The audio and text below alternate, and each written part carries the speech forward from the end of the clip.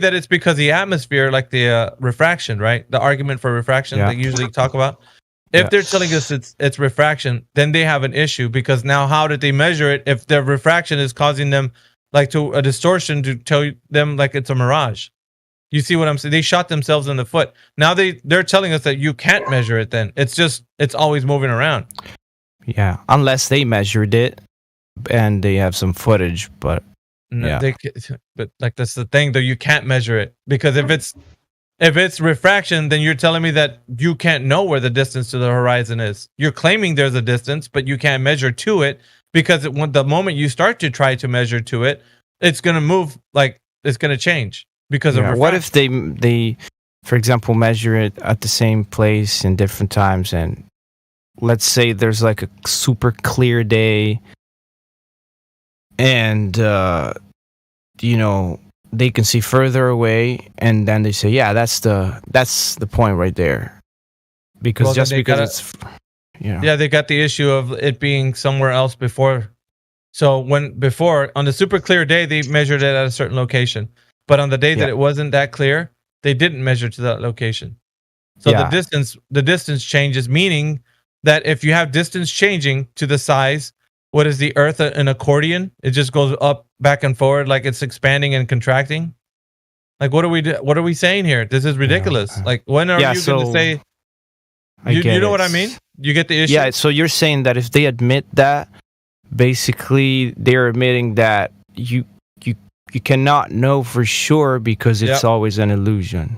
Yep, that's correct. You got it, Enrico. That's why they shoot themselves in the, like, if they don't say that it's refraction, then they're going to have to give us the definite size. If they tell us it's refraction, then they can't measure to it. And so you see what I'm saying? Like, they're trapped. I can disprove refraction in 5 seconds. So right, but I just did. So they're trapped. Yeah. They're trapped either way, Enrico. So they're either going to give you the definite size that it is and measure to it, or not. And that's their problem, not yours.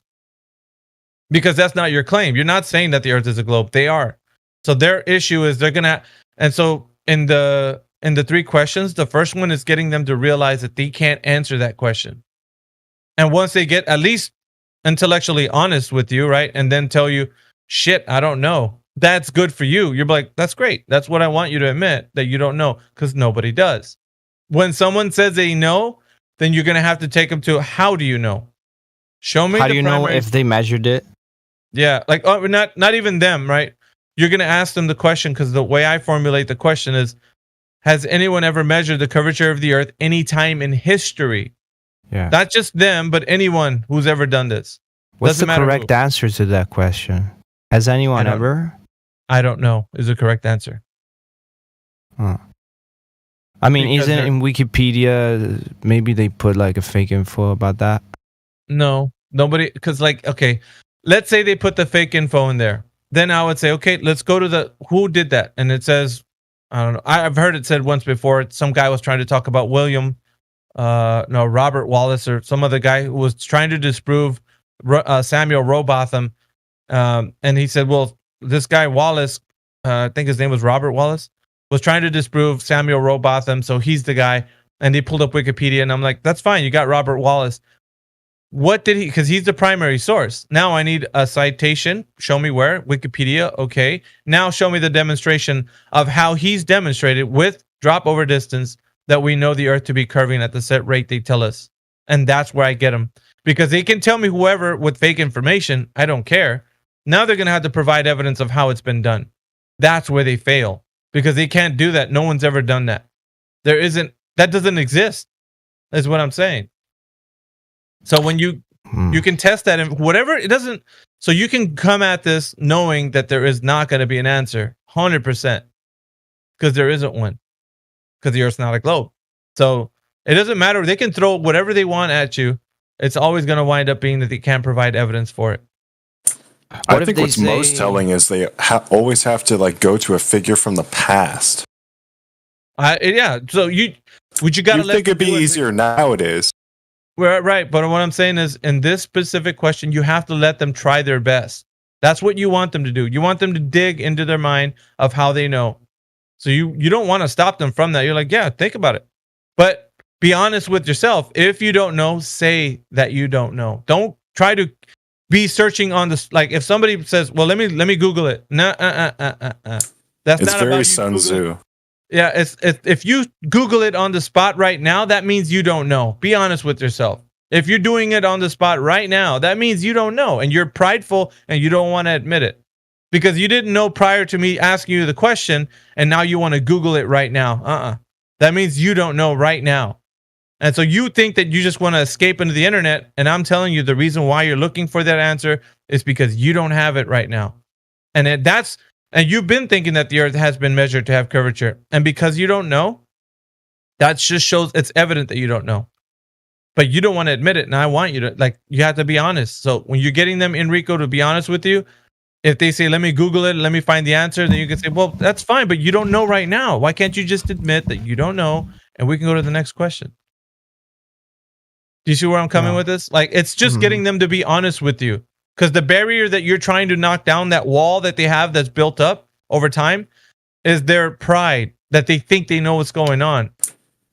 And you're getting them to a place at least. It's getting them to be honest with themselves, really. Yeah, exactly. They have to be if they want to talk to you about this. Other than that, that prideful stance that they have, they're just going to keep telling you you're stupid, you're an idiot because you think the earth is flat. You're dumb. And so you're getting them to knock that wall down and actually having themselves question their own knowledge. At least to that point. Yeah. Because I'm sure we've all been there where we thought we were infallible at one point. Well, not just that we're infallible, but somebody else figured it out. That we didn't have to look at the information. Well, I'm not a scientist. What do you mean? I wouldn't know this. We could even destroy them on that. Because this isn't a scientific question. It's a category error. People think that this has to deal with science, and it doesn't. It's a measurement. And when you measure your foot, you're not doing science. You're just seeing how big, your foot is put a ruler down or whatever. You know what I mean?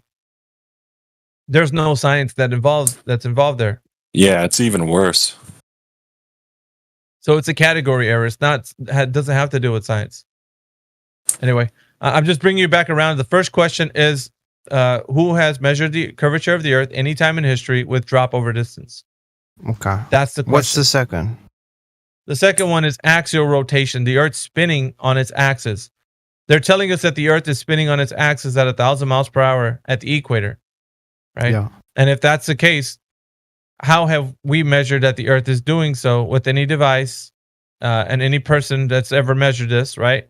So you give them that, and then you also caveat a little bit to that. You say, and what I'm looking for is a natural phenomena of earth spinning. When do we see that in nature? So it's the question of who's ever measured it, and when do we see it in nature? It's a natural. When has the natural observation of us seeing the earth spinning around ever been observed? Well, it's not observed. I mean, it's impossible. Right. See? You see how I guess the only thing they could say is the sky. Or maybe from the ISS they can say from the footage of the ISS. They can say whatever they want, but here's what we're trying to talk about, right? Think about it like this. Before rockets went up, right? And what age do you think that was? Maybe we'll give them the benefit of the doubt, the 50s, the 40s even, 1940. Prior to that, did they think that the earth was spinning around? That you guys know. Unlikely. I'd say. Didn't the Greeks find out a lot of years ago? Yeah, you guys don't know. You gotta read up on globalist mindset. So if you didn't know that they're saying that before rockets went up, they already knew the earth was spinning around. Yeah, the Greeks. Yeah, and not many more, right? What? They did? Yeah, dude. What do you mean? You think that people didn't think that the earth was spinning around before rockets went up? I didn't know. You guys have been under a rock somewhere. People have been talking about the earth spinning around. Hey, maybe it's been beneficial. Well, sounds kosher to me, man. Yeah, Spake, how old do you think? That's an ancient friggin' teaching. What is that? Wait, how do people know we were spinning? Not that they know, but that they're saying that the earth is spinning. That's been something that they've been saying. Sure, I've heard that. Right, before rockets went up. Oh, I wouldn't know. Oh yeah, dude. Because like, what do you mean? That people thought that the Earth was still before rockets went up? Yeah. I assume so. No. Look at history, rockets bro. only work on a flat stationary plane. They don't it's- No, work on a that's It's only not what been I'm still, saying. hasn't That's it? not what I'm saying. Listen, Yeah. guys. Do you know the history of the globe? Because like the globalist mind who thinks that the Earth is a globe, they have like this idea. Well, I think you know more than the average person knows about their own I know, globe. but what I'm saying is the narrative. The narrative has been said to be that we already know the Earth is spinning and it's a globe and it's in the vacuum of space. These ideas have already been talked about way before rockets went up, before the ISS, before satellites. Right. So before any of that stuff happened, that was already talked about. The Earth was doing these things. You see So how did they come well to that before the conclusion? 1900s? You're saying? Wait, Yeah, well, it was like, of course. That's there was like Yeah, before. 1901 or 1902. There was like a movie, The Man from Mars or The Man from the Moon or some shit like that. Like, it was one what's of the name of that, Spake? It What the hell was that? Freaking. was like one of the first Universal movies. Like, the Universal always had it in their fucking logo, so they seemed to know the Earth was a spinning globe. Where is the? Oh no! It was the 1914 From the Earth to the Moon. Is that what the name of the movie was? It's a silent film. I thought it was The Man from Mars or The Man in the Moon or some shit. Yeah, it's you can look for it on YouTube, but it shows it's 1914 or something. It's really old. The film's old, but it's a silent film, and it shows a guy getting in a rocket going to the moon in 1914. Like this is like way before rocket technology. Yes, sci-fi bred a lot of things. Right. So if you know that now, then before rockets actually were talked about, making the technology of a rocket, they were already saying that the Earth was doing this stuff way before that. So the idea was already there. How did they know before the age of the rocket? Yeah, that's what. Exactly. How did they know? What were the proofs, man? There you go. That's what I want people to start to think about, Enrico. Yeah, so like, the proofs. They could say the ISS takes picture. Duh. If you want to say you see the Earth spinning, what do you think the ISS is watching? You're like, dude. Before the ISS, before rockets went up, what do you think they were saying? They were already saying that the Earth is moving around. But the naturally observed phenomena, where did that happen prior to rockets? Where were they seeing the Earth spinning around? So how do they know? What was it? You know what I'm saying? You mean to tell me that this whole time they were making an assumption until they took a rocket to the sky? No, I don't think so. That's not how that goes. So what were the proofs? Like, there's no proof? No. Surely there was an observation or something. But tell me which experiments they did that allegedly proved it. Like, for example, the Aristotle, that's one, right? The one with shadows. Someone they would like mention. The ones that the people that they mentioned, like Enrico's talking about. Well, you see Aristotle speaking of like the shadow of the Earth, going across the surface of the moon. Yeah. That sort of Alberuni. No, not that one. Which one? The one where he measured at the same time there were different shadows in different locations. Oh, Eratosthenes or Eratosthenes. Yeah. However you pronounce that, but that guy. That could be significant to that, and not specifically. Not specifically where the idea comes from. Yeah, hang on, Blatek. Not specifically to that, Enrico. I wouldn't say it's specifically to that the Earth is spinning around. That's not significant to that. I think it's more to deal with like the size of the Earth, because it was an estimation that they were going off of. He proved that it basically allegedly proved that it's curving. The ground is not flat.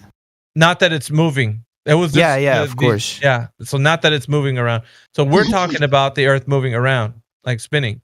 That's specific to whoever came up. Like there's pendulum. Foucault's pendulum was talking about this and other things, right? But what we're talking about is prior to the age of rockets, because they can easily go to the ISS looking at the Earth, or they went to the moon and looking back at the Earth, they could see it as a globe.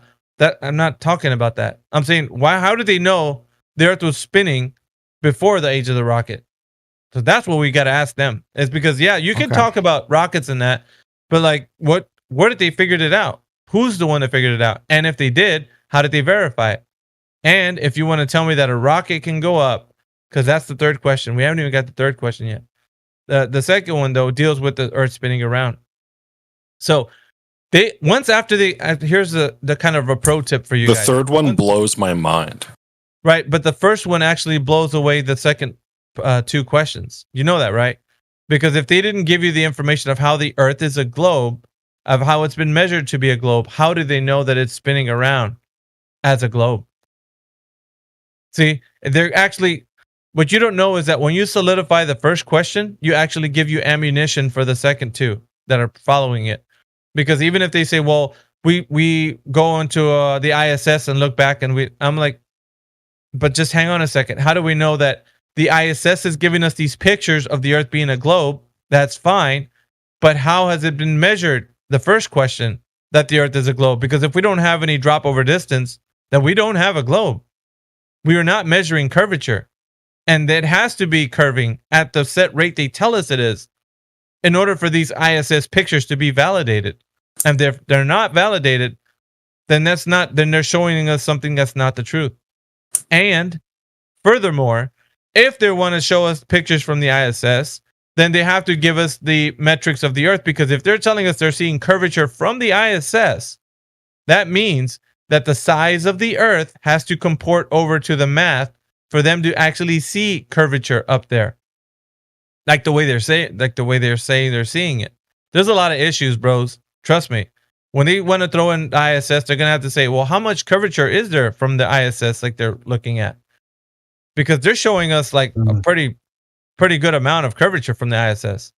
Yeah. So you can destroy this argument on many fronts, but the first thing you have to ask them is how the naturally observed phenomena of the Earth spinning around has been measured. So we have to get to that point. And before the age of the rocket, they have to tell you how that happened. Yeah, the Globers will just discredit that argument. They just won't even touch it because they know they can't prove it. Right. They're just tenuous. This is their undoing, right? When they don't want to talk about it, that's because they don't know. And we have to kind of make sure. So, Enrico, that's the second point. They're not going to know. Before the age of the rocket, how did they figure out that the Earth was spinning around? I just did some research on rocket technology. Well, how could you know? Using gunpowder rockets for on and off for 800 years. Not rockets as we know now, but for like explosives and for in wartime. Using gunpowder. And also, I wanted to make another point real quickly. Now, in the age of the blimp, you know how the Germans had these huge blimps of hydrogen gas, and it blew up in New Jersey. They must have known the Earth was flat by looking out of a blimp. No. I find that very interesting. They can say, anybody can listen. When you make observations, I've heard people say from the ground level that the Earth is curving. I heard people say from a mountain, Earth is curving. I heard people say when they're on a plane, the Earth is curving. Oh, yeah. We got it. What was the cruising altitude of those blimps? 1 second. It doesn't. It might be like 10,000 feet. But like, listen, we are looking specifically for direct measurement. The issue we have when somebody says, "Dude, just get in a balloon and go up and see that the Earth is flat." No, because Joe Blow next to you is gonna be going on the balloon ride with you. He's gonna be like, "Dude, I see curvature," and you're gonna be like, "Dude, there is no curvature. Where do you see it?" And he's gonna be like, "Right there." He's gonna point to an imaginary place on the horizon, and then you and him are gonna be arguing the toss over who's right. And the issue that we're having is we're talking about the first step, which is observation. I don't care what people see. That doesn't matter to me. I know that the Earth is flat, not by way of just observing it, by way of measuring it. That validates it. So an observation isn't going to get you to the final point of the conclusion that the Earth is not a globe. Measuring it will. Bros, you got to remember that. It's not going into get in a hot air balloon. They know the Earth is flat. No, they have to go down to the ground and measure it. That's what you got to do to validate the fact that it is not curving like they tell us. You remember that point and don't forget it. Because if you say, well, just get in a plane, bros, you'll see the Earth is flat. I don't care.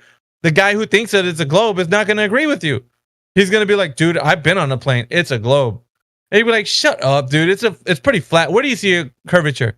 And you guys are going to be arguing back and forth on that point. And that's not a place to argue. The place to argue is it curving like they tell us by way of measuring it or not. That's the place. Given this ship has been 112.5 kilometers an hour. Yes, so, listen, and I've said this before because in the very early stages of the Earth, the flat Earth conversations, back in like 2016, 2017, it was argued about pictures. It was argued about like send a drone footage or whatever, like whatever kind of camera, send it up. You know, let's see as much land as we can see and look how flat it is. And we would argue these points with the Globers, and the Globers would come back with their pictures. We'd come back with ours. Back and forth. Nobody wins. It's a tug of war that nobody. Sometimes you convince the crowd because you sound very convincing because of observations and the camera, and you know that's still not getting us to the place that we know. That's just like what I see, what you see, and the audience is like, well, shit. I sided with the Glober because they got more evidence, or I sided with the flat earther because he made a point or whatever. So that doesn't get us like to the conclusion. Okay. Observation is the first step. Measurement is the solidifying portion of the conversation. It either is measured to be a globe or it's not. You guys get it now? Yeah, I would like to learn about the, like the experiment that proved the curve that they had back in the Greek times, Like that's one, and I know why it doesn't make sense, but I would like to learn the others if there's others and know why they don't make sense. It doesn't make any sense. Yeah, I know. It doesn't make any sense because on either flat or curved surface, it only deals with the proximity of the light source to the object. So in your room, you have a flat floor, and you have a light, and you have like, I don't know, an object on the floor. The closer that object is to the light source, the different angle of the shadow it's going to take. It doesn't matter about the surface of the floor. I know that. I know that, man. I know that. Right. So so nobody can get to a conclusion from that. That doesn't. No. Yeah, I know. I know. I would like to know if there's any other alleged proof that they have, and how the experiment worked, so that I can know that why it's not really a proof, Well, I just stated it for Eratosthenes. Yeah, but that's just one, and I know about that. I'm just saying if there's any other experiments. There isn't. They're all everything. Alberuni would be another one, measuring the distance to the horizon from the top of a mountain. Look up Alberuni, and so that's something else you get look at. Maybe type it into Google, Alberuni. And then you'll see like this guy was on the top of a mountain looking off into the horizon, and using a calculation, he kind of quote unquote measured the distance to the horizon, and found out that the Earth is curving at whatever specific rate. It's all like just by looking at it. How like yes, what? Yeah, exactly what you just said. Yeah. So the distance to like where he was, the elevation to where he was on the mountain to where the distance to the horizon was. Basically, he was using triangulation. To put it simply, triangulation. That's what he was using. I gotta understand that. What's his name again? Let me just write that down. Alberuni. I think I have him on a website. 1 second. I might be able to post something for you. I actually saved this web page. Can you send that to me privately? So I don't lose it. Good old Alberuni. I want to see if I actually have him saved somewhere. He's Iranian. Is that him? No, Alberuni. No, I don't know if he's Iranian or not. Iran wasn't around in those times. He was Persian. Persian? Yeah, here. I'll put it in live stream voice text. Just go there. It's the website. Alberuni. There it is. Abu Rayhan Alberuni. Yeah, that's the guy. He is Iranian, it says. Let me see. Where'd you put it? Live stream voice text. Live stream. Let's see.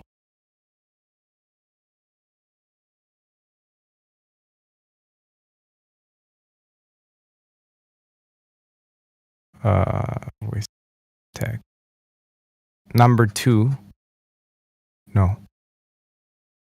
Man, I still gotta learn how to... Oh, the first one? Yeah. See. Yeah, Iranian, see? Yeah, it says there, Abu Rayhan al-Biruni, AD 973 to 1048. The 11th century Persian mathematician Abu Rayhan al-Biruni used simple trigonometric results to estimate the radius and circumference of the Earth. How can we disprove that? What do you mean? How can we? It's a freaking begging the question fallacy at its core. Also, he was using triangles, which can't happen on a curved surface, because on that thumbnail that you seen on the Yeah. hey, look at the thumbnail that shows up on that that web page that I posted. Square. What were his referencing points? It's kind of like just 1 second. Let me answer the gentleman. So you see point E on there, right, on that thumbnail. Yeah. And then you see F. That's the vertical. That's the 90 degree from the position to where he was on point E, and his observation was looking off to the horizon, which would be like looking down, right, at like. Yes. So the completion. Let's say where C is. You see where C looks to be. So from E to C, and F completes a triangle. You agree, right? Yeah. Okay. On its face, you cannot use this triangulation method on a curved surface because F to C is the adjacent of that triangle. F to C. Do you see What's that? What's that mean? That means that it was curving. Once one of those lines is curving, it's not a triangle any longer. Yes. Right. If you agree with me on that, then you can't use triangulation, which that's exactly what he used. I don't even, but I still don't understand. I understand what you're saying, but I don't understand how he allegedly proved it. Well, that website kind of goes through it. It's an assumption. They started off with the assumption that the Earth is already curving, but like what I said before, it still stands. Point F to point C it has to be curving in order for it to be a curved surface. Because if the Earth is a globe, right? It's round. It's a globe. Then the surface would be curving. That means that point F to point C is curving. Yeah. Yeah. Right. So that makes that's a good not point. Triangle. It is. It makes it not a triangle, which makes it the way that he figured this out would be invalid.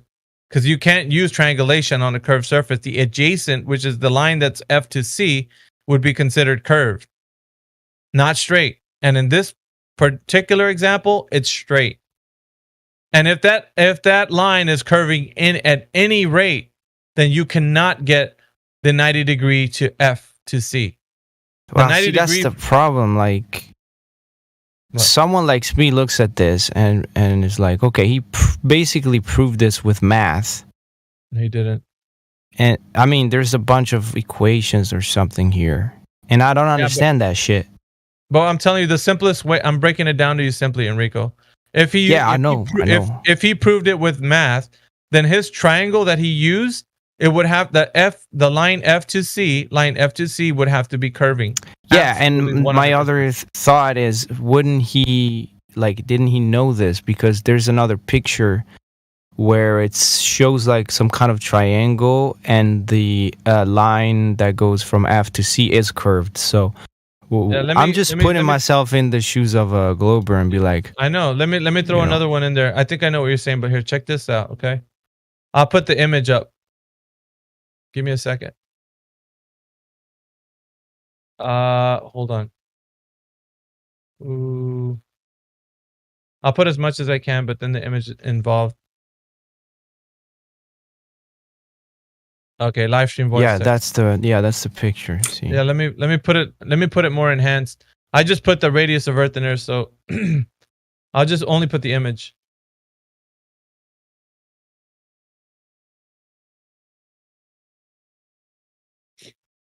Well, I would like to read that. Could we read that together? What it says? Yeah, you can do that. Did you want to read it? Do you want me to read it?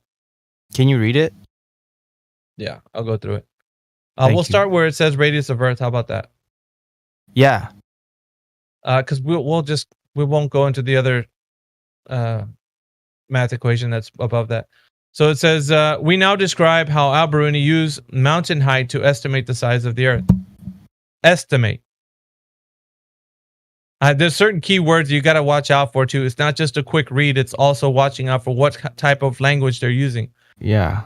So we now describe how Al-Biruni used the mountain height to estimate the size of the Earth. Okay. The single additional measurement he required was the angle, was a dip angle, and it's using the formula there to the horizon as it viewed from the mountaintop. M in the figure below is the clear. It is clear that the angle, and it goes into the formula. Yeah. MOH is equal to that. What is it? Sine? Cosine? It's cosine. Yep. Yeah. It is also clear that from the figure that cosine equals A / and then of course it's going to go into like A plus H. This implies that, and it's the mathematical formula that's underneath there, which gives a formula for the Earth's radius. This is a mathematical construct right now that we're working off of, right? Provided that he could evaluate the cosine of the small angle, Al-Biruni used this formula to obtain A from H. And then, wait, but how did they know what's the distance between M to O? Like how long that is? Right. So yeah, this is where it gets weird, right? So the accuracy, I'm just going to go to the bottom of what that on the bottom of the image. Yes, I see that. It's often stated that Al-Biruni's estimate was within 1% of the correct value. This seems highly dubious, given that the optical refraction was unknown to him, and he made no allowance for it. Moreover, even in the absence of refraction, an evaluation of A from 4 would have been problematic. Coleman, 2011, argued that to obtain a value accurate to 1% using this equation, the cosine of the small angle must be accurate to 6 or more decimal digits. It seems unlikely that Al-Biruni would have had the values of this precision. So it states it that he was wrong, basically. Well, like that this is impossible. Right. Like even in here, they're not saying that he probably had the refractive value to go off of either. So he didn't account for refraction. Yes. Yeah. And basically what we're using here in this mathematical construct is ideal geometry. And in the sense of going into the real world, you're using what, refraction and all that. Like, and so because he didn't even take that into account, his distance, because they say he came in within 1% of what? They're using mathematical formulas here with the assumption that the Earth already is a certain size. So what you're doing is you're working on a derivative understanding. The derivative is that the Earth is already a globe, so we're using the Earth's rotundity to measure a distance. So okay, look at this. Check this out. I'm blowing your minds here a little bit.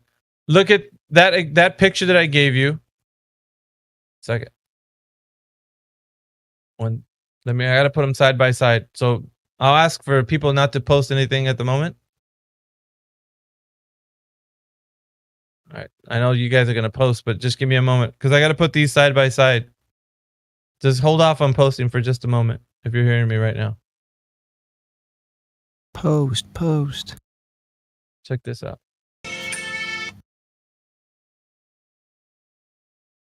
Look at these side by side. Yeah, exactly. They don't match. They don't match. Why? They don't match. Because he's a dumbass. Well, not that he's I would agree with you, but I'm not. But I want the audience to know that this was a little bit ahead of its time. Well, but he came to the wrong conclusion, but it was pretty good. No, it wasn't. Where's H? It wasn't, dude. Okay, so this is. I could see where he's coming from. Anyone could, right? We could all see where he's coming from, but the problem that we have here, and as you can see, can anyone point out a problem in just with the two images that I posted? Yeah. Mountains are not triangles. Well, no. He basically is using a triangle to get the top of a mountain height So he needs a ground position underneath the top of the mountain of a 90-degree angle, for example. And he needs a straight, flat baseline between the bottom of that mountain and himself. So he can then measure an elevation angle up to the top of that mountain. And being as he's got some of the variables within his equation, he can figure out how big the top of the mountain is. So for him to do this, the Earth has to be flat. Yep. Man who thinks Earth is a ball. Bingo. Yahtzee. Nailed it. Somebody's won. Yeah. So when people use, because they use Alberoni's, well, he hasn't been brought up, but often he gets brought up in here. Often. But he does get brought up. But even if that's the case, then check this out. You have these two images, save them, save the website. I never thought about that before. Thank you. Yeah. Save the website. Okay, that's such a great point. It is. And it destroys the fact that they're saying that you can use. I'm telling you, Jedi's been doing this for what? Like, if you don't listen to me, listen to Jedi. He goes over this like exhaustively, like over and over again, like on the daily when Globers come in here. Just all you got to do is sit back and listen to him. He'll pound them over their heads with this very thing. And you cannot, I repeat, you cannot have a triangle as defined of what a triangle is on a curved surface. You just cannot have it. If it's curved surface, they're done. So to summarize, that's so eloquent. You got to summarize that. Sorry, you got to think about why they're done. You understand that if you curve one of those lines within the triangle, you lose two angles. Two angles within that triangle are now unreadable because the line's curved. That's how bad this is. You curve that line, you lose two angles. Problem for instantly. The ball, my friend. Yeah, instantly. Hey, to summarize, since I haven't slept much and I'm not really understanding this completely. So, he was at the top of a mountain, right? Yeah. And he looked at the horizon thinking that the line was exactly where it was curving, right? Yeah, the horizon, yeah. Yeah. And that's one mistake. And so what did he do? He knew the height of the mountain, right? At which height he was. And maybe he knew the distance from his height to the horizon. No, he didn't know that. He didn't know that. Yeah, how would he know? No, he didn't know exactly. That. So what did he didn't know? know the distance he was measuring to at all. Yeah, exactly. He didn't know the distance he was measuring, Enrico. All he did was declare that the horizon. I'm just trying to understand what he did. Yeah. Right. Yeah. Basically showing you what he did. But yeah, fair enough. So what did he do? There's problems all over our Not much. I just first instance, he used a trigonometric function, a triangle, to figure out the height of the mountain, which requires the baseline, the Earth, to be flat. So we'll sidestep that, but ultimately for a man who's going to the top of the mountain who thinks the Earth is a ball, he's used and requires the Earth to be flat to get his height of the mountain. So first issue. Second issue, goes to top of mountain, declares that the horizon is physical and has descended, dip angle correction. And because the horizon has descended from where he thinks it should be, then that's the curve of the Earth. The horizon's gone down as he's gone up in elevation. Now, we understand within the first instance, he's used a triangle. The Earth is required to be flat for him to get the height of the mountain in the first instance. But we also understand that thanks to the black swan, the horizon's not physical curvature of the Earth. It's an optical phenomena. So, kind of scuppered there, mate. Yeah. But shouldn't the horizon have been eye level to him? I don't understand what that means, but like it always is, yes. Yeah, so why did he say that it was going down? Like he was looking down at it. As in the dip angle from his position? Well, he already knew he was elevated. He already knew that that's the reason why he was on a mountain, because there was going to be elevation to look to the horizon at, and then make the conclusion, because basically it's a begging the question fallacy anyway.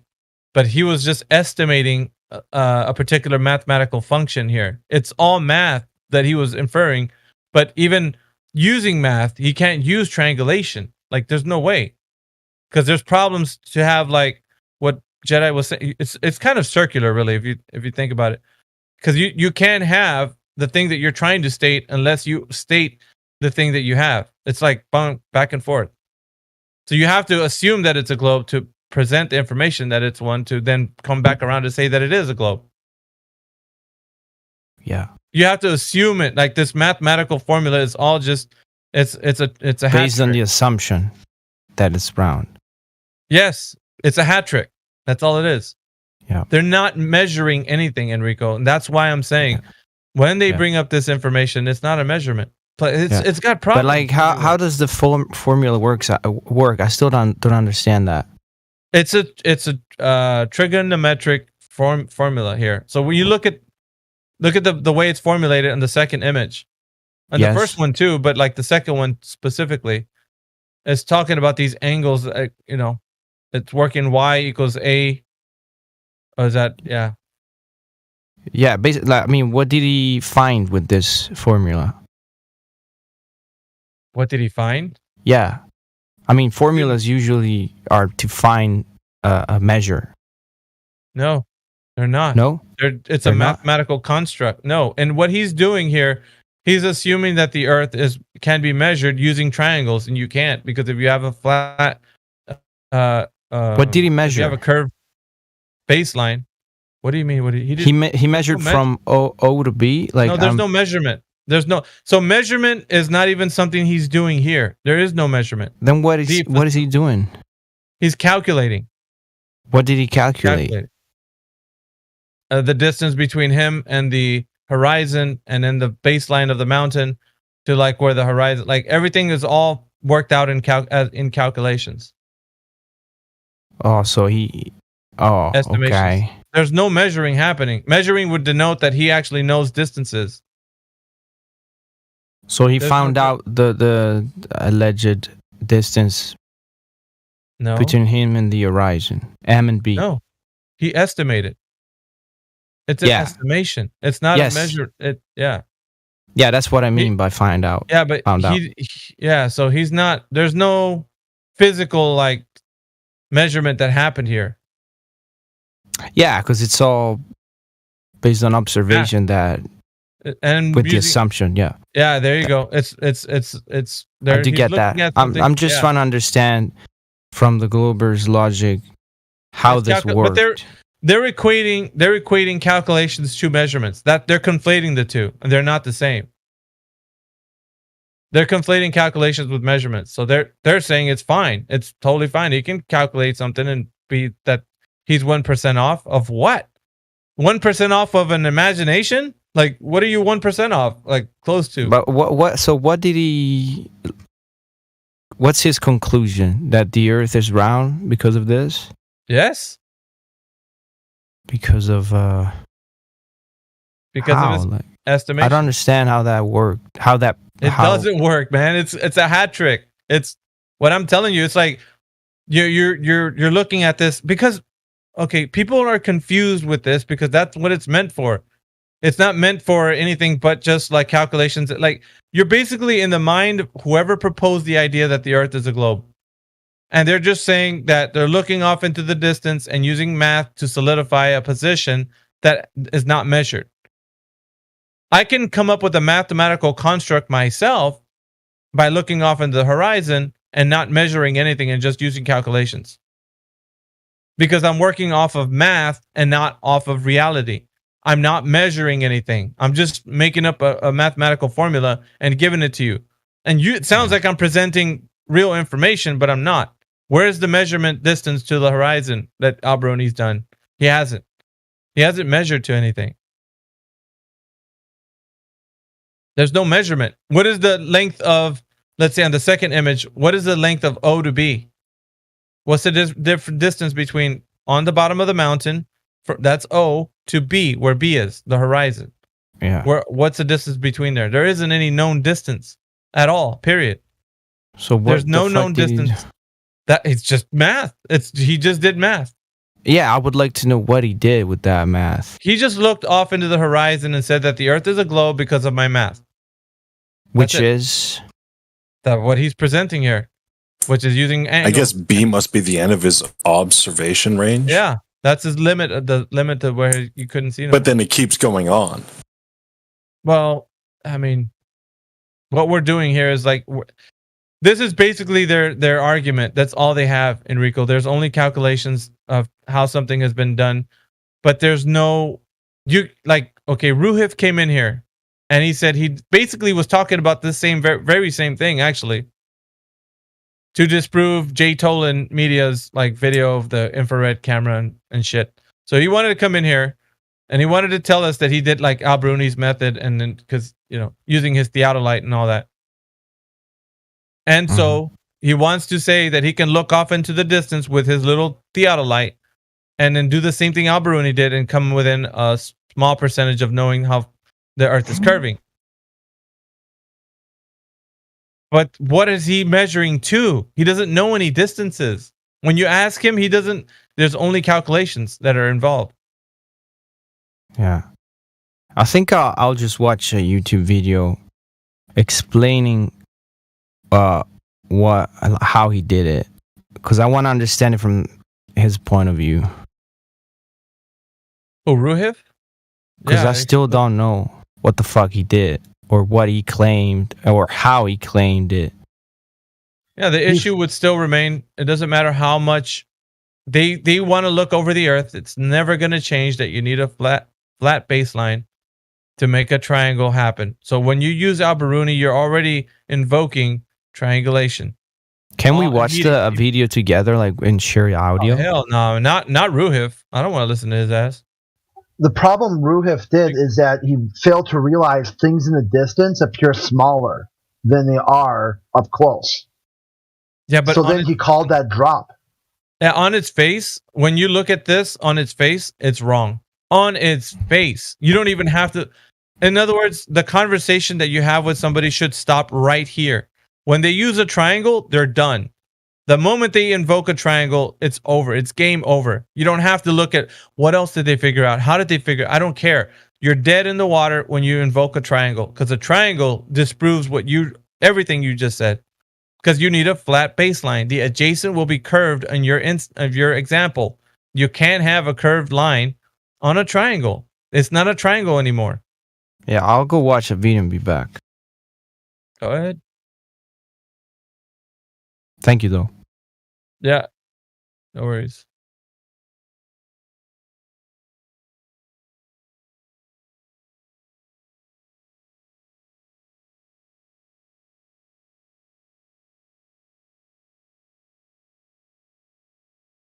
Yeah, I don't know, Jedi. I don't even know why we have to.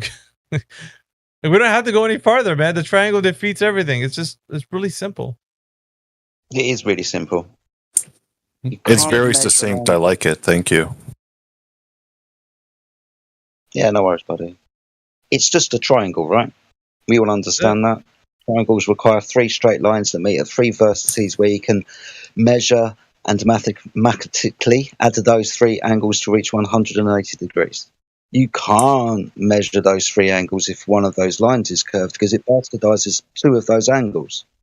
It's a problem for things like celestial navigation.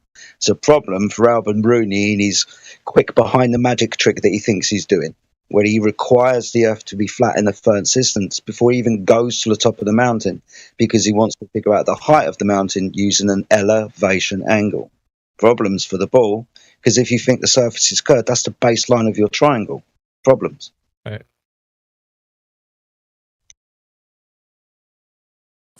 Beautiful.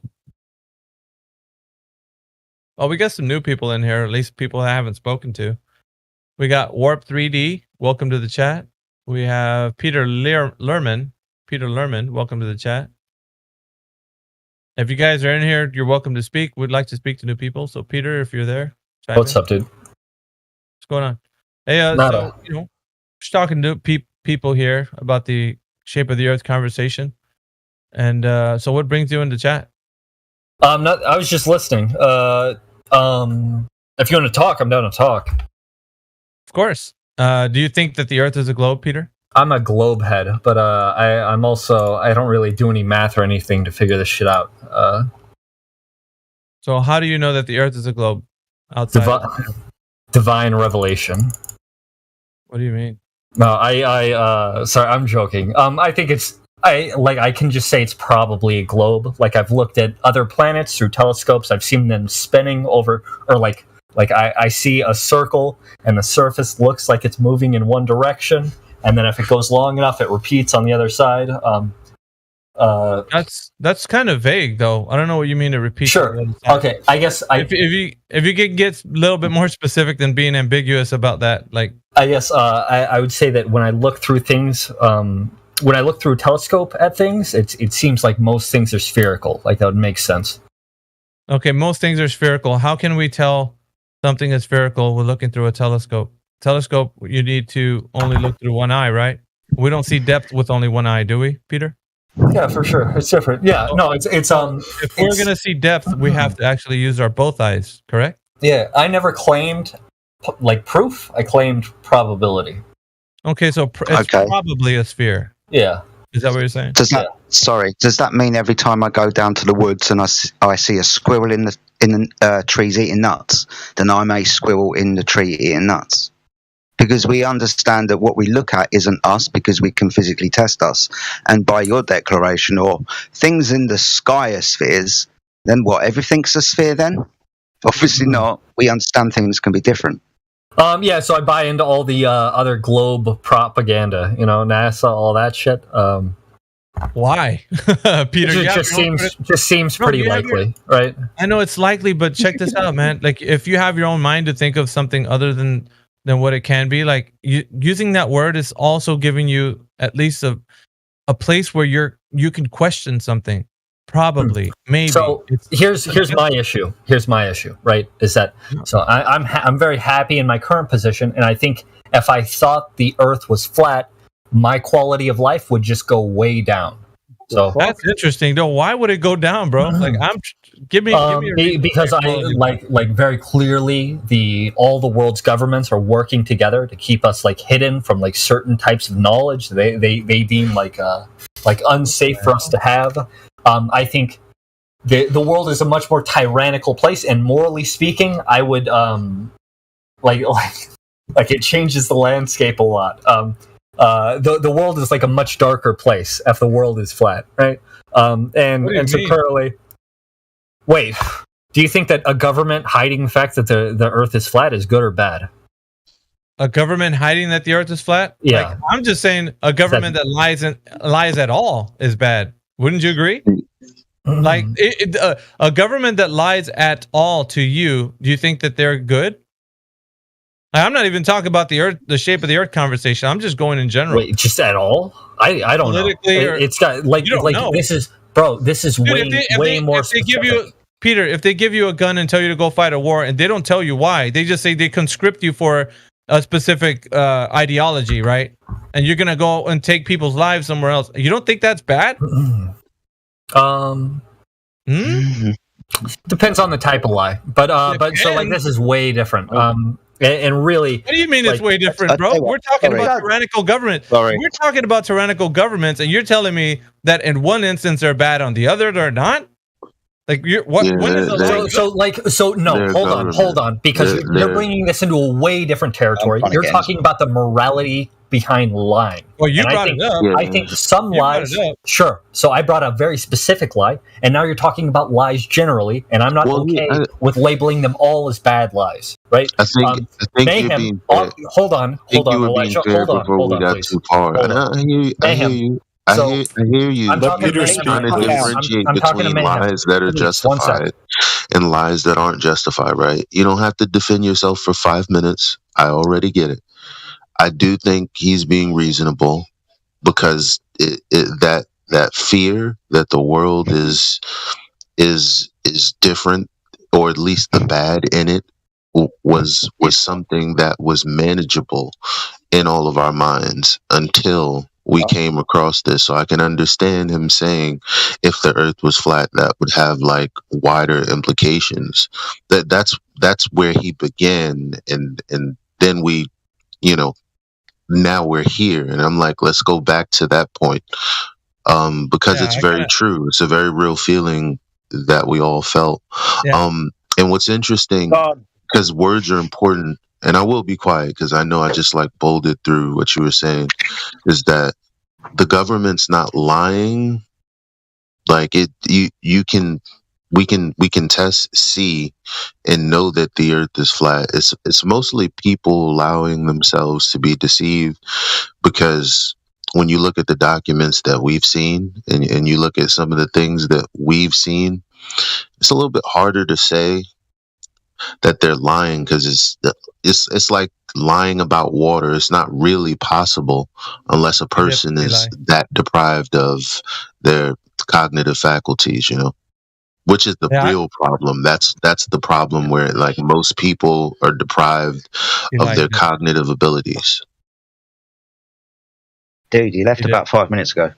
Yeah, he left. Oh, he left? Oh, well.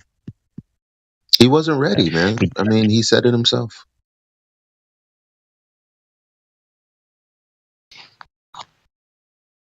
It's interesting how they react sometimes, isn't it? They're already yeah, but they're already feeling challenged. So some random excuse to get out the server so I don't have to have my mind challenged. Somebody's interrupting me and I'm going to go. There's my crack in the door. I don't need to be challenged anymore. I'll just fuck off. Well, most of us started a long time ago in conspiracy, like 9/11. Yeah, it seemed like Flat Earth was his first real revelation that shit was fucked. Well, my thing is this: like, they're coming. Listen. I'm not a fool. I'm not coming into this like, dude, you mean to tell me that's only this? No, I understand what he was saying, 100%.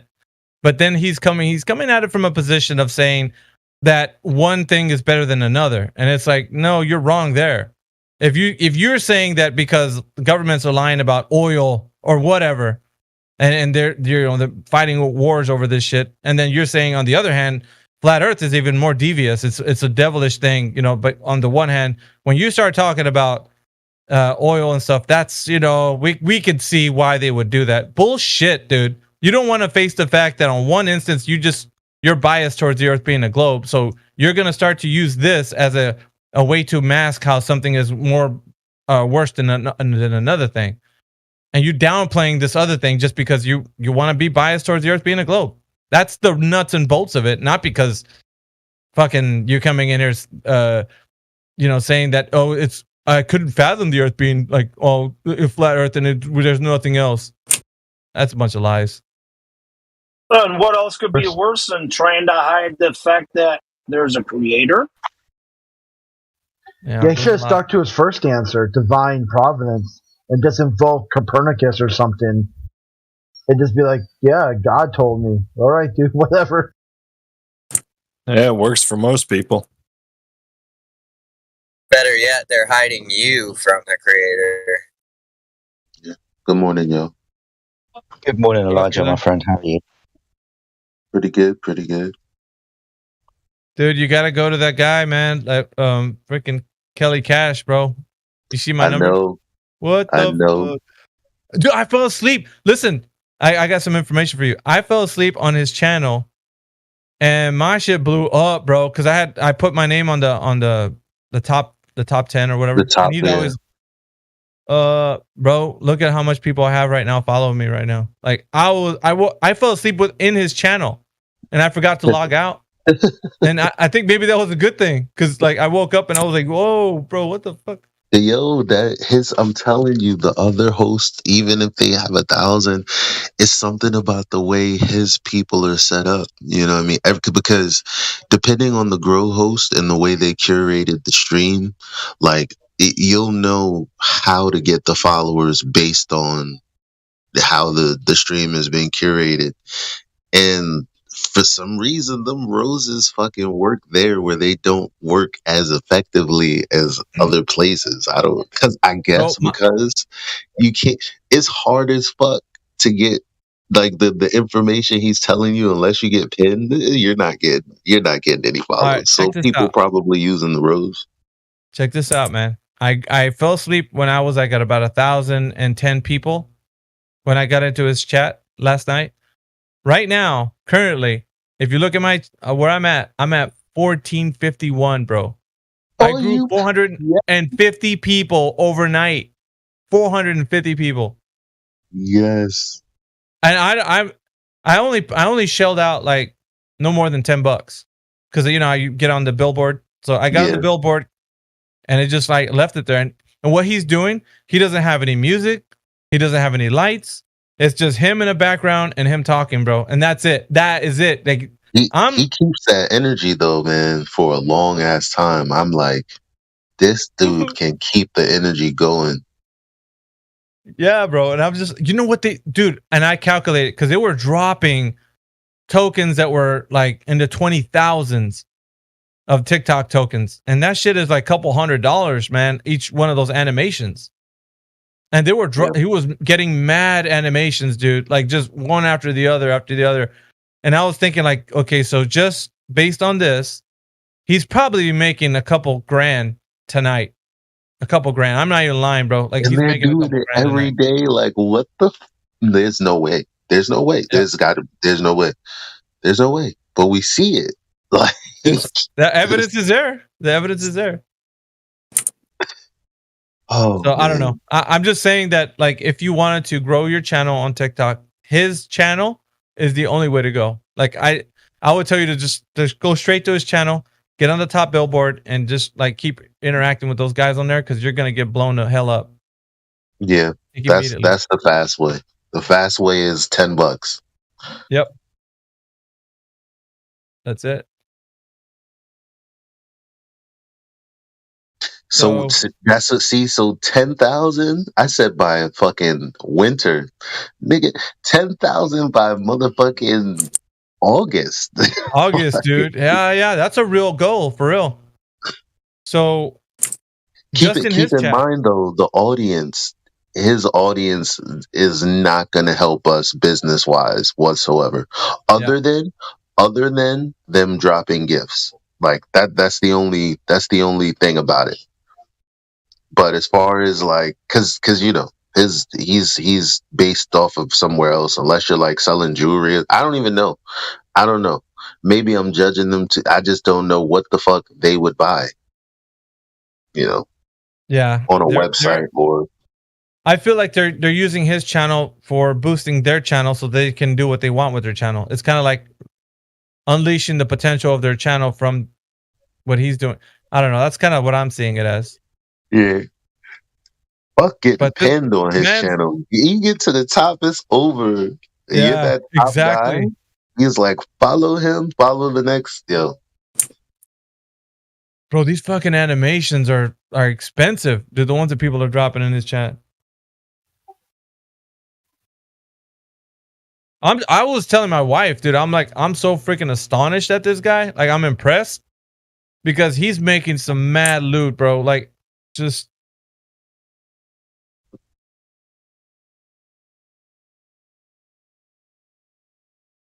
Yep. I don't know. I think also it's a combination of his accent too, like what he's saying. Don't stop tapping. Don't stop tapping. It's worth fighting for. Don't stop tapping. Yeah, and it's like him constantly saying that because think about it. You're getting hundreds of people that are joining the chat every moment. You have to keep saying that because the new people don't like unless you know what I'm saying. Like he be falling asleep. Don't stop tapping. Don't stop sharing. Don't stop sharing. He's like from this angle to this angle, and he's like, you're gonna see it explode, and I'm like, what the fuck? But it's working, bro. It's like whatever he's doing, he's got it. Whatever, like it's the repetition. Like we may see it as repetition, but again, because of how many people go in his live, it's just that's what works. Repetition, structure. Basically that's what it takes for anything is repetition and structure. And he's killing it with that. That's a good note. Because he's doing better than anybody that I've seen. He's laser focused. He's got 9.4 million likes. You know how many taps that is, bro? Like how many taps you'd have to get to that 9.4 million taps? That's like 9.4 million taps, bro. You mean in the room or on his page? No, on his like all the taps that he gets from like people that are liking his shit. Like damn, 9.3 mil. Yeah, he's running it. Yeah, he's crushing it, bro. He's really doing it. And then like, okay, if you get it, because I looked at his name too. There's different variations of his name. Mm-hmm. So I'm guessing he has different accounts or whatever. Because if you search his name up, there's like, he's well on here he's Kelly Cash with, he spells cash with CAASHH. So you would think that he has like variations of his name, like Kelly Cash CASSHH or some shit. You know, like. Could you imagine? What if he had? I don't know if this is possible. TikTok probably has some rule against this, but if you got like 3 cameras set up with 3 different like computer setups or whatever, and you're running all 3 of them lives at the same time, yo, because the way he does it, he could. You know what I'm saying? Oh, we got to get in touch with this guy somehow. Because he looks like he'd be the type that you could reach out to. I don't know. Is he a flat earther? No, man, we're just talking about TikTok. Oh. Anyways, we kind of veered off, but like I think it's a good veer because. Yeah, you know, Lloyd got up to 1,000 as well, quickly in 2 days. Who'd you say, Eli? Lloyd got up to 1,000 followers already as well in 2 days. Oh, that's right. Yeah. Well, shit, with this guy, man, you could probably do that in like 2 days as well. What's the thing? What you have to get to 1,000 because it unlocks something, right? Yeah, the live function. Oh, because then imagine 5 of us on a TikTok live in the boxes getting gifted while having a conversation about flat Earth. Not a debate, because a debate will likely get, our stream struck. Also, we have to have moderators, by the way. And this is why I said I couldn't do this alone. Because if we're going to move to this particular stage, or if we're going to use this particular method, the thing is so that you go live, and then you get a certain amount of spaces in that live for other people to join. And we have to have moderators in the chat also, because the stream can get hit for any like seedy shit that someone says in the chat. But we could just be having like dope ass conversations about flat earth, shit that we were talking about with MJ, things like that. But we would have to keep it, at least from TikTok perspective, have to keep it like in-house. And then if somebody really wanted to debate, of course, that's where they could go to your Rumble or come to this Discord. Yep. And we'll just hammer it out there. Yeah, that's what I'm looking at, man. But the potential for revenue it's uncapped, bro. Just as much as you want to actually put into this.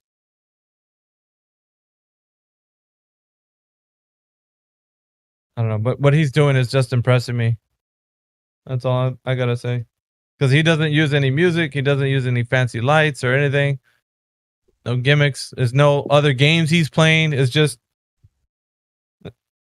him and a little weird background of a tree.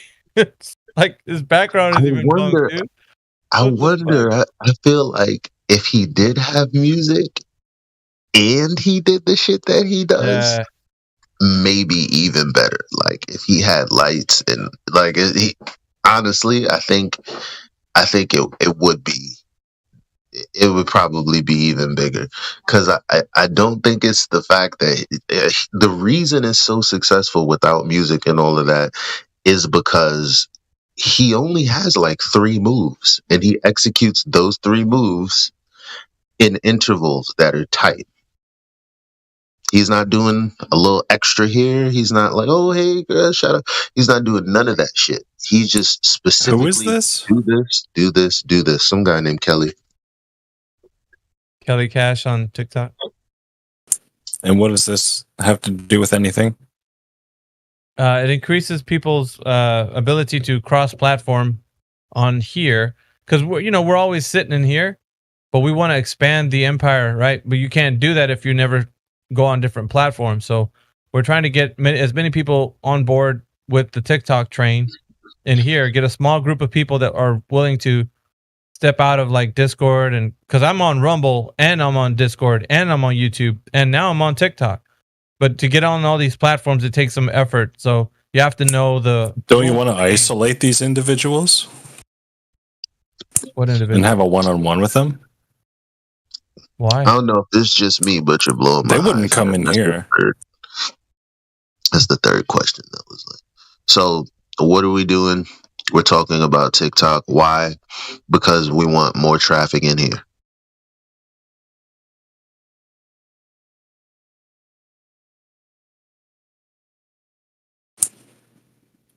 And that's going to happen?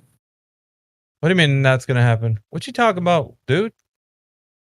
What are you guys talking about? Well, we just told you what we're talking about. What do you keep going on about? Like, why are we saying this, bro? Wait a minute. Hold on. What's your opinion about the shape of the Earth? My opinion? Mm-hmm. Shape. Mm-hmm. That could mean a bunch of different things. No, it can only mean one thing. I believe we live on like a topographically level plane. Good answer. I see you avoided the malformed question. That is, what is the shape? Because if you'd have said flat, I would have said, flat's not a shape, right? Good on you for that. You have survived for another 10 minutes at least.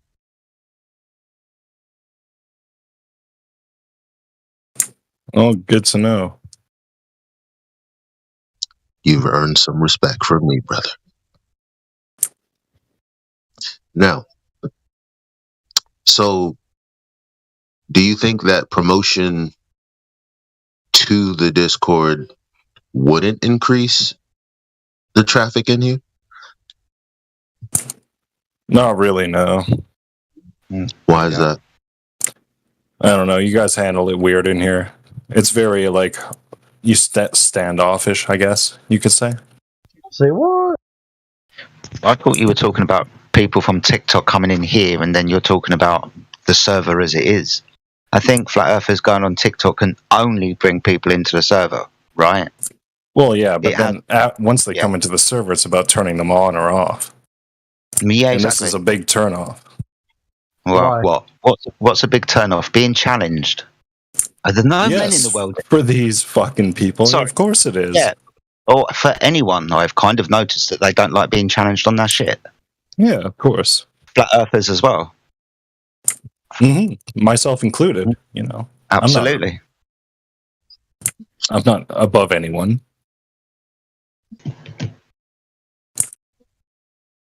TikTok is only good for spreading the message and bringing people to the server. How people act when they come to the server is up to what happens then. But it can only be positive, as in spreading the message of Flat Earth. They might not like the server, but they still might have questions and go off and do their own research. They might have got to a point in their own research where they want people to talk to. Welcome to the server.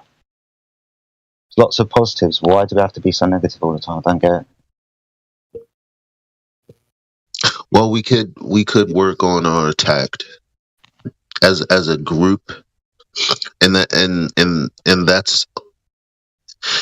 going to take structure. I respect this place in what it is now. It was a shit show. I like the way things are.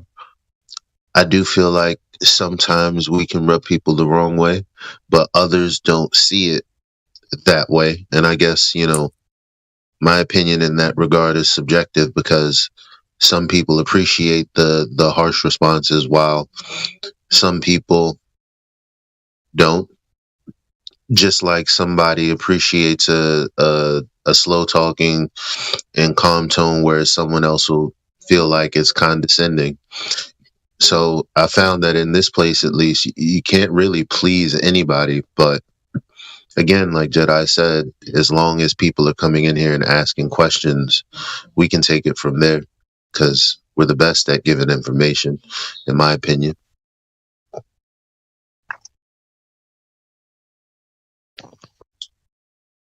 The most important thing is like we just have more influx of people coming in, and then whether they're put off or not, that's just gonna show.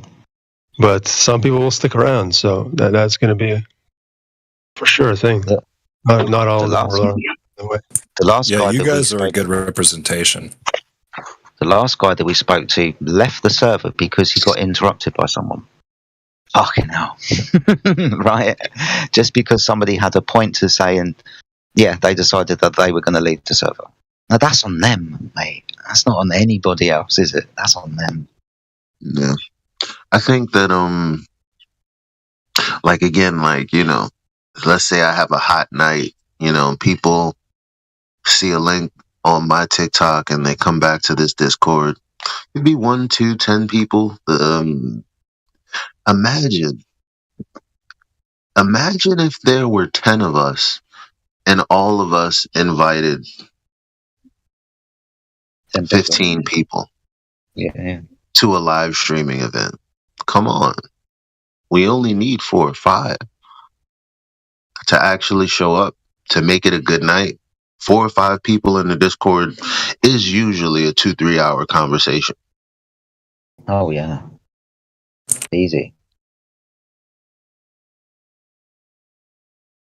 Elijah, just let you know I've got a new phone. I'm just waiting for it to charge and this, that, and the other. But my old phone was like having issues. Congrats, man. So all this weekend, man, going to get up in it. So it should be good fun, my friend. Nice. I'm going to be grinding on my channel too. Again, like we said, there are 2 ways to do it. Throwing a little change or grinding in the chat. I've been grinding in the chat for those, because I don't want people to. I like the optics of I'm doing it strictly free of fucking charge. Because nobody can say, well, you paid, or well, you did this. No, I grinded for this, and it was still fairly quick, you know.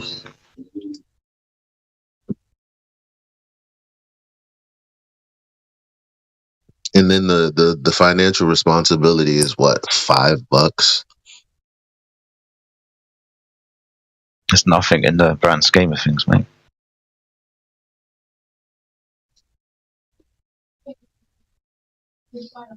Yeah, not for the content you want to put out either.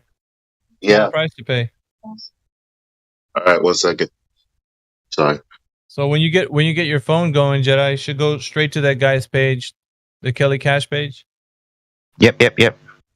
As soon as I'm up and ready, man, then I'll follow all your. Yeah, I will follow all of yours and Elijah's instructions, mate.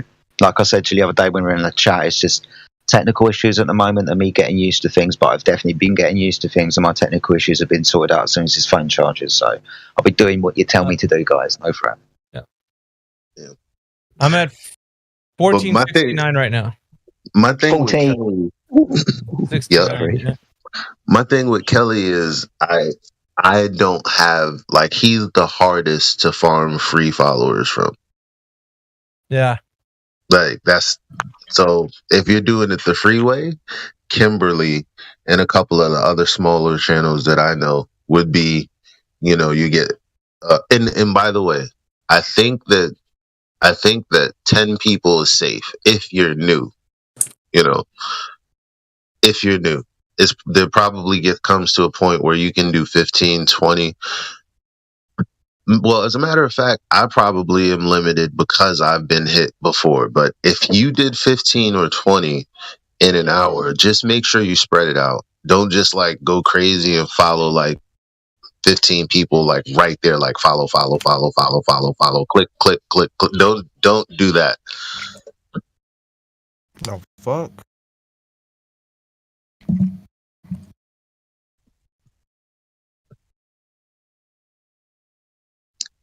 Yeah. Yeah, buddy. No worries, dude. I won't go full of craziness for sure. I'm being pretty slow anyway because of what you and Mickey were saying the other night. Don't act like a bot. Don't spam. Don't like and all of these things too quickly over a space of a short period of time. So I get you. To be fair, like Kelly takes away most of that worry because you're not going to be able to follow the amount of people that are following you anyway. So you won't be mixed up trying to remember, damn, how many people did I just follow? Like, it'll be a passive thing that you have to do every now and again. Like, oh, let me follow a few people. But you're going to be getting them like tenfold from Kelly.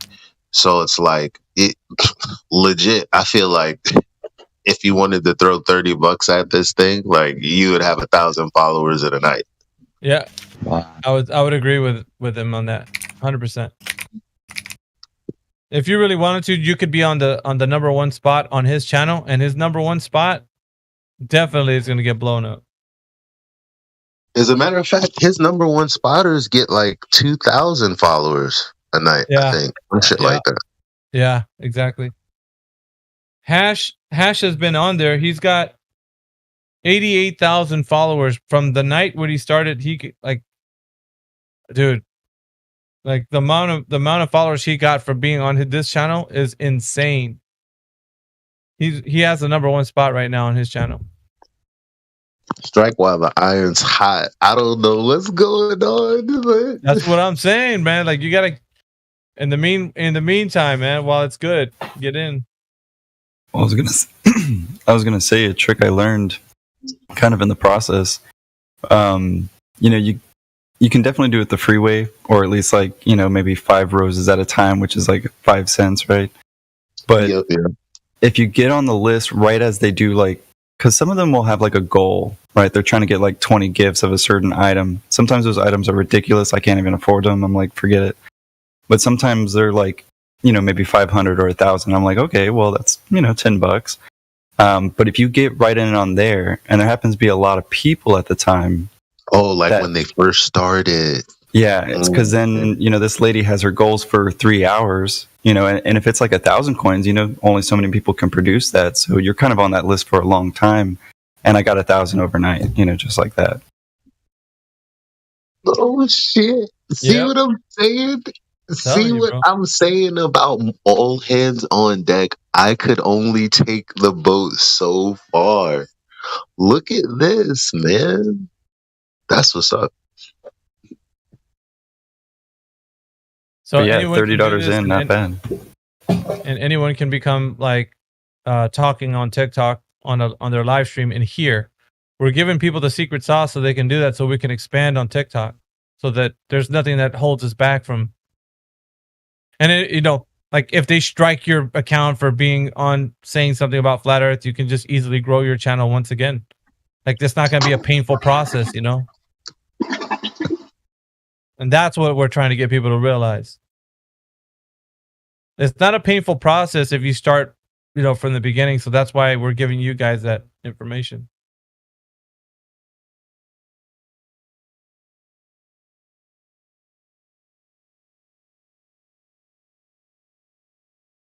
Yeah, to be honest, if you guys have time for a meeting on this sometime, maybe in the weekend, I'd like to join. Actually, I'm trying to get situated because I want to know. I don't know, because if I'm a grow host, then I'm just going to be devoting my attention to growing my channel like as bad as it can be. Mm-hmm. Did you see that there's a live studio kind of thing? And you have to have like 3,000 for the studio, and I was like, dang, goals. Yeah, I know. But then again, it's easy to get there. I mean, that was just for the 7-day trial. I was like, man, what do you have to keep it? Oh yeah, I think that's something like what you can get with Streamlabs, though. To be honest. Yeah, it sounds like the same thing. Is already doing it. I have everything set up already for that, so I'm just gonna transition over to TikTok. Yeah, I was trying to think about that too. Like, how do you get these people kind of in here too? Not just like the Flat Earth Discord link, but like asking certain things to be like, yeah, come on in, right? Or I don't know. I'm still boggling my mind around it because the flat Earth stuff that I see here is just like, prove to me it's flat, and then it's just bashing flat earthers. Or this can unleash this revenue that you make from here can unleash you to work freely and not be tied into like a 9 to 5 where you'd be restricted.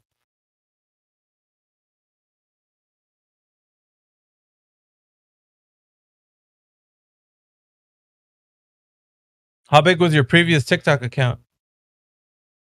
My other one, it's still growing actually, still too, and I haven't really been working on it. It went up to 1,800. My business one, and then I started a fresh one, just for the server, Flat Lloyd Wright. And, yeah, I'm gonna start a new one. Oh shit, I'm gonna start a new one. But like honestly, just all that stuff you guys researched and all that stuff you guys posted, I just honestly read it again and was like, all right, I got a better idea. I'm going to make some really short little videos that just kind of lead to more questions, right? What do I think will inspire these globies to kind of just click on it, check it out? And it's kind of worked.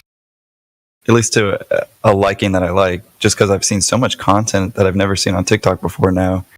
And it's a crap show, So I'm like, how do we get some of the intellectuals, the intellectually honest people too, Yeah, I'm really excited about this, man. I appreciate you, Miggy and Lloyd for doing your own thing instead of just waiting for me to tell you everything, Oh, absolutely, man. Yeah, many thanks. I had no idea. Because TikTok kind of does that to you too. It gives you only what you kind of want to see, and until somebody kind of gives you that kind of link, now I get a whole plethora of them, and I'm like, wow, this one's doing it that way. This one's doing it that way. Yeah, that's what I was looking at too. Everybody has their own method of what they're doing, and then I'm like, which one's more effective, and how can it be effective? What are they doing differently than the others? And with like Kelly Cash, I seen like he doesn't have the like I was telling Eli. He's not doing like the lights and the music and nothing like that. And yet he's been getting more gifts dropped as like the expensive ones than any other host. So, okay. Here's a, this is part of the Bible. Okay. This is very important. I just remembered.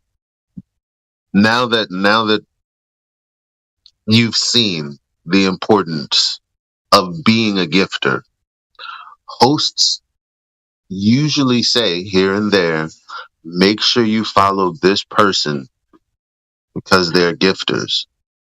So what you want to do is add all of the top gifters, even if you don't think they're going to add you back. Why? Because when you go live, you're going to invite them. That makes sense.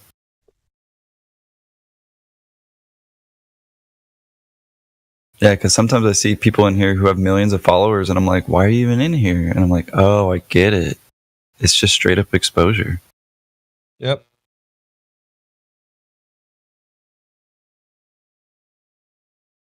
Easy exposure, like, damn. There's rules to this game, man. So long as you're able to play it, then you can get the algorithm to bend to your will, but you have to be able to understand it.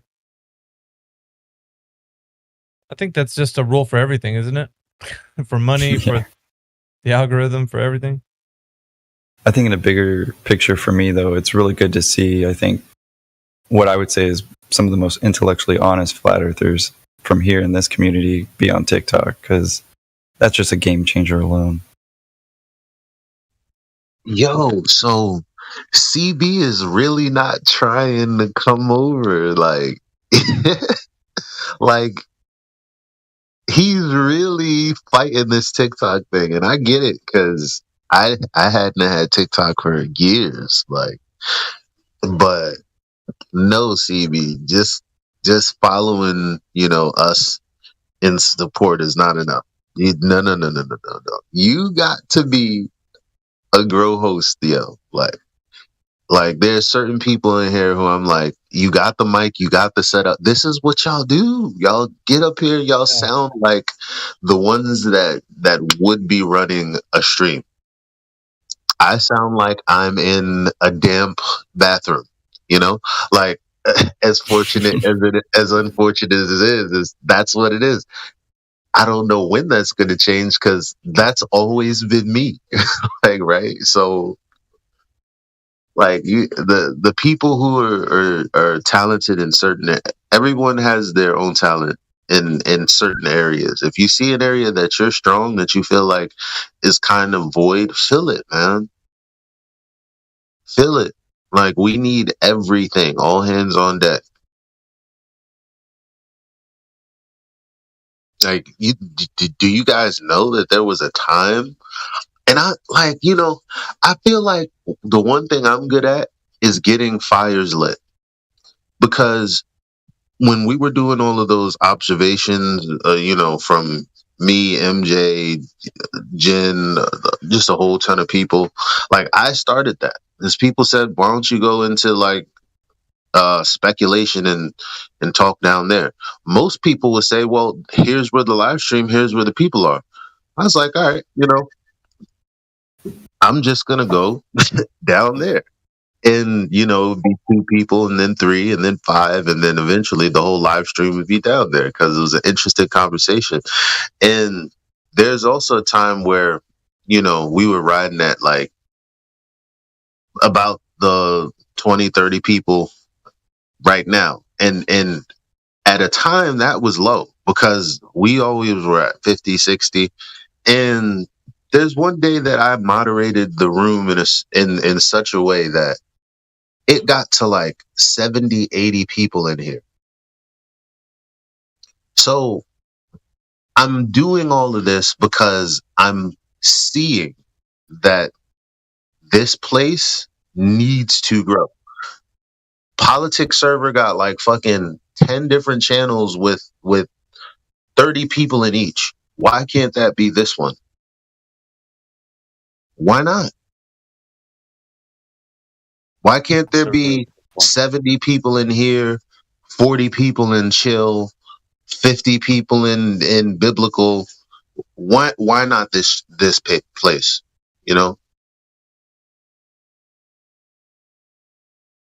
So when you actually produce some content off of TikTok, do you have to go off of your phone, or can you do it from like a webcam off your PC? Because I'm looking at these guys; they're using their phones, right? That's what I'm gathering. Or tablets. Yeah. You can also hook cameras up to like your phone, and I don't know if that. You know what?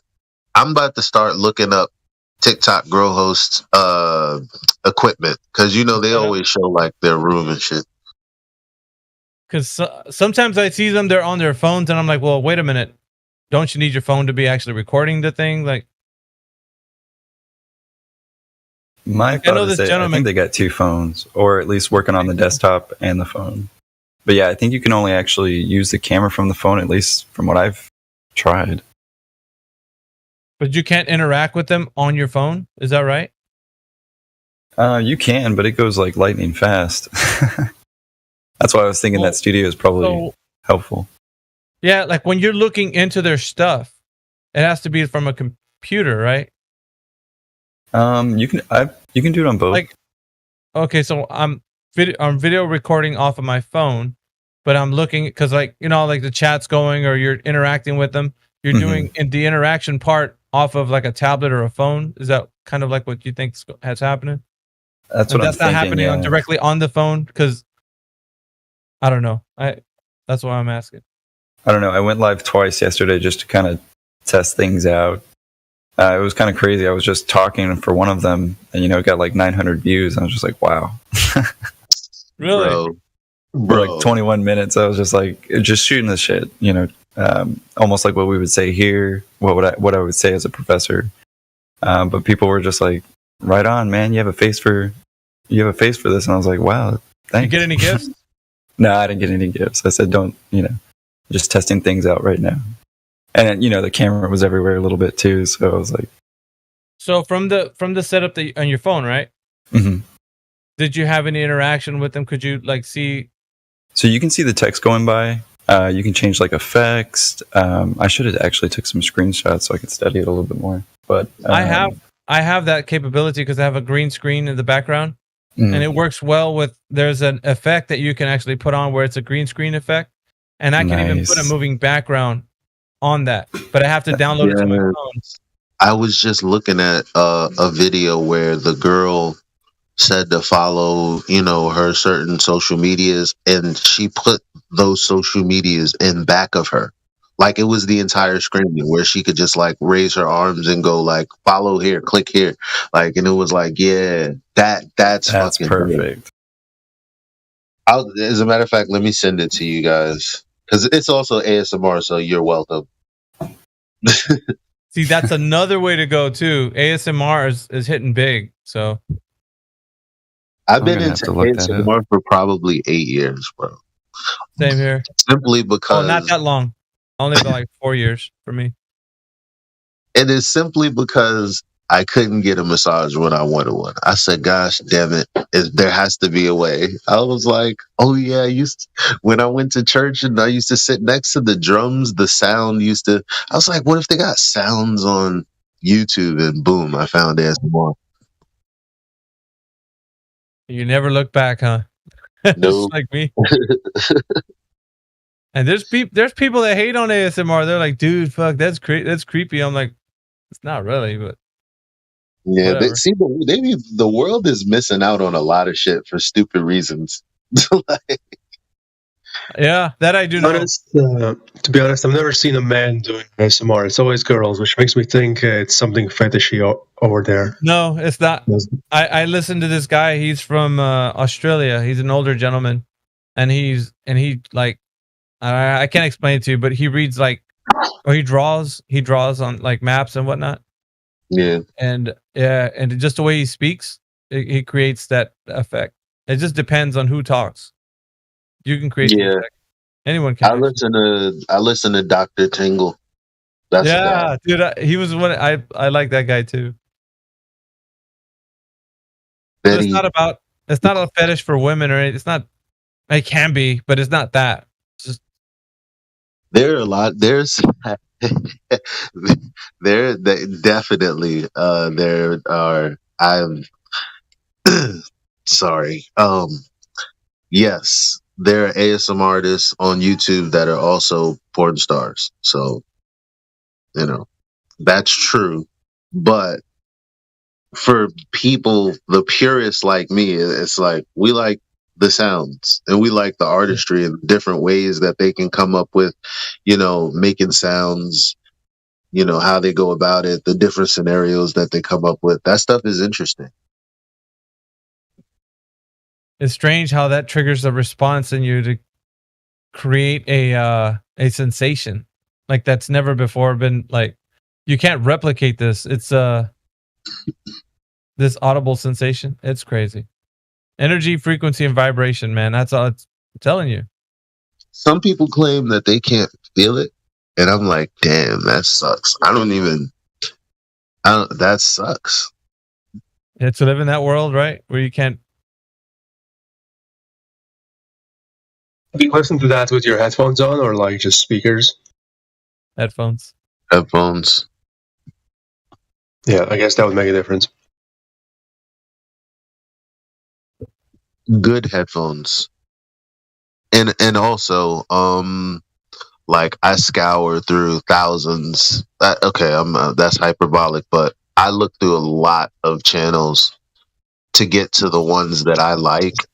Because the audio might not be loud enough, or I like what's called fast and aggressive ASMR. Other people may like, calm, soothing, soft spoken, which I kind of do too. But when I have a headache, I need them to get in there and flush that sucker out. Like, so call me uninformed, but what is ASMR? Atomic. What is it? Autonomous sensory meridian response. Yeah, meridian response. Yeah. Okay, so that's the first I've ever heard of that. What is it? It gives you a sensation like when somebody I'm gonna give you I don't know if my microphone can do it, but I'll give you a small demonstration. Okay. Like if somebody's going like this. Oh, you can't hear it. My microphone will cut that sound out, and unless it's an audible vocal range, it's not going to hear. You can't hear. I got to switch my microphone sensitivity. But basically,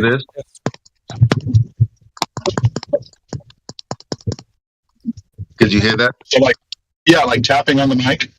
Yeah. Yeah. Yeah, pretty much. Okay, so does that play that at a certain frequency? No, it's just natural sounds. Like they might like pour rice over like some aluminum foil, or you know. I got a better one. Have you ever had somebody whisper in your ear softly? Wave. I have. Okay, and what does that sensation cause? Well, as far as what they're saying, or as far as the feeling the breath going to my ear, the sensation yeah. Yeah, do you get a sensation that like goes through your head and up your spine and stuff? You get the goose pimples, you know? Oh yeah, I've had those before. I'm 65 years old, been married most of that time, and I don't get whispered in my ear very often anymore. So it's been quite a while. Dude, this is why I found this. Yeah. Like because of the lack of that. Like this is a sensation you get when that sort of audible response is triggered. So the brain, however it interprets that the audible frequency, it triggers that in the body to kind of respond in like a goose pimply, tingly. You know what I'm saying? Like it's. Well, I'll tell you, I've had that feeling before. It doesn't necessarily have to be when somebody whispers in my ear, but if somebody is giving me a compliment. As a matter of fact, I just had that happen to me yesterday. Someone said something to me that I wasn't expecting. I didn't feel I deserved, but it just kind of took me by surprise, and it kind of gave me that, warm, fuzzy feeling. Well, I don't know if it's warm and fuzzy. I think it's like a. No, it's not that. It's a tingly. It's a sensation you get like when you hear a good song that you really like, and you start like thinking about like singing along with it or something. It triggers a response. The brain interprets. I don't know. You'd have to listen, man. Like once you hear it, you can't unhear it. It's like that response, and you start to feel like, why do I feel this way when somebody whispers in my ear? Like it changes. I don't know. For some people don't have it. Some people do. They can actually. Well, you caught my attention when you started talking about vibrations and frequencies, because as you probably guessed already, I've been involved with frequencies since I was like maybe 10 years old. And I think that just about every sensation we have, I mean, light is observing a frequency. And I had somebody slam their brakes on just in front of me here. I had to slam my brakes on. Anyway, no, that's my train of thought. With frequencies and stuff, I've been involved with that for a long time. Everything that's around this world I see has something to do with the frequency, whether it's listening, with our normal human range of like from 20 hertz to 20,000 hertz for our visual range, from the cycles of the moon, the cycles of the sun, all that kind of stuff. Everything has a frequency to it. A frequency meaning how often it happens is, pretty much, which I'm sure you guys already know. But I'm going to check into that, man. I'm going to get to work and talk to one of my tech buddies and ask him to whisper in my ear. Just kidding. Am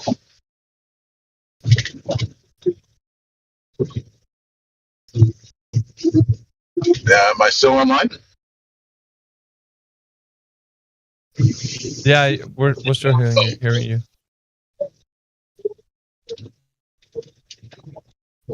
And that was AMSR or ASMR? ASMR. All right. I'm going to check that out when I get to work. Yep. Anyway, I didn't mean to cut you guys off about your TikTok stuff. No. Carry on.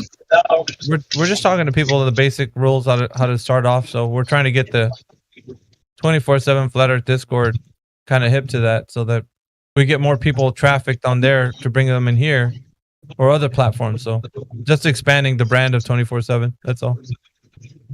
Well, I do know that TikTok seems to be the most popular media for the younger generation. The web was it for 20 years ago. Then it went to MySpace. Then it went to Facebook. And then it went off to Discord and TikTok and all this other stuff. I personally don't think that I'm going to have a chance to get started with a TikTok channel. I can barely squeeze enough time to get in here. As you know, I've got the wife that's a blue pill, so if I started trying to produce some flat Earth content from home, I'm sure she wouldn't be extremely thrilled about it. But more than willing to go ahead and listen to what you guys do. I have a great time listening in here. I learn a lot. Play your Kai's new song, bro. Player what? I'll play it Kai's with new you. song. I'll play it. I was playing it right now on my headset, so the people that were listening to my Rumble were probably hearing it at the same time Wave was talking. But yeah, I'll play it. Give me a second. I was saying like he should play his wife her song. Oh, do you mind if I play? Because I do want to play it right now. So I don't know if anybody's. I would love to hear it. Yeah, all right, so is that what's it in the background talking in there? Yep. I thought I recognized the voice. Hello, Mr. Whitson. Hello. Mr. Whitsit. Well, just trying to be formal. I think Whitsit gets it. Yeah, it looks like he changed his brand. It's just Whitsit now. Oh, okay. Well, Miggy, play Mr. DJ for us. Fire away, buddy. Yeah, I gotta stop the bot because it's in the middle of a. Let me stop it real quick.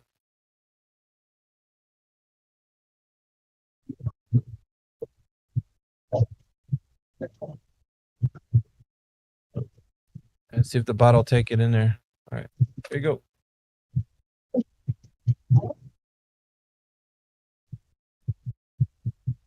No, hang on.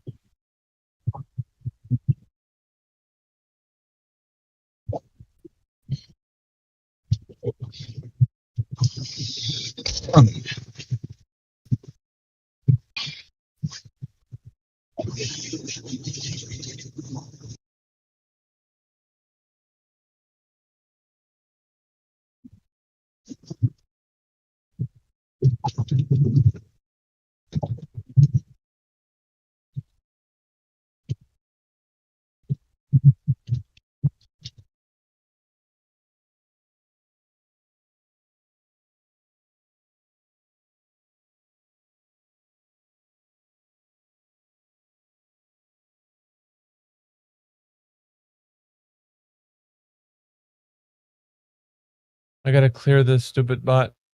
It gets when like if I pause it and then I try to stop it, supposedly it doesn't work when you try to play it again.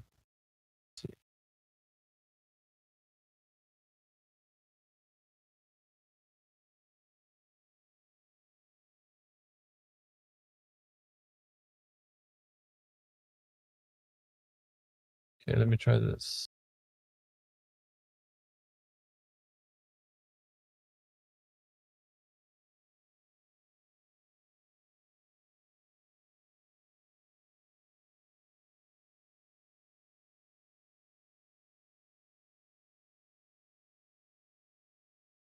I don't know. I'll try it, Ether.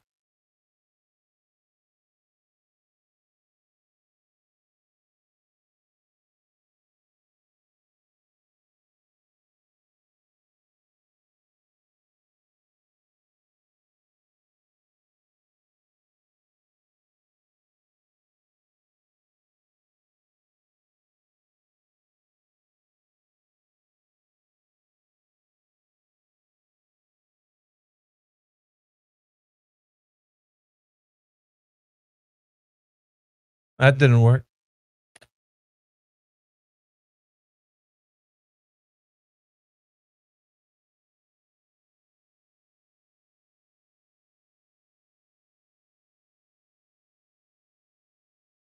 Dude, it's so amazing. Kai did that so fast, bro. Like, I was like, hey, I need to make a new song for Skull and Globers. So if you want to make the theme song, you can. She's like, yes. I was gonna ask. I want to make it. I was like, okay. Hey, that's cool. And then she went to the store with Aaliyah. She went to the grocery store. And then by the time she got back, she called me when she pulled up to the house. She was like, come out to the car. And she had the whole song made. Like, she played the beat in the car and, like, sang it and sang and rapped it. So she made that song in, like, an hour and a half while going to the store. What was the inspiration for it? Tell you just new song to have, or Yeah, I just wanted a new. I didn't have a theme song specific to the show, and the what I play is really long. It's like 5 minutes. I about it. Yeah, I just needed a new song. Here, let me. And she's like, "Oh, I heard a beat the other day that I really liked," and then she made the song super fast. It's pretty crazy.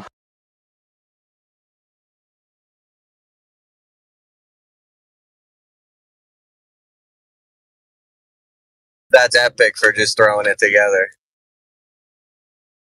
Yeah, do it together, and then when she recorded it, she did it super fast as well.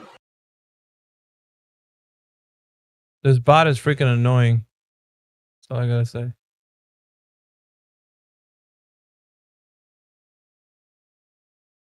Look at the help commands, Ether. Perhaps there's something in the help commands you can. Sorry, gentlemen, to interrupt. Witsit, you still there, buddy? Yeah. Did that help with your address? Help you out the other day? Yeah. I haven't sent it yet, so I don't know, to be honest. I have everything fulfilled but the international. Yeah. Cool. Just another question. Well, yeah, that does help. I'll just shoot. As long as they'll take it, I'll shoot it out. If since you said that, you know. Yeah, no worries, man. No worries. Another question, and mate, if it's too personal when we're on the live stream, please don't feel like you have to answer anything. But you and Kai are married, aren't you? Can I ask you what type of ceremony you had, or even if you had one at all?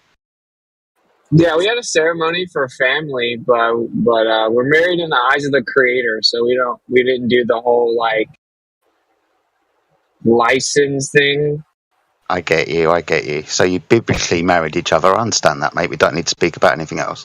But did you have anybody, say, from a church there conducting a service or anything? No, I had one of my buddies do the online thing. You can like be certified online, just in case we chose to do that. Because you can get a marriage certificate without a license. You can have a marriage affidavit. So we had our buddy, my friend who believes in the scriptures, kind of do it. But I mean, he had never done it, you know. It was just like we all just went to the beach and put some chairs on the beach. And yeah, he kind of did it. It was kind of funny because he didn't really know what he was doing. Right? Oh, that's really sweet, man. Thank you for answering those questions for me. I hope I weren't too prying. No, that's cool.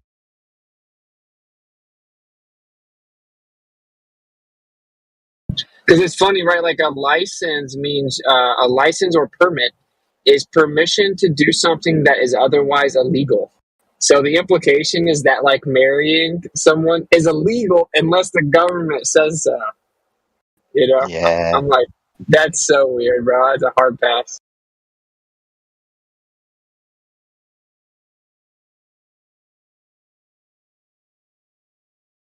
Did anybody actually get married in the Bible with somebody like spiritual conducting some kind of service? That's a good question, man. I think they may have had some of the priests there, like yeah, like they may have had some of the Levite priests or whoever was the priest for that specific group. I don't know.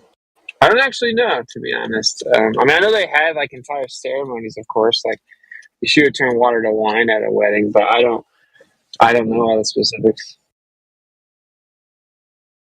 It doesn't seem to be like a legal thing, more like a celebratory thing. Like, hey, we're gonna all celebrate this awesome event that's happening. These two people love each other, and that's kind of cool. But it doesn't seem like it's like a big, you know, you don't have to go ask permission from the, yeah. Yeah, there was no governmental. There was no governmental structure that like would have to get a license from it to get married. If that's what the question's leaning towards. Yeah, no, of course not. Like, it specifically says you're married in the sight of Yah, so you're not married in the sight of man. I'd also thought about this too, kind of like in comparison to Adam and Eve being married in the sight of God. But like, all right, if you and a woman were on an island and you're like stranded there and there's no way you can get off, you can literally ordain yourself as like the minister there and just feel, all right, we're married now. Like, there's nobody else to do it, so obviously. Well, yeah, if you want to get technical, it says that if you lay with a woman, you should only sleep with the woman with intention of having babies. And once you do that, you're supposed to protect and provide for that woman forever. Now, I'm pretty sure almost everyone in this room has broke that rule. Like, I certainly did. I didn't even know that was a thing. But technically speaking, scripturally, if you look at the actual Hebrew, you're married you're supposed to marry someone once you sleep with them. And you're supposed to protect and provide for them forever because you're supposed to sleep with them for the sole purpose of having a baby. Yeah, so another thing is like if you look at the term, the etymology of the word marry, and then the mariner's term parts connected to the definition of that, like how rope is woven together, and you compare that scientifically to DNA, it's married together to become one flesh, and there's a new creation.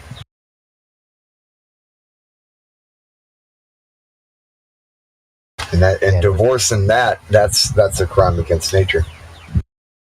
On a legal aspect, domestic violence, your laws, anyone that you're intimate with is considered a domestic partner forever.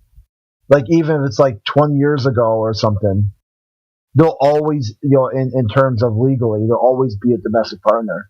Oof. Oh yeah, another one you can go ahead with. If you fight your brother or your cousin, it's domestic as well. Like, yeah. What's funny is Critical Inception saying South Carolina has common law marriage. You don't need a license.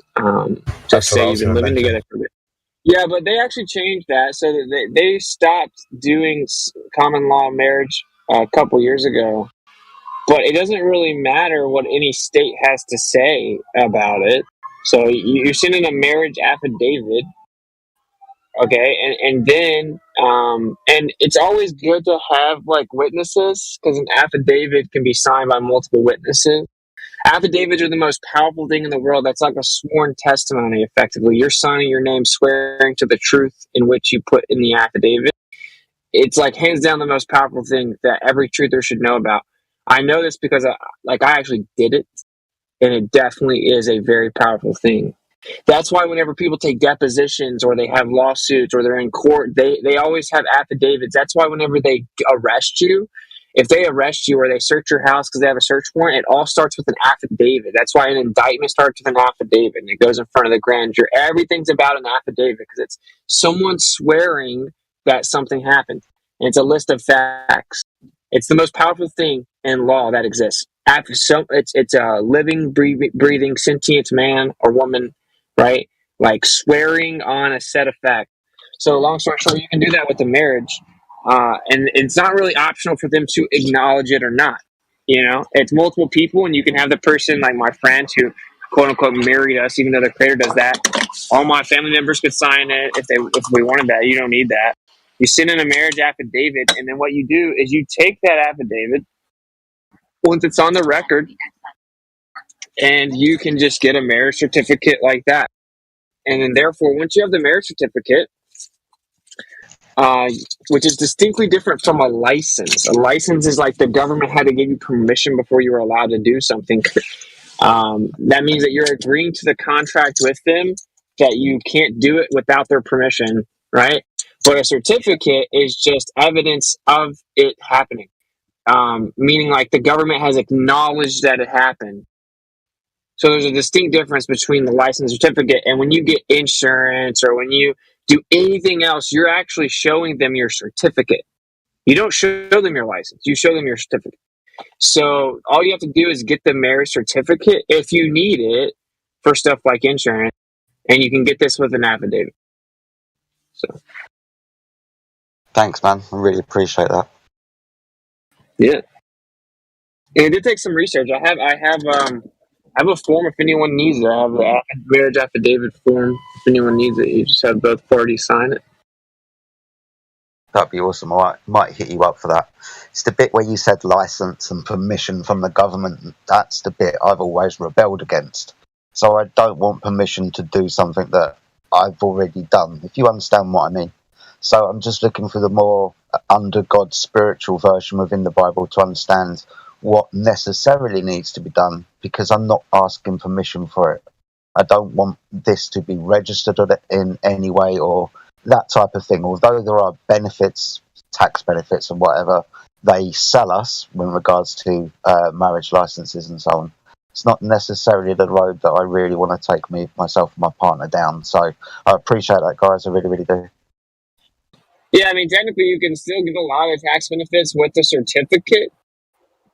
But I don't, and then, yeah, I mean, I won't even get into all the taxes things, but let's just say I know some very, very successful people that have gone straight to the source and they don't have to pay taxes. It says in the, and I'm talking about the U.S. specifically, but the IRS specifically says that, like, income tax, for example, is voluntary. It literally says it on the paperwork that they send you. So that's not a well-known thing, but yeah, dude, I would say you're married in the eyes of the Creator, and I just had to have the very serious conversation with Kai that we both understood that. We understand that it doesn't really matter what other people think, or our names, or insurance, or taxes, or official licenses from the Babylonian state. Like, none of that matters.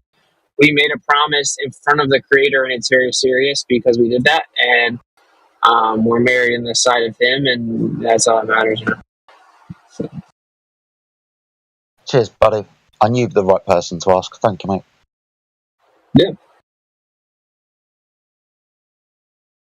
And best of luck for baby number 2. Hope that comes quickly. Oh, thanks. Yeah, as soon as we move, we'll probably get to work. Good stuff. Wish you all the best, man. Thank you, bro.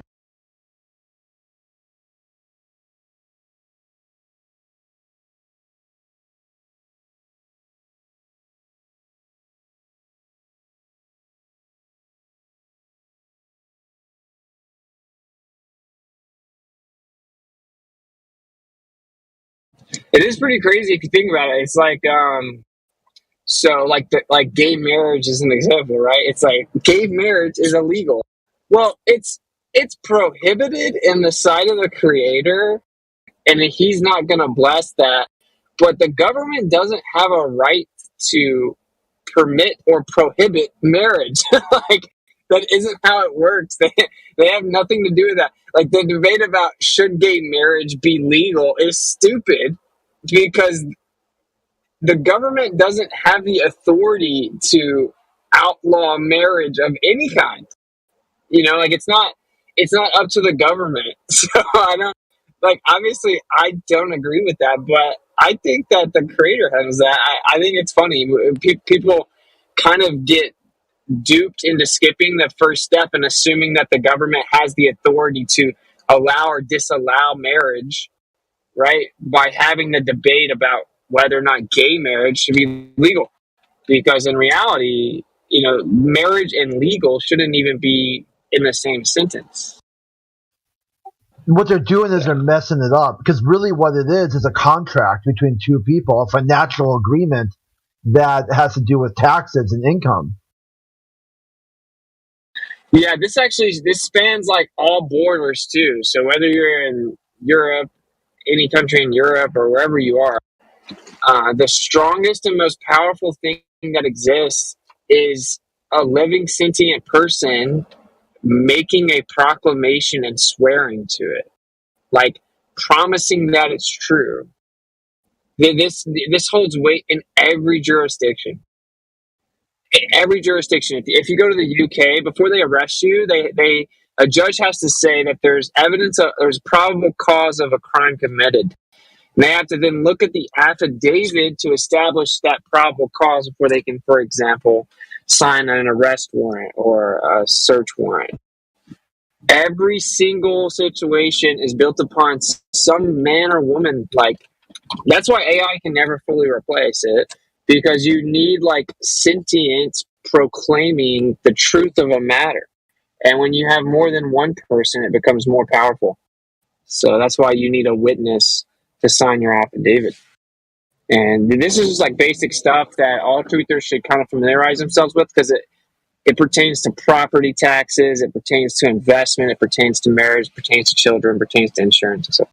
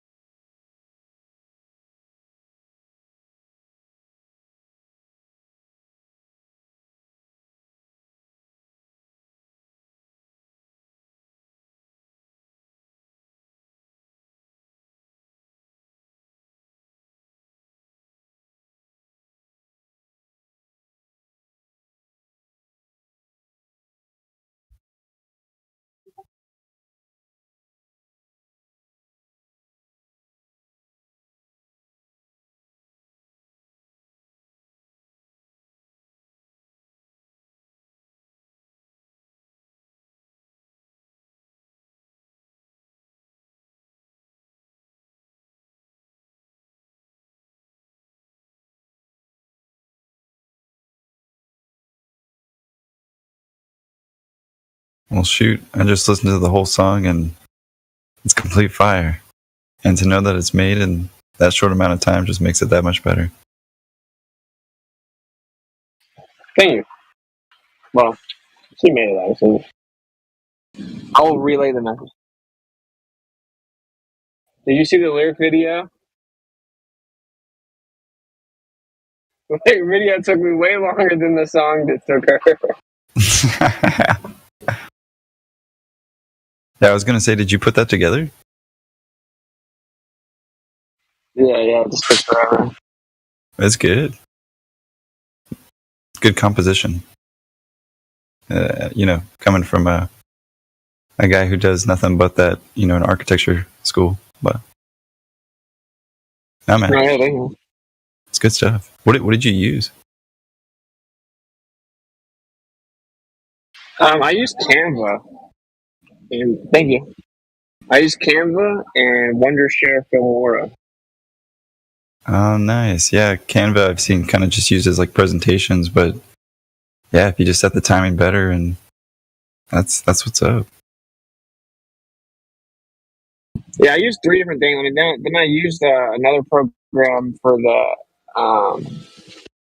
the lyrics, the animated lyrics, and then what I did was I applied a chroma key in Wondershare to the background. So I changed the background to green and then applied a chroma key so that it removed the background and just has the lyrics. And I overlaid that on top of the video I made in Canva. And then I just sped up each different lyric based on how long it needed to play. So it took a bit of time to time it all out.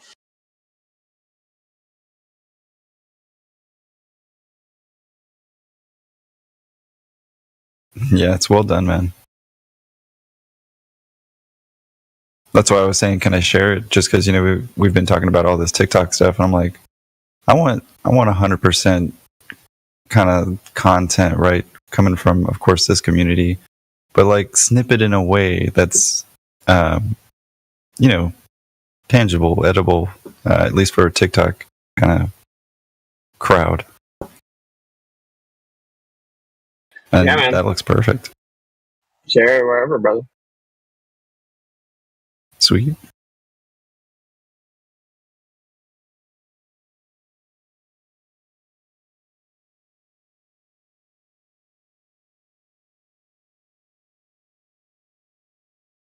I knew that like when you first hear it, you have to hear it a few times to really put together all the words. So I made it a lyric video.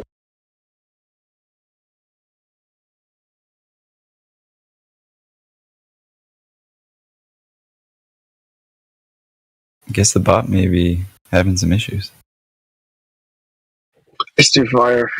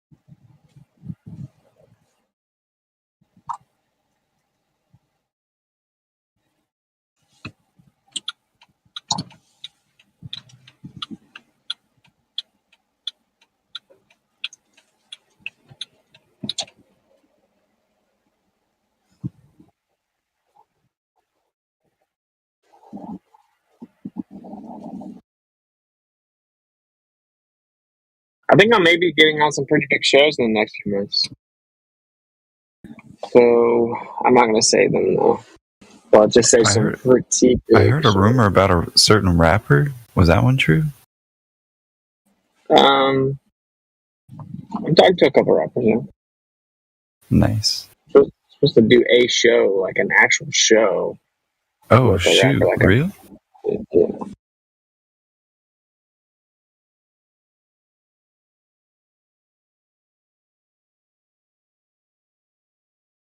Dude, that's awesome, though. Yeah, I didn't get a chance to go to the True Earth Summit, but I've been actually trying to catch up on some of the audit stuff. Getting in tune with that and doing a lot, man. But that's exciting.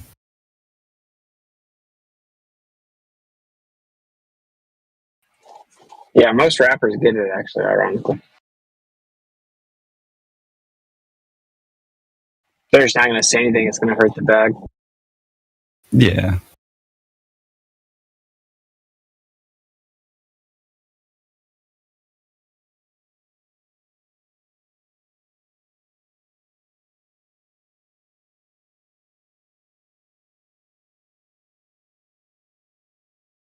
Would you guys hear that Lex Freeman was talking about how he wants to have a flat Earth conversation? You guys know Lex Freeman? I was looking it up right now. Yeah, Lex Freeman's pretty famous, man. He has like really big names on his podcast. Oh yeah, I've seen that guy. Actually, About him, the late night YouTube plays that stuff. Yeah, someone's like, "You need to get on there." He brings up flat Earth, and then he's like, "I love conversations like that just step back and challenge everything you thought you knew, things that we thought were basic scientific facts." Like, and then he brings up relativity as an example of things that flat Earthers question. And I'm like, "Oh, bro, you need to have me on, bro. You don't need to have just any flat Earther on, you know. You need to tactically go in there and just slice up relativity with specificity, and then just back them into flat Earth." To me, that's the best approach ever. It's like just bombard their cognitus with like higher level knowledge about their paradigm where they cannot, with a straight face, claim you're stupid or something. You know, like I would go on there and I would just like trap them. Oh man, that'd be perfect. Yeah, I was looking at his stats right now. 3.03 million subscribers. This guy. Yeah, see, what's going to happen is once the big channels. Sorry, I'm going to call that. Someone else go. Oh, you're good. I just was trying to get the bot to work. I hit play and I use it in my server and it worked fine. Same bot. I come back here, doesn't want to play anything. I don't understand. And it can clearly see the commands because it's joining and leaving. So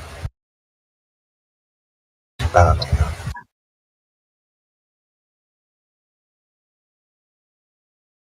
It was like as soon as one of the really big podcasts started talking about flat Earth, like Joe Rogan kind of did with Eddie Bravo, but then he just shit all over it. But like, as soon as it becomes a thing where really big podcasts are talking about it, everyone else is going to be like, "Oh, we need to talk about this subject."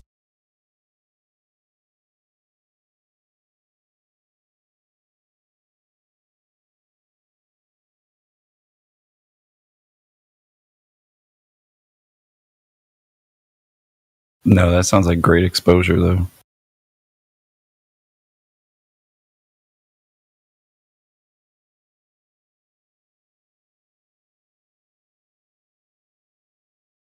Yeah, I think I might try to get on Jesse Lee Peterson's show as well.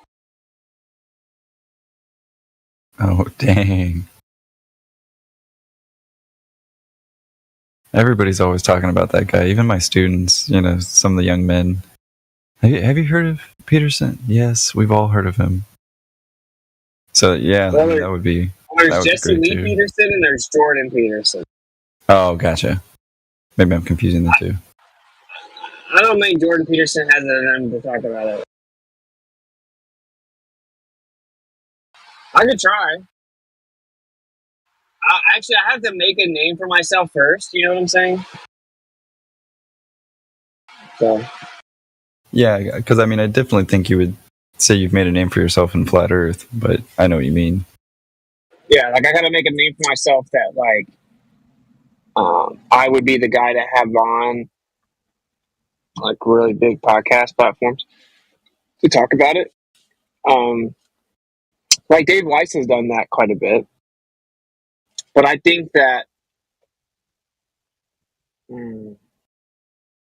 I would say stuff that I know it sounds kind of weird, but I think even like radio shows would be kind of the best way to get normal people, if you will, quote unquote, right? Or ones that are like they're not even ever going to touch or get on the internet unless they kind of need something, and maybe something that they need is to understand where they are. Well, you mean older people though, but yeah.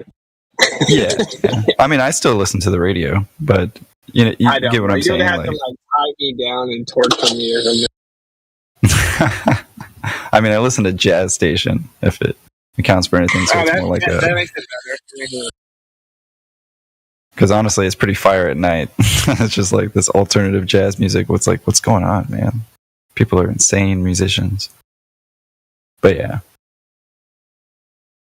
But I don't know. I've been constantly trying to think about how some of this stuff is marketed. Especially with the audit stuff, because it's a little more incognito, and I've kind of been training for this as a professor. The way I kind of go incognito, especially with my colleagues.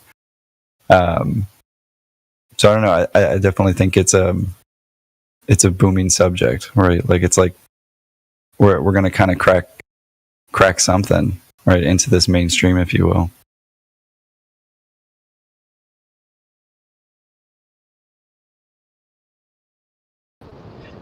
Because this subject touches basically all other subjects. Most all other conspiracies and lies are rooted, or at least in part rooted, in this specific one.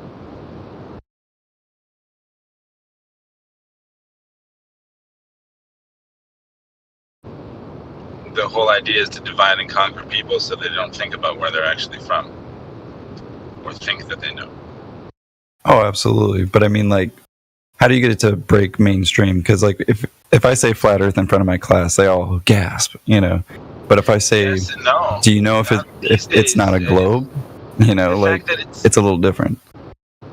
Yes and no, because the fact that it's been on Joe Rogan so prominently, or at least it's on there, it's within the wheelhouse of people. Years ago on this channel, somebody's first red pill into the rabbit hole was this topic.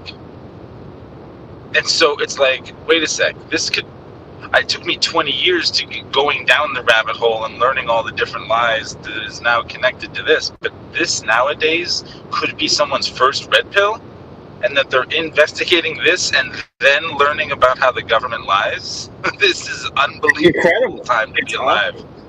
I agree. Yeah, that's so awesome. Like the actual way that flat Earth takes over is younger people. So this is 100%. for sure a fact. Yeah, like this is why they're so obsessed with universities and propagandizing them.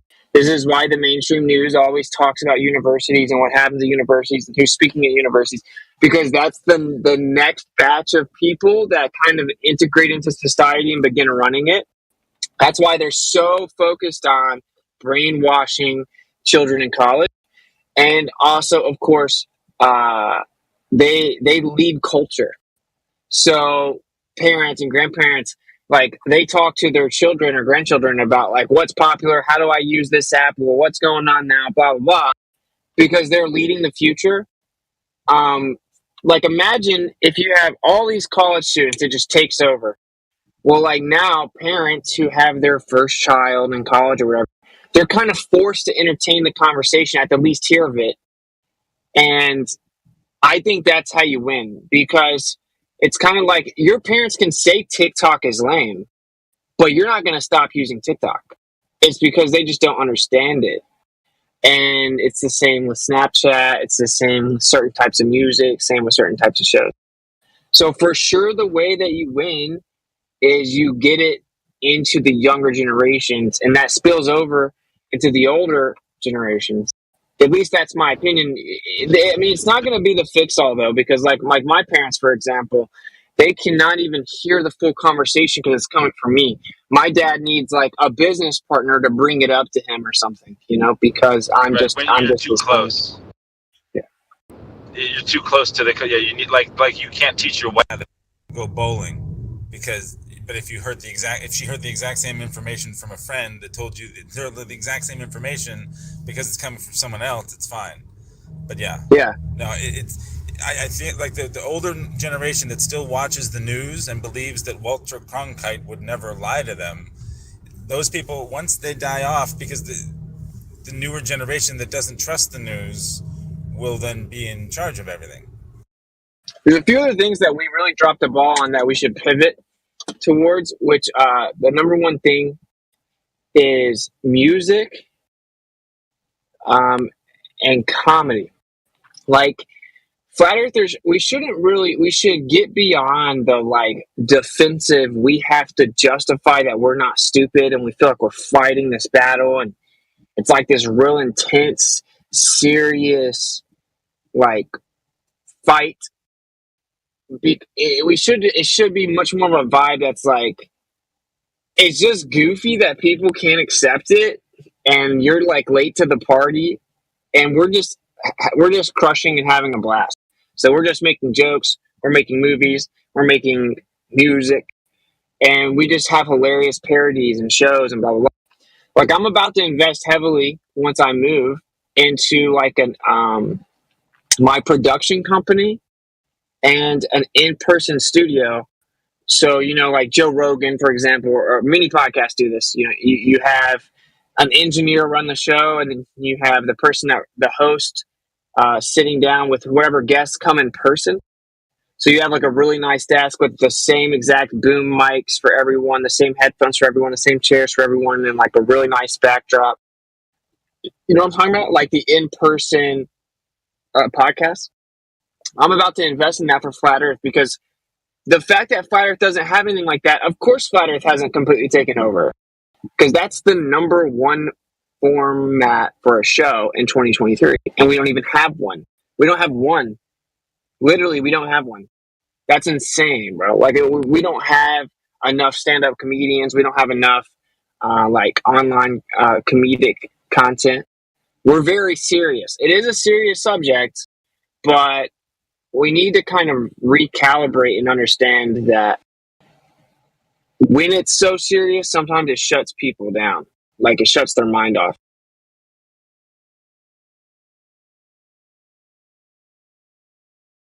That's my opinion. Everyone can take it or leave it. I'm the most guilty of it. I'm like a very serious person when it comes to flat Earth. Like I tried to shift a little bit by saying like, yeah, the Earth is flat. Don't make it weird, and just kind of like laugh and call it weird. But I don't know if you guys agree, but that's my opinion. Like, you know, comedians can talk about anything, bro. And what they're talking about is serious stuff, but they say in the form of a joke. So it breaks the ice. Everyone in the room can now talk about it. Now it's not just the elephant in the room, but it's actually discussed. That's how flat Earth is. Flat Earth is like race jokes. Flat Earth is like politics, or like, you know, high level politicians or pedophile jokes. It's like, it's such a serious taboo subject that everyone's thinking it, or everyone, it applies to everyone, but no one wants to be the person to say it or think about it or consider it seriously in public. So then that's when comedy glitches the matrix.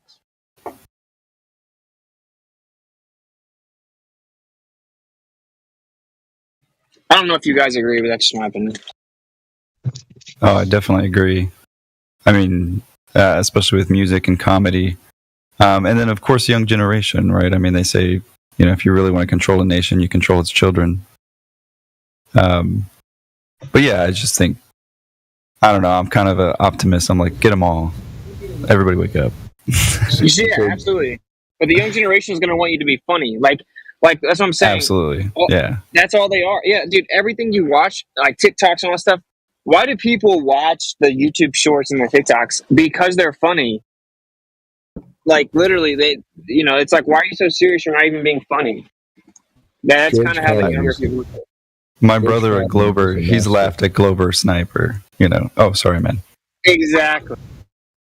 I'm just going to say George Carlin is a master at bringing all the social injustices out into the limelight and getting people to laugh about it. That's correct. That's correct. Yeah, dude, Glover Sniper is a perfect example. I don't like the weak words in it, but, you know, like, even if you it's the inflection, you know. Yeah. Neil deGrasse Tyson, you know. Yeah.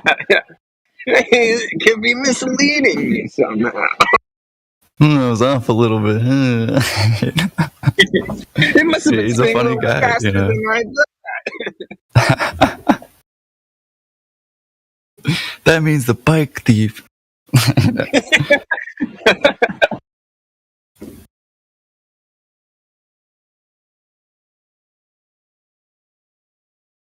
Even when he did his little comedy skit, I think, was it last year for the summit? Dude, that was the funniest thing in the world. You know, I was like, why can't this be on like the front page? You know what I mean? Yeah, he did all right. He could have been way funnier. But yeah, we had Josh Denny, another canceled comedian, do it this year. And I don't know what's with comedians, or they're vulgar. But outside of that, Yeah. Josh Denny was hilarious, bro. I can't even say the jokes in here. You know what I'm saying? Oh, dang. It's on YouTube. Yeah. Yeah, some people funny, definitely like that comedy too. Yeah, Or but it has like a lot of. Sorry. Even without the vulgarity, he was hilarious. I'm saying, like, it's just topics that you're not allowed to talk about, and that's why he got canceled. It's so funny, dude. It's so funny, bro. I wish I could say some of them, but I'll check it out. like dude, the first thing he said. Well, it's like behind a paywall right now for a couple weeks, sorry, because it's the summit. But anyway, the first thing he said. So, like, I gave my closing. I did a 15-minute thing where I kind of summarized everything, and I'm like real serious about it. You know, I'm like, you know, this summit did exactly what we wanted it to accomplish. If you watch all the presentations, you leave equipped to like actually go forward and you know, make a change for you and your family.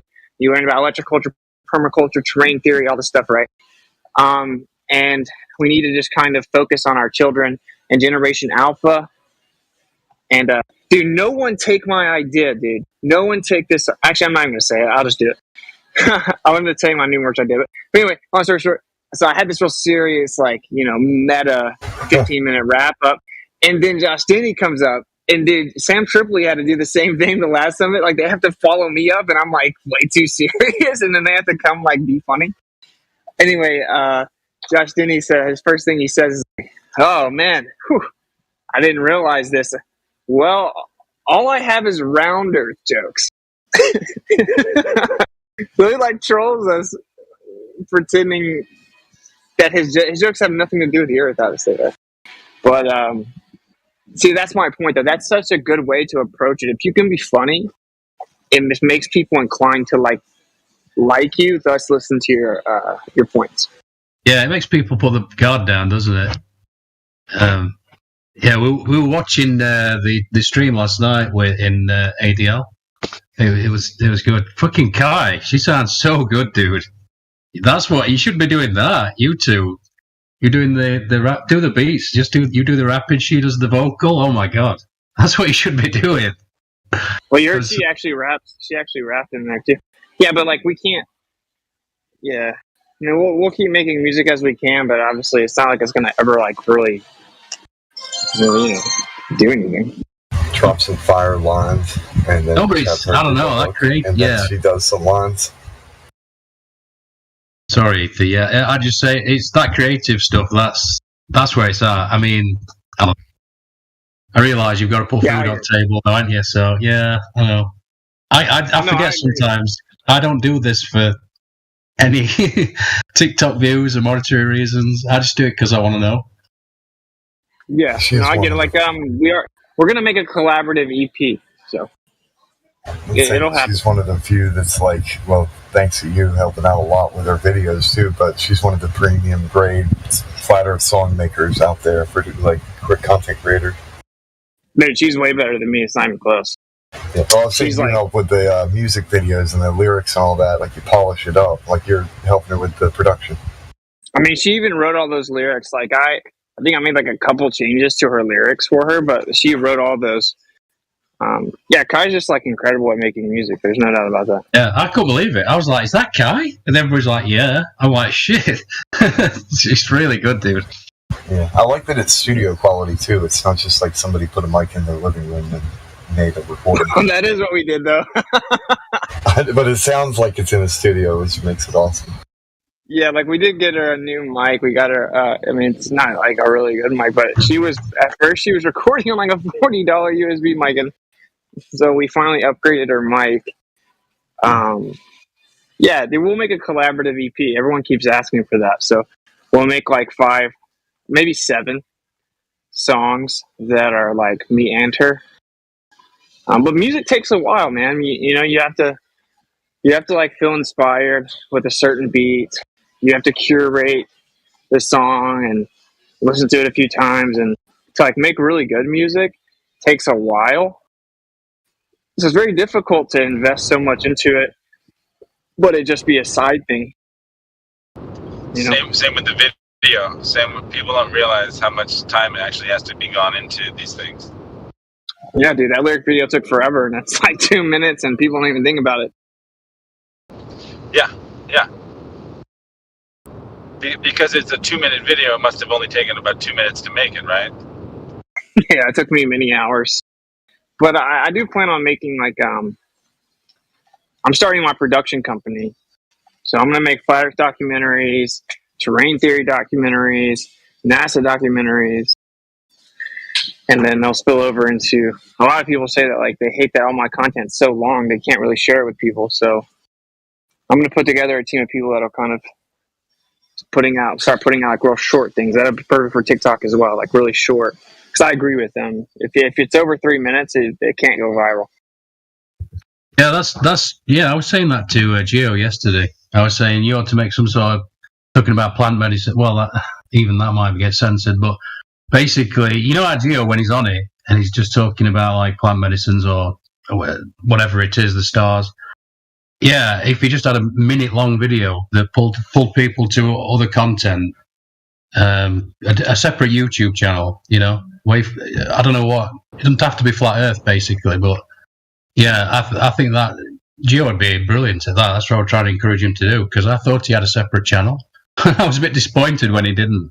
So I thought, yeah, he should definitely do that. What was I thinking of? I was going to say something. Can't remember. Couldn't have been that good. But yeah, on the comedian front, I was sharing something with Flat E yesterday. from a clean comic. And I was saying now, I like because it's more wholesome. I was like, sorry, Fuzzy. Yeah, I was just saying how comedy should sometimes be shocking, and yeah, like you say, with cursing and whatnot. I get it; it should be like that sometimes. But the clean, I don't know. I always tip my hat to someone who can do it clean as well. I think it's just so much more difficult. And so Sam Tripoli was there, you say? Sam Tripoli was at the last summit. He was hilarious, but also it's just almost every comedian makes some inappropriate jokes. But what I mean is specifically like no sexual references and no cussing. Like I think that taboo subjects are like a requirement. Like I think that censored comedy isn't funny. So like talking about race and talking about all these subjects that you're not supposed to talk about, like I'm all for that. I don't like all the vulgarity. It's not my thing. Yeah, I know. I know. I watched Louis C.K.'s latest thing because I've always liked Louis, and the last 2 or 3 specials. Oh my god, the amount of pedophilia he's talking about and just making light of it, and it's like, poof, he does it just for the shock value of it, and I don't know. I don't know. It's too much. Yeah, like I wanted to give you guys an example, but I don't even know if I can say it on YouTube. It's such a stupid world. But like, why don't people with more melanin? Obviously, that's not how you should tell the joke, though. Why can't people with more melanin be astronauts? Oh, never thought of that. Yeah, because they don't like to swim. Yeah. So you see what I'm saying, though? Just a random example, but like you can make flat Earth hilarious, and also like comedic skits. So just like skits, you know how the red-haired dude JP does? Yeah, yeah, everybody's gone mental with racist shit now, and it's like they'll get shut down quicker than anything, and it's just ridiculous. Yeah, because all my friends think that joke's hilarious, so I think that they're dumb. But, yeah, that's why when Benjamin's gone so far the other way with it, because you can't say a word. Think about that. What that says to that group of people, by the way. It says that they don't have the emotional maturity to deal with it. Yeah, it's the most patronizing thing ever. But the base black people, they totally get it, and they're like, "Yeah, this is stupid." Yeah, well, like just in general, like we're raising a really sheltered generation that's going to be very detrimental to their ability to deduce truth. I think that we should be putting a lot of time and effort into like well-edited comedic skits about flat Earth, and it's super easy to do that. You can literally just make skits about ballers. They act insane. They are a freaking wealth of comedy. You can literally just imitate a baller. You have like typically much older men that are just super mad on the internet, stalking flat Earth and throwing emotional fits as grown men. It's like, flat Earth's so stupid. I've been spamming comments on my YouTube for 5 years. It's like, it's weird. It's like actually very funny. Their behavior is very funny. The way that people act about that is funny. That would be one of the most clutch ways to wake people up to flat Earth. Is when they leave the video, they're like, I don't want to be the person being made fun of in this video. Like the last thing I want to do is be this guy. Yeah. It's very powerful. Yeah, I agree. Yeah, I was thinking that when I was watching the debate with you and the guy with the long hair. I don't know, and the trans person. I don't know how to put it, really. I don't know what the PC words are, basically. But I was thinking, I was thinking that very thing. Any audience person be looking at this and going, "Yeah, this is weird. This is just weird." Well, the one comedian skipped through all the censorship talking about that subject as well. Talking about this, he doesn't speak English. That's not his first language, and he's like, it took.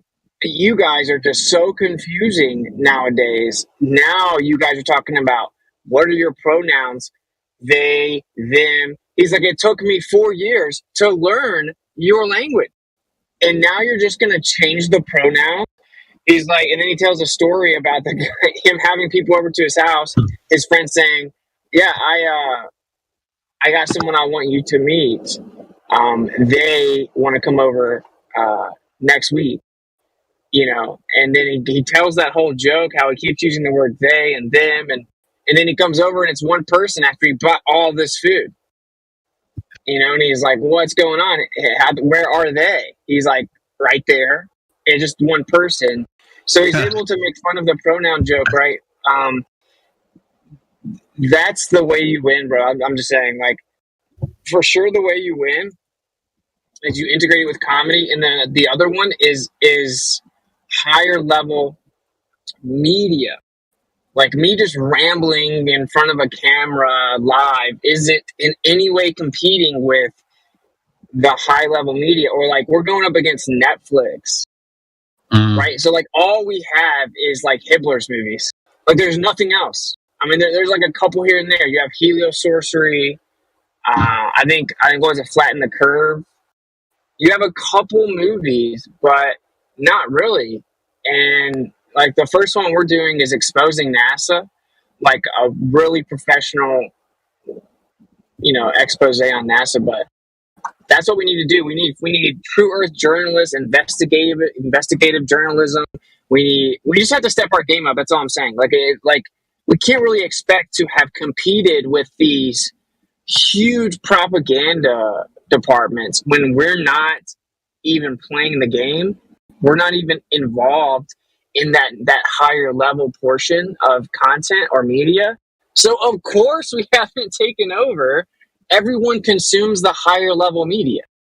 Yeah, do they though? Well, I don't think. But that's part of the problem is that because we already know that even if we did produce something really slick, we know it's never going to air on CNN. It's never going to air on the networks that are in control of the things. No matter how slick it is, it'll never get published. It'll never get put out there. So you just got to do it, amateur style. There's no. But that's not an excuse not to make good professional content. Oh, I agree. It's better now. It's much better now. Now that people have easier access to much better cameras and lenses and lighting. That's what I'm saying. I have a lot of that. I just need to have a project that's worth doing. Because it takes, like you're right, it takes time. Making a 90-minute documentary takes years. Yeah, I'm not talking about mainstream media. Everyone watches YouTube, but when you said do they? Yes, they absolutely do. Everyone in this room does. I'm saying consumes professional media. Everyone in this room consumes professional music. Everyone in this room watches at least clips of really professional podcasts. Watch clips of really professional movies or shows. Everyone in this room does. And I think that we don't watch mainstream propaganda very often, but I've watched clips from Lex Freeman's podcast. I've watched clips from Joe Rogan's podcast. These are really professional, quality podcasts. So we're not even there. Okay, name the flat Earth. You're right. We need to do there should be a whole TED Talk-ish kind of series of people talking about different topics that's easy enough to shoot with a couple of cameras. You need good audio. I can do that. That's easy. But we need these kind of bunch of. I just had the idea the other day, right? We should make a documentary called Way Beyond the Curve, and that's like a sequel. It makes it look like it's a sequel for people, and they want to see that was the hit piece, so they want to see another hit piece, but actually make it a ladle and gravy the entire time. But also I thought of, you want to combine comedy and music. There should be I haven't seen it yet, Hamilton on stage, but if you did a flat Earth Hamilton kind of thing where it's song and comedy mixed together that also tells a story that could captivate a whole bunch of people. You know, this is one of the main. It's one of the main things that's super frustrating for me. Is one of the most recent surveys said that 11% of people said the Earth's flat in their survey in America. 18% said that the Earth doesn't go around the sun. The number is assuredly higher than that. If you go ask, if there was 100 people and 20 of them were flat earthers, but you asked them in a public setting on a survey, not all 20 are going to say the Earth is flat. So let's just take that number, though. That's roughly 35 million people in America. Okay, if every single one of them donated $1 a month to like a production company for Flat Earth, $35 million a month, dude. That's almost $400 million a year you could have towards making professional movies and stuff. This way you can land, you can pay 10 grand to sit down with like Neil deGrasse Tyson's or Lawrence Krauss or whoever. Right, that'd be nothing. We're not doing anything like that. We're not. The fact we're not doing that, but everyone wants to be like the king of flat Earth. They want to critique how other people talk about it, or they just want to. It's like ridiculous. You know what? If Weiss already has the app that can that has people, and I would spend an extra $1, like every 99 cents extra on just starting with that app. If that many people have his app and would be willing to do another 99 cents that went to a specific account. Yeah, it just has to be, people have to trust the person. But this is like, people are just going to come up with like a million different excuses why not to do it. It's like, but who doesn't trust how do we trust him? How do we do it? It's Weiss. I mean, there are people. There's certainly people. But I think there's a whole lot of people that do trust him too. And you see my point, right? Like every time that Jaron and I start floating this idea out there, people start complaining.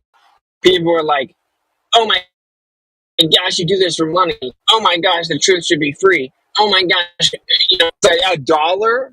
If you're not willing to pay $1 a month to try to help Flat Earth come up with really professional tests and professional documentaries, like, you're not a true earther. I don't care what you're talking about. There's not a person anywhere close to the conversation that can't afford $1 a month.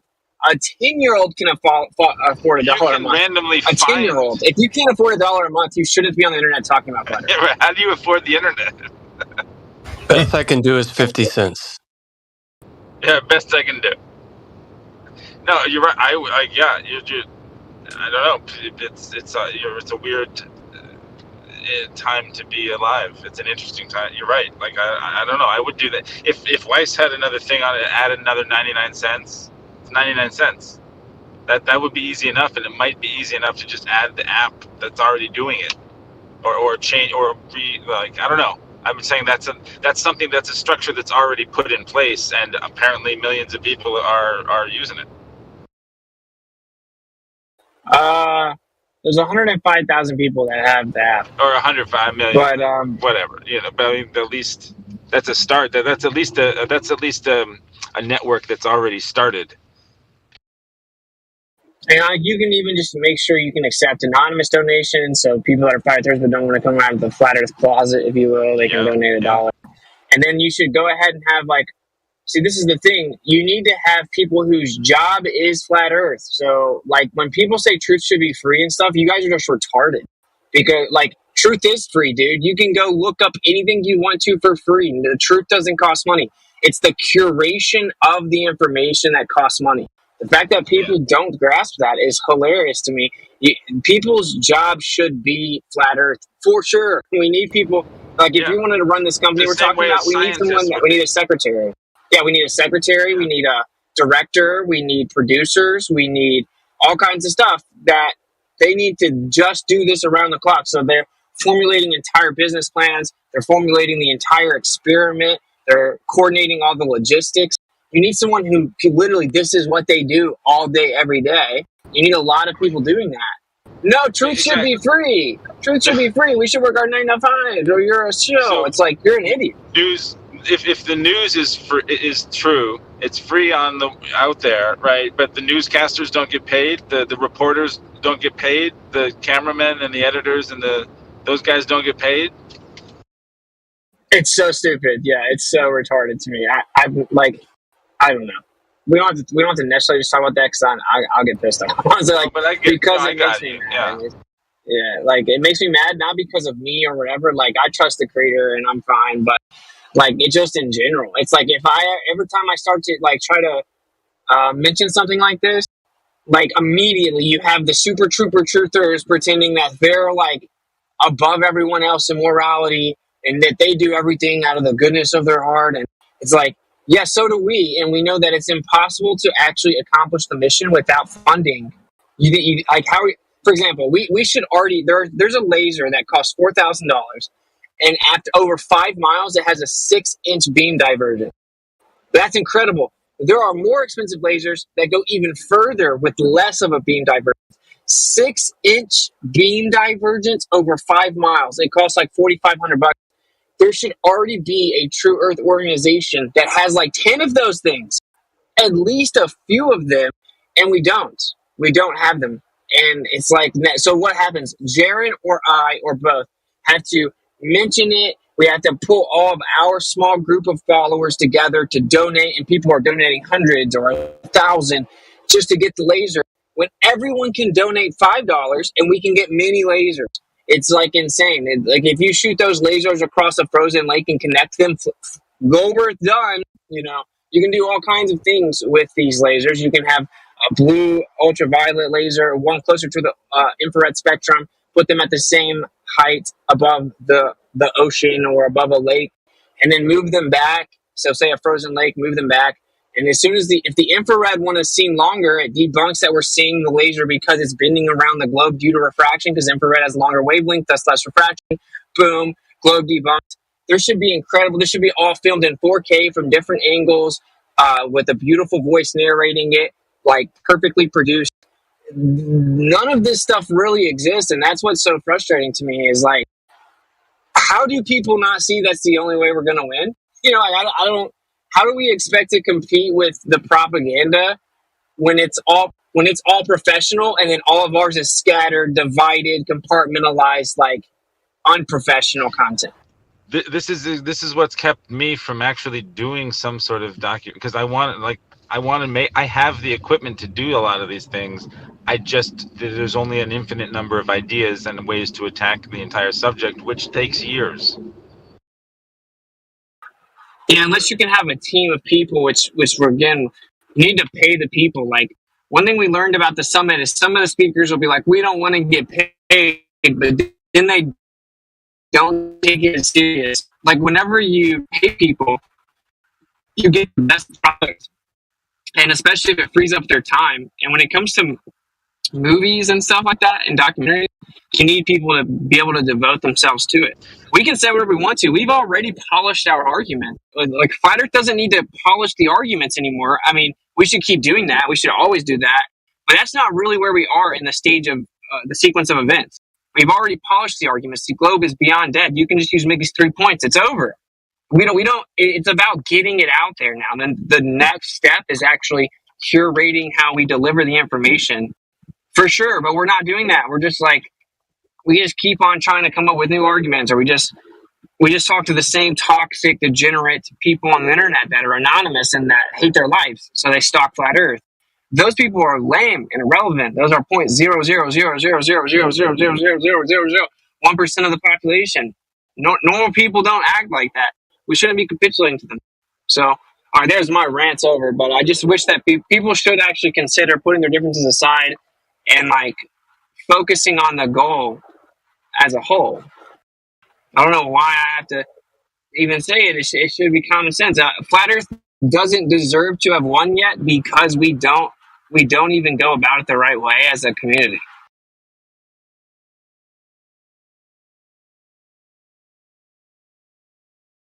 I think one thing that at least, and I have to go because I have to go right now, but one thing that would help is to when you do live events or like some sort of conference or summits, and there's going to be live speakers, sort of like you could do like a TED Talk, like someone like me, let me know, pay me, I'll do that. Like I can do live events. I have multiple cameras, multiple audio record. It's the audio. Recording live audio well is what makes something sound amateur, right? Or not.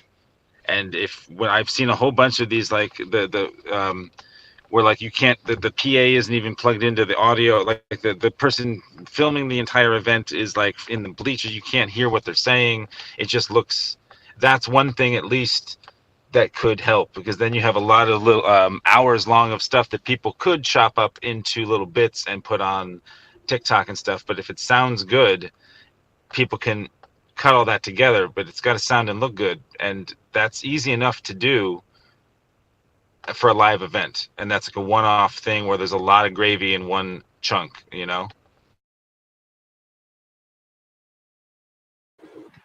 Yeah, just hopefully we take that next step. But yeah, I mean that's why I'm starting a production company. Hopefully we all just kind of like step our game up.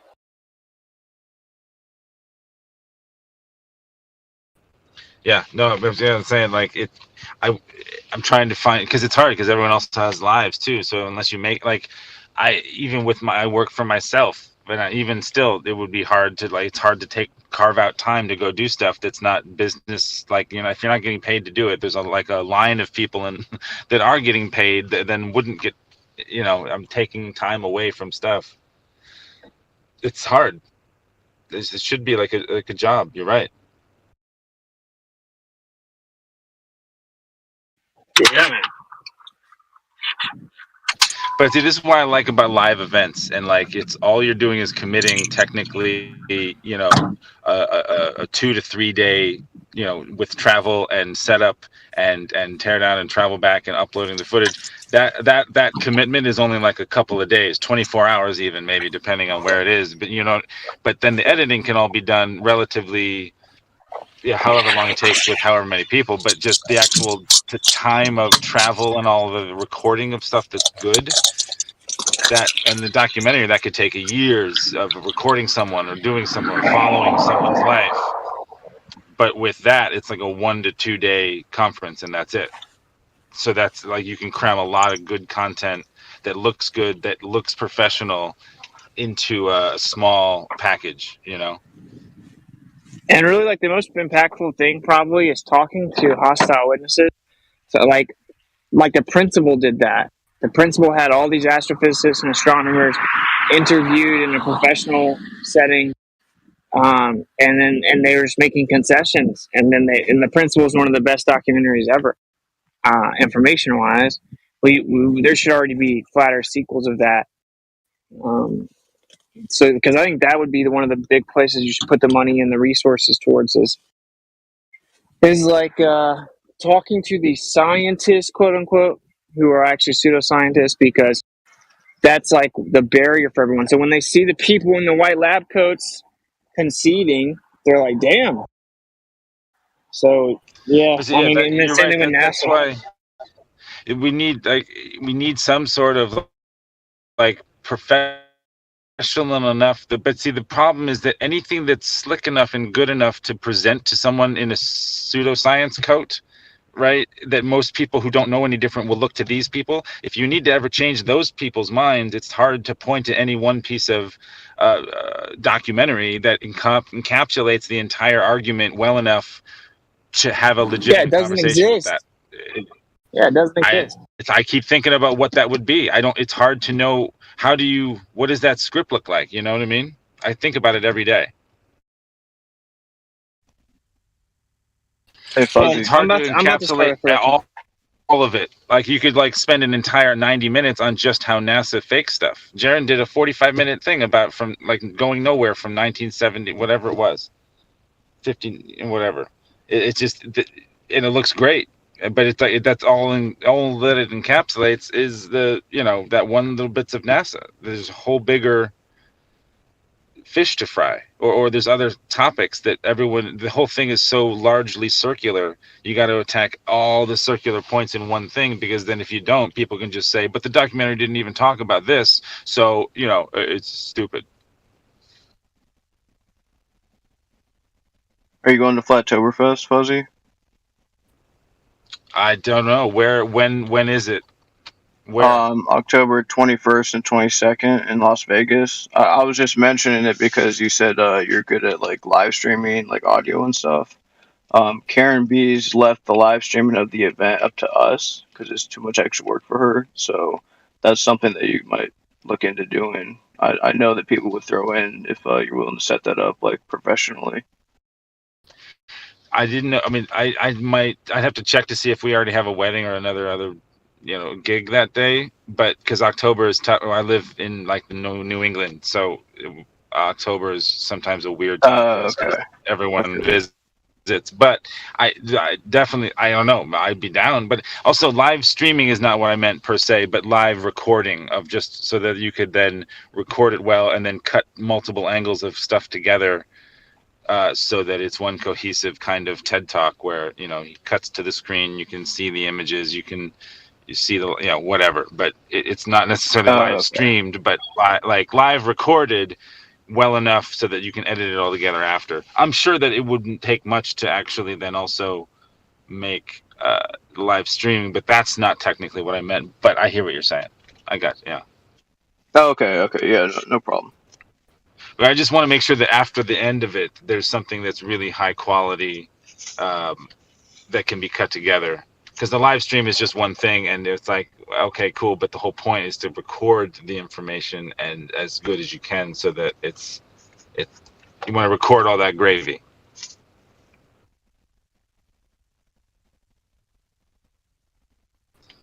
But it's just hard because it's this whole topic is so.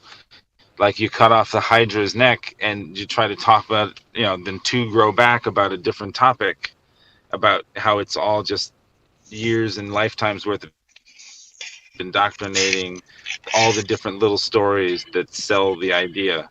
And it takes time to take out all of the heads of the Hydra at the same time. Like, how do you do that?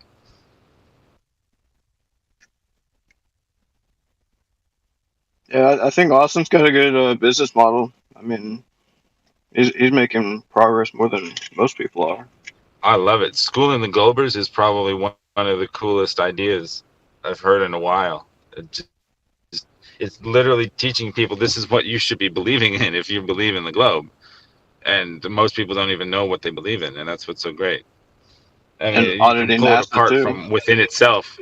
Yeah, even while you're begging the question, it doesn't make sense. Yeah. And now this is great. This is awesome stuff. Like this is like, yeah. But I imagine how much more he could do if he had a team of people working all day. Or 9 to 5 is working on this stuff.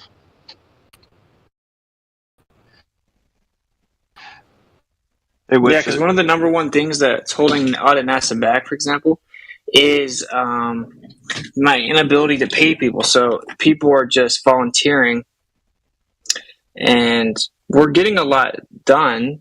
Like, we're getting a lot of the pieces in place, and people are volunteering because they're passionate about it. But it's like, to really run the organization, I've hired all these different people, but they're not hired; they're volunteered, and so obviously they can only devote so much time to it. I have HR, and then I have all these different positions. It's hard if you're a professional doing stuff. It's hard to justify doing a passion project when you've got a line of people that are waiting that I've already paid. It's hard.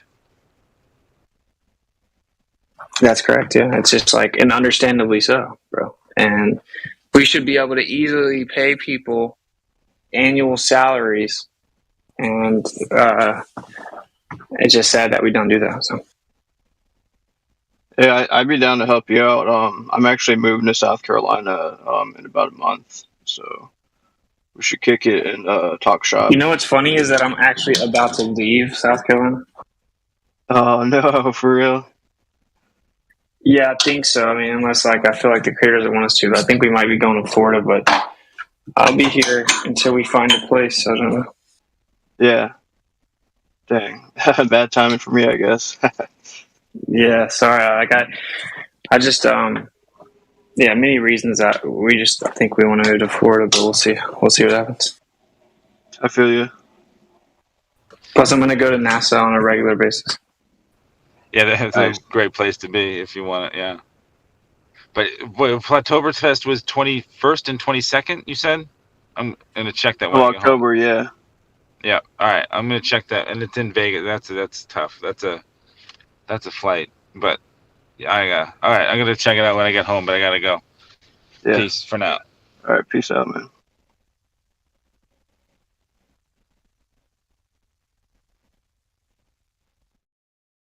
There are a good amount of flat earthers here, though, Brian. You already know that.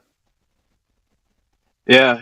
I was looking forward to hanging out with people. It's freaking sad about Bob. Like, I was hoping we could hang out and stuff, but Yeah, it sucks. He's like the main reason I moved here. Yeah. Honestly, it's a huge loss. But I'll be staying with Jack, so we'll be in touch. And, I'm sure I could help Zach out with whatever he needs help with, like experiments and stuff. Like I'm like hands-on kind of stuff, electronics. Like I'm a mechanic, so like I'm down to. I got a bunch of tools.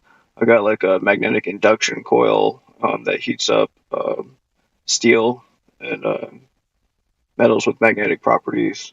Like I feel like that could be useful for whatever.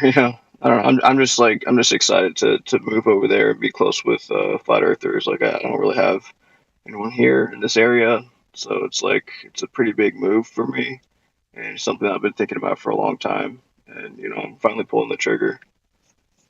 I just put in my 2 weeks at my job of 7 years, so kind of nervous, but So nah, you're good, bro. You're good, dude. It'll work.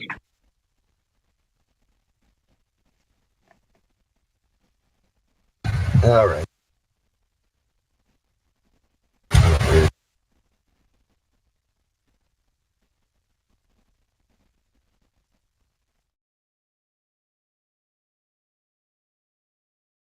I got to get back to work, but I'll be listening in. Good chat with you guys. All right, bro. Stay blessed. Cheers. Stay blessed and watch out for zombies. Yeah, bless, man. Yeah.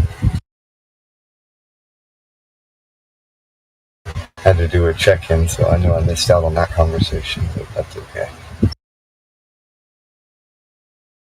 The new guy, he had to go back to work, but he should join in later to chat.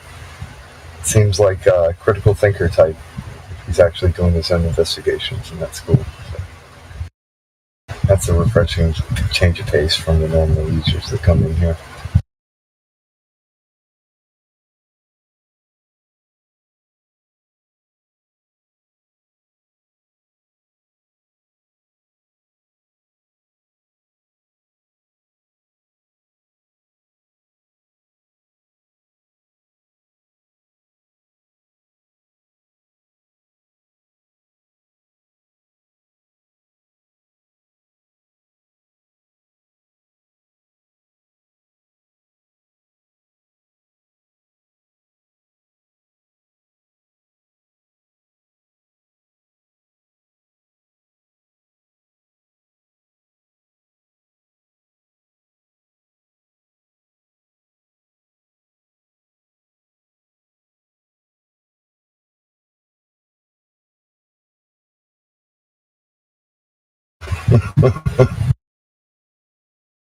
Oh man, lobby is wild. It's always wild.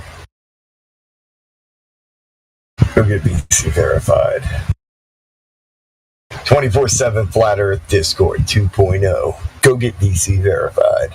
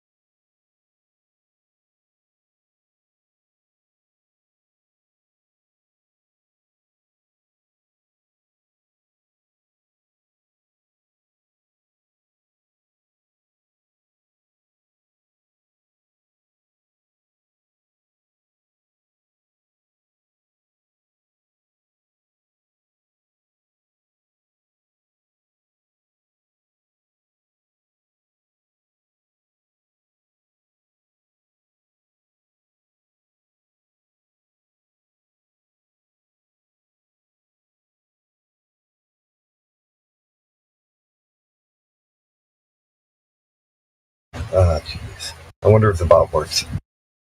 If not, we'll just have to keep on talking. Maybe I'll have to monologue so that we can fill the dead air. Where's Dead Air Dave when you need him?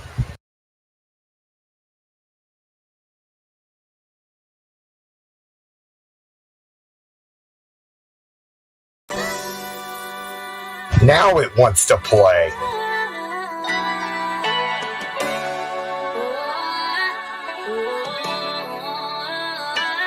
"24/7 Flat Earth Discord." Go get BC verified.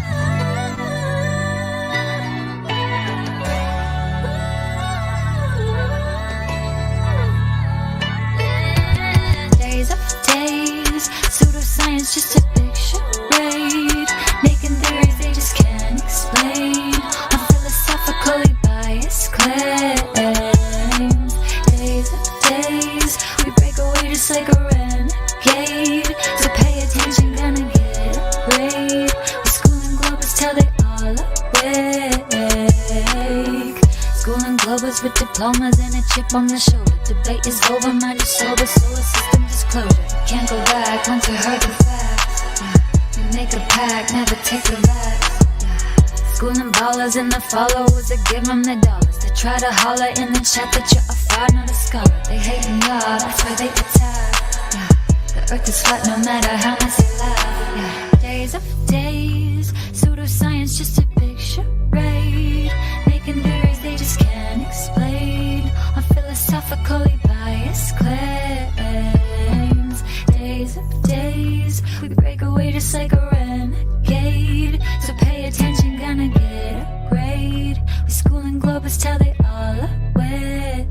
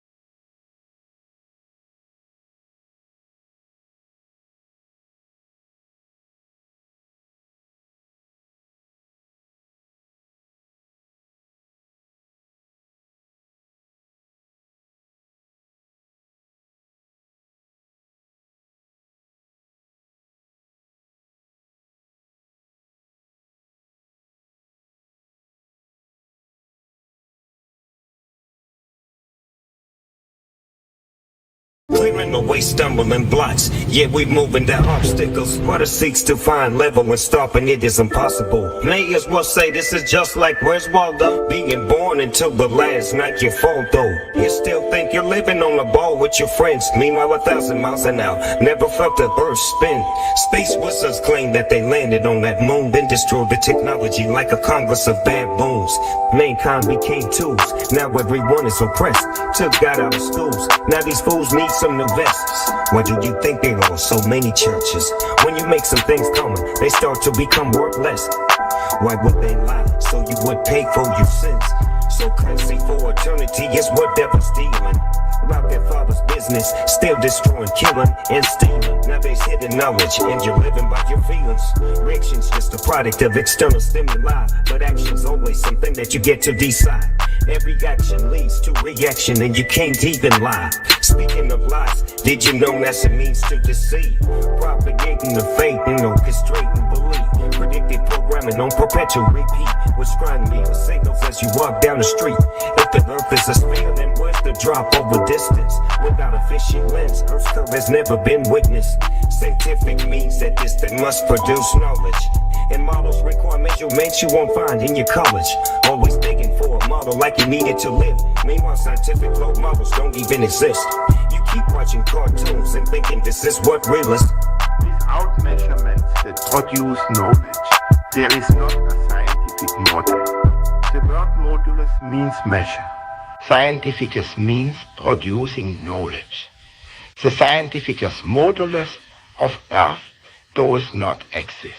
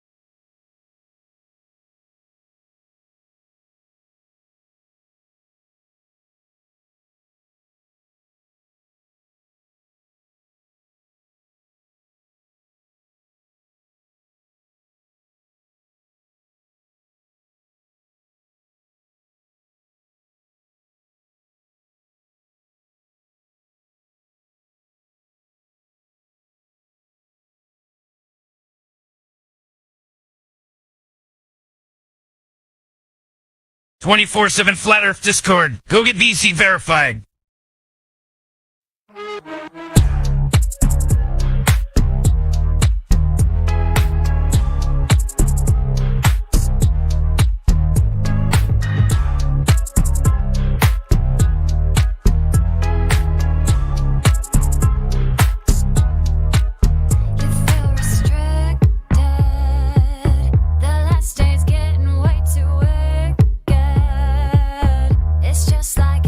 Books predicted.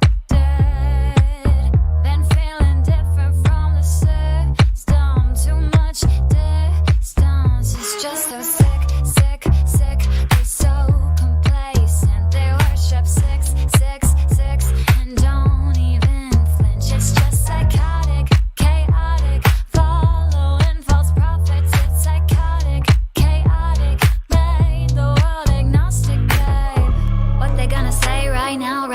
Oh, they really wanna hate right now.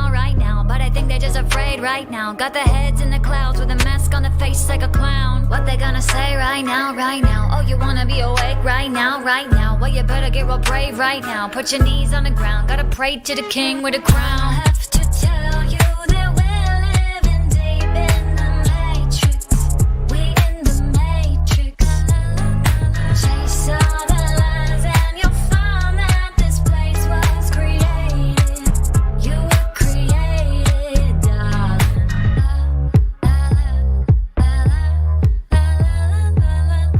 What they gonna say right now? What they gonna say right now?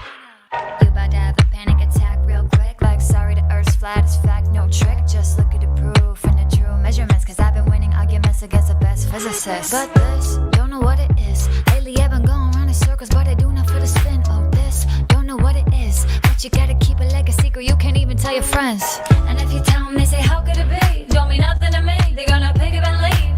And if you tell them, they say, how could it be? Don't mean nothing to me, they're gonna fall back asleep.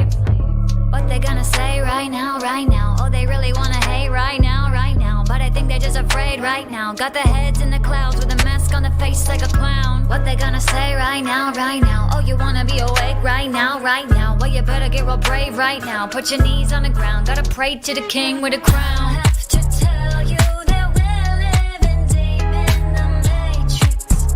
We in the matrix. Chase all the lies and you'll find that this place was created. You were created, darling.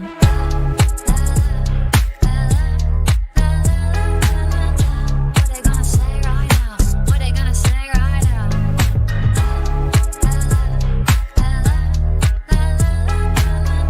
What they gonna say right now? What they gonna say right now?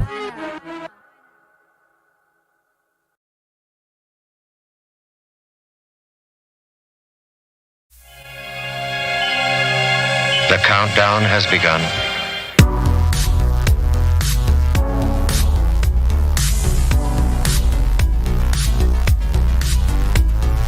Dreaming artificial gravity. We defy the law of entropy.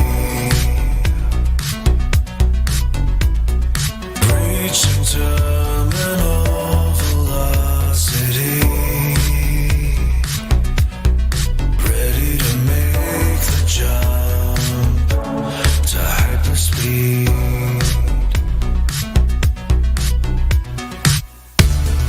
NASA feeds your addiction. Outer space is science fiction. Astronauts on a mission.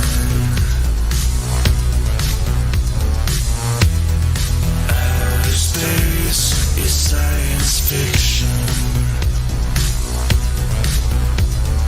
Lost in augmented reality. Imagination on an odyssey. Animating worlds that we believe.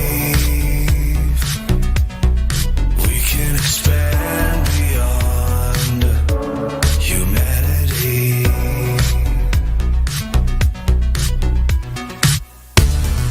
NASA feeds your addiction. Outer space is science fiction. Astronauts on a mission. Outer space is science fiction. For we are opposed around the world by a monolithic and ruthless conspiracy that relies primarily on covert means for expanding its sphere of influence, on infiltration instead of invasion, on subversion instead of elections, on intimidation instead of free choice, on guerrillas by night instead of armies by day. It is a system which has conscripted vast human and material resources into the building of a tightly knit, highly efficient machine that combines military, diplomatic, intelligence, economic, scientific, and political operations. NASA feeds your addiction. Outer space is science fiction.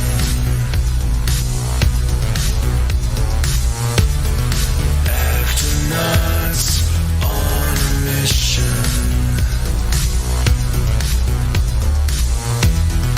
Outer space is science fiction. NASA feeds your addiction.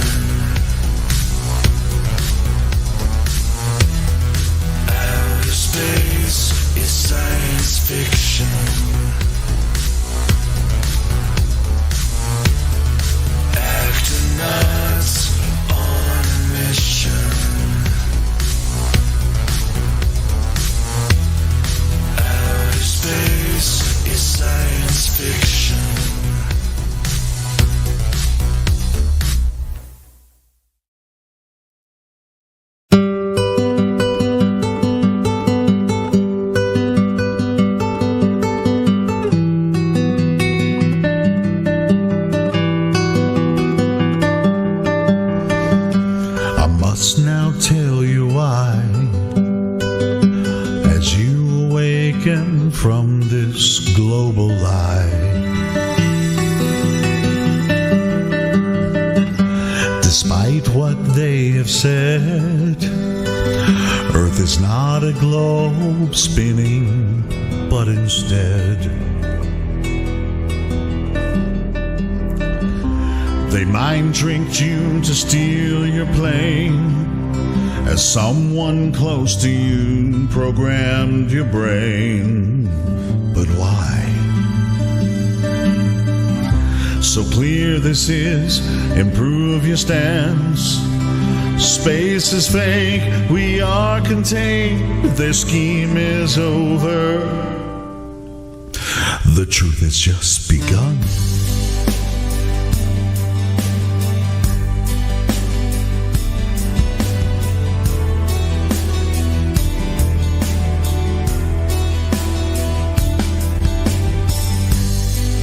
There's a place up in the sky, a pathway for the moon and stars at night.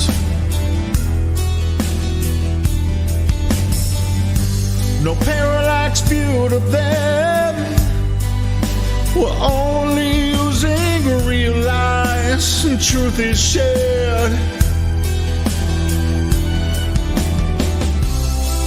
Earth's a place that doesn't turn, so face your fears, believe your ears. No motion do they find. I'm handing you this lovely world.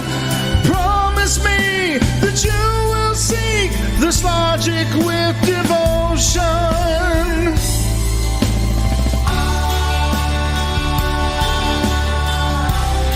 I truly see your point of view. I'm gonna teach you how to prove. I still detect the global lies as I explain to you the lies that you do not see.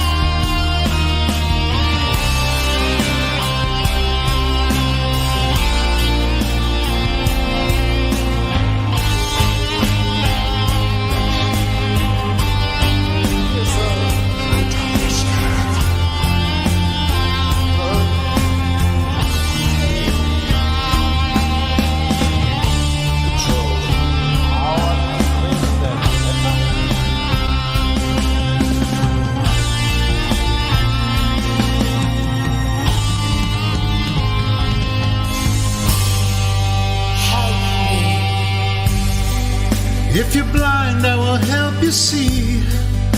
You must deny the vicious lies you believe.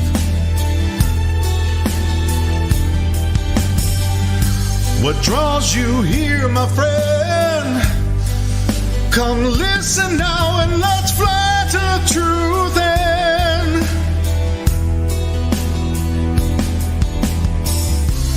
Giving advice for you to learn. Forsake the claims, let truth sustain your soul set free from lies.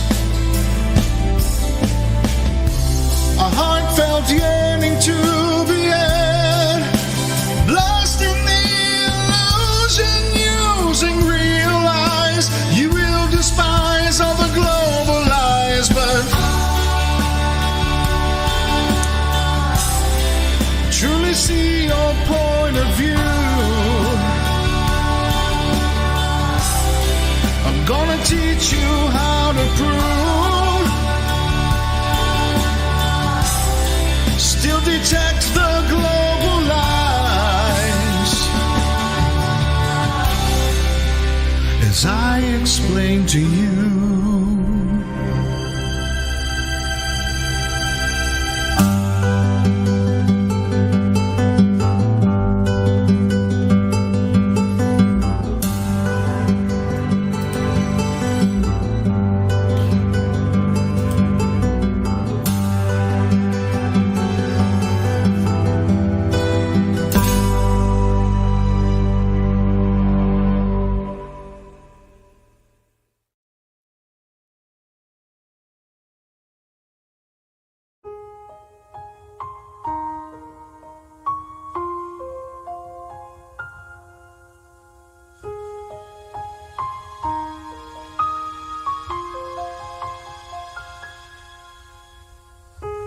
I'm trying to see the curve. Oh wait, that's fake.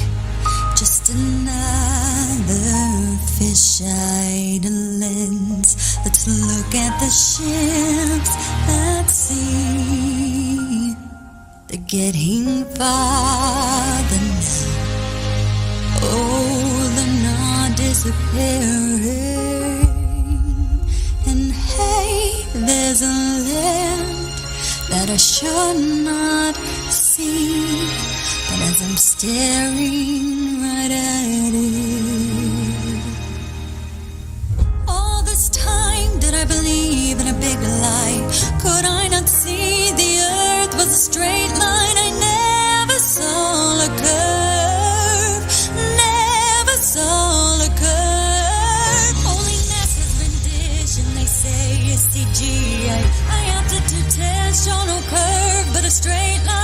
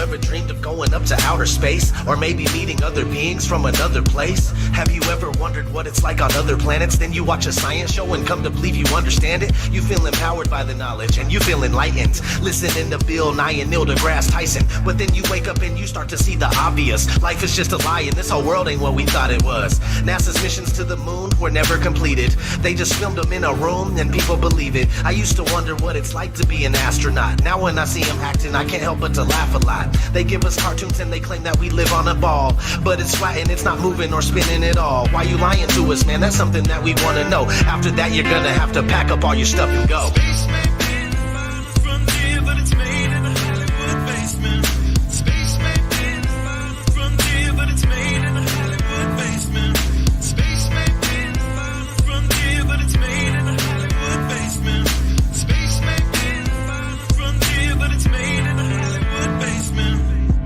History has been rewritten by winners of wars. The Jesuit order, Khazars, Freemasons, and more. They pulled the veil over our eyes, and it's time to awaken. Through organized indoctrination, our minds have been taken. It's time we take our power back and we rescue our people. The Vatican and the bankers are like Resident Evil. They may have had the greatest plan that was ever concocted, but Illuminati never thought that they'd ever be spotted. They're manufacturing reality all in our heads. They tell us if the earth is flat, then we'll fall off the edge. But if it is a spinning ball, we won't fall off it then. And gravity is our imaginary magic friend. Why is water always flat when unmanipulated? Why are pictures of the earth computer generated? Why you lying to us, man? That's something that we want to know. After that, you're gonna have to pack up all your stuff and go.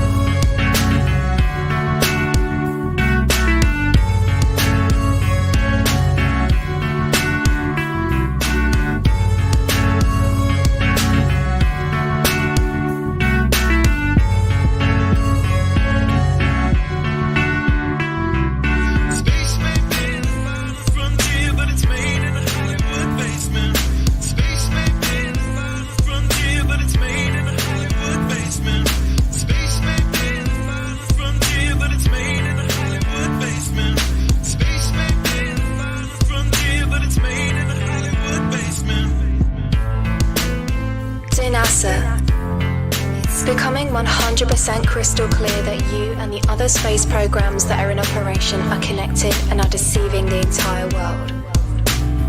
More and more people are waking up every single day, and we are now able to see right through you. But what we really want to know is, why are you lying? Sincerely, me and the great people of this earth.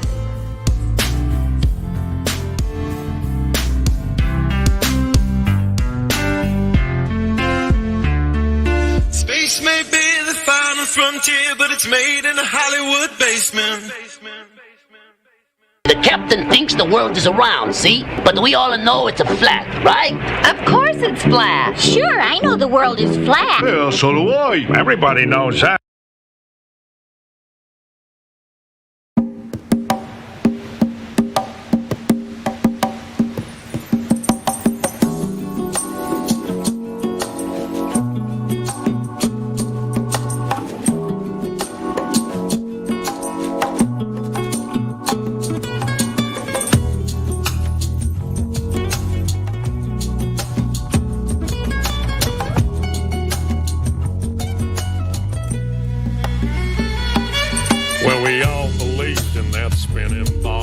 Indoctrination blinded us all. From the very first day that we went to school, they put a globe in your face and that thing looked cool. The teacher explained how it all worked. Of course it sounded so berserk, but who was I to question it? Because I was just a tiny kid. It sounded crazy as could be, but teacher would never lie to me. She was real nice, she didn't know. She too was taught to believe in that globe. I don't blame her, it wasn't her fault. She was only repeating what she'd been taught. I went through life believing that lie. That spinning ball was now in my mind. Don't let them take your mind. Don't let them take your mind, man. Don't let them tell you that you are not divine. Don't let them do it, man. No. Take control of your soul. Take back control. Yeah. Find the truth. Find it all. Find it all, man. Yeah. Don't believe their lies. Don't believe it, man. Let them take your mind. Don't let them take your mind, man. Alright, man, listen up. So I'm hurling through space on a road to nowhere. So I live my life without a care, cause I was taught that there ain't no creator. That's what I was told from my educator. So I live my life so selfishly, there ain't gonna be no hell for me. I'll do what I want with no care for others, with no respect for my brothers. Until one day when I woke up and I drank some truth with my coffee cup. I learned that things ain't what they seem. This so-called reality is just a dream. There's deception everywhere that I look. The news, the TV, and in my school books. And pretty soon I'll realize that everything's just a pack of lies, man. Don't let them take your mind. Don't let them take your mind, man. Don't let them tell you that you are not divine. Don't let them do it, man. No. Take control of your soul. Take back control. Yeah. Find the truth. Find it all. Find it all, man. Yeah. Don't believe their lies. Don't believe it, man. Let them take your mind. Let them take your mind, man. Yeah, man. It's deception on a biblical level. It's orchestrated by the devil. Many think that hate don't exist, but that's what he wants, that's one of his tricks. But I found out that dude's real, and I tell you, man, that's a bitter pill. So I questioned everything I was told. I had to question that spinning globe. I had to relearn it all again and get some truth inside this brain. And pretty soon I realized that the globe I was taught was a pack of lies. So I studied as hard as can be. I found the flat earth conspiracy. Man, it hit me like a ton of bricks. The globe I was taught was a devil's trick. Don't let them take your mind. Don't let them Don't let them tell you that you are not divine. Don't let them do it, man. Don't. Take control of your soul. Take back control. Find the truth, find it all. Find it all, man. Yeah. Don't believe their lies. Believe it, man. Let them take your mind. Let them take your mind, man. I started to connect the dots, and I'm telling you, man, there are lots. I soon realized that the earth was flat. It's not a belief, man, it's a fact. And once I found out that reality, well, it did a funny thing to me. For a while there, I was pretty shocked, but now I know that there is a God. And once you get to that point of understanding, and once you know there ain't no moon landing, and once you know that space is fake, you view your life with a different take. It ain't just random chance that we're here. We ain't living on no stupid sphere. It ain't some ridiculous spinning ball. The earth is flat, and God created it all. Don't let them take your mind. Don't let them take your mind, man. Don't let them tell you that you are not divine. Don't let them do it, man. Don't. Take control of your soul. Take back control. Find the truth, find it all. Find it all, man. Yeah. Don't believe their lies. Believe it, man. Let them take your mind. Let them take your mind, man.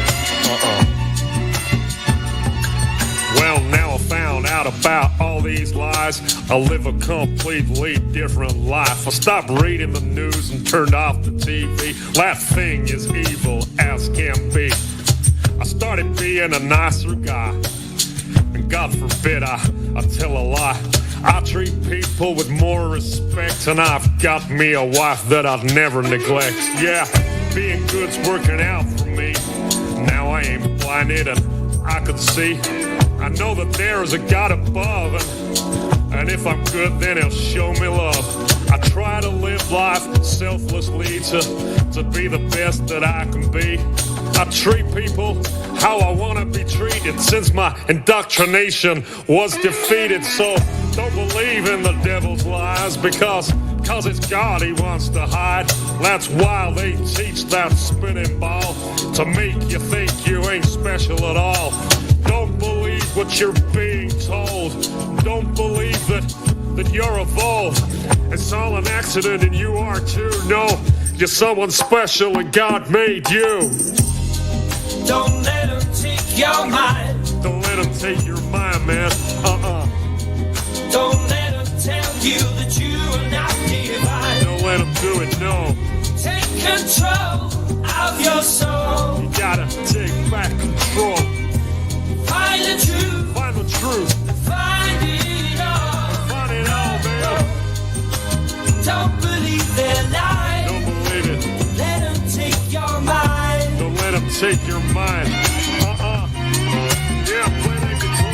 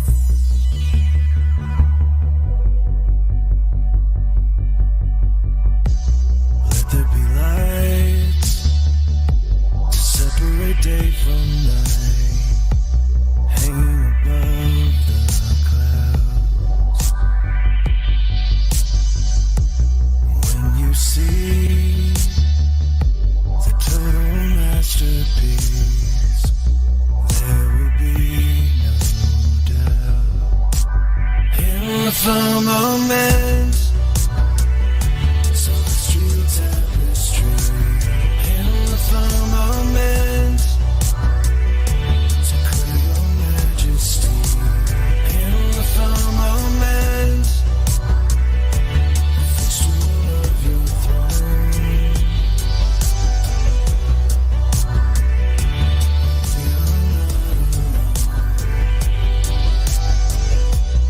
Pillars are firm, fixed and immovable, spherical around.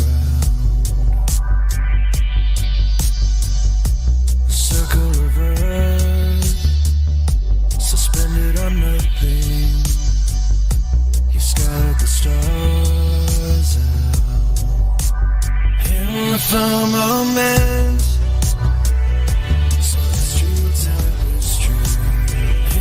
Firmament. To clear your majesty in the firmament. The footstool of your throne. We are not alone. The heavens declare the glory of God. The skies proclaim the works of his hand. In the firmament, celestial tapestry. In the firmament, to clear your majesty. In the firmament, the footstool of your throne.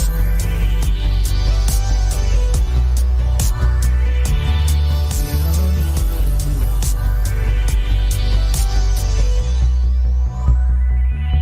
life under the dome. We are not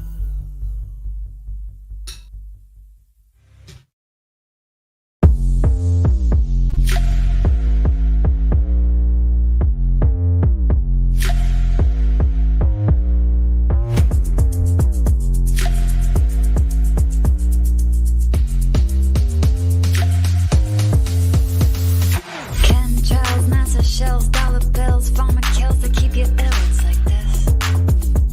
It's like this. Tainted blood, no one's flood, pyramids, Masons run America. It's like this. It's like this. Godless healers and tricks. I'm worshiping a church, but they never listen. Genesis tell you why you live, and they pay the tithing, but they do not pay attention. Godless healers and tricks. I'm worshiping a church, but they never listen. Genesis tell you why you live, and they pay the tithing, but they do not pay attention. The latest religion. They got Christians addicted to paychecks and riches. They bought your submission. Money can't make the world go round, 'cause the earth, it don't spin, yeah. Money can't make the world go round, 'cause the earth, it don't spin, no, it don't spin. That was planted in your head, yeah. Money can't make the world go round, 'cause the earth, it don't spin, no, it don't spin. Earth, it don't spin, yeah. Money can't make the world go round, 'cause the earth, it don't spin, no, it don't spin. That was planted in your head, yeah. Money can't make the world go round, 'cause the earth, it don't spin, no, it don't spin. The latest religion. They got Christians addicted to paychecks and riches. They bought your submission. Money can't make the world go round. Money can't make the world go round. Money can't make the world go round, 'cause the earth, it don't spin. Money can't make the world go round, 'cause the earth, it don't spin, no, it don't spin.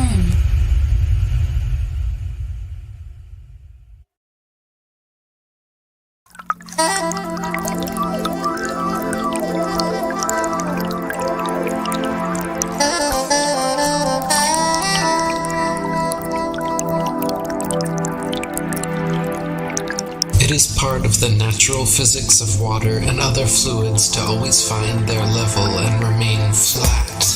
If disturbed in any way, motion ensues until the flat level is resumed.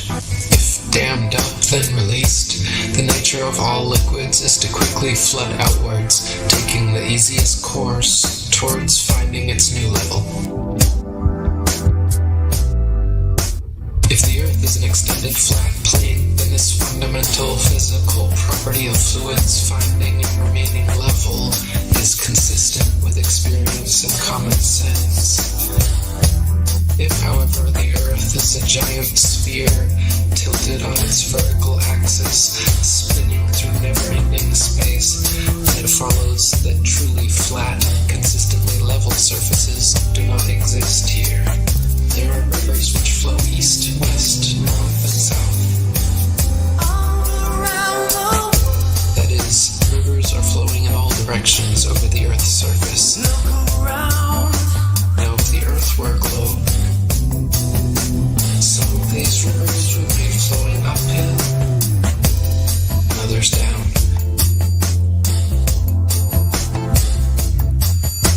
Some of these rivers would be flowing uphill,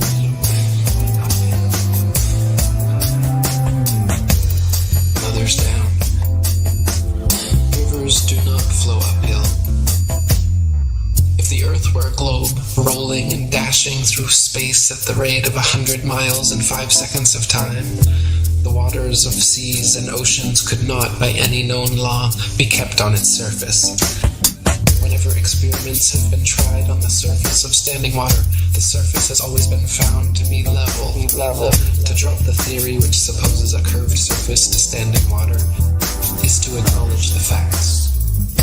If the Earth were a globe, the surface of all standing water would be convex. This is an experimental proof that the Earth is not a globe. There are rivers which flow east, west, north, and south.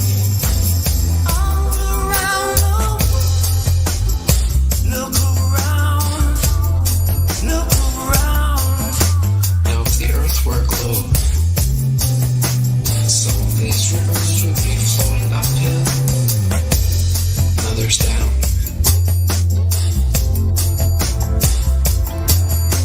Some of these rivers would be flowing uphill,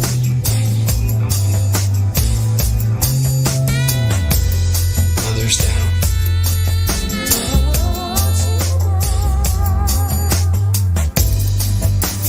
Rivers do not flow uphill.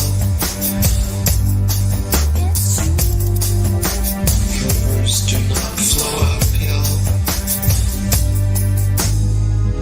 There are rivers which flow east, west, north, and south. All around the world. Look around. Look around. Now, if the Earth were a globe, some of these rivers would be flowing uphill, and others down.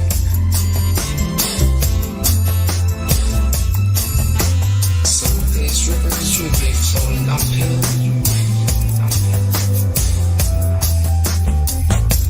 and others down. Rivers do not flow uphill. Some of these rivers would be flowing uphill,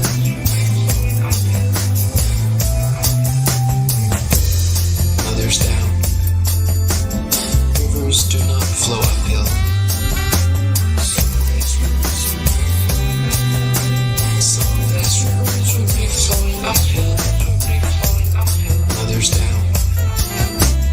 Rivers do not flow uphill.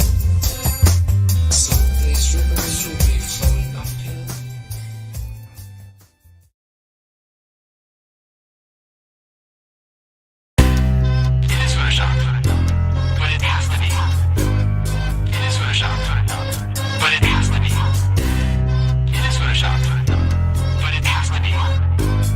What you're seeing here is a mirage.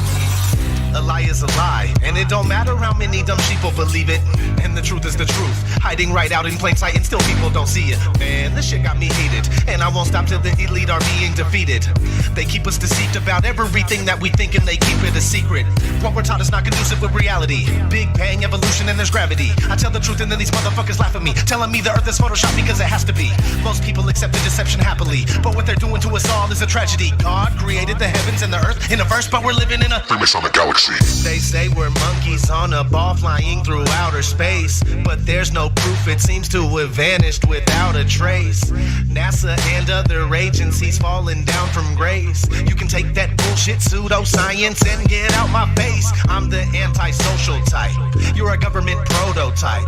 That's why you make it a point to tell me that I'm crazy every time you're angry, cause you know I'm right. I'm standing outside the house of cards about to watch it fall. No more living on a cartoon ball.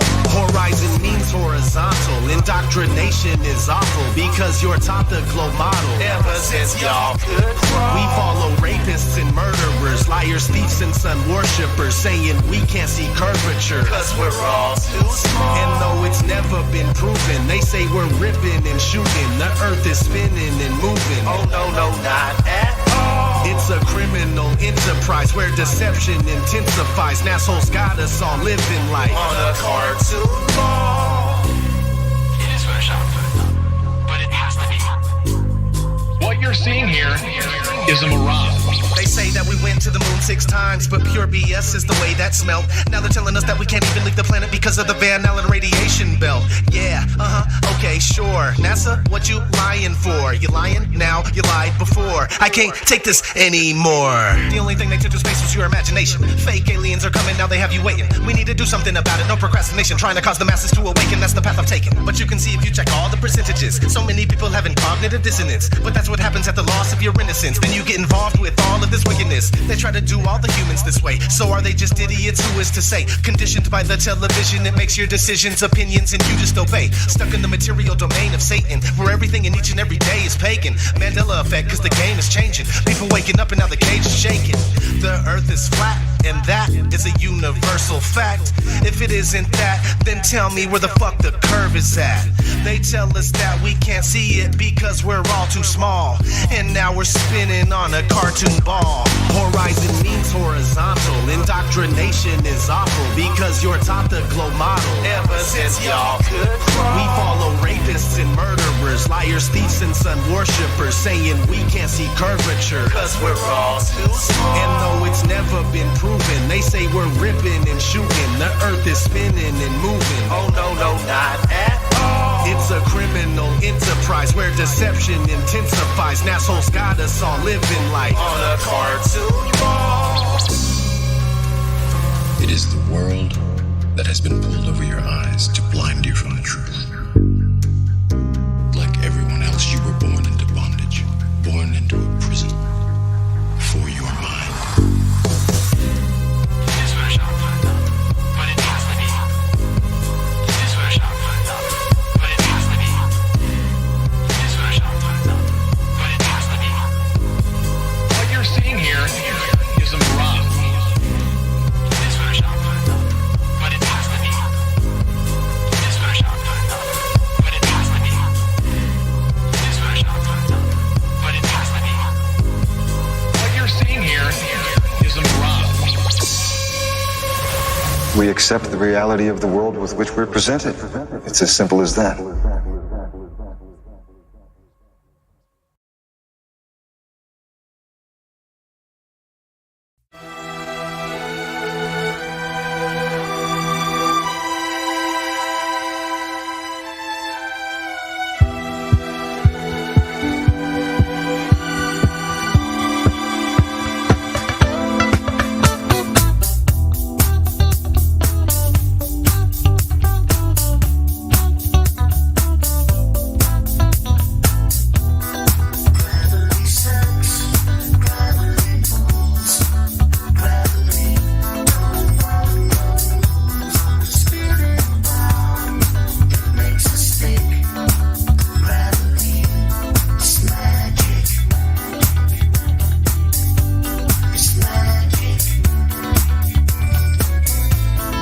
Magic.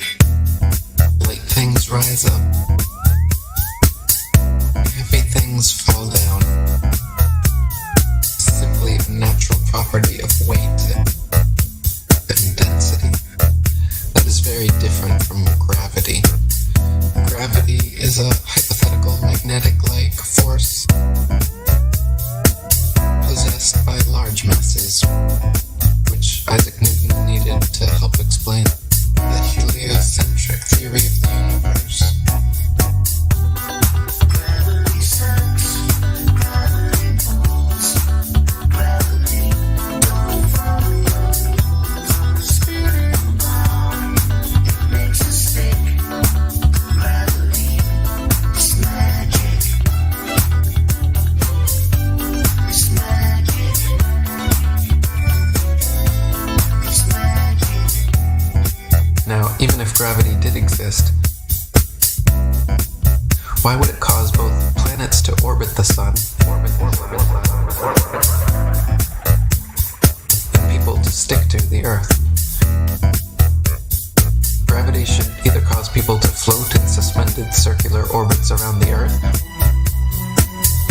or it should cause the Earth to be pulled and crashed into the sun. What sort of magic is gravity that it can glue people's feet to the ball Earth? Gravity sucks, gravity pulls, gravity don't follow the spinning ball, it makes us stick. Gravity is magic. Gravitation is only a subterfuge employed by Newton in his attempt to prove that the Earth revolves around the sun. And the quicker it is relegated to the tomb of all the Capulets, the better will it be for all classes of society. Gravity sucks, gravity pulls, gravity don't follow the spinning ball, it makes us stick. Gravity, it's a con trick. It's magic. It's magic. It's magic.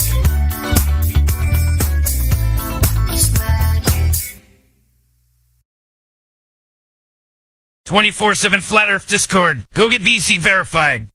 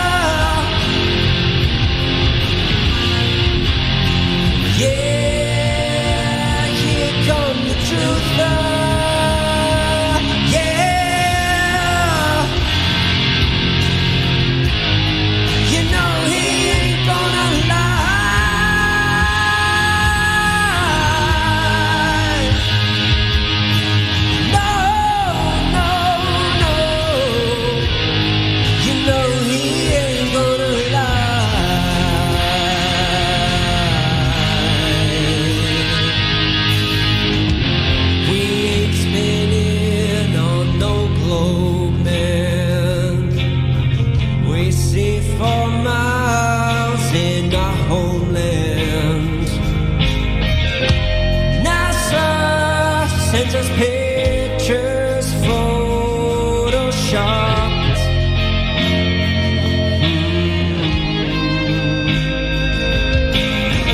They feed us pills, can't see ourselves. Turn TVs off, seek bookshelves. Oh God, please, won't you help them see the truth?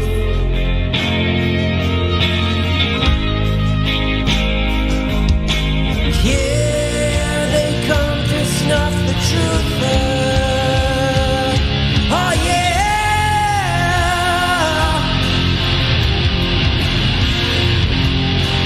yeah, here come the truth out. Yeah, you know he ain't gonna lie.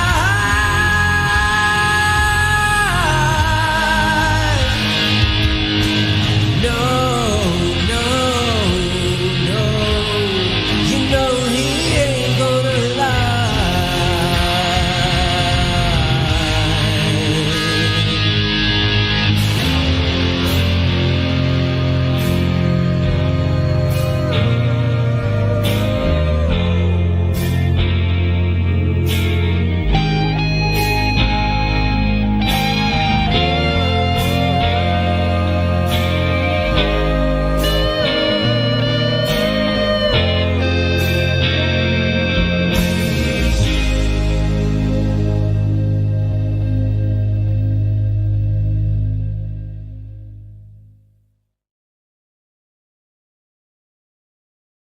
Clearing away stumbling blocks, yeah, we moving down obstacles. What it seeks to find level and stopping it is impossible. May as well say this is just like where's Waldo? Being born into the last, not your fault though. You still think you're living on a ball with your friends. Meanwhile 1,000 miles an hour, never felt the earth spin.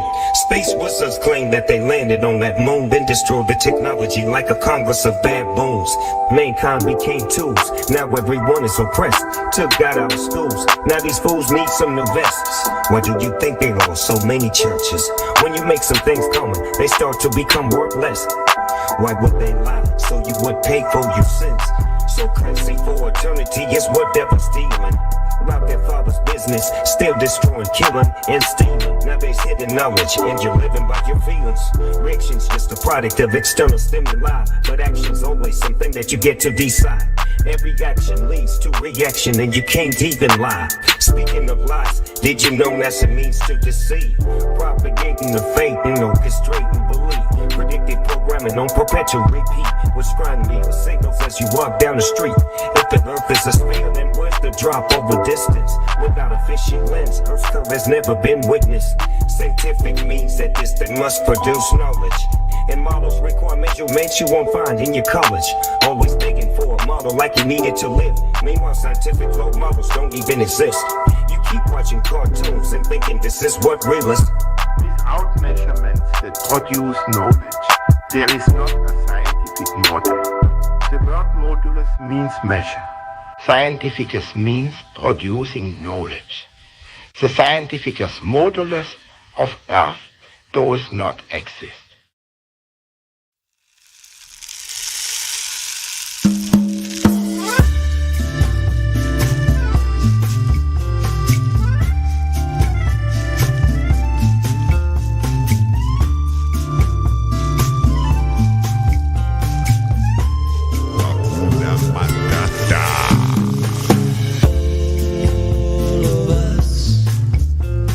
Once went to school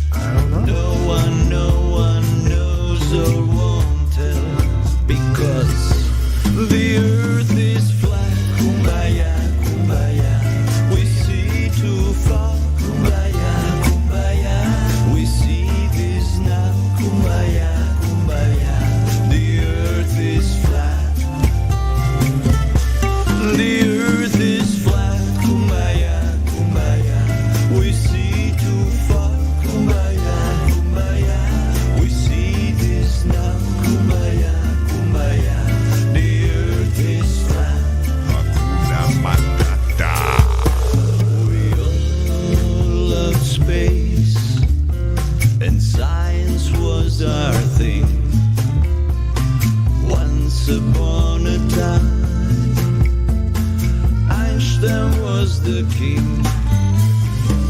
To think we touched the moon. What I like of it most is that we had the technology, but now it's all been lost. Eyes don't Betty, 'cause NASA never lies. The earth is flat, kumbaya, kumbaya. We see too far, kumbaya, kumbaya. We see this now, kumbaya, kumbaya. The earth is flat. The earth is flat, kumbaya, kumbaya. We see too far, kumbaya, kumbaya. We see this now, kumbaya, kumbaya. The earth is flat. The earth is flat, kumbaya, kumbaya. We see too far, kumbaya, kumbaya. We see this now, kumbaya, kumbaya. The earth is flat. The earth is flat, kumbaya, kumbaya.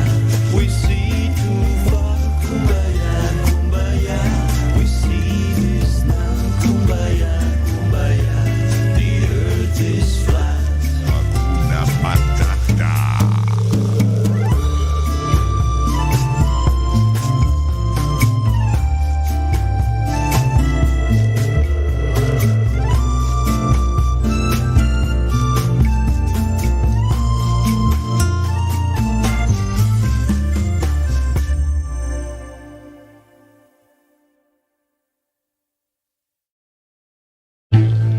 Welcome to the show where you don't know if it's part of the show.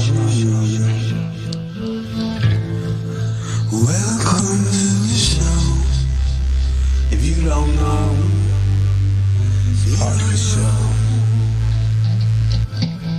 And they teach you to reach for the stars while opening up the bars and keeping you chained down with mortgage bills and cars. Vaccines for your arms, kids sounding like supercharged.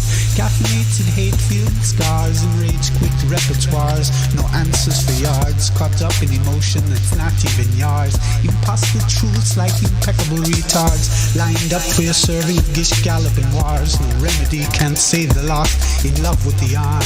I'm tired of walking into refracted shards. Poor science displayed by disgusting bards. Soaked in sin with your dupe is the light and a new hand of cards. Been so long, seems like for love I'm just too hard, I'm just too hard, I said. Welcome to the show where you don't know if it's part of the show. Welcome to the show if you don't know. You don't know. Intoxicated ache makes you believe you're spinning in space while you have no shame or grace. It's a disdainful state I used to contemplate how to save myself from my own self-hate.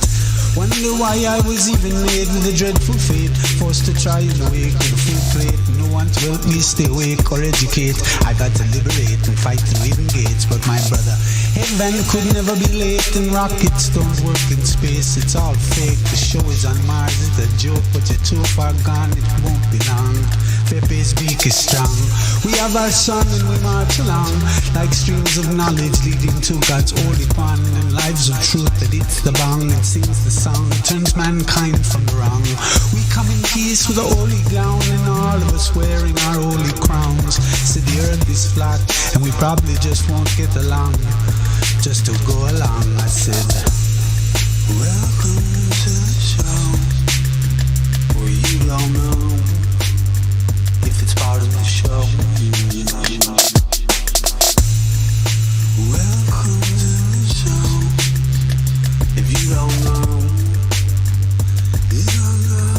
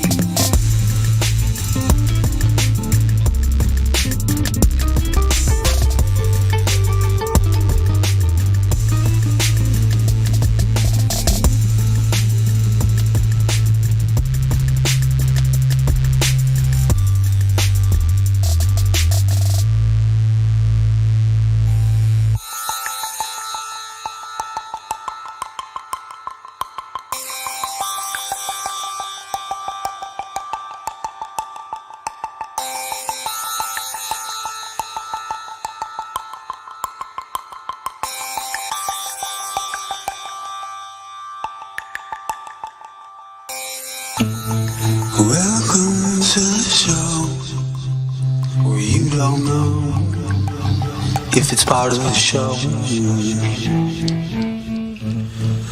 Welcome to the show if you don't know it's part of the show. Then they teach you to reach for the stars while opening up the bars and keeping you chained down with mortgage bills and cars. Vaccines for your arms, kids sounding like supercharged. Caffeinated hate-filled scars and rage-quit repertoires. No answers for yards, caught up in emotion that's not even yours. Impossible truths like impeccable retards, lined up for your serving gish galloping wars. No remedy can save the lost, in love with the arm. I'm tired of walking into refracted shards. Poor science displayed by disgusting bards. Soaked in sin with your dupe is the life and a new hand of cards. Been so long it seems like for love I'm just too high, I'm just too high, that's it.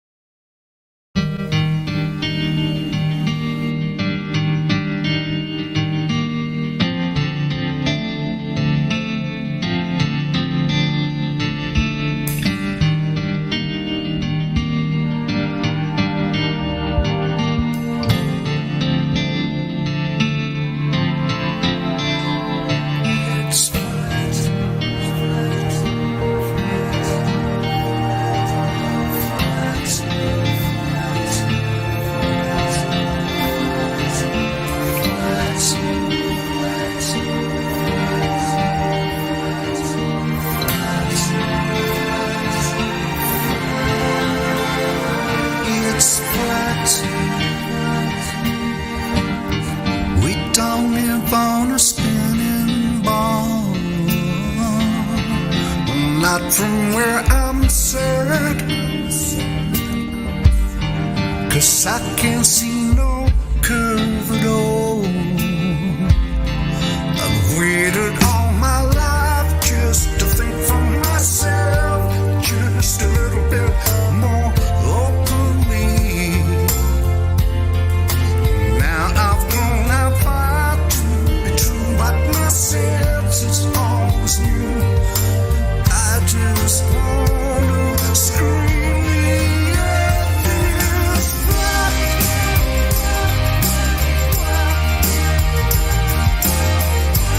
Open my eyes, no going back. It's flat. What a surprise. The earth is flat. Feels so good to me. I'm working every day with this mind full of positivity. Waited all my life just to think for myself, just a little bit more critically. 'Cause now I finally find true what my senses always knew. I just wanna scream at this fact.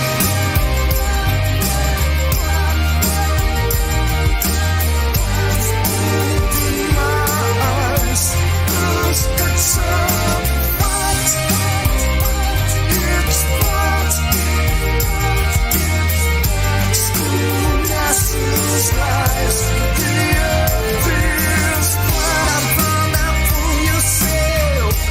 No one's telling the truth. It's all their own mind. Now it's down to you. You stop with every debate. You can trust in what he says. Spends time with ODD. Marks Cruz, DOB. And if you take the time, you simply cannot fail to see that it's flat. We don't live on a spinning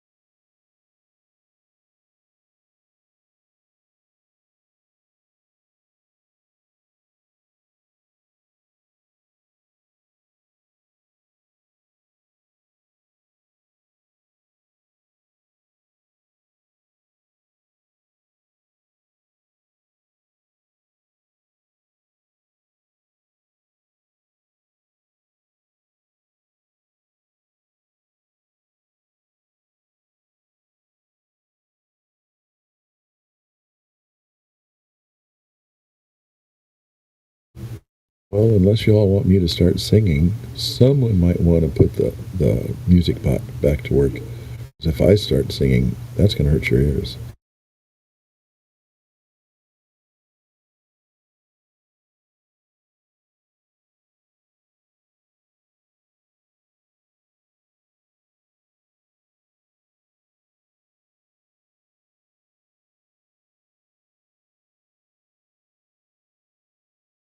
Of course, you could all have a discussion on here.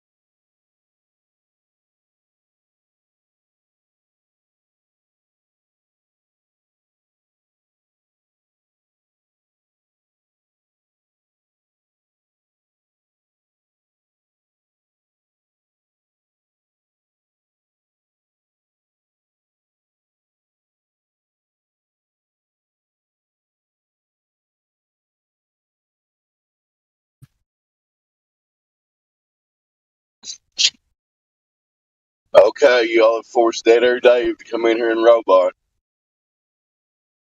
Anyone out there have any evidence that we live on the exterior of a spinning, wobbling, rotating, zipping around 4 different directions, water-covered space ball that is doing all this stuff literally in nothing? We would like evidence of any of that. Now, somebody else talk or don't. It's up to you.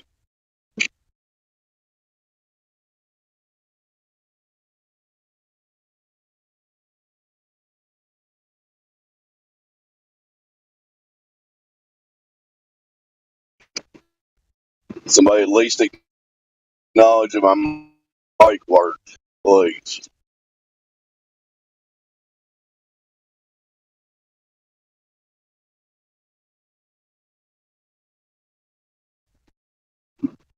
Or don't. I guess that's another option.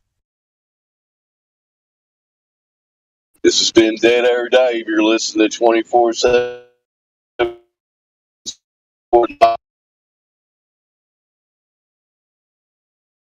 What is the Earth? Actually, is shape. Is it a ball zipping around several vectors and directions? No. You have evidence otherwise? Come in and share. Discuss. That's all I got.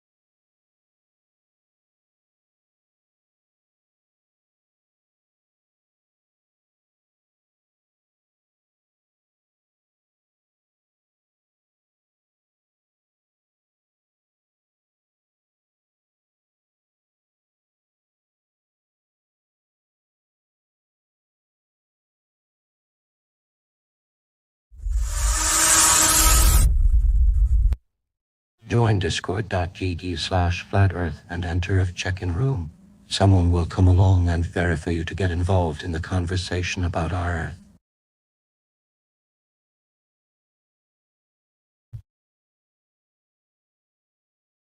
It was misinterpreted.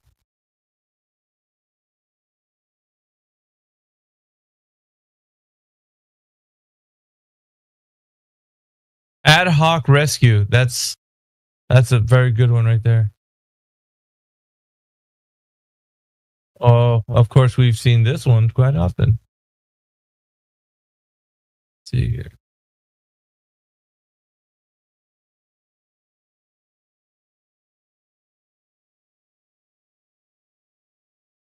Live stream voice text. Ad hominem. Abusive. Let's see. Also known as personal abuse, personal attacks, abusive fallacy, appeal to the person, damning the source, name calling, refutation by caricature, against the person, against the man. The description is attacking the person making the argument rather than the argument itself. When the attack on the person is completely irrelevant to the argument the person is making. Logical form is person 1 is claiming Y. Person 1 is a moron. Therefore, Y is not true. Ad hominem.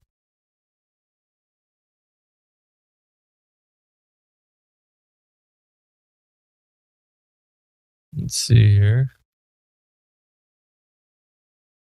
Oh, that's weird. Here, check this out. Let me get this one.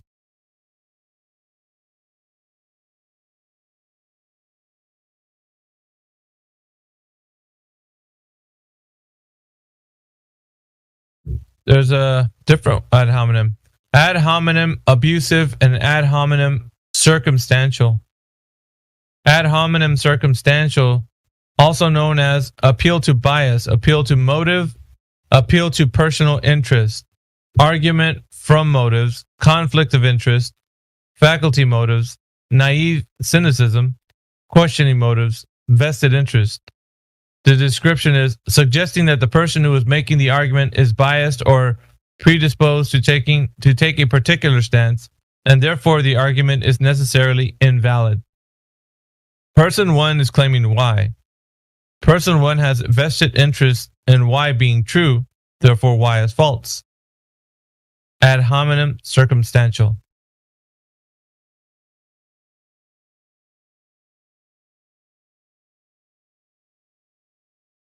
That's a logical fallacy, my friends. Be careful, because these are committed in here.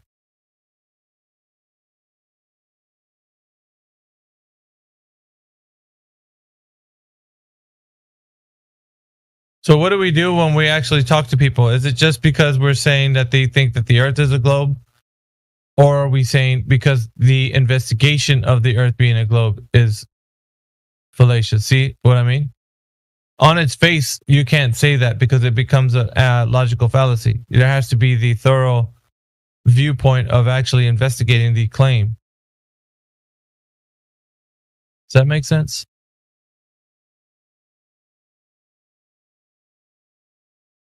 All right, let's go back one.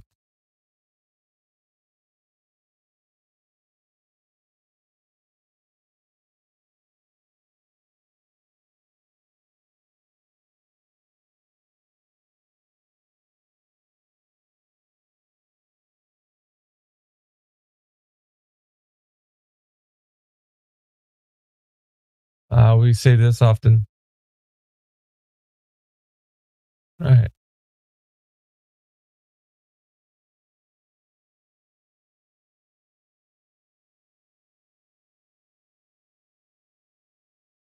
You guys already probably know this one. You hear us saying it a lot. Affirming the consequent, also known as a converse error. Fallacy of the consequent, asserting the consequent, affirming the consequent. New terminology. Consequent, the propositional component of a conditional proposition whose truth is conditional, or simply put, what comes after the in quotations then is an in quotations if then statement. Antecedent, the propositional component of a conditional proposition whose truth is a condition for truth of the consequent, or simply put, what comes after the in quotations if in an in quotations if then statement. The description, an error in formal logic where the consequent is said to be true, the antecedent is said to be true as a result. So the logical form is if P then Q, Q therefore P. Sunsets happen on Earth, therefore the Earth is a globe. The Earth is a globe, therefore sunsets happen.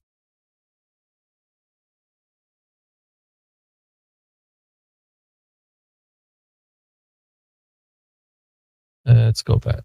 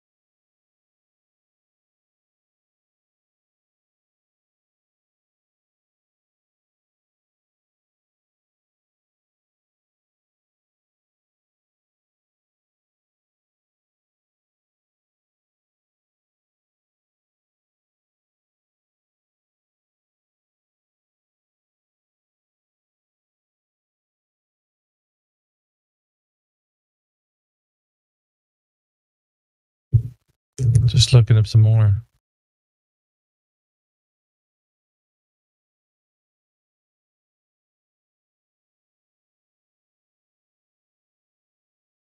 These are awesome.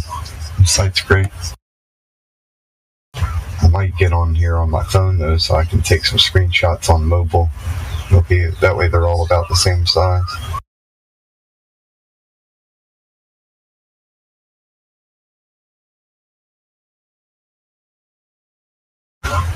Thinking about it. There's a way that we could format screenshots, I think, using something like BlueStacks. We emulate an Android operating system, and then you could make it whatever size you want it to be.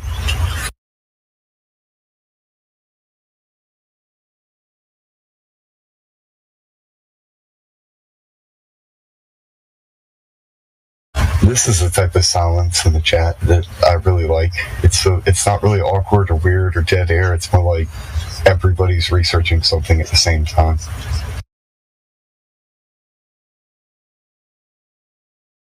Isn't it weird? It's like a busy silence.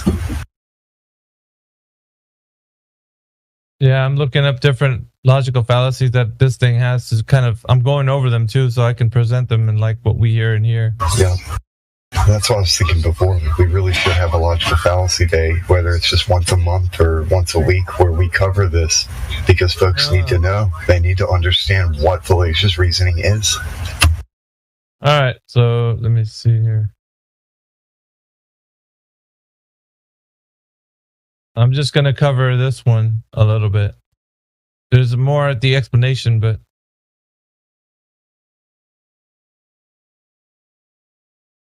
check this out. There's one that I haven't really heard, but it's still the same. Appeal to accomplishment, also known as appeal to success. When the argument being made is sheltered from criticism based on the level of accomplishment of the one making the argument.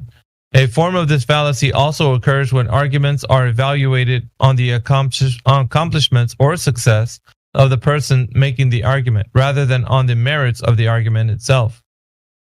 Logical forms are: person 1 claims that Y is true. Person 1 is very accomplished, therefore Y is true. Person 1 presents evidence against claim Y. Therefore, person 1 is told to shut up until the person 1 becomes accomplished as person 2.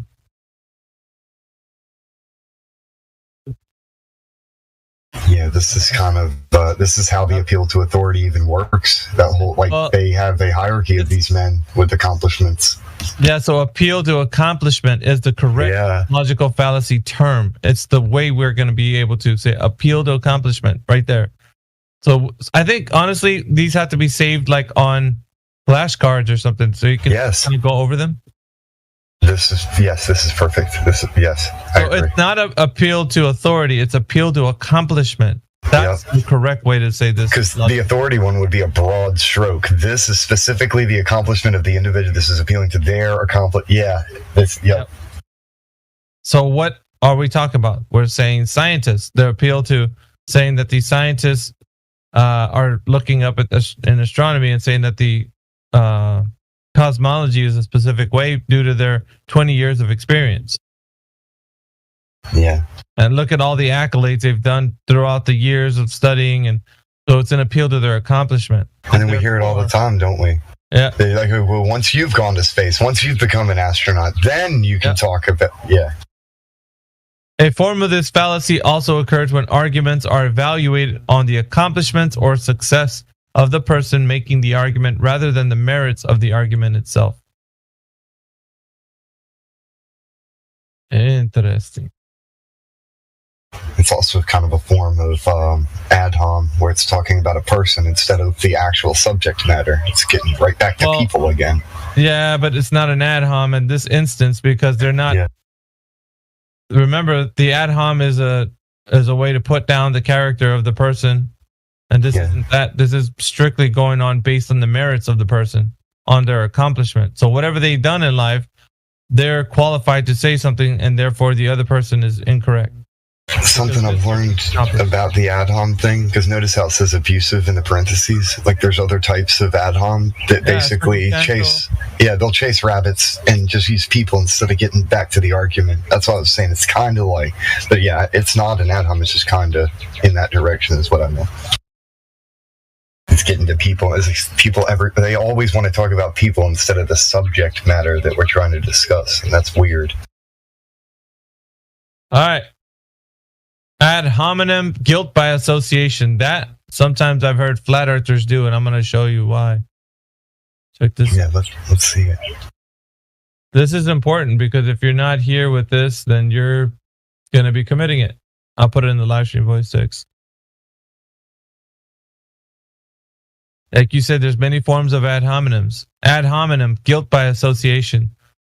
Also known as association fallacy, bad company fallacy, company that you keep fallacy. They're not like us fallacy or transfer fallacy. When the source is viewed negatively because of its association with another person or group who is already viewed negatively. Logical form is person 1 states that Y is true, person 2 also states that Y is true, and person 2 is a moron. Therefore, person 1 must be a moron too. So, how can we use this? Or the example is, Dolores is a big supporter for equal pay for equal work. This is the same policy that all those extreme feminist groups support. Extremists like Dolores should not be taken seriously, at least politically. So Dolores was lumped into the group of people that, like extreme feminist groups. Yeah. So, if we're to say the same thing for people on the globe side, how would this operate? This fallacy operate? Guilt by association. You believe in this, like if for both sides this fallacy happens. Like, oh, you believe in flat Earth, so blah blah blah, or oh, you believe in the globe, so I can't trust anything you say. Both sides commit this. Well, a guilt by association is a group, right? It's a group of people. Yeah, it's like some lumping them together with, oh, you're like them, you must be them. Yeah. So, can we do this to the globe earthers and flat earthers? Yes, both sides. I like that this fallacious reasoning subject levels the playing field. It straight up levels it for everybody, everyone. Because you can commit these fallacies without even knowing it. So, guilt by association. If we say that someone works for NASA, is that the sole reason why the person is a moron? Even though you want to say yes, like you have to refrain. Of course not. Right. So what are we saying then? We need to get more specific with how we say things, I think. Well, you need to categorize why the person is not competent. So it's not just them working for a company that's against what you might think is an agenda. You'd have to then specify the reason why the person doesn't have the knowledge that they do. So otherwise, you're going to lump them into, because they work for NASA, they're incorrect. You can't disqualify something without a disqualifier, like an actual logically reasonable disqualifier. Yeah, that's correct. Guilt by association.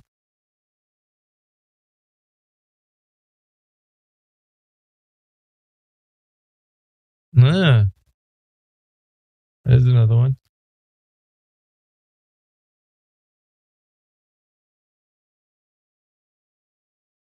All right.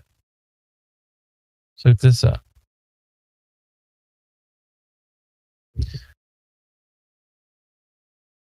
Ad hominem to quo q. To quo quo. Quo quo, yeah. Well, quo q. I was I think that there was a little clip that this one's on another website. That's why I was thinking that I think that it's to quo quo, but I might be wrong. No, quo quo will be QUO. This is QUE. See it? Oh, I see. It could be two different ones. Okay, yeah. Well, no, it's not. It's quo q. Yeah. I may just be pronouncing it wrong because I'm kind of retarded sometimes. So carry on, man. But do you see the way it's spelled there? QUE. Yeah.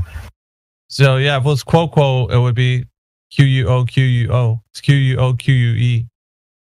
I went in to get my glasses and I didn't grab them. Again, like I said, I'm kind of retarded sometimes. Give me this. I'll be right back. You carry on, bro. Also known as appeal to hypocrisy, or U2 fallacy.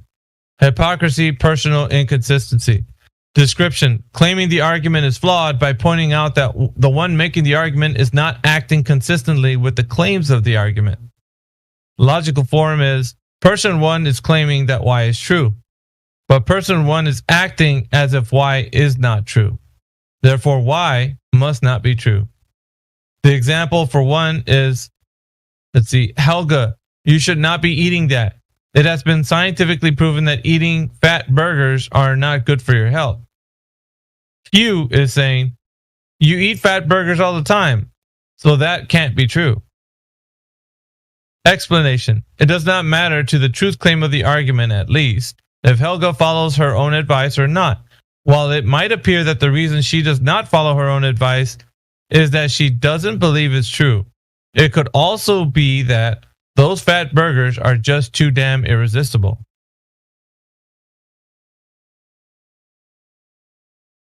So person one being Helga, right? So that's the logical form. Person one is claiming that Y is true, but person one is acting as if Y is not true. Therefore, Y must not be true. So Helga is saying, you should not be eating that. It has been scientifically proven that eating fat burgers are no good for your health. I think she was speaking to Hugh at this time. And then Hugh's responding to her saying, you eat fat burgers all the time, so that can't be true.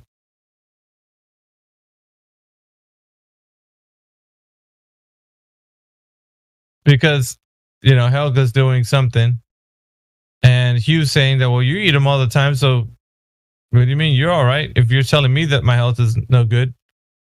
It's kind of like calling somebody out on being a hypocrite, and then assuming they're wrong. Kind of. Ad hominem to quo q.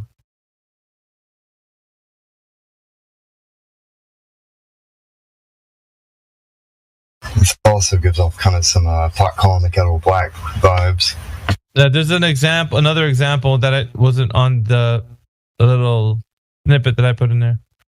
Example number 2, Jimmy Swaggart argued strongly against sexual immorality. Yet while married, he has several affairs with prostitutes. Therefore, sexual immorality is acceptable. That's a messed up example. Yeah, the explanation is the fact that Jimmy Swaggart likes to play around play a round of bedroom golf with some of the entrepreneurial ladies is not evidence for sexual immorality in general, only that he is sexually immoral. He really drug him through the mud on this one, huh? Yeah. They threw him under the bus. Poor Jimmy. The fact that Jimmy Swagger likes to play a round of bedroom golf, like what the hell, bro? The way that they articulated that with euphemisms is kind of it's comical.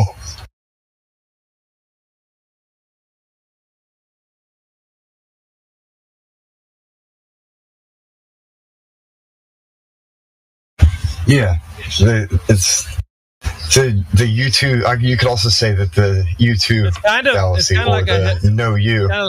It's kind of like a hypocritical way of saying somebody's a hypocrite. Yeah, this one's totally a hypocrisy fallacy. What do you mean eating burgers are bad for you? You eat them all the time. You know, that's because the person one is making the claim that the thing that the person's eating is no good for them, but then they're a hypocrite because they're eating them too. Yeah. But it's a truth claim because the person one is saying that the burgers are bad for you, but they're still eating it. But then the person is saying it's not true because you eat them. So that person is the one that's incorrect by saying that. Person two is incorrect. You replace the burgers with a drug that both of the people are participating in, and they go, well, you do it, so... that's why the argument is flawed. So... Yeah. I was just thinking like addicts, and then one of them's trying to argue why, hey, maybe we should quit, and the other one's like, well, you do it, so let's just not quit because there's clearly nothing wrong with it because you're doing it. So it's like somebody. Okay, I got it. It's like somebody who's a occasional drinker of alcohol, like an occasional, and someone who's really like an addict to drinking, right? So they're always drinking, and they're getting drunk, and then the guy who's occasional drinker says, "Hey, you shouldn't be drinking that much alcohol. It's not good for you, man." Yeah. And so the guy that's drinking a lot says, well, you're drinking every now and again. I see you with the beer. Duh. I'm not gonna stop drinking. So they're using it's a fallacious way of thinking. Like they're trying to argue from a standpoint of saying that like I can keep drinking the way I want because you drink anyways and you're saying that it's bad, so I think that it's good just based on the merit. It's like also hand waving. Like, oh, well, because you said this and because I've seen you do this, disqualified. Hand wave away the argument. Oh, you can. Let's see if we can turn it into anything flat earth. Okay. How about you're telling me that the cosmology, or let's see, person one has to be the one telling the person something. So person one is like, well, we can still look through a telescope and see the stars above us, right? Like, there's nothing wrong with that. I don't know. I'm trying to form it in a example. I was just going to go with refraction. Like, oh, well, because refraction, and then they go for the globe. Yeah, but because refraction, man. Yeah, any claim that we say that has something to deal with a reason why we would say that this is not true, and then the person saying, well, we still got telescopes when we look through them, so obviously it's a ever-expanding cosmos. Yeah. It's got to be a claim on both sides, I think. Well, it's not a claim on both sides. What the person one is saying is we can look through a telescope, but it's not supporting anything you're seeing. But the person two would be making the argument, as in, yeah, it is what we're seeing because we're using a telescope. Like, in other words, we're seeing an ever-expanding cosmos. Yeah. It's not person one is like, Helga, you should not be eating. It says you should not be eating that. It has been scientifically proven that eating fat burgers are no good for your health. And so it's a truth claim that this isn't right to do, even though Helga's doing it. Because Hugh is a second person saying you eat fat burgers all the time, so that can't be true. So based on the fact that Helga's eating burgers, he's dismissing the claim that it's scientifically proven that eating fat burgers are no good for your health. So the truth claim is that fat burgers are no good for your health, right?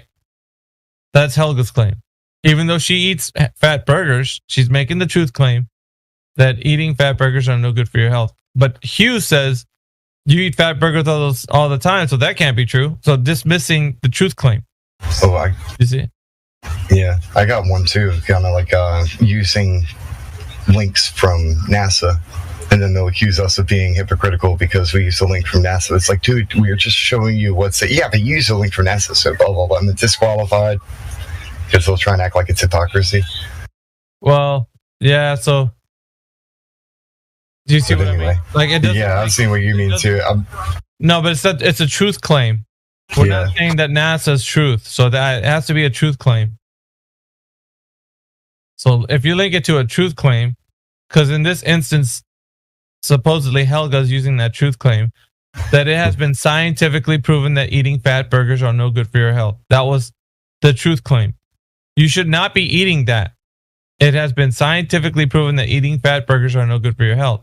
So she's making a truth claim. Even though she eats fat burgers, she's making the truth claim that fat burgers have been scientifically proven it's now good for your health.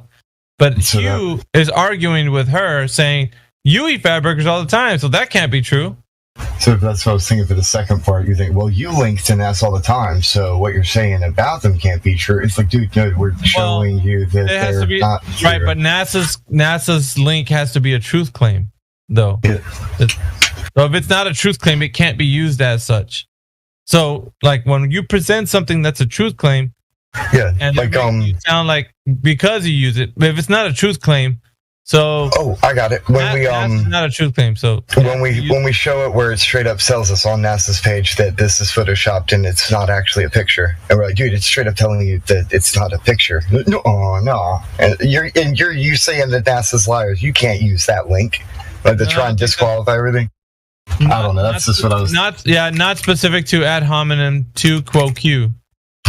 That's not specific to that. Like, I was just trying to think of a form, but I'm not really sure. I can't. We'll experience one in the future, I'm sure. Perhaps it's not been experienced yet. Like, not to this form, not the logical form that it's been used.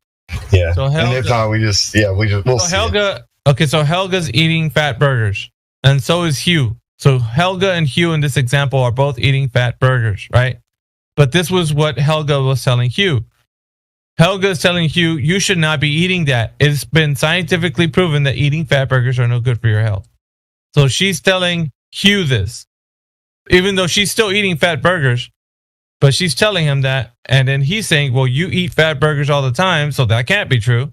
So he's basically telling her, it's not true because you eat them as well. But even the truth claim that she said that it's scientifically proven that eating fat burgers are no good for your health.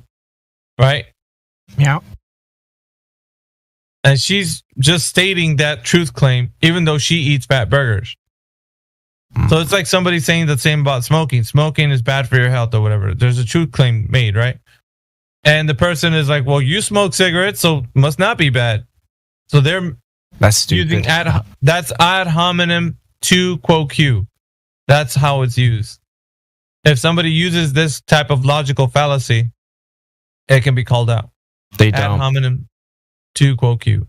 I have. It's just a very rare one, by the way, but yeah. Which gets back to what we were saying before, though, is these are the specifics. These are very pointed, fallacious reasoning. It's not like the broad strokes, like the other stuff we were talking about before, like weeks, months ago. Which is important to figure out exactly what they mean, then, too, because they're pointed and specific.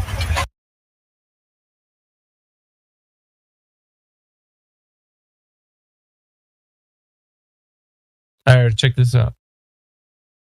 I'm going over a few because I think they're important. In this arena, these are very much used in here, or not used, depending on, you know what I mean? Here, let me post it in Livestream Voice 6. Alleged certainty, also known as assuming the conclusion. Description: asserting a conclusion without evidence or premises through a statement that makes the conclusion appear certain when, in fact, it is not. Logical form: Everybody knows that X is true. Therefore, X is true. Example 1. People everywhere recognize the need to help starving children of the world. Explanation. Actually, people everywhere don't recognize this. This may seem like common sense to those who make the claim and to many who hear the claim, but there are many people on this earth who do not share that view and need to be convinced first. That's an interesting one, I think. So the example was people everywhere recognize the need to help starving children of the world. Do people everywhere see the need to help starving children of the world? Yeah. No. But that's a logical fallacy right there. Yes. The logical fallacy is that the claim that the argument someone's making is that people everywhere recognize the need to help starving children of the world, and that's just not true. Asserting a conclusion without evidence or premises through a statement that makes the conclusion appear certain when in fact it's not.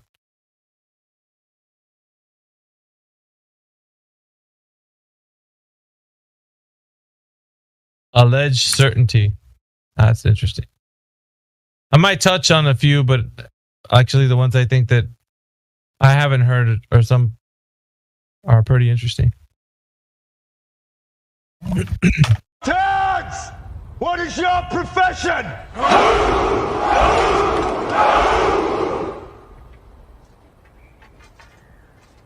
See, old friend, I brought more soldiers than you did.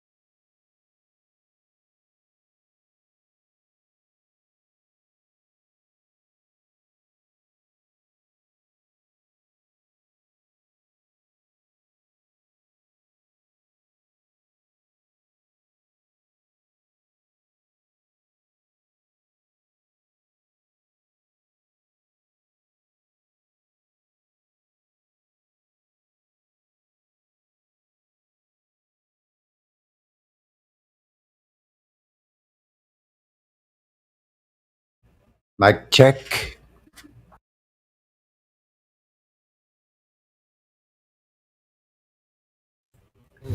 I checked and there's nobody here named Mike. Mike's not home. Kind of like Dave's not home. Dave's not here. Different situation. Dave not being home or Mike not being home, but similar circumstances.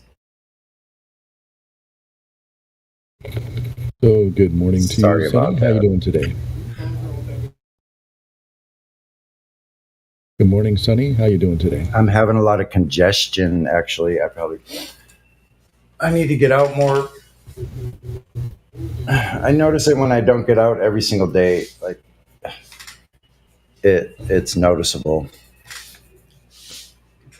Well, I'm ready to get out and drive out to my local Wendy's, pick up a hamburger, which I can bring back to work here, and throw the buns away and eat the meat, lettuce, tomato, onions, and pickle. Yeah, I do that lots of times. Like,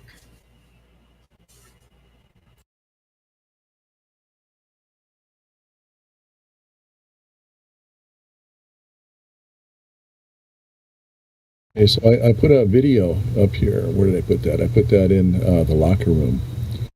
You might want to check that out. It's Anonymous on TikTok. Very interesting video.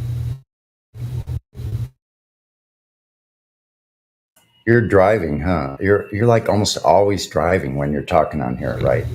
Well, I'm at work right now. I'm sitting at my desk. Oh, But I right. will be Okay. driving in about 5 minutes. Okay. Because I hear a little buzzing that's coming from when you open your mic. I hear it's going bzzz. Well, there's phones ringing in the background. We've got this test equipment. We're putting some electronics through some high temperature testing right now. So Yeah, it's got there's a fan on it. interesting. This is like all of those sounds, like however the microphone is picking things up, all that ambient sound that is in the room, like compiles all into a buzz. Like it's an interesting phenomenon. Sorry, man, I must have a buzz. Either that or, but no, don't worry about it. Just it's me being nerdy. Stop being so nerdy, Sonny. Yeah, I'm doing pretty good. I'm trying to get some music together with my own like setup. So I have a little drum machine, and just gonna start working with some basic stuff where I just have a drum beat going, record that track, and then play like rhythm guitar to it, and then I have this pedal that has actually the pedal is the one. It's like a synthesizer pedal, so it has like all the drum beats and stuff. Right.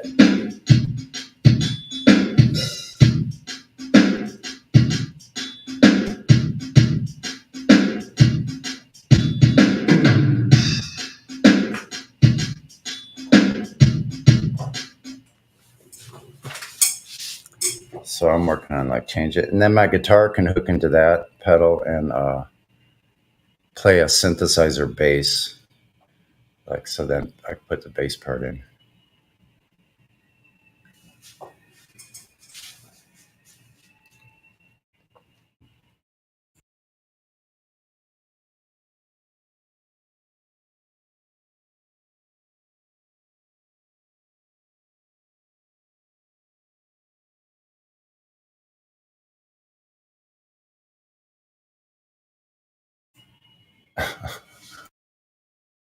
Sometimes when I don't hear anything going on, I have technical insecurity.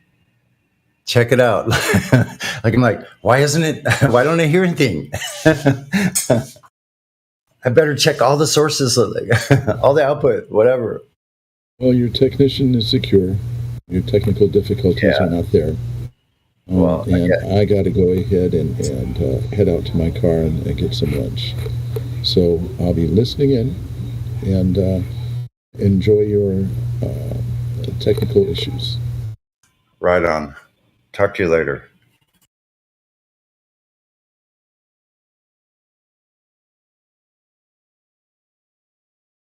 If there's anybody out there listening in the YouTube world, anywhere else out there, it's nearly 11 o'clock my time, AM.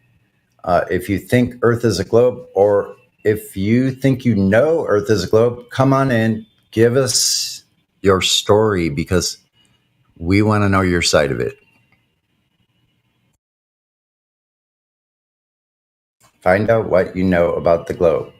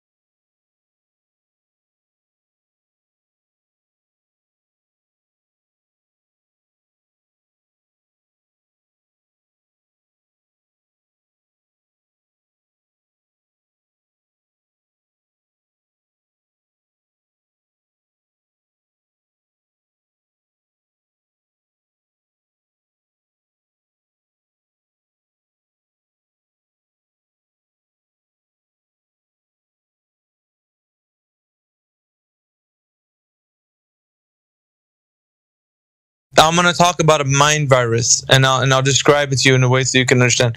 So I'm going to ask you 2 questions. If you can just respond to me in the most honest way possible, and we'll see if you can understand what I'm talking about here. So first question would be Flat Fact 64. Are we talking on Discord?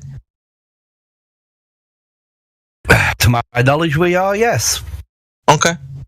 Are you 100% sure we're talking on Discord?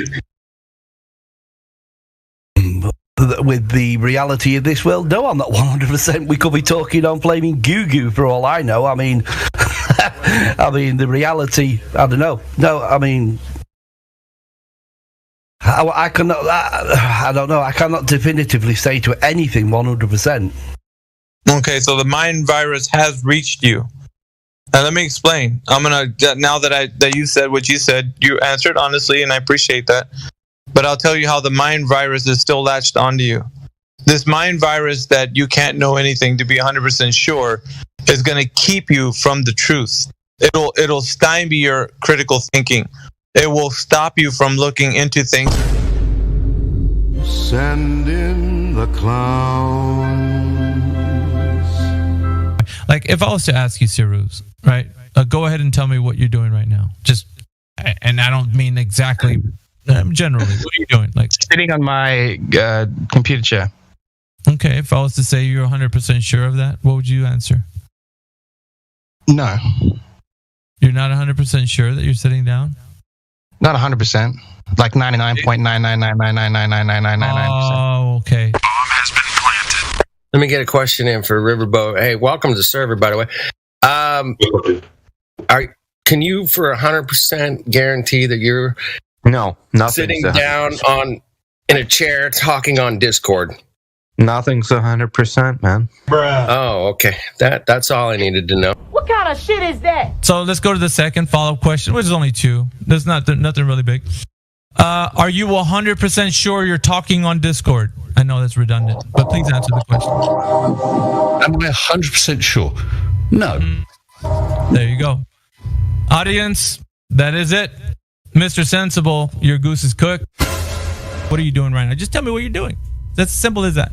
What are you doing right now? Be honest. Like I don't have to know, but I believe I'm sitting down on my chair, and I'd say that's But just sir, you're not going to tell me, and that's I believe. Okay. He just said he believes he's sitting in a chair. Yeah, you said that.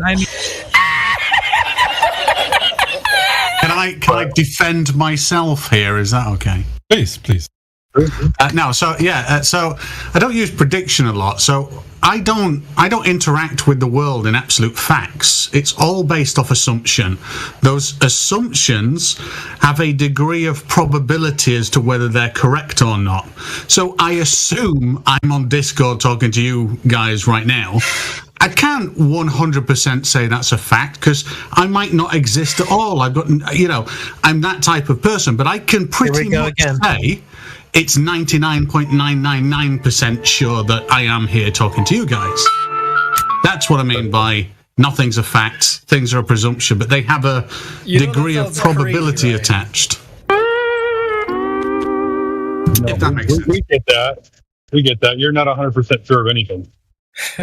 Correct. 99.999999999%. Let's find out real quick. Let me just ask this. Punjab, what are you doing right now? You can tell me. If you're not, we'll use another example. What are you doing right now, Punjab? I assume I'm laying in my bed. Okay. What? I was just going to ask you if you're sure you're laying on your bed. He assumes it. He's assuming it. Just assume. But wait! There's more! Listen, did you or did you not say you can't be absolutely sure of anything? Did you say that? Okay. Are you absolutely sure of that? No. Got him. Ladies and gentlemen, we got him. We can get really close. Like I can be like 99.99. Well, yeah, we're not saying about any sign. Let me ask you a question. Have you ever eaten food before? Very likely, yes. You can't say I'm not consistent. Bruh. Also, like whatever you're doing right now, are you sitting down, standing up, I mean, what are you doing? I'm sitting down. Okay. Are you 100% sure you're sitting down? I hope so, yeah.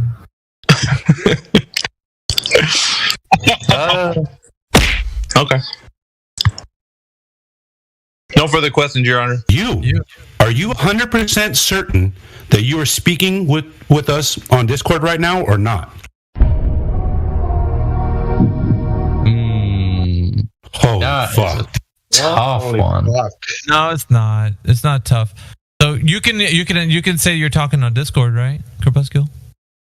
Yeah, I suppose I'm talking on Discord, yeah. Suppose? Wait. Well, why was there hesitation, and why now is it you're supposing that you're talking on Discord? Tell me about why you think that. Because I could be just a dream in the mind of God. Who knows?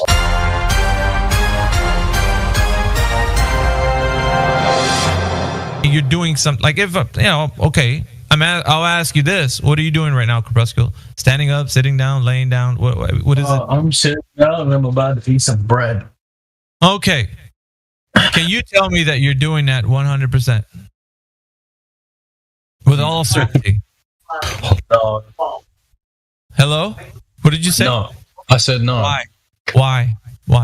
Because I know that I can't fully trust my senses because I'm somebody who's literally delusional. Okay. I've literally had false memories. So you're the wrong person to ask that. Shut up, bitch! I'm not 100% on anything. Right, but I am more than 99% sure. Excuse me. You're not 100% that the Earth is a globe. I'll tell you nothing's what. Nothing's 100%. Nothing's 100%. What? Nothing's 100%. What are you talking about? Okay, so let me ask you a question. That just because you said that, you need to answer this question. This next one I'm going to ask you. Have you ever eaten anything? Oh yeah. I might have eaten something, right? Okay, and then now I remember eating that. Now, what if there's a very small possibility? There's a very small possibility that my memory has been altered. I'm a schizophrenic. I'm suffering a psychotic episode. Yeah, I can introduce factors that I'm completely unaware and oblivious to. So, if I ate something, there's a high probability that I'm correct that I ate something, but it's not 100%. Nothing's 100%. Right? Bro, what are you talking about, man? But let me finish the point here. Quantum mechanics, the most technical field of science currently, is not 100%. They use probability. Why would I talk to a psychopath? You just finished saying you could be schizophrenic. Why would I want to have a conversation with a schizophrenic? I was making a hypothetical situation. No. You just said I could be schizophrenic. It's not. Yeah. To tell you, are you 100% sure that you're sitting down watching your screen? Well, nobody knows what's outside their perception. No, that's not what I asked. What I'm asking is exactly what you told me. I'm just repeating it back to you as in, are you 100% sure that what you told me is exactly what's going on? No, because you don't know what's going on outside of your taste, your smell, your hearing, your sight. Okay, so this is the issue that we have. Are you swimming in an ocean? Probably not. What? Probably not. Well, that's He's not even sure of that. He's whispering in your ear again. That professor. You would have to define what an ocean is and what. No. You know. Like, no, we don't have to get into semantics. So for the reason of this conversation, we both understand each other in a way we know what we're saying. So you know what I mean when I say ocean, right? Excuse me. You can roast me for saying this, but I don't think I can touch a ball before, so. He probably is. Hey, man, are you talking on Discord right now? Yeah, I think so. I didn't even get the second one. You're already caving. What the hell, bro? I think so. This is madness, man. Yeah, all you guys, you live in your own fantasy. Have you ever eaten before? Bomb has been planted. Yeah, I think so. Look at this guy. I don't think he remembers his last meal. No, you don't remember when he's eaten. Or if he has. What the fuck is this piece of shit? I can prove that. Oh, he can't. How big is the jar your brain is? Are you a brain in a jar sitting on some shelf somewhere? No, I don't think I have one of those. Shoot you! I don't have one of those. Listen to this guy. Not if you have one. Are you one? In one? Are you in a jar? I think he's just a jar. He's not even in the.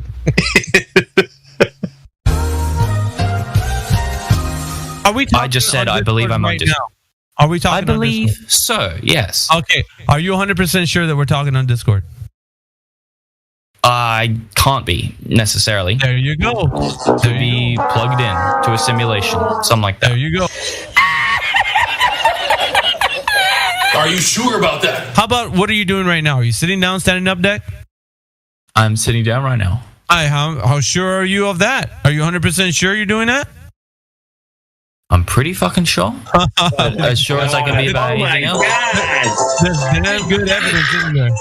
Guys, it's not that fucking hard of a jump to understand that if you don't know if the world is real, then you can't know if anything's real. Like, it's not surprising. Stop the cap. Stop the cap right now. Stop the cap.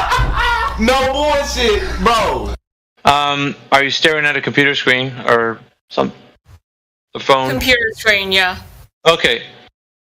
Are you 100% sure that you're sitting down staring at a computer screen?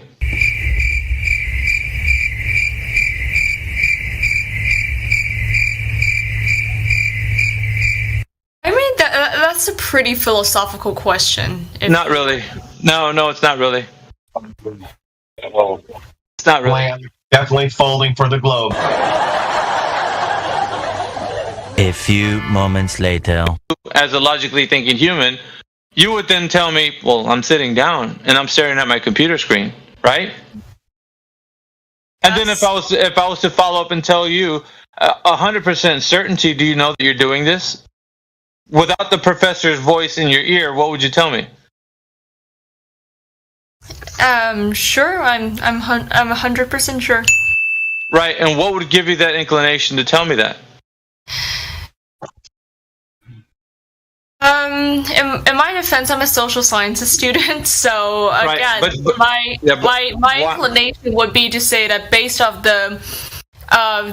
my conception in my mind of reality, the way my brain interprets its sensory input. There you go. Because of your senses, you start to realize the world around you, and you're able to navigate. So you're telling me exactly what's going on. Ego, are you 100% sure that you're speaking to us on Discord right now or not? No. Bruh. Oh, there you go. Fuck. Yeah. There you go, Levelist. These fucking people, dude. These relativists, dude. What the fuck is going on? I'm telling you, bro. You don't know until you know, and now you know. That in my epistemology, I don't believe you can have absolute knowledge. What epistemology is that? Shit for brains? No. Let him finish. Let him finish. You don't think you can have absolute? Your epistemology is what? I'm a fallibilist. Oh, okay. So you don't think you can have absolute knowledge? There's no objective truth. Well, I think I can know that I exist. And I think I can know that certain logical truths are true. Have you ever eaten before? I think so, yeah. What? From 1 to 100%, how sure are you that the Earth is in fact a spinning globe in a vacuum with a radius of 3959? I'd say 99.2, something like that. Shut up, bitch! Oh my God! It's all over. It's all over for him. I don't know if you realize it, but it's over. Hold on, not yet. Clear? 24/7 Flat Earth Discord. Go get VC verified. The countdown has begun.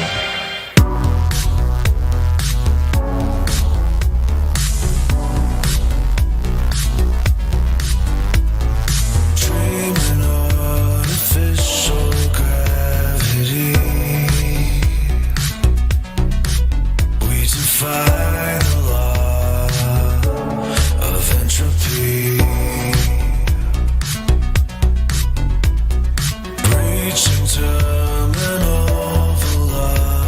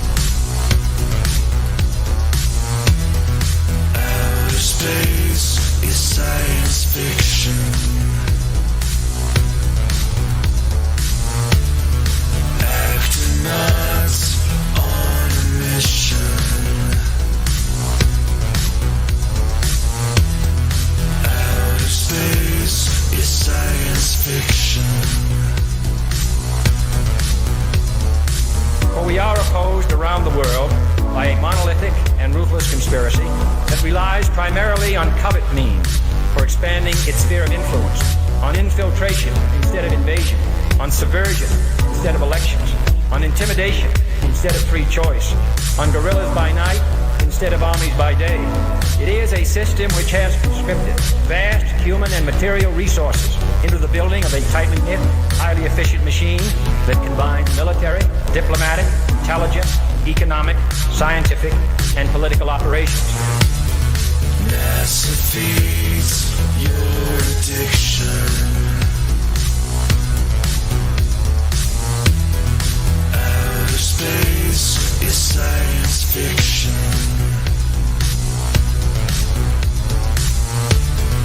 Astronauts on a mission.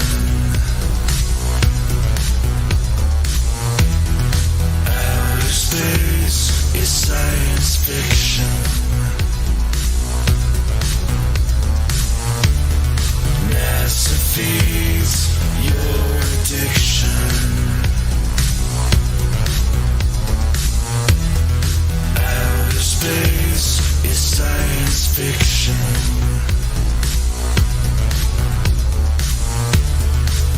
Astronauts on a mission. Outer space is science fiction.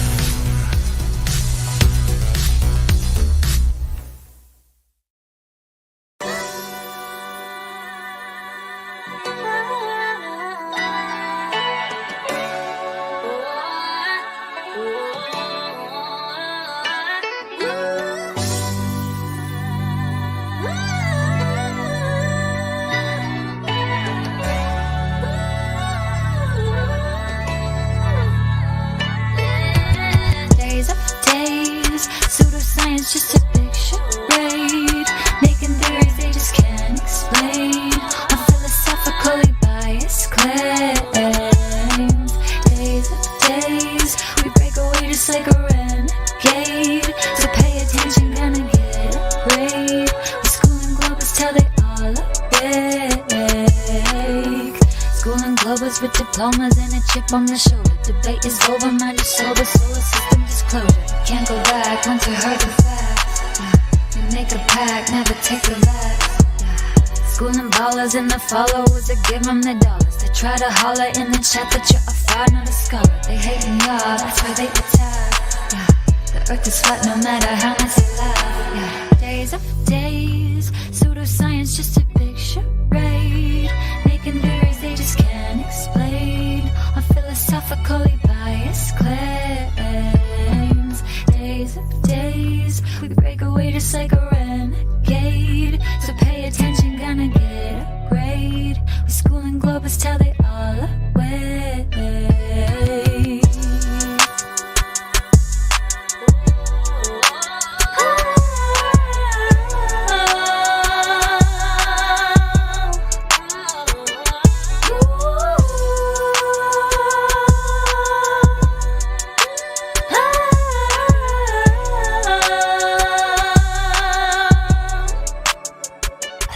Productions. 24/7 Flat Earth Discord. Go get VC verified.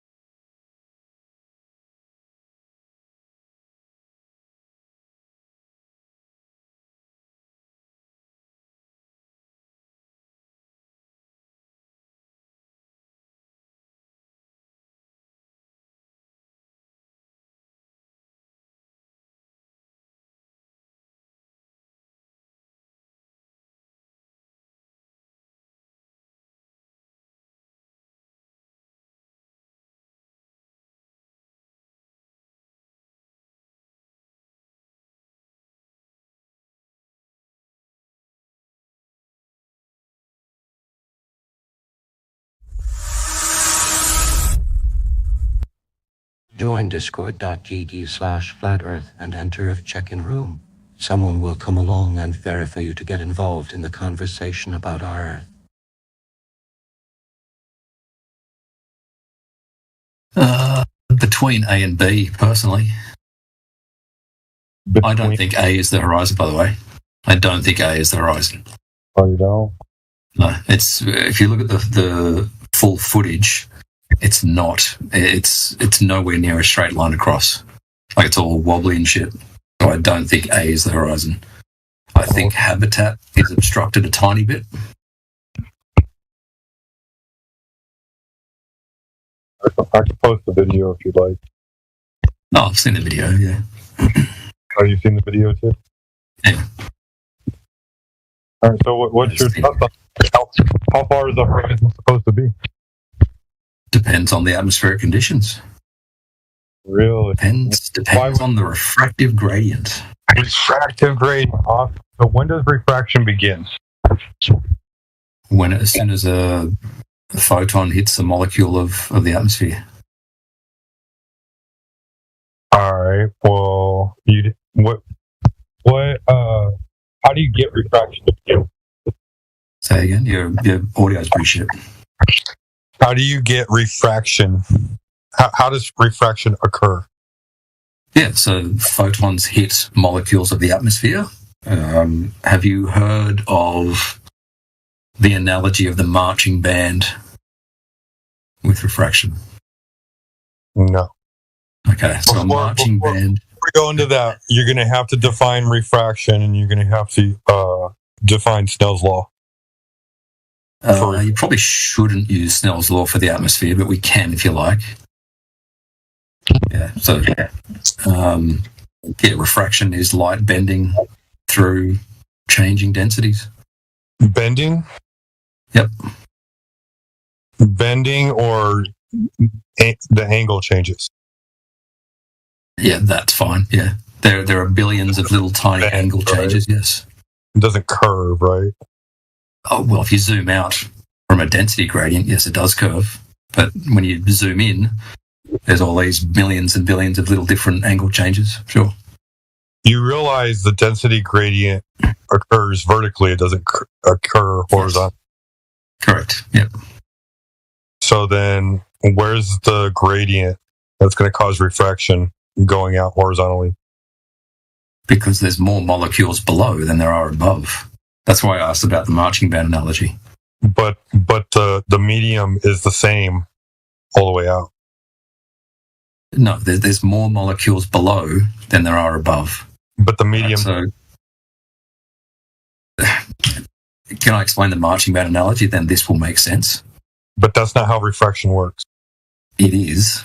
It actually is. It is not. So the marching band analogy... You have to have a change in medium in order for refraction to work. At a macro level, you can use Snell's law with sort of gradiated, discrete layers of the atmosphere. So there are issues with that mathematically. That's why you use Fermat's principle. So when there's fog, then there's just too much refraction going on for me to see anything? Oh, it's usually scattering. If it's fog, you just can't see shit. Come on, man. You're reaching for an explanation just so that way you don't have to say the Earth is flat. If I explain the marching band analogy, I think you'll understand why, even if you are pointing light directly horizontal, why it will still refract downwards. If you understand the marching band analogy, which is kind of close to how refraction works. I've done your marching band analogy, and I would think that scatter would occur a lot more than refraction. Oh, yeah, scatter does occur, yeah. Yeah, but you don't see scatter occurring in the image. Light is scattering, right? But it's not enough distance to scatter it all away. Oh, just 10 miles, that's it. Yeah, that's not very far. That's like 50,000 feet. Right. You don't think you can see 10 miles? Shoot, I've seen the weather advisories and I can see 25 miles. Right. So why do you think the light would be scattered away at 10 miles? Because you claim density. Right, a density gradient, an optical density gradient, yes. That's there regardless of whether there's fog.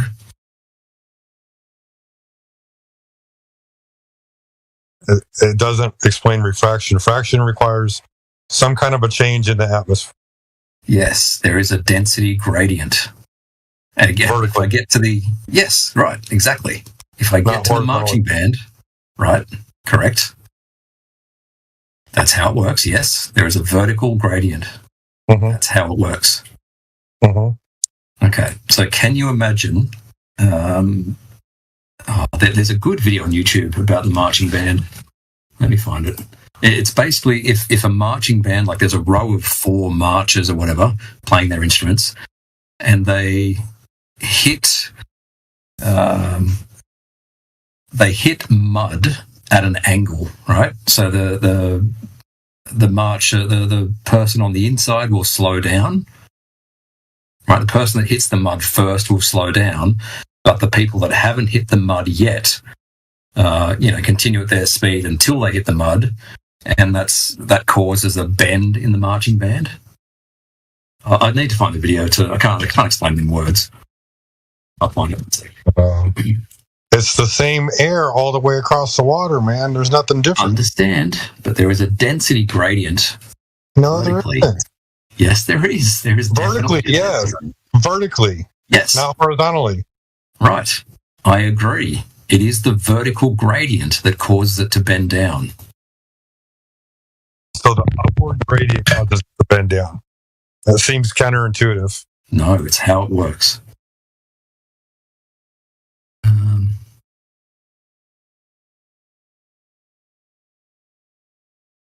Okay, I found... Yeah. I'll stick it in the chat anyway. That's kind of the marching band analogy. Marching band to explain light refraction. Yes. All right. As a photon hits... Why don't we use light to explain light refraction? Yeah. Okay. So a light, as a photon, it's traveling, and it's... Marching bands to explain... Okay. Yeah, it's an analogy, but I can explain it with the actual molecular interaction, if you like. Let's say we have... explain it with an actual demonstration. Yeah, I'll explain it. I can't show you in my hands a molecule and a photon hitting it. I can explain what happens. Donato, that is a shit image.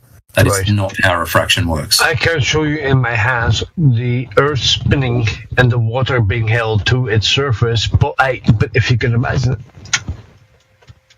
You sound like God there. He's got the whole world in his hands. So Donato. The whole world in my hands. Donato in the chat. I want to get... Donato in the chat, that's not how refraction works. It's not gradient horizontally. It's not how it works. Bro, we're not talking about gradient horizontally. I agree. That's why that diagram in the chat is shit. Because that's not how it works. You would need a horizontal gradient in order for it to bend. No, you need a vertical gradient. Let me post something. Do I have image perms? Hang on. I don't know. Just find out, do you? I'll find out in a second. You shouldn't have. No, you don't. Oh, boo. Someone really needs to get an image. Yeah, who can I send it to? You can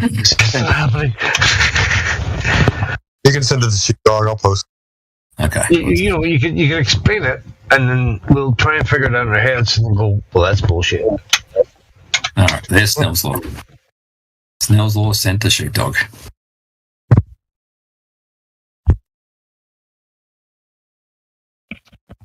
I'm going to post that in the chat. That'd be lovely.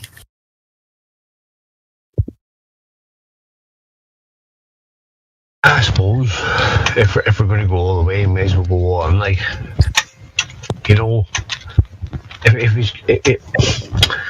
may as well see what he's trying to represent. Yes. With pixels and cameras and angles. No, just with a Snell's Law.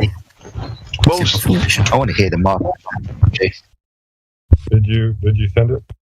Yeah, it's in your DMs. Oh. Tomorrow analogy. Oh, there it is. Oh,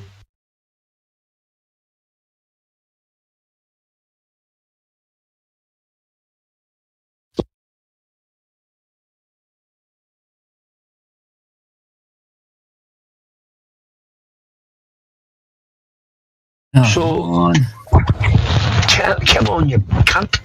Come on, cunt. There you go. There we go. Go ahead and walk me through it. All right, so that's Snell's law. And this is, I have to stress, it's a simplification of the atmosphere.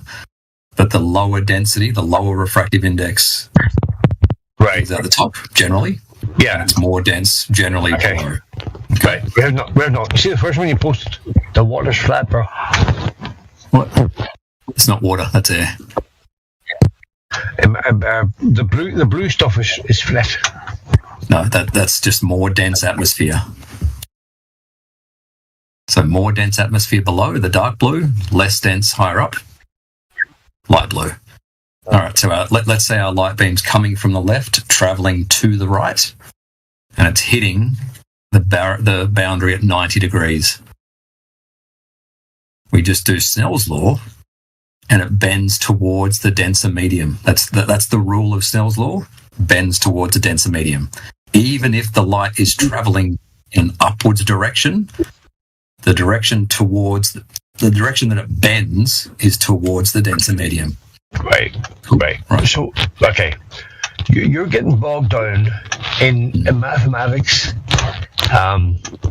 in stuff that doesn't really matter, because logically we can see and prove that the Earth is not a ball. It's not moving. Water does not adhere to the exterior of a shape. I don't know. I got this. Okay. All right. Okay. But he's bogging us down in bullshit. No, I know he is, because he's gonna claim like the infinite gradient, and so there's an infinite bend of refraction or infinite refraction index. No.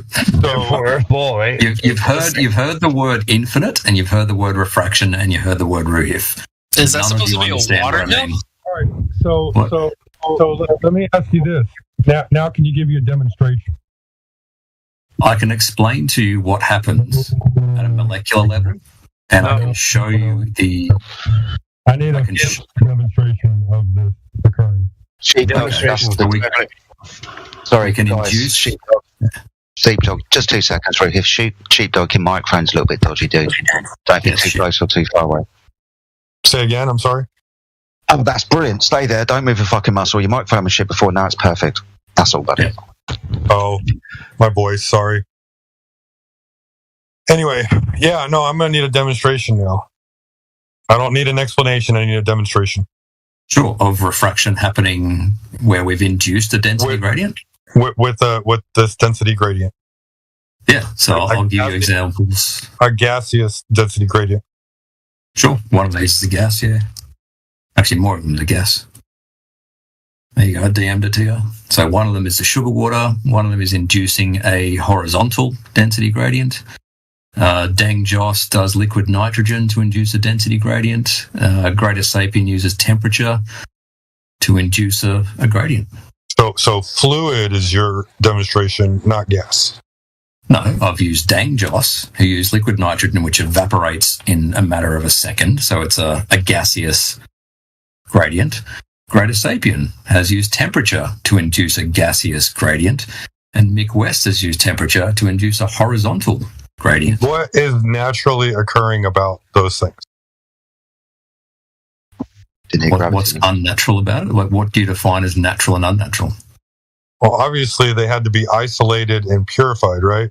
So what's natural about it? Okay, you want it happening in reality? Sure. Like in nature? I've DM'd that to you then.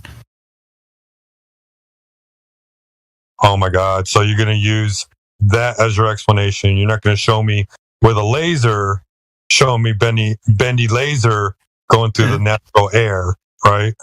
Bottom right, taboo conspiracy, bendy laser through natural air. You want to post that in the chat? Bendy laser, natural air. Yes. Bottom right.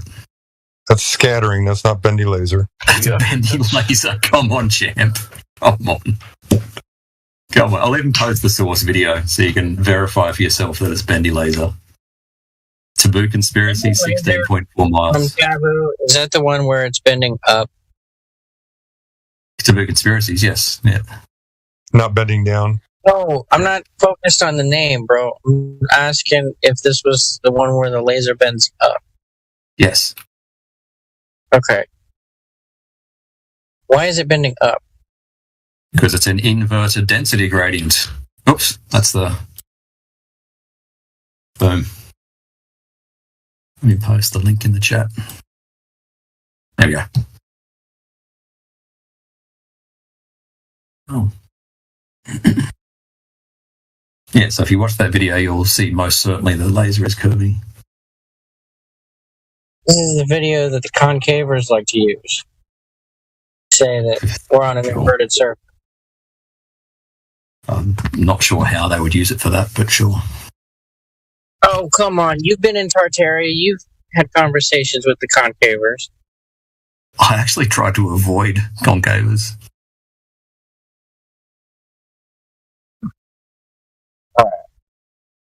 I find that an insult, like they're not as bent as us. Yeah, they're a little nuttier.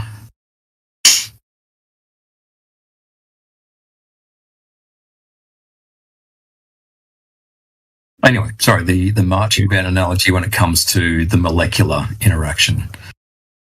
Let's say a photon's traveling horizontally and it hits the absolute dead center of a molecule, then it should go straight or be absorbed and re-emitted, whatever.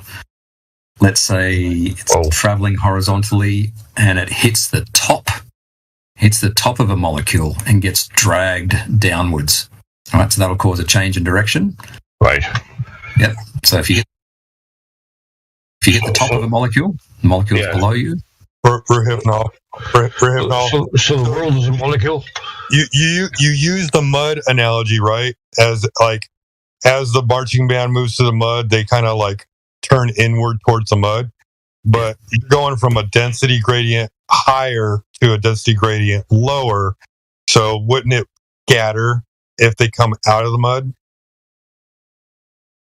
It's only meant to explain the change in direction. I know, but you use an inverse explanation. So I mean, come on, dude. Well, I'm trying to give you an analogy for what happens in the atmosphere with the molecules. Oh, I know. It's a poor analogy. I get it though.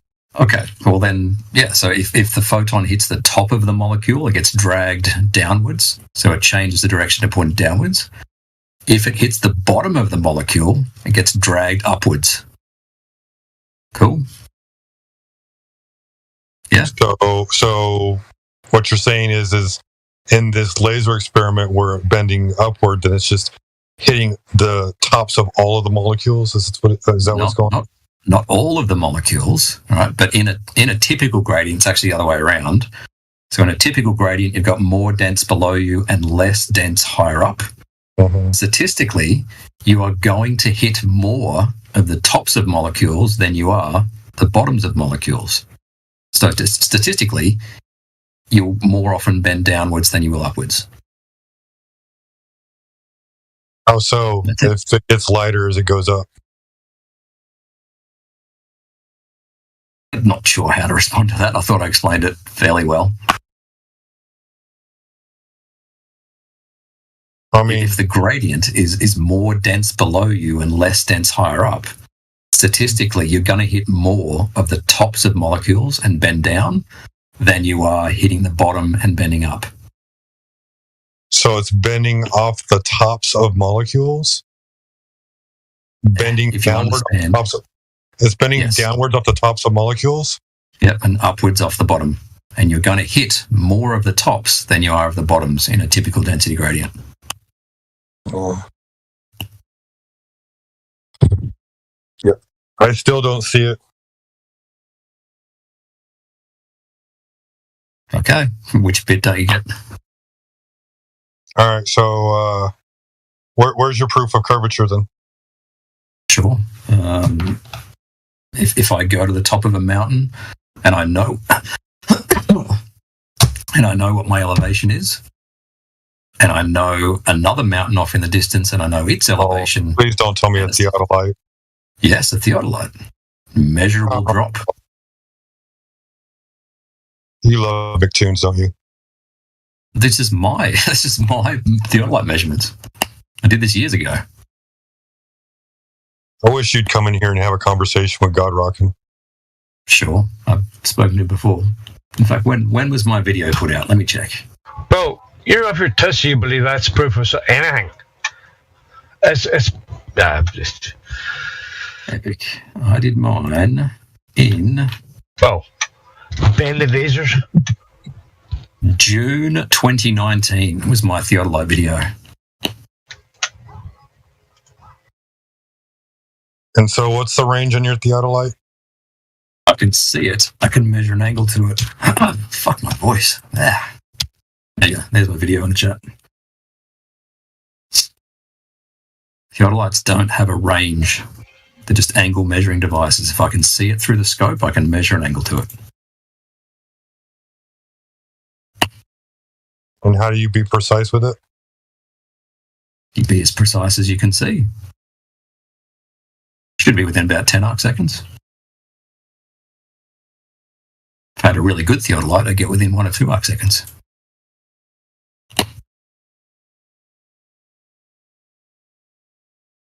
And so, what does that prove exactly? As far as, go ahead and walk me through it. Okay, I can make a prediction for the angle that it should be if the Earth is flat. And I can make another prediction for what it should be if the Earth is a globe, if there's drop. And I go and measure it, and it matches the globe prediction. A measured drop. From where? From one mountain to another. Wait, what? Elevations. Let's say I'm at a mountain. Let's say I'm at 1,000 meters elevation, and I look across to another mountain that's also at 1,000 meters. All right, so it's the same elevation. Wait, so we're not measuring the sun anymore, or doing curvy angles. We're measuring one mountain to another. Yes. Okay. Measuring an elevation angle. Oh, okay, I see. Because of curve. Okay, all right. Right. Yeah. So if I'm in a flat Earth, and I'm at 1,000 meters, and the other mountain's 1,000 meters, theoretically I should measure 0 degrees elevation. Right? Well, how far away is the mountain? However far? 30 kilometers, 50 kilometers. Long way away. What about 80? It's a bit far to see with. You can't see it, right? Right. Okay. All right. But people do see. But people do see things that should be hidden behind a curve.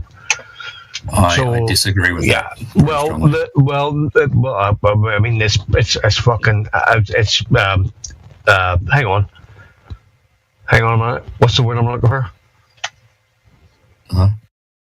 Hang on, I'll find it. Documented. It's documented. We see things too far. So now you're talking about from one mountain to another that's 50 kilometers away, but people see things that are way too far away, right? Okay, so let's just stop right there. Let's just stop right there. What are you trying to do? With these measurements, it's a measurement of drop. So 8 inches per mile squared. Right, so if we are seeing things that are way too, like 80 kilometers away, where's your drop?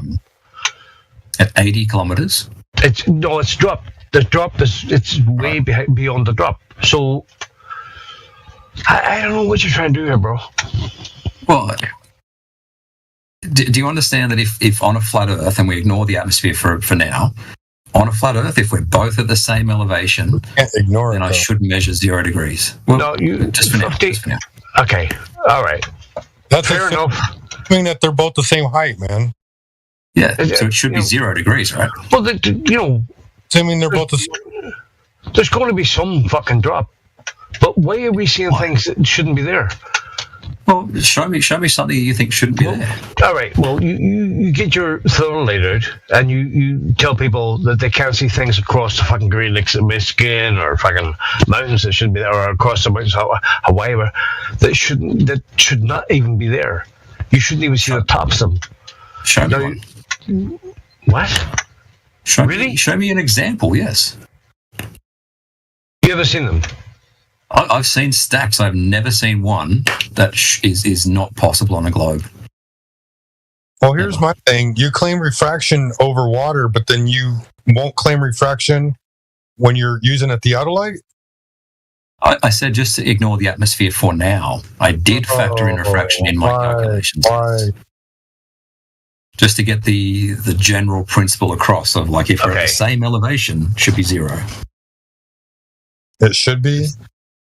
Well, in reality, it won't be, right? Because there is refraction. It will be above zero. The spot you're looking at on the other mountain is the same height above sea level. Right, we can measure that. How? Differential leveling. We can get elevations regardless of the shape of the Earth. If you're 100 miles inland, how do you get elevation from sea level? Differential leveling. Differential level. You're going to have to explain it. Yes. Okay. You have some point of known elevation. You can start at the sea, sure, right? Yeah. But you have some point of known elevation. You stick a rod on that point, right? So you got this 2 meter rod, whatever, sticking on that point. Uh-huh. You have another rod 100 meters away. You stick your auto level in the middle, 50 meters in the middle. You look back at the first rod, measure the height on the rod, spin your auto level around, look at the second rod, measure the height on that through the auto level. Whatever the difference is, yeah. So how do you triangulate the height of a mountain from sea level 100 miles away? Yeah, that's what we're doing, differential leveling. Right, you take it from one point, you transfer an elevation from one point to the next with an auto level. And then you assume it's curving, right? No. Differential leveling does not care about the shape of the Earth. It works fine on flat or curved. In fact, I've got a slide for that, and I'll DM you the slide for that. Hold on. Is it? After refractions, ignore. Refraction again, because you're looking the same. Hang on. You're looking backwards and forwards. Yeah, refraction and curvature will cancel out. So you're not even in the water, man. Right. You don't even know what your height is. Let's say the first point on the left is sea level. All right, just start at the left at zero. That's fine. Let's just say, okay. I gotta go feed doggies in about 5 minutes. I mean, you're going to have to prove that both of these mountains are the same height. Yeah, differential leveling gives you correct elevations regardless of the shape of the Earth. This is a new one on me. So you're talking between two mountains? Yeah, we're just establishing that we can get accurate elevations. We have a process to do that. Okay. And the mathematics proves that it will be the same on a flat Earth or a globe Earth, but if you use the globe Earth mathematics, it proves that the Earth is curving. The two predictions, the two calculations, one of them includes drop and one of them doesn't. That's it. I know. Right. 100 meters at a time to get 100 miles inland elevation. And 100 miles would have a mile of curvature behind it. Right, but differential leveling doesn't care about curvature. I know, right? It's insignificant, even over 100 miles. It cancels itself out. Can you see that it would cancel out on both sides? No. You don't understand why it would cancel out? No. Let's say you look... You have to account for the curvature, dude. No, you don't. With differential leveling, you do not. I mean, you can ignore it, and then the Earth becomes flat. No, it doesn't matter what the shape is with differential leveling. That's the whole point. I think it's just an excuse to ignore curvature. No. Let's say we're in the middle, and let's say these two rods A and B are a long way apart. Let's say they're a mile apart, right? Mm-hmm. Did I explain the process of actually transferring elevation? Let's say they're 100 miles apart. Yeah, whatever. Something with a lot of curvature. You need to stop this right? bot. Mm-hmm. If I know, let's say I know the elevation of point A, right? I've transferred that from. Thank you. QNF, welcome to 24/7 Flat Earth. Hello, thanks for the warm welcome, guys. I'm listening now. Thanks. Great, yeah. So, what brought you to the server? I had some genuine people, and that lured me into here. Happy to have you, man. So you said you're subscribed to Tios UK's channel. Yes. I always do a search on YouTube, and then the newest videos first, and then the stream is always on top. I always listen. Random. I click something, and I'm going to listen. Something recent. I gotta say, I'm surprised you haven't heard of us before, because the server's been around a long time, and this is kind of a gathering place for everybody. Yeah, I heard from it before because it always popped up with searches. I listened for 2 minutes, but I'm a content creator. I need to do my things myself. Right, and you do have a YouTube channel. Yeah, I have a couple of channels. A couple? Okay, I only know of one. Am I missing out on something? Yeah, but I have QNFE, and then QNFEs with an S on the end. And then Q's observationism. Because, I always get strikes, and then I have to upload somewhere else. We're quite familiar with that. Yeah, I played this game with YouTube, when in the 2020 I had like 8 strikes on the 3 channels. Wow, it sounds like you're doing a lot of work. If you're not getting struck, you're not working hard enough. Yeah, I made videos about the bug, and shit like that. Well, it's great having you here. I'm really excited that you're part of the server, and thanks, man. Yeah, and we're looking forward to having you in the live stream. I'm looking forward to participate. Well, I mean, you're here now. You're participating. So your voice is being broadcasted out 24/7, 365 to multiple platforms. So this is a good voice for you. Everybody can hear me now. yeah, that's right. Yeah, so I'm not so good live, I'm with you there. It's taken me a while to kind of settle into this. Mate. Mostly I think of things before I talk, especially I have to translate it in English. Mm-hmm. Yeah, in my head, and that's why I'm not a very good debater. I have to think first, before I say something. But I'm so long. Everybody who studied a second language, that's kind of how it is. You have to think what you need to say in the foreign language. Make sure it's correct in your native language, and then say it. Yeah, so there's a delay. It's like lag. Yes. When I do make a video, I have all the time to think about what I say, and do things over again. But that's not possible in the live chat, so I have to think what I say. Well, if you don't get enough practice with English, you're going to get it here because our working language is English. So yeah, I know, man. It's okay, my English is getting better all the time, 7 years ago, my English was very bad. So now it's getting better and better and better. And I know my way, I make videos that English people understand. So. Yeah, and some of us have referenced your videos in the past, and particularly your most recent videos, like with the India surveys and the arc of the parallel surveys that you looked at and examined. Can you tell us a little bit about the problem inherent with the Glober's claim that there's spherical excess with the arc of the parallel in the American survey? Yeah, it's ridiculous. So you take a mirror, an heliostat or helioscope, I forget the name. Yes. You do a 200 kilometer flashing, and then you have a bulge in the center of your line. You know, you can depict this thing in your head, how they depict this triangle on the globe with bulged sides on the corners.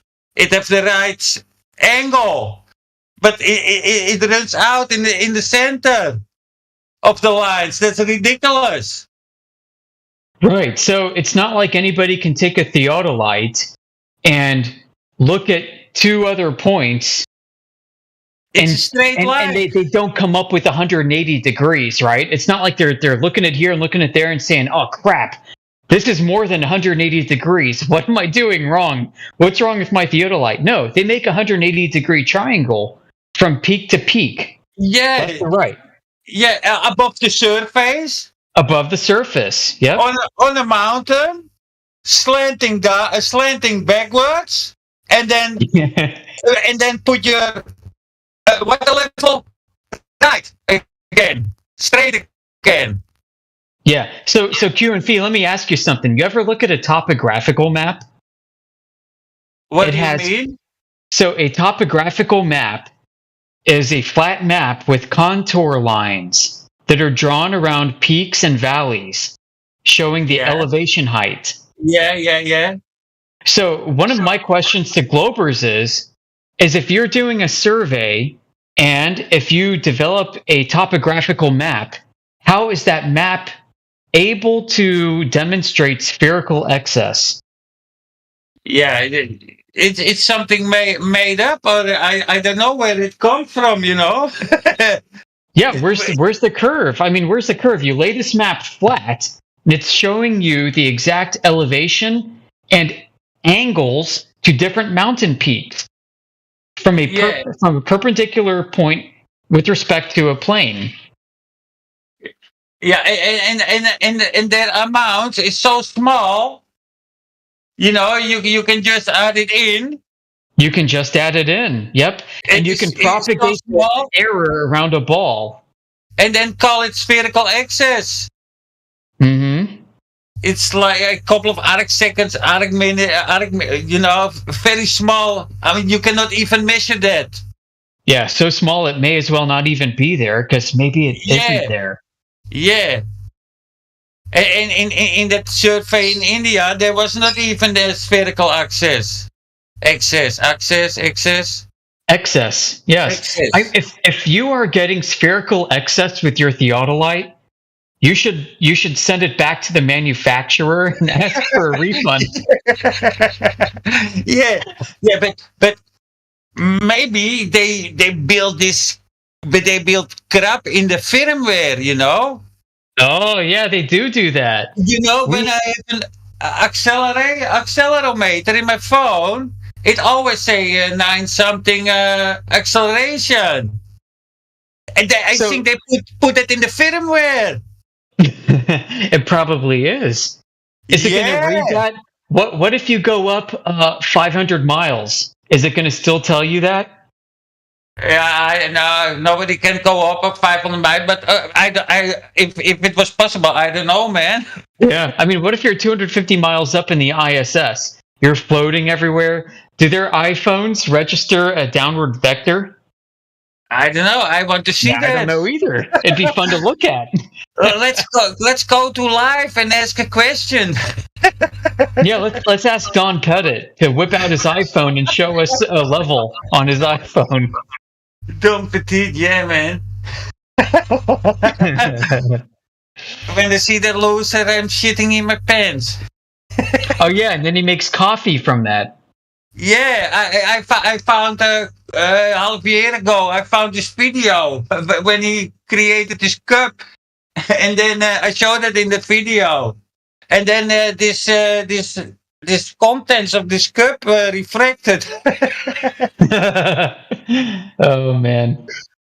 That's all cloud show, man. And about a video, they have so-called microgravity because they're falling around the earth. You need to fall, just like a zero G play. You need to fall. Yeah, and they need to explain how they're dropping nuts and bolts and other things by accident. Gravity pockets. I have videos about that. But when they, with the Apollo mission, they circle the Earth 2 times or 3 times, and then they go into a lunar injection, and then they cruise to the moon. But that's a straight line. And we still see microgravity, which is impossible because on 50, 60,000 kilometers, you still have gravity from Earth pulling. So what they do in the Apollo module is impossible. Well, I'll tell you what, man, they're also using their sextant from outer space in order to get the right dip angle correction to measure their position between, where they are on Earth and the moon in cislunar space. It's retarded. They did celestial navigation in space using Earth's horizon. And then also you can barely see Earth. and then use the moon's 360 horizon for navigation. And it might have an angular size of like maybe 4 degrees. Yeah. You know what kind of memory? They had rope memory. Which they messed up, right? Because it wasn't able to be replicated from the schematics. Yeah, 1 is 0. So in a loop, out a loop. In a ring, out a ring. That was 1. And how the fuck you get all that celestial data in that? Dude, you know what they've got like interns. They have interns at NASA working. They're just winding that. They're winding it and winding and winding and winding around the loop. Yeah, yep, that's all they got. They got a whole warehouse full of these guys. Yeah, I have videos. Then you see girls. You see them knitting those things together. It looks like a knitting factory from the 1920s. Yeah, and then they read from the schematic, and they see where they have to knit. But who made that fucking? Who made that fucking? Oh man, it's the dumbest story on earth. It's totally crazy. I used to buy all into it. Oh yeah, I mean, I'm sure all of us did here. Damn. We never bothered fact checking this because we just accepted it. Everybody that we trusted in life told us that this was true. Yeah, but I always thought, how do they do it? But I believe them, but how they do it so precise? And how you reach those speeds. But I believe it all until like 8 years ago or so. So you've been a flat earther a long time. When did it happen for you, and how did it happen? I was looking. I don't know. I know it now. I was looking in 2012 or so to Ancient Aliens. Yeah, I was excited. I downloaded all the episodes. I gave it a chance. Man, this stuff is fucking good, I say. And then some videos, 911 popped up on the recommended videos. So I clicked one. So I watched all the 911 videos.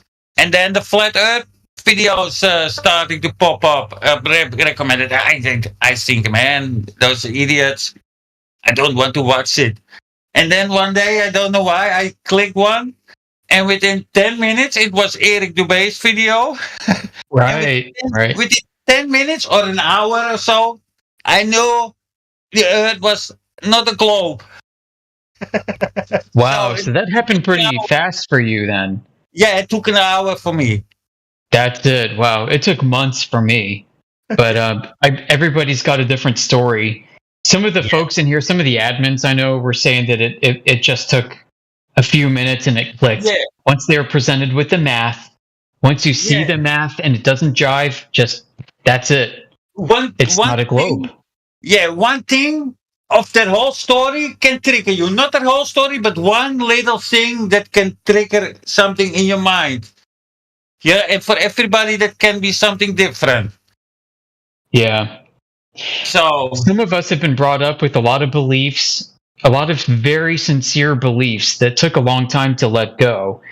I mean, some of us have had family members that worked for NASA or worked with satellites, you know. Yeah. Some of us may have directly worked with that ourselves in the space industry or tangential to it, and it just takes a long time for us to really come to reality with it. You know, and some of us who have had that experience had to keep re-engaging the material over and over again in order to be sure that what we're looking at is true. And it just confirms our verifiable reality, our lived experience. Yeah, Nobody sees curvature or feels spin. No, but it's also a point how easy you can step away from it. Some people can and some people cannot. You know, for some take it 5 minutes, for some take it 2 weeks. You know, but any normal working brain, can be activated. You know, the guys we see on YouTube and the troll, those are not genuine people. Genuine people, you know, like we see on the street, never come across our videos. Hey, Q and Fee, I have to get going right now. I'm sorry for the abrupt exit, but I appreciate you having on the server, and maybe somebody else can take over. So Okay, good to see you, man. And maybe I'm going to pass. I don't know. Is this the main server? this is the main server. This is where we are. So there's a whole panel of folks. So anybody else here, just say hi. This is Q and Fee. Hi, people. Hello. Sorry, I had to make my bird sleep because he's annoying. So how are you all? Maybe I'm the only one talking here. Quite well. Good to have you. We're glad to have you with I'm us. just driving. Thanks, to man. Sydney, and nice to meet you. Welcome. Thank you. I liked listening a lot. Yeah. Yeah, I like listening a lot, you know, to people and what they have to say, you know, what their thoughts are. If they are not trolls or something, because the trolls are always the same. Yeah, I saw your YouTube channel. I'm going to definitely check that out. Looks promising. I always like one of these people, FTFE and all those clowns. Yeah. I do one-sided battles because they don't like to battle me, so I battle them. Well, I'm sure you're going to get on direct at some point, and they're going to either ignore you or engage. Yeah. Which channel are you looking? Because I have 2 or 3. My main channel, I have like 11,500 subs. The one with the FE as the last video, the QNFE? Yeah, without an S on the end. Yeah. Yeah, that's the last video. I mirror this from my other channel, but this is the extended version. Oh yeah, the shorter version I guess is more digestible for some people. It's the same, but I added McToon in it, and I did some funny stuff. You know, my QNFE piece of shit song. I edited it in. So that sounds fun. But it's a good debunk. I debunked that Eddington bullshit experiment from 1919. So no baller came defend it. We already know they can never defend any of their stupid claims. They can only rest on their authorities. But they not even come, you know. If they have the slightest idea, can have a point, they come. But this video, nobody can have a rebuttal. Nobody can debunk it. Not even myself. So it's a hardcore debunk video. And I hope flat earthers are going to use it. Because I hear them only talk about Einstein. Then I think by myself, which Einstein? Because there are multiples. I show that. Yeah, and then about this Eddington and then this experiment. So, but they keep talking about it. I'm done with that discussion because I debunked it. Discussion over. Clovis lost the point again. So yeah, try to make hardcore debunks, and then no trolls come at the channel.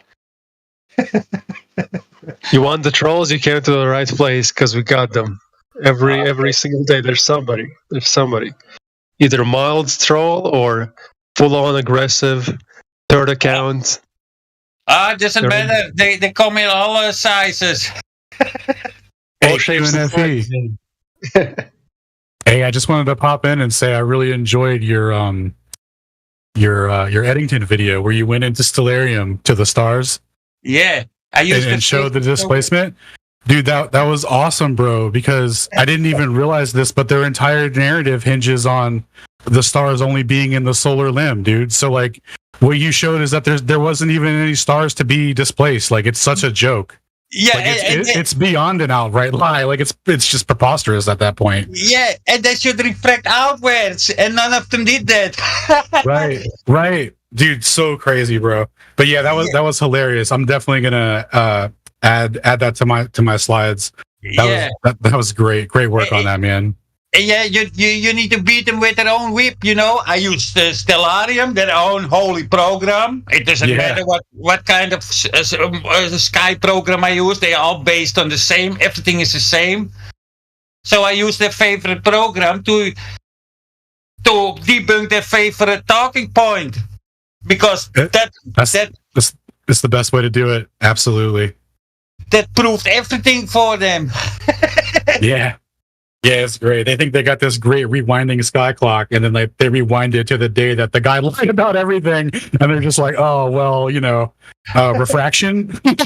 Yeah, refraction. Oh, man, it's hilarious. Yeah, that was awesome. But I still hear Fight the Flat Earth talk about it, in last time. Yeah, I mean, there's no way to argue against it other than just lying, at a certain point. Yeah. That's what really distinguishes the flat earth arguments from the globe earth arguments. It's like our arguments get more refined, get more technical, get down to the specifics of their arguments, while they're just but the boats go over the horizon, and it's like, oh, that's precious that you still think that. They're not even ashamed. No, they think that we're dumb for saying, for looking further into it. It's awesome, dude. I'm just glad to be here. But yeah, I just wanted to pop in and say that really appreciate that video. That was awesome work, because there's nothing better than debunking them on their own terms with their own stuff. Yeah. I have more of that kind of videos. I do debunks in all sorts. Some Glober gave me a 3D modeling program, a globe program, and it's so easy to debunk the globe and the sun and the moon with that program because it's their own program. Yeah, so it's the best. Couple of videos with that, but I like SketchUp more, SketchUp I did all the modeling with, Flat Earth and Ball Earth. Well, dude, I didn't know that you did an Arc of the Parallel video until recently, and it was so funny that they're literally drawing people in to act like they took these measurements. Yeah. To add to the narrative. I mean, holy man! When you see that, it's just like, what are we doing here? Cartoons, photo cartoons. Crazy. It's ridiculous. But yeah, I have a lot of videos about history. Like the race to the pole. I should watch that if I was you on my main channel. It's all a clown show since 1900. All those stories. Which one is your main one? The one with 11K subs? Yes. Okay, yeah, I'm on that one. Okay, but I'm not so active on that one. I'm more active on the other one. Is it the QNFEs with an apostrophe S? Yeah, I'm more active on that channel. Nice, I got them both. Your videos are hilarious, dude. The antics you get into with these people, man, and the memes that come out of it. dude, it's hilarious. It cracks me up, man. It's mock 'em if you got them. Yeah, absolutely. So you have a real talent for it too, because some people can't do it on that level where it's actually funny, you know. Like it's just like all right, are you done with your bit yet? You know, but like, you know, it's pretty enjoyable when I cannot imagine to leave out some funny shit, you know. I need to do that because people like it. You know, it makes the video less serious. You know, oh, flat Earth, so serious. Yeah, it's very comedic. It's like a comedic relief valve to the situation because it's very stressful when you're dealing with, like, you know, such weak arguments and they're like so confident in them and they act like we're so stupid. It's really nice to have a release valve to, you know, you really hone in on it without making it too personal. Yes. Some people take it too serious and too personal. Man, enjoy, man, and then do some debunks. Best thing there is. Yeah. You know, there is too much shit around us. You know, we need fun. Yeah. I'm glad that that you're doing what you're doing. But I'm gonna hop off of here, man. I just seen you on. I wanted to pop in and say that I appreciate your work, man. Okay, thanks, man, and greetings to you, man, and thanks for talking. Yeah, peace, brother. Peace, brother. Alan.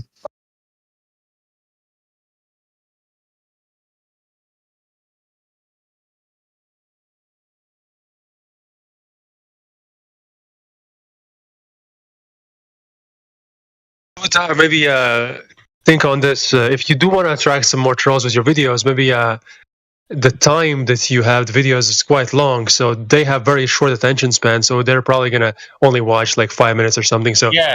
The longer ones, like, that's for us. We're gonna watch those. We're gonna appreciate those. But the trolls, they don't want to watch that. They want to watch something short, concise. I sometimes I do shorts. You know, I make short clips. You know, but yeah, then they still don't come. But I know what you mean, man. They don't like to watch videos longer than 5 minutes. Yeah.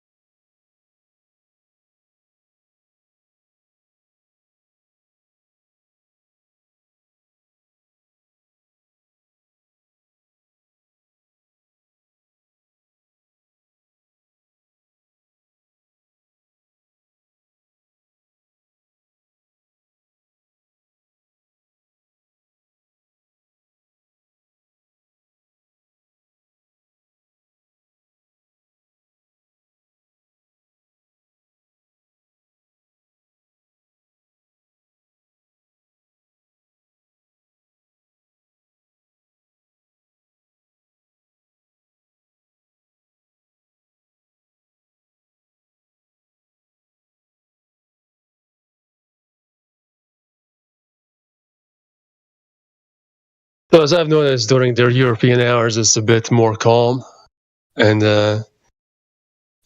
for me, during the night, it's where the action happens. Sometimes I'm feeling like I should stay up, just not to miss the action, because otherwise I just go to sleep, and I'm like, there's all this stuff happening. I'm not getting to take part of it. But then when I don't sleep at night, it's like, all right, I didn't sleep at night. It's like not too great for me, because then you're kind of lethargic or feeling a bit like a zombie.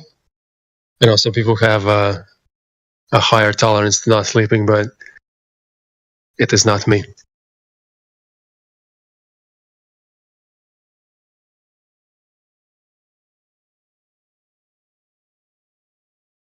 But yeah, as far as content creators, we have a lot of cool channels here.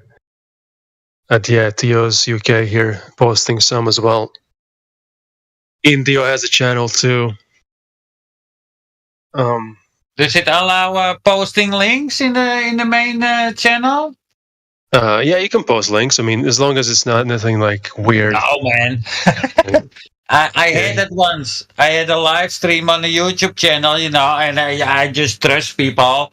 And then some idiot came in and played porn, but I was not paying attention because it was behind my other window, and then I get a strike. Yeah. Yeah, people are snakes, man. I would never do something like that. Especially Globers, like they have a vendetta against us. They're trying to find a weakness, so they want to like, if they can report you, they're gonna do it. Yeah, normal people don't do that. Yeah, they would never go into some flat earth scene, and make themselves in and have multiple accounts and nag people. Those are not normal people. The normal idiot on the street would never do that. Of course, and those same people will turn around and they'll go, "Oh, flat is such a joke. It's such a joke." But you have to put so much effort in reporting stuff, even though it's a joke. Like, can't you just let it be? Yeah, you have to do this. The normal people on the street listen to you if you have something to say. You can talk about it. If you have good points, they believe you. But those idiots on YouTube, you can take a big hammer and smack them on their head 10 times, and they still not listen or take the point as good point. So those are totally different people. So I have zero respect for those. They become very invested in the lie, and they're like willing to defend it as if their life depends on it. I think they are here to make us look bad, because the regular people, or even, for example, the people you see in the most ones, the genuine people inside the Flat Earthers chat, never come to your channel and troll. Those are genuine people, and you have the trolls, the annoying pieces of shit that not even believe in the globe. But they're just here to make us look bad. Yeah, and that's what the algorithm shows them first. Like when they make a search on YouTube, that's where they go to. So yeah, naturally, the flies get attracted to that crap. Yes. Yeah, it's not like 4 or 5 years ago. Then you could search Flat Earth, and then all the good videos came on top. If it stayed this way until now, it would already be over. So of course they had to censor it. Yeah. Yeah, that was good time, man. Everybody made NASA videos. That was freaking funny. Really, most people you ask, they woke up around that time, so that was a big time. Yeah, that space also convinced me. I remember in 2012, I had on my YouTube channel, I did videos about objects on Mars. I zoomed in on those high resolution photos, and I saw all kinds of things, square things, computers, things, like keyboards. I showed that, but I still believe in a globe. But I deleted all those videos after that. So what was your rationalization for why those things were there in the photos? While still believing the globe? I started to believe in the flat Earth because I came across in the 2013, 14, I can remember some Eric Dubé video while I was researching ancient aliens. Oh, the aliens, yeah. And then I came across 911. So I did that. I watched those videos for a long time. And then Flat Earth popped up. I didn't click or something like that. And then I suddenly clicked one. And within 1 hour, I knew the Earth was not a globe. You know, just by simple thinking, yeah, that's true, man. So like that, very simple. I didn't need much to convince me. And then after that, I researched things myself. You know, I never listen to other people anymore. I do my own thing. How are you with the aliens these days? Because for now, it looks like the flat earthers are the ones that actually don't believe in the aliens, and the regular people are the ones like making up conspiracy about the aliens. They're the crazy ones. Then. Yeah. Pure fantasy. Yeah. Yeah, I don't know what's wrong with these people. But lucky I don't have friends anymore. They always think aliens is shit and ball earths. I cured them. You got rid of them? No, I cured them from their clove disease. Cured. I give them a vaccination with my hammer. I thought you said killed. No. Yeah, sometimes I like to do that, man. Yeah. No, but most of my friends, you know, they know what I stand for. You know, they know I never bullshit or lie. So they know me. So if I say something, they know I did good research or look into it or don't tell bullshit. Yeah, I only heard you for some minutes, but I can already tell you're a person that is authentic. You're real. I can tell that. You won't get a more genuine like me. Yeah. Yeah, you have a good sense. I cannot brag about myself to you, but you know, I'm an honest guy. I don't have to lie, or nobody can caught me on a lie on my videos. And if I make a mistake, I delete the video. You know, you need to be honest. That's all. Yeah, honesty goes a long way. And how we see, when you have to defend a lie, you end up lying. Yeah, so that's how it goes with Globers.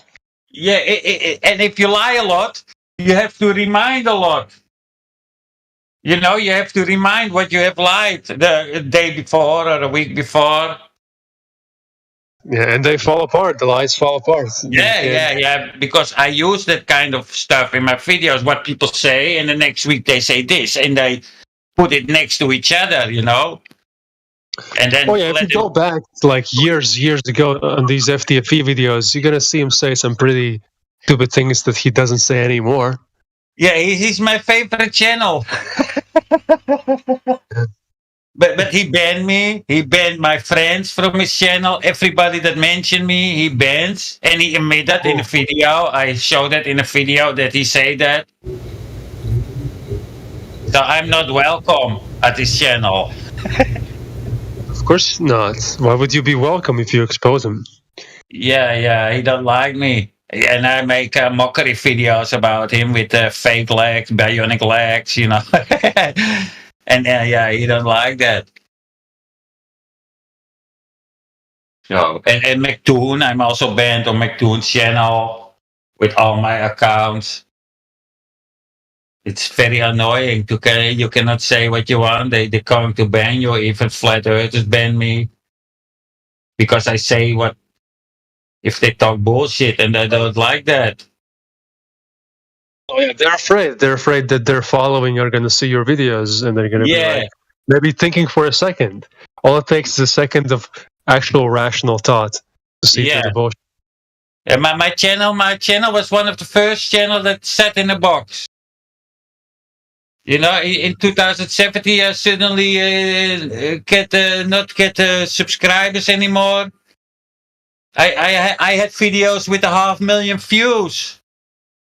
Oh wow, wow! But I'm lucky to get 1,000 views on my biggest channel in 3 weeks.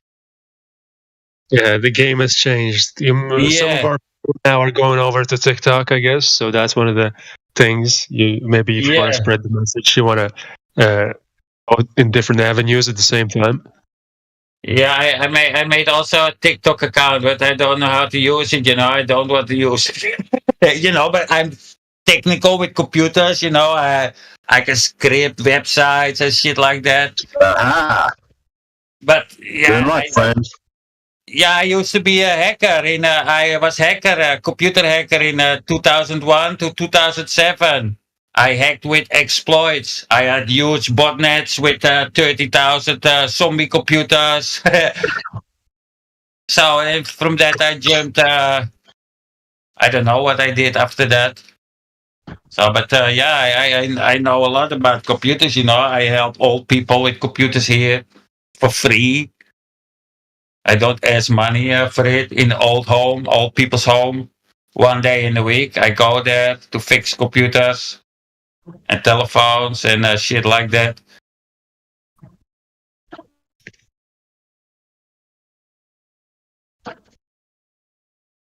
You're gonna see a lot around Elijah or Mayhem. Ask them about TikTok. They're gonna explain to you how to get on there efficiently.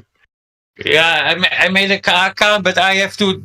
I need to make those 4:3 videos. Ratio. Yeah. I don't really know myself how it works, but yeah, there's a way. There's a way. Yeah. It's just like the shorts on YouTube. You cannot take a widescreen. That don't work for some reason. Yeah, it's everything around the phone. Yeah. Yeah. I hate to use the phone, man. I never watch clips or something on my phone. I use my 8-year-old laptop. Yeah, but we kind of have to go where the public is, right? Where the people are. Yes, of course. And those shorts are pretty addictive. You keep watching them. That's dangerous. When I click on one, I watch 100 or so, and then I say to myself, "Hey, man, get the fuck out of here." Yeah, but we could use that to our advantage too. We could get addictive flat Earth clips too. The what? We could get some addictive flat Earth clips as well. Yeah. Advantage. Yeah, but once in a while you see a flat Earth clip in it, but mostly you see all just time wasting. Bird, shut up. I'm going to eat you. My bird is old. He's almost blind. He's 15 years old. So I have to take care of him now, like an old person. It is a parrot, right? Yeah, mini parrot. What are those? Do they leave a lot of fecal matter around your house? No, this one, this housebroken, or how you call that? It always sit on my laptop. He don't fly anymore because he's old. And when he needs to shit, he stand up. He's going to stretch himself. And then I stick my finger out. He steps on my finger. And I hold the bird above the floor, above a hanky, a paper towel. So I shit on a paper towel and then I bring him back on my laptop because he sleeps on my keyboard. Wow, he's like very I've never heard of this. Like people usually have birds and they just go wherever. No, yours is like a dog, right? Yeah, they shit every 5 minutes, except when they're sleeping. But the whole house is full of shit. Now you can come here, you don't see shit. What did I just stumble upon? That's why I could never think of getting a parrot, because whenever I go to somebody's place they have a parrot, they're like shit is everywhere. Like no, not in my house. Yeah. Only on my hanky on the floor. I used to have 2. So then then you must be more tricky. Then you have 2 fingers full. Left bird, right bird. Left bird, right bird. That's funny. Yeah, but I know what you mean, man. If you don't pay attention, when it's sleeping on my laptop and I stand up, I walk to the kitchen, then he shits on my keyboard. But he's sleeping on my keyboard and he wakes up, he stretches himself, he steps on my finger, you know. So always when I want to stand up, I wait a second and then he steps on my finger. If I walk away, he shits on my keyboard. Yeah, it's like I gave you a chance. I gave you a chance to put me down on the proper place, but you went away. Yeah. Yeah, you know how much keyboards I ruined? You know, too many. It not happen. One time in 6 months it happened. You know, but that sometimes it's going between the keys. You know? Yeah, but I need a new keyboard like each 8 months because they wear off these days. The keys, I cannot read them anymore. Yeah. And I can hardly type blind in 25 using a keyboard. I can only type blind when I'm pissed. Yeah. No, but my bird don't make a mess too much, you know. Mostly tiny feathers, but that's it.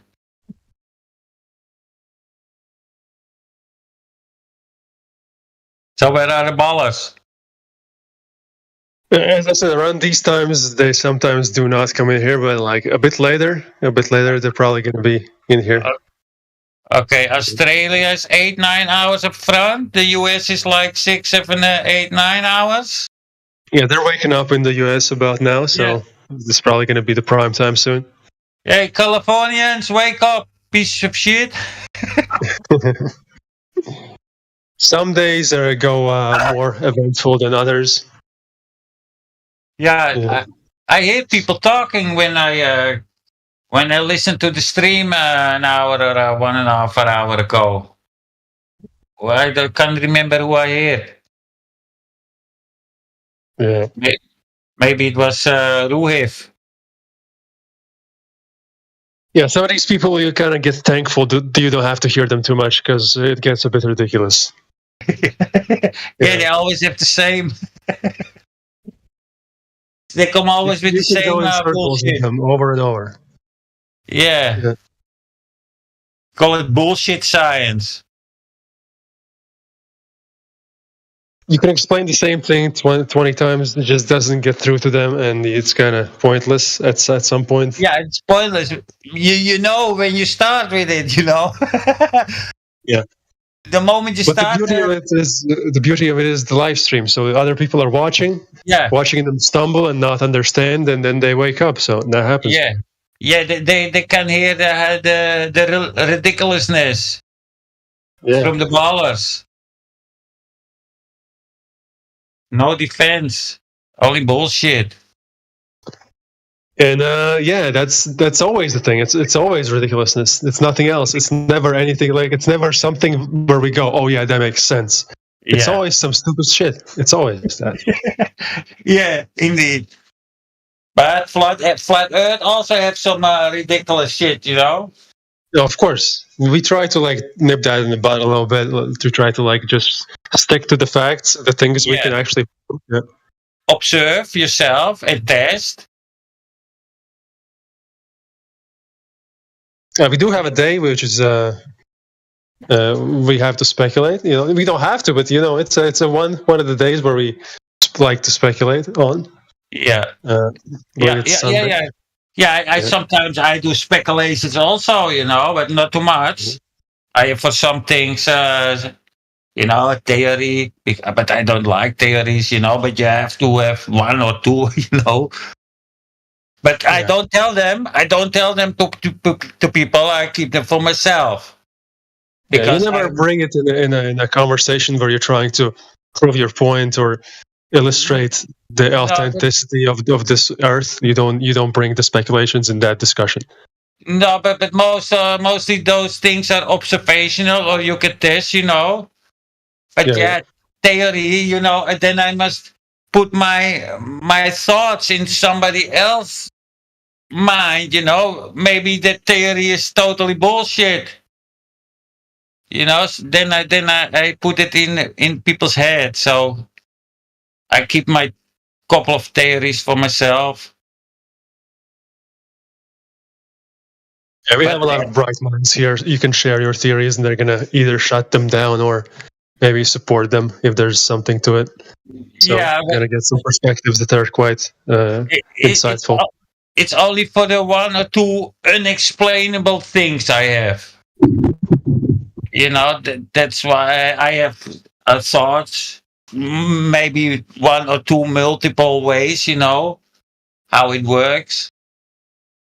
So, but it's still theory because you cannot observe it, you cannot test it. So you have to have a thought about it.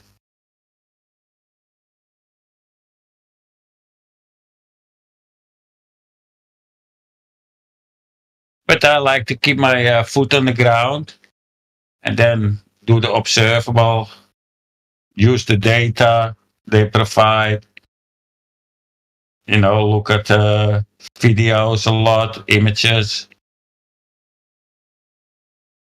And then, you can determine a little bit your flat earth reality. You cannot know everything, but a lot you can figure out.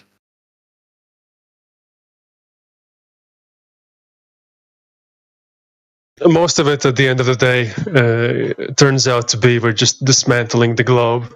Yes. Just showing all the fallacious argumentation and thought process. Yeah, it does not even matter where I live, but it's just the lies.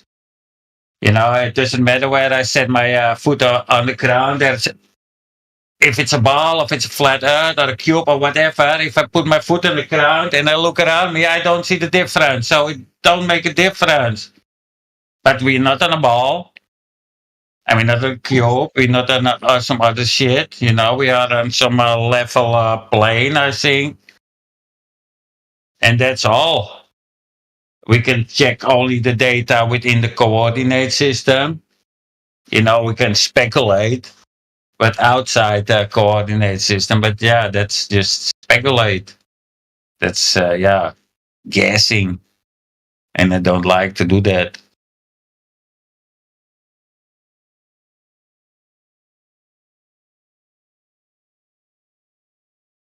Indio here posted one of your videos, how to cheat the globe. Oh, that's an oldie. Is that in the main channel? It's in the live stream voice text. If you see that live stream, it was the first one. Let me see. I have to get used. Where do I see voice? Let me see. Above the live stream, above the red button, there's going to be a chat right above that. Oh yeah, I see it. Oh, I'm not getting disconnected. Yeah, you're here. You're still here. Yeah. Yeah, I used to like Discord some years ago, but then I switched over to Telegram, and then I suddenly have had 60 people in my Telegram channel instead of 3. Telegram is good too. It's a good place to just dump all your information to people and show them. Yeah, but I made the channel private and I kicked 45 people out because I don't like sitting and mooching, never say something, not interact with me. Yeah. I'm a people's person. I like to interact, and if you don't say nothing for 6 months, how to cheat the globe? Well, some people do like to just kind of observe and absorb the information. Yeah. Oh, I have a couple of mentions here. Let's see.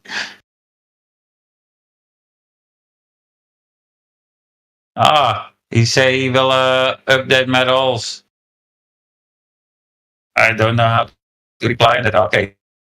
Top.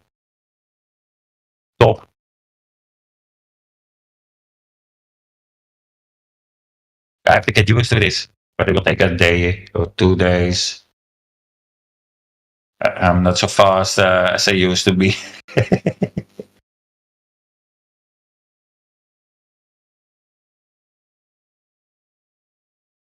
Mayhem is a good debater, I hear. Yeah, he's very good. Very, very good. I like him talk.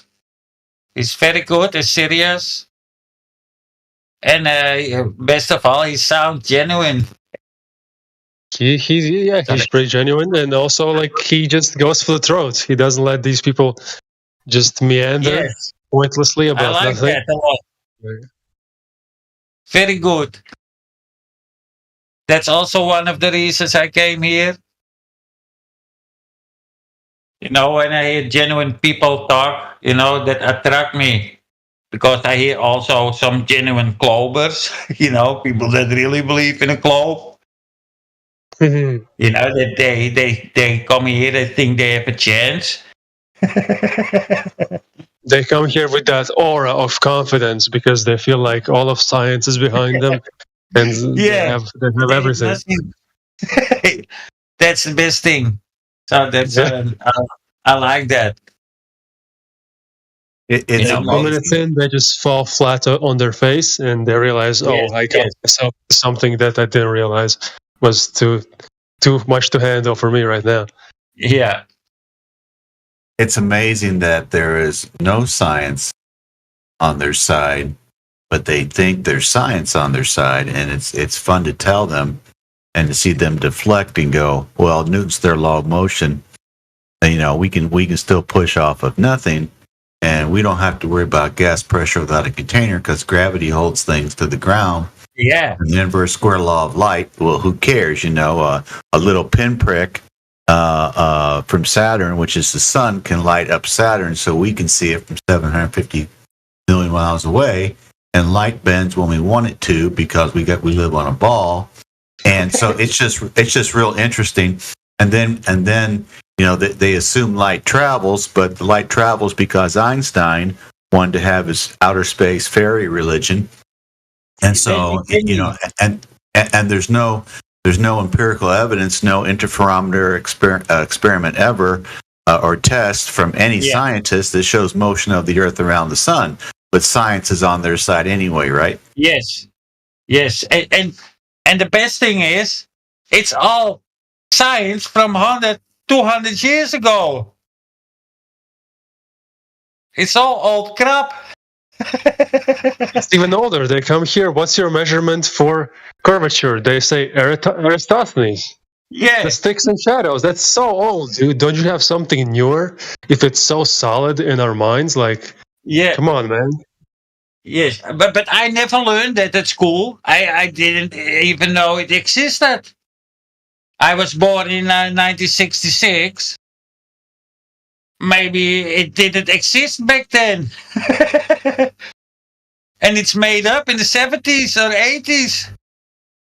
Well, I can say I never either heard it at school, although I did go to school in the 2000s, but still, I never heard it at school as well. No, a lot of this shit is made up recently. Yeah. All those fake scientists, I call them cartoon scientists, you know. Galileo, Eratosthenes, call them, all of them. Cartoon figures only exist in the history books. Yeah.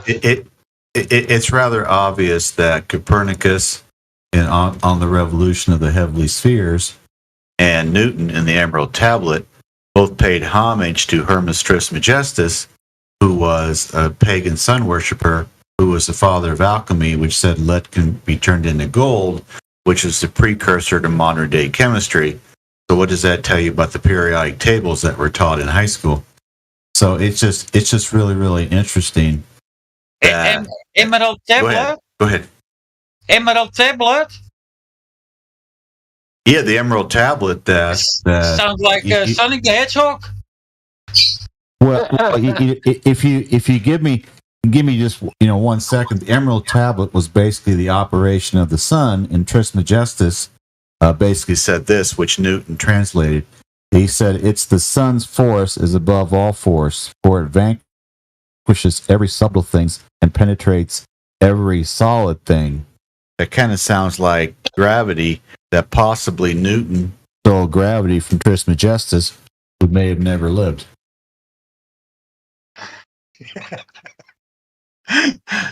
It's all fantasy. I cannot make anything from it. Here's real quick thing here. I try to tell people this. Everybody looks back at May 1543 if we believe that actually happened, and that Copernicus gave his little note to the Pope, dedicating on the revolution of the heavenly spheres to the Pope. And this is what he wrote in the revolution of the heavenly spheres. What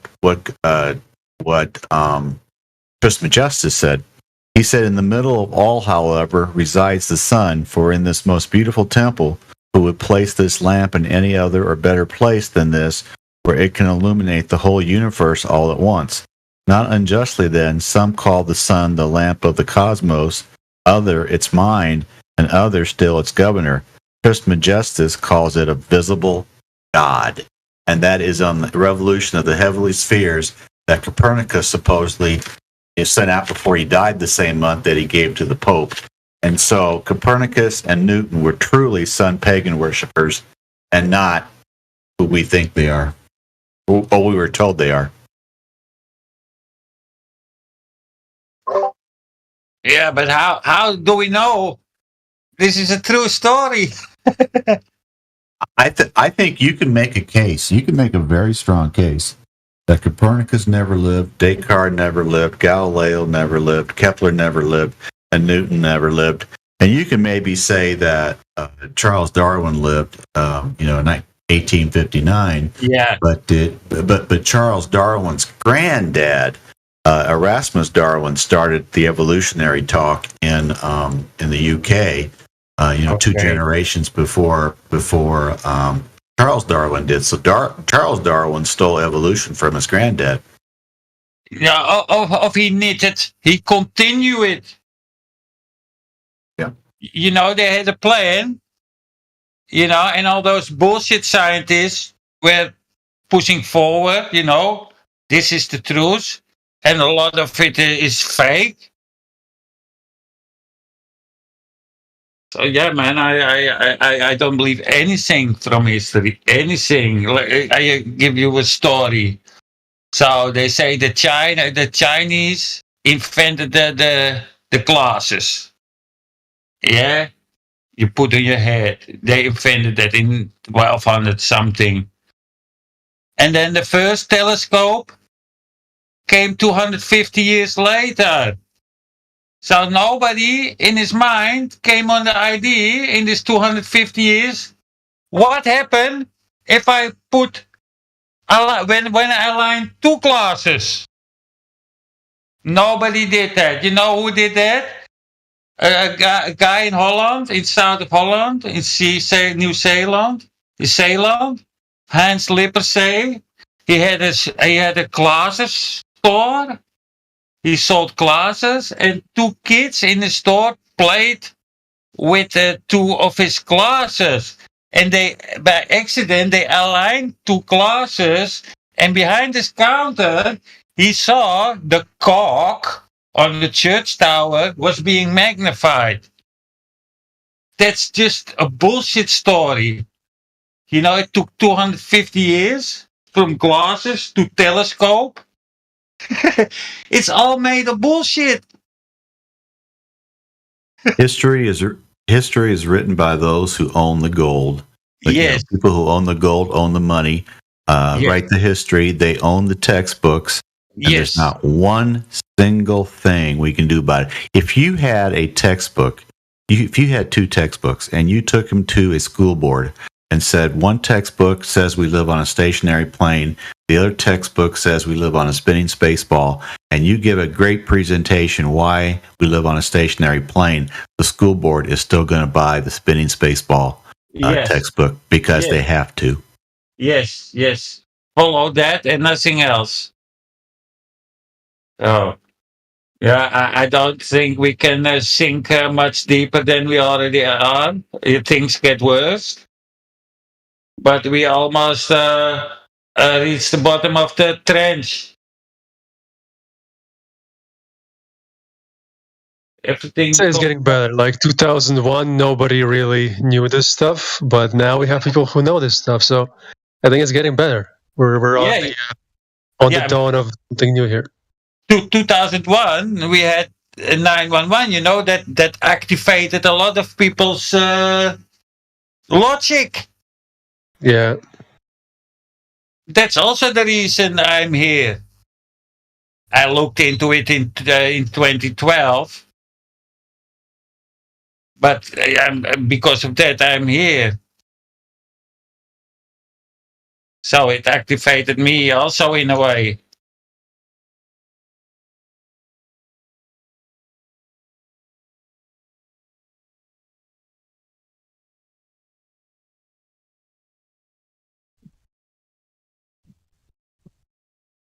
What's this saying that I borrowed from somebody? I'll find it here in a second. I found this. I was on a podcast and somebody said this in the comment section. They said nobody wants to rock the boat. Why? Because a lot of people depend on the boat staying afloat to get paid. Is that ever true or what? Yes, 100% correct. So you're learning all this bullshit science for many years, and then you get a good job. You pay mortgage, you have 2 cars, you have kids going to schools. You don't give up to that, and even if you find out it's all a lie, you keep continuing your thing. And maybe it's also something from us. It doesn't matter too much, Yeah, no, the Earth can be flat, but yeah, we have the globe. So there is many reasons this stuff is getting keep alive. One thing I found fascinating when they talk, items disappearing bottom up. If you get on a football field, which I'm going to do next week when the weather gets nicer, and take a video camera, and you put that camera down on the football field, maybe on a 2x4, maybe a foot off the ground, maybe 6 inches off the ground, and stay in the middle of the football field, end zone to end zone, and you walk away, the football field is perfectly flat, but your feet will actually disappear bottom up, and then your legs will disappear and just keep on going. The same thing happens if you have something on a long table and you have the camera just above the table and you move something away, it disappears bottom up, even though the table is flat. If you're at Chicago and the lake is frozen and you start walking away from Chicago, in time, the bottom part of Chicago will start to disappear bottom up, because that's just how it is. That's how it operates. You can do a diagram and show it. But people think because things disappear bottom up, it means they're going over the curve. No, it just means that that's the angle. That's the angle by which you look at something. So when somebody says something disappears bottom up, you can say, "Welcome to flat Earth." Yeah, you know what I don't understand? This is still a discussion. It's the way how stuff works. But people keep debating it. You hear this every day in debates. Oh, it disappears bottom up. It's a bad point for them. But because we can see it on short distances also. In a long distance, they can say it's a refraction, it's diffraction, so they can pretend it's not that. So it's easier for them. But mostly refraction is downwards refraction. So if, for example, an oil rig there like that should be higher, but we see it lower. Yeah. So we turn things around.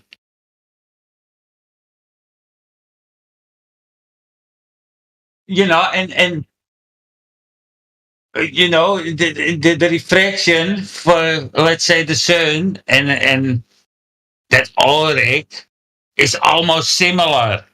You know, if the oil rig is at, let's say, 5 degrees on the horizon somewhere, or the sun is 5 degrees on the horizon somewhere, then you have the same refraction values.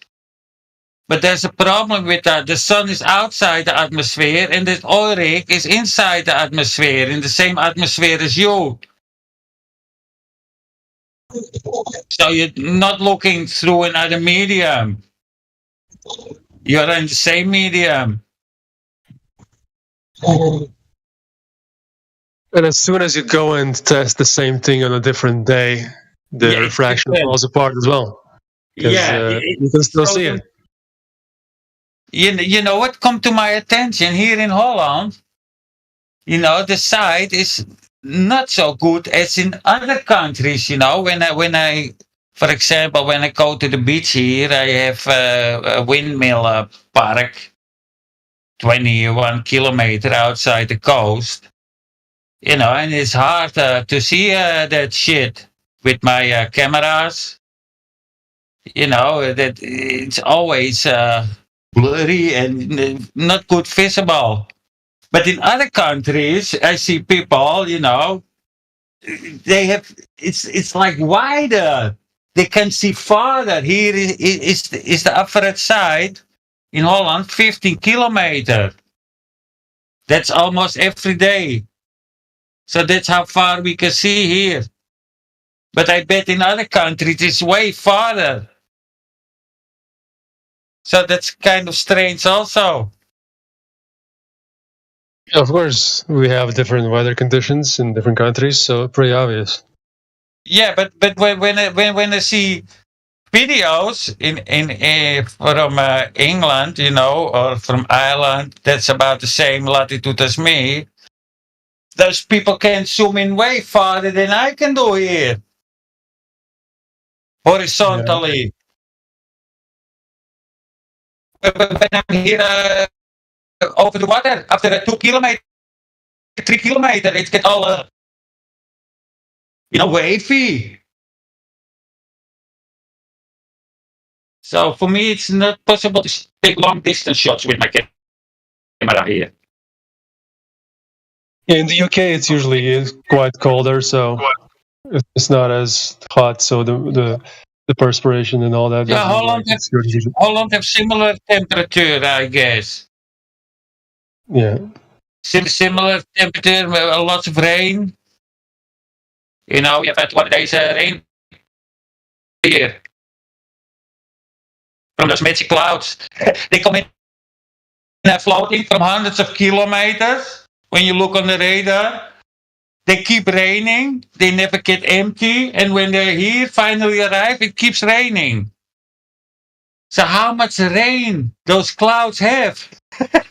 They come floating in from 500 kilometers. You can see that on the radar. They keep raining and thundering and whatever. And then after 500 kilometers, they still release water. Yeah. How does that work? You know, not a lot of people talk about that. I never hear people talk about the hovering clouds around the Mount Everest on 9 kilometers. Hovering in thin air where it freezes minus 35 Celsius. Yeah, those clouds need to freeze and fall like snow down. No, but they keep hovering. They not expand in all directions like gas do. So what are clouds? What is this? So I hear nobody talk about that. As long as we don't know, yeah, that's for sure. That's a very important point. So the globers believe in gravity.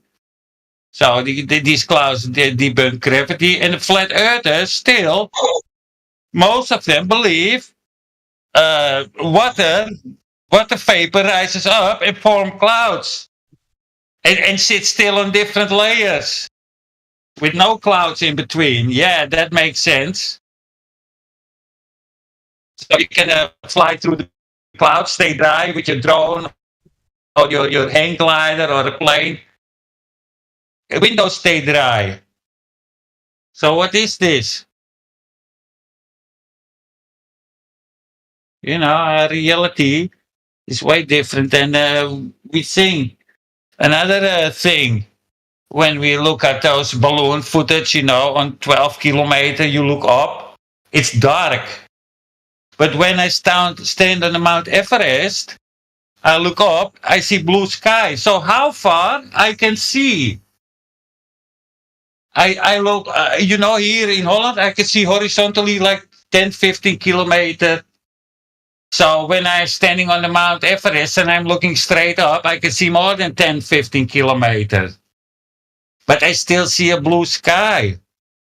But when I go a couple of kilometers higher, then everything is black. So some say, no, it's airless, so light cannot travel. No, when you see videos on YouTube, people with vacuum things, the light passes through it. So what is the sky? Well, it has something to do with the sun exciting the gas molecules. So the higher up you go, there's less of that. No, it's thin air. How we have? No, that make no sense. Thin air, gas molecules. We can do experiments. Light passes through everything. In vacuum chambers. In only not a black curtain. But for yes, it does pass through. It does pass through, but it does excite them. So like it makes them take on a color. Why only on 12? Only on 12 kilometer, 13 kilometer, 15 kilometer. So I'm standing on that mountain. I'm looking up. I see a blue sky. But when I go 3, 4, 5 kilometer higher and I look up, I see a black sky. How idiot is that? Cannot be experimented. Our place is way more special than we think.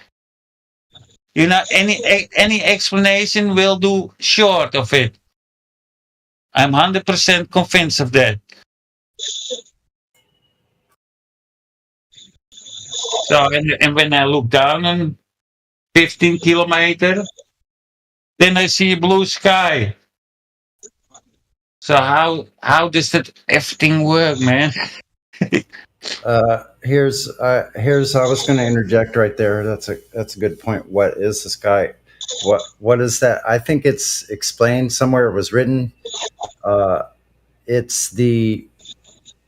Here's what I'm going to say. It's amplification of light, energetic amplification of the medium. So it's an excitation or a perturbation of the medium that is going through. Daylight is different, in my opinion, than sunlight. Yeah. Because I have time lapses, then the sun go down and the sky don't change light. Great. It stay light for an hour. So so listen, I was going to say laser is light amplification by stimulant emission of radiation. That's a laser, right? And microwave is a maser, microwave amplification by stimulant emission of radiation. So light is a stimulant emission of radiation through the medium. And that's all I'm going to say about it. That just kind of came to me. Yeah, they say that, I just think I switch on the light and I see light, And so that, because we know that this happens, right? That's why they named them. They stimulated this light, they amplified it, and they shot it through a ruby rod. That's what a laser is. Yeah, but a laser, we see those experiments, light is bending, on YouTube, but a laser is a beam. A beam refracts, but a light like the sun don't refract. You know, and they always do those experiments in round glasses. You know, take some square glasses, put a light behind it, and you know, lift the glass up. The sun don't refract. Yeah, So you might as well consider a laser a straight edge. Why would the militaries, all of them, use them for targeting in line of sight? It's a diverging straight edge. So the Glovers don't have any stance on that at all. No. They're out of their minds. Yeah. They have to glue all stuff together to make some sense, but yeah, we know it doesn't make sense. Don't start me laughing when you get a Glover talking about what light is, please. Yeah. Get a grip. There is a whole science behind light, but I just think light is light. I switch it on, and I have light. You know, I don't have to do science with it. Hey, are you yawning in the live stream, AI? I'm sorry. Never. Yes, I posted the video on the live stream voice text. It's like it's kind of maybe to do with whatever is in the air. So like the higher we go, there's less of this stuff, nitrogen and all this. So the sun does not excite it. It can't excite all that stuff up there. Therefore, it's black. Higher you go. So AI, what say you? Yeah, but why? I have to be in the black part, you know. When I stand on the Mount Everest, I look up, I can see 20, 30, 40, 50 miles, and it stays blue. So, how? I mean, you can still breathe there, right? So there's still quite a bit of atmosphere. Yeah, on 12 kilometers, 10 kilometers, 12 kilometers, you can see them breathe on the Mount Everest without a respirator. Yeah. So it still makes sense that something would get excited there by the sun. Yeah, possible. Possible, but what is that magic? You know, what blocks? Why it suddenly get black? You know. If it's a focused beam, then it's just a localized area. The daylight itself is like the ionization, or I believe that like the energetic stimulation of what's already there in this container. Maybe if the sun's a focused beam, then that's why you can't triangulate it from more than one position. AI, are you there? Wait a minute, you keep lighting up. What's going on with AI? Hello? Hello? AI, come in. Are you there? Are you just roboting? Yeah, I heard them. Okay. What is AI appears to be hot miking. Is he sleeping? Maybe he's sleeping. Maybe we're hearing him snore. That may be the case. Let me server mute him. Yeah, I think he's sleeping. That was just bizarre. I'm like, what is that? It almost sounded like someone saying, help, help. But I think he's right something like 30, 40 minutes ago in the chat. So I don't know. Okay, he can unmute himself. He's a mod. So it was just a friendly mute. He understands perfectly. Poor old chap's probably tired. Carry on. I'll be back in a sec. I need a toilet break. Sorry. Yeah, those that are using a server, don't deny your human functions while you're engaging in conversation. Just a friendly tip from Sunny. 24/7 Flat Earth Discord. Now you Get tell VC me. verified. Depends. Is this like 40 minutes ago? Like actually, they confirmed 300 billion tons of water on the moon. Wait a minute. What was that? In the live stream voice text, somebody posted 300 billion tons of water on the moon. Is this like just now? 300 billion tons of water. Wait a second. Where is that? And how did they weigh that?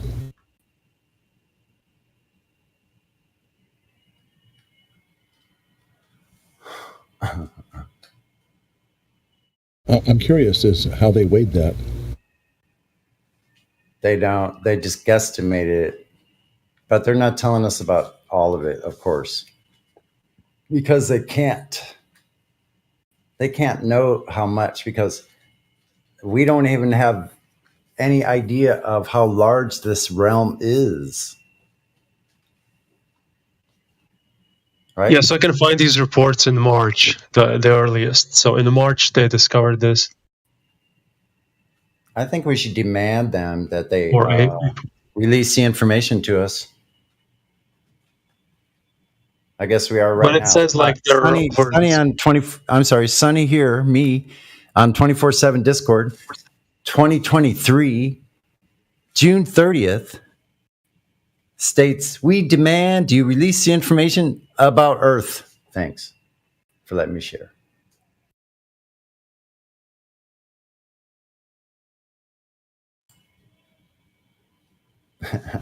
So enough about the water on the moon. I just posted a link about some water here on Earth and what happened when they got to the edge of the water. You might want to take a look.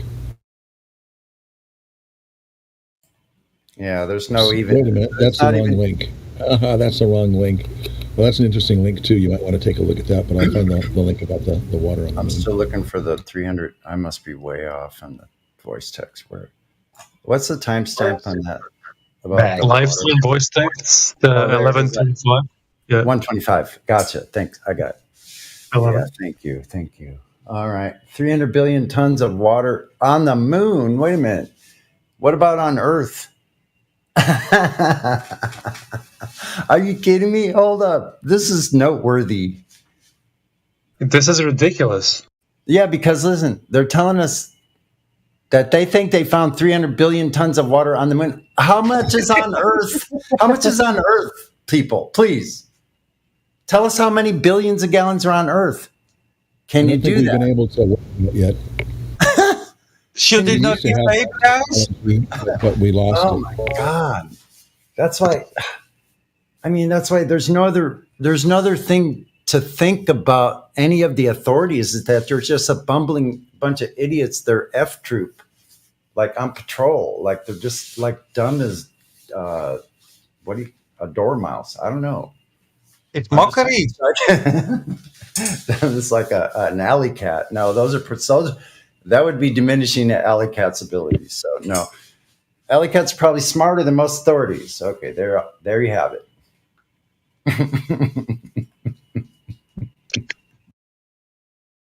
I mean, what else do they want us to think about them if they release horseshit information like this? Garbage in, garbage out. Remember? Every now and then they do this shit. They also say the moon was in the Earth atmosphere.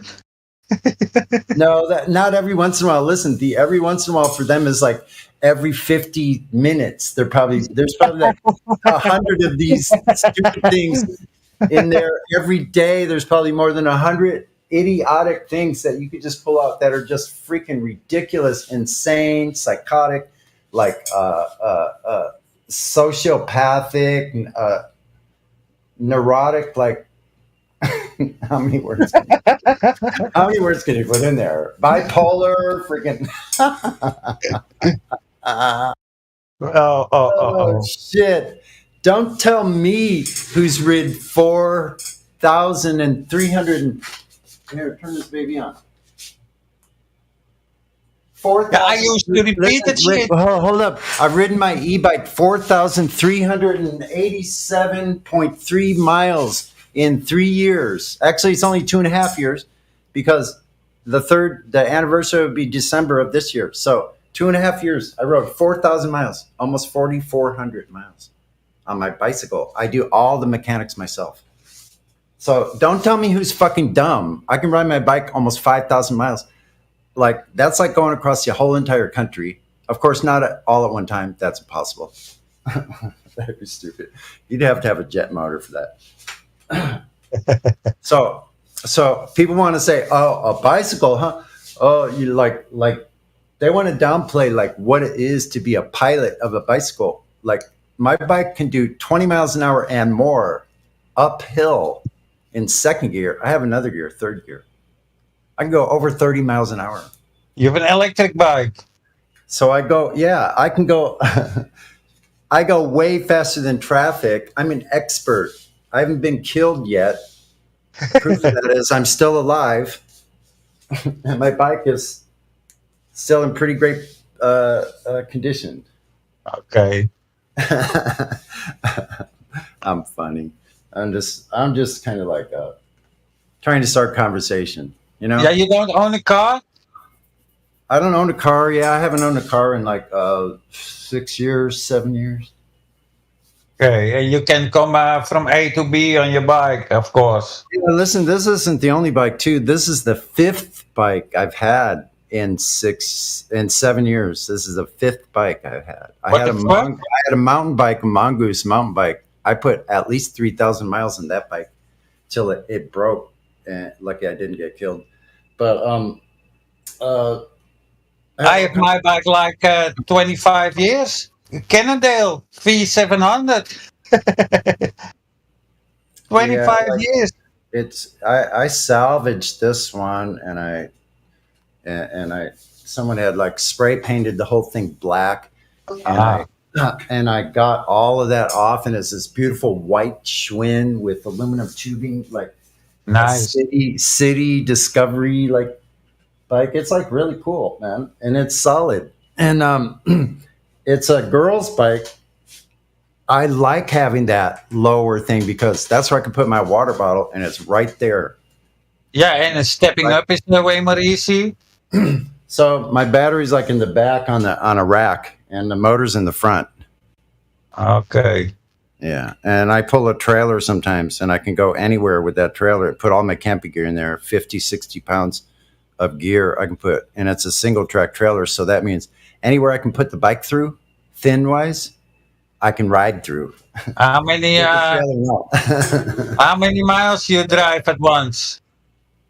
Last year in the summer, I camped out for 5 days. On one, I went to one place. I camped on the beach. The next day, I went all the way up. So that was about a 60-mile round trip. Okay. And at the end, I camped 4 days on the beach by myself. So I wasn't using the bike while I was camping. And then I rode back, and it was all on one charge. Okay. That's good. Yeah, it's pretty good. I could do probably 60 miles in one charge. Okay. If I was going without stopping, I'd probably do more because where I ride is like, I have to go down this super steep lifeguard hill. Like this is something you almost need a Jeep for. Yeah, you need like, a hill. And I go down this on my bike. On the way up, there's no possible way I could ride up that. If I didn't have electric assist and walking it, like I can walk it and power assist, I wouldn't be able to get up that hill. It's so steep. And barely could make it on my charger was so low. I thought I was going to die. But then I got to the top and rode all the way downhill, and it's like all bike paths. Nice and smooth. I can get up. Yeah, that's always a nice thing. I can get up to 25 miles an hour going down those hills, pulling my trailer. 25, like jamming. This thing is great, man. I just need. It takes 5 hours to charge fully, though. Oh, once I get but when I get a full charge every time, it goes like a bat out of hell. If I wanted to, I really have to be careful. You don't have spare battery? No, I want to get a better battery and then get a solar panel that I can fold up. Oh, nice. So that way it wouldn't even have to stop. As long as I had enough water and provisions, food and stuff with me, I could just stop at a campground, put it up for a couple hours, charge, or there's other ways I have plans on charging while I'm actually riding, but I get with the dynamo. Figure that out. I might be able to do that this coming year. We used to have tiny dynamos on the bikes that generate power. Exactly. That's what I want to do. Just like the people did. You probably know about the race from Lyon, France. Yeah. To Beijing. It's 12,000 kilometers, I think. Yeah. Or at least 10,000. This guy made it in 32 days. This one guy, the winner of that. It's it was idiot. completely solar powered bikes. Yeah. I had an uncle. He went in for his bicycle from Holland to Italy. Oh yeah. He rode it from Holland to Italy. That's awesome, man. Yeah. You know how many kilometers that is? I think more than 1,000. More than yeah. So that's like 800 miles, 700 miles. Yeah. Yeah, that's wild. Yeah, it was an idiot. I could do rides like that, and I'd have to look. I'm going to be 65 in July. Oh, that's young. And I still ride. Yeah, that's good, man. I'm only middle aged, so. Yeah, that's not so old, and you sound way younger. Yeah, I think I have till 120. I think I'm going to be fine. That's what I've been told. Someone actually wrote that too in some famous book. Some ancient scriptures. I don't even like mentioning names. Like people know what I'm talking about. You believe in the scriptures? Of course, because they're demonstrably true. So I consider myself a Genesis believing newborn flat earth creationist. I have one riddle. I like to know your thoughts about it. What's that? The day the sun and the moon stood still. Today? The day in the Bible. Yes. The day the sun and Joshua. Yes. The moon and the sun stood still for a day. That's right. Okay, listen. There were no reports of darkness. The sun don't rise on other places. That must be a way bigger event than the sun stayed still in the sky. So do we have multiple suns? Yeah, exactly. So, yeah. What's your thought about that? Well, they just said it right there, right? So if the sun and the moon stopped their motion, they were in motion in the first place. Yes. Yes, but if they stayed still, your cock is gonna crow in the morning and there is no sun. That would be hell scary. People would think the sky had fallen or something like that. But it's funny if that happened. Some of us would know something other than what most people thought. We would know what's going on. Yeah, I would. If there was some massive spiritual event happening, like in this realm, like literally, like who knows? Like, yeah, if the creator reached down and made one of these events happen, yeah, we would know. Yeah, or not. Like we wouldn't know exactly. Of course, we wouldn't know exactly because we don't know anything exactly here, as far as except that it's a flat stationary plane, of course. If you imagine yourself 2,000 years ago and something happened on the other side of the earth, then nobody knows on the other side, you know? Yes.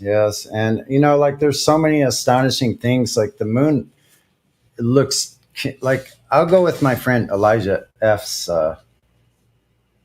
I hear him on the moon. The notion, I have the same notion about the moon. It looks artificial. I know it's artificial. It is artificial. Who knows what that is?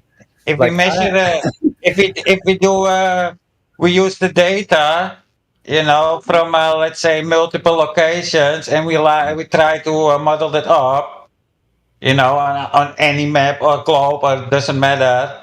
It never points in the same direction. So, like you're saying, if you try to triangulate it with like 2 or more positions, let's say if you're trying to do 3 or something like that. Yeah.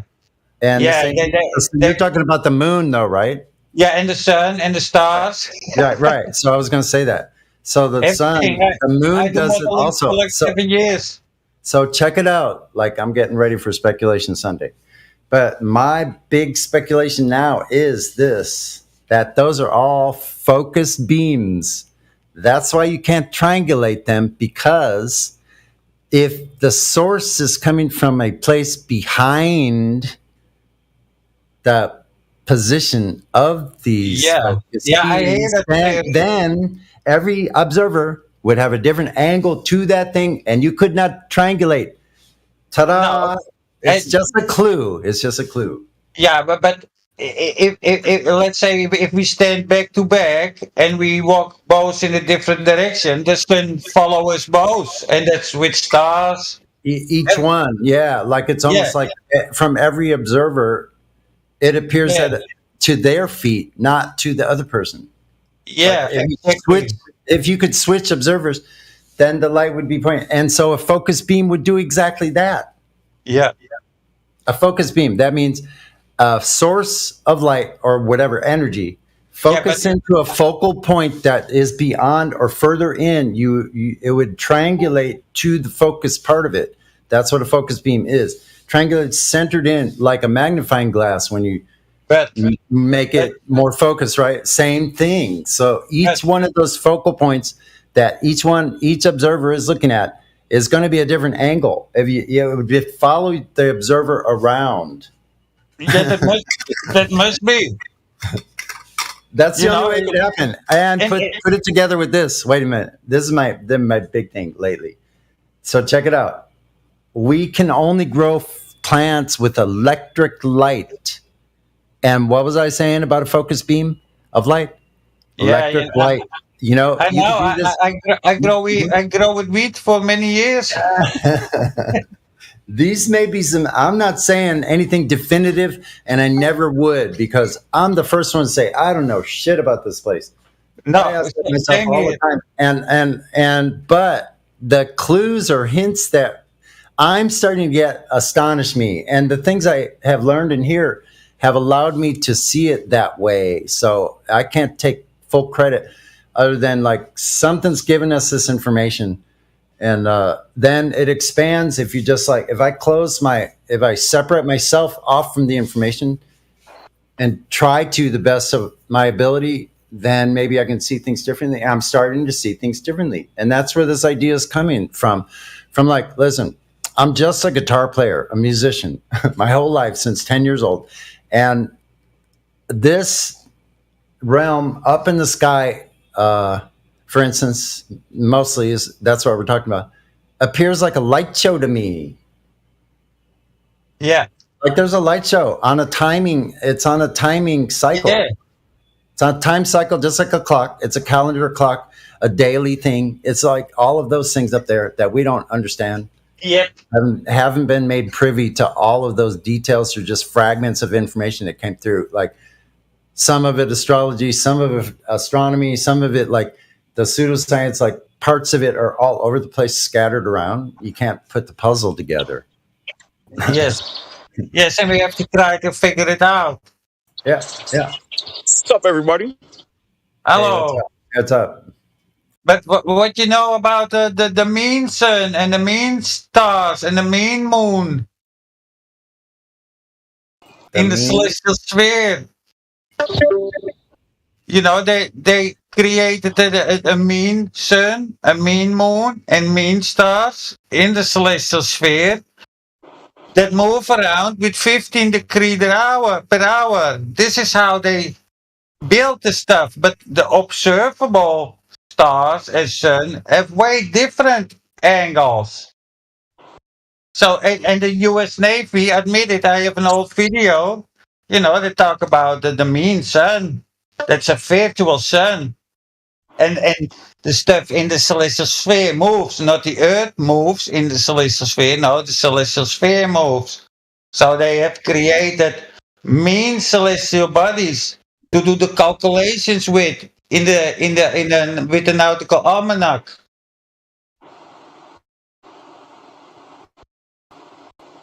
This is how they made the Earth round.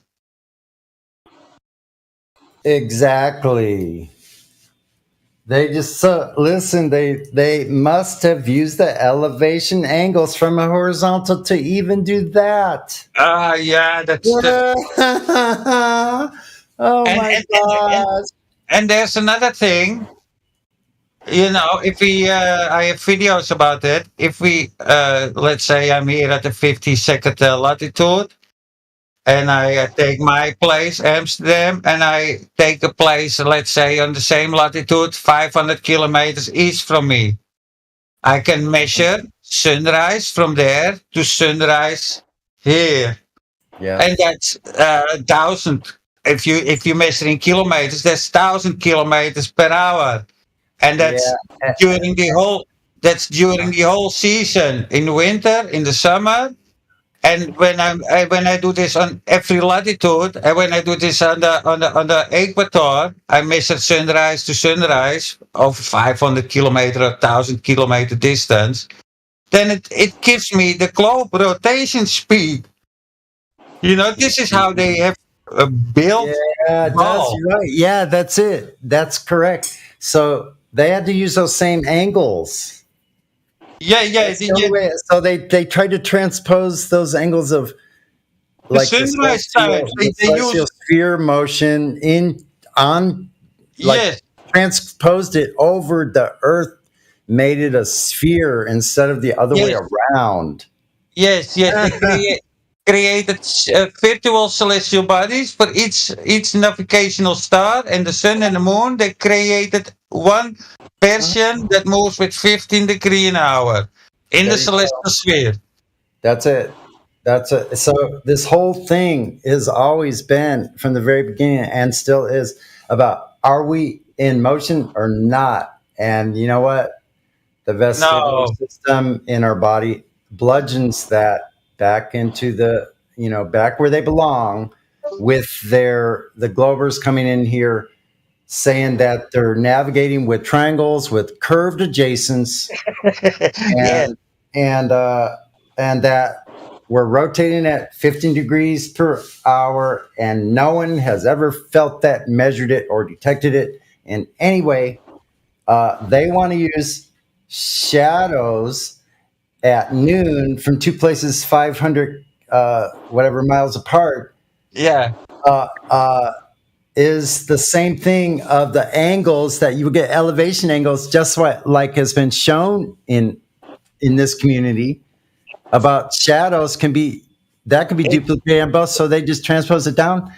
And so they come in here asking us, I'm going to start telling them directly that that's how they did it. They took the sky and put it back onto the ground and said that because of these angles and this stuff, instead of that, we're moving along a horizontal plane and doing all of these navigations that we do across the plane, that it's the sky's motion and everything. It's really bizarre. It was very easy to convert this all into a globe. We adjust some time zones. That's why we have those retard time zones. With a little bit adjustment, you can make it a globe.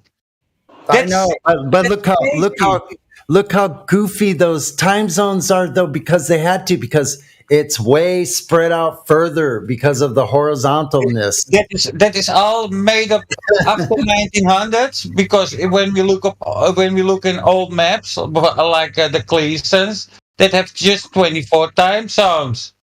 Not extra time zones of a half hour, and they really glue the globe together with time zones. And one more thing about that Eratosthenes with his shadow. So you must check the topography from Cayenne to Alexandria. There is rivers, there is lakes, there is mountains, so you cannot walk a straight line. So how they could figure out it was a distance. Here's what we asked them. Because to be honest, okay, that's what I started asking him. Okay, I need every elevation data point for every foot. Yeah, from Alexandria. Every elevation change. I'm giving you a break on the foot. I could go every inch. It goes in every inch. The elevation changing it per inch. Yeah. So yeah. So when you would walk that and you measure it, you have 500 kilometers more because you go uphill. You know, hills like 550 meter, 100 meter, 200 meter. You have to row your boat over the lake. Across the water. You have to know that that's sea level and use that as a datum point. That's a horizontal thanks. And then maybe we'll just give them a yardstick. Okay, that's going to be backbreaking work. Okay, so I'll give them a break. Let's say we'll give them a 3 foot long yardstick that they could lay down at every yard. Of course, that's going to be extremely hard, but it's better than every inch. Don't you have to admit that? So we'll go with yardstick, and we need every elevation change glober from Alexandria to Syene, and then we need to know how they synchronize their sundials. And how did they communicate that information? Did they use telegraph, like Morse code? Did they have walkie-talkies? Did they use the Baghdad batteries for their cell phones back in those days? Like, did they have cell phones? Yeah, and how did they measure the Amazon from east to west in like 1600 and have everything pinpoint? You know, you have to walk through to the Amazon where it's raining, 12 meter rain per year. Yeah, you cannot have paper. You cannot note your things on paper because everything is wet. So you have to work sticks to change. So, but these maps were already here. These maps are perfect. You know, every coordinate is correct. And they still measure the Amazon from east to west. We know that documentary on TV. This Ed something. He went to the Amazon. Okay. So wait a minute, because don't go to South America yet. So we got to stay where we're at. We're in between Alexandria and Syene still. So like, but so they had some very hold on. They had some very like clever scribes, and like one of them got through and was able to make a waterproof papyrus, like cover it up somehow and managed to get it all the way through. And then my question is this, which gets better and better. Then they took their sticks and shadow kit and they made it a nautical sticks and shadow kit, I guess. And that with the assistance of a plumb bob, the globers are able to navigate with a plumb bob and sticks and shadows out at sea. And what is the other part? They had to have a nautical plumb bob and sticks and shadow kit. And using that's the last part. The adjacent curved triangle. So they have to have those 3 items along with your spherical chart table and the partially spherical charts that you would have to lay on the sphere to navigate with the curved adjacent. Then you're going to have some special tools. You're going to have a curved parallel ruler that you can inch across the sphere at that radius. Yeah. You know, because you would be navigating on a curved surface. So if you're trying to navigate, you know, the legend that are on charts you would have to take your calipers, and they would have to be able to measure a curved adjacent as you're triangulating them from the from the legend there, so you know how much distance on a curve. Yeah. And then walk your calipers around, and then use your curved parallel rulers to inch from cardinal compass directions. Oh, wait a minute! Did I say compass? How does a compass work on a globe? Yeah, only when you hold them level. Horizontal. Yeah, it's all nice science. So, but my point was, all history is just made up crap. With sticks and shadows, we measured it. Isn't that funny? So they divided the length of the shadow with the length of the sticks with the stick. This is how they did it.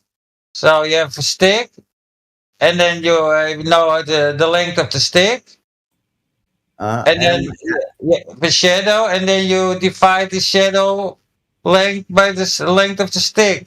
Yeah, and it's over the water while you're bouncing up and down in waves. Yeah. Yeah, but you know, I always wondered how you do that, you know, with your sextant. Listen, I would even donate to help the Globers build their nautical six and shadow kit that they could take with their plumb bob and go on a bouncing boat along the waves. And I want to see them navigate like that. But yeah, first they'd have to have that custom built chart table and the curved charts, which I never heard of. So them trying to say that, oh, we knew it was a ball the whole time. Why aren't we navigating with spherical triangles then? Hello? Are you awake yet, Bueller? Yeah, we navigated globes. Bueller? Bueller?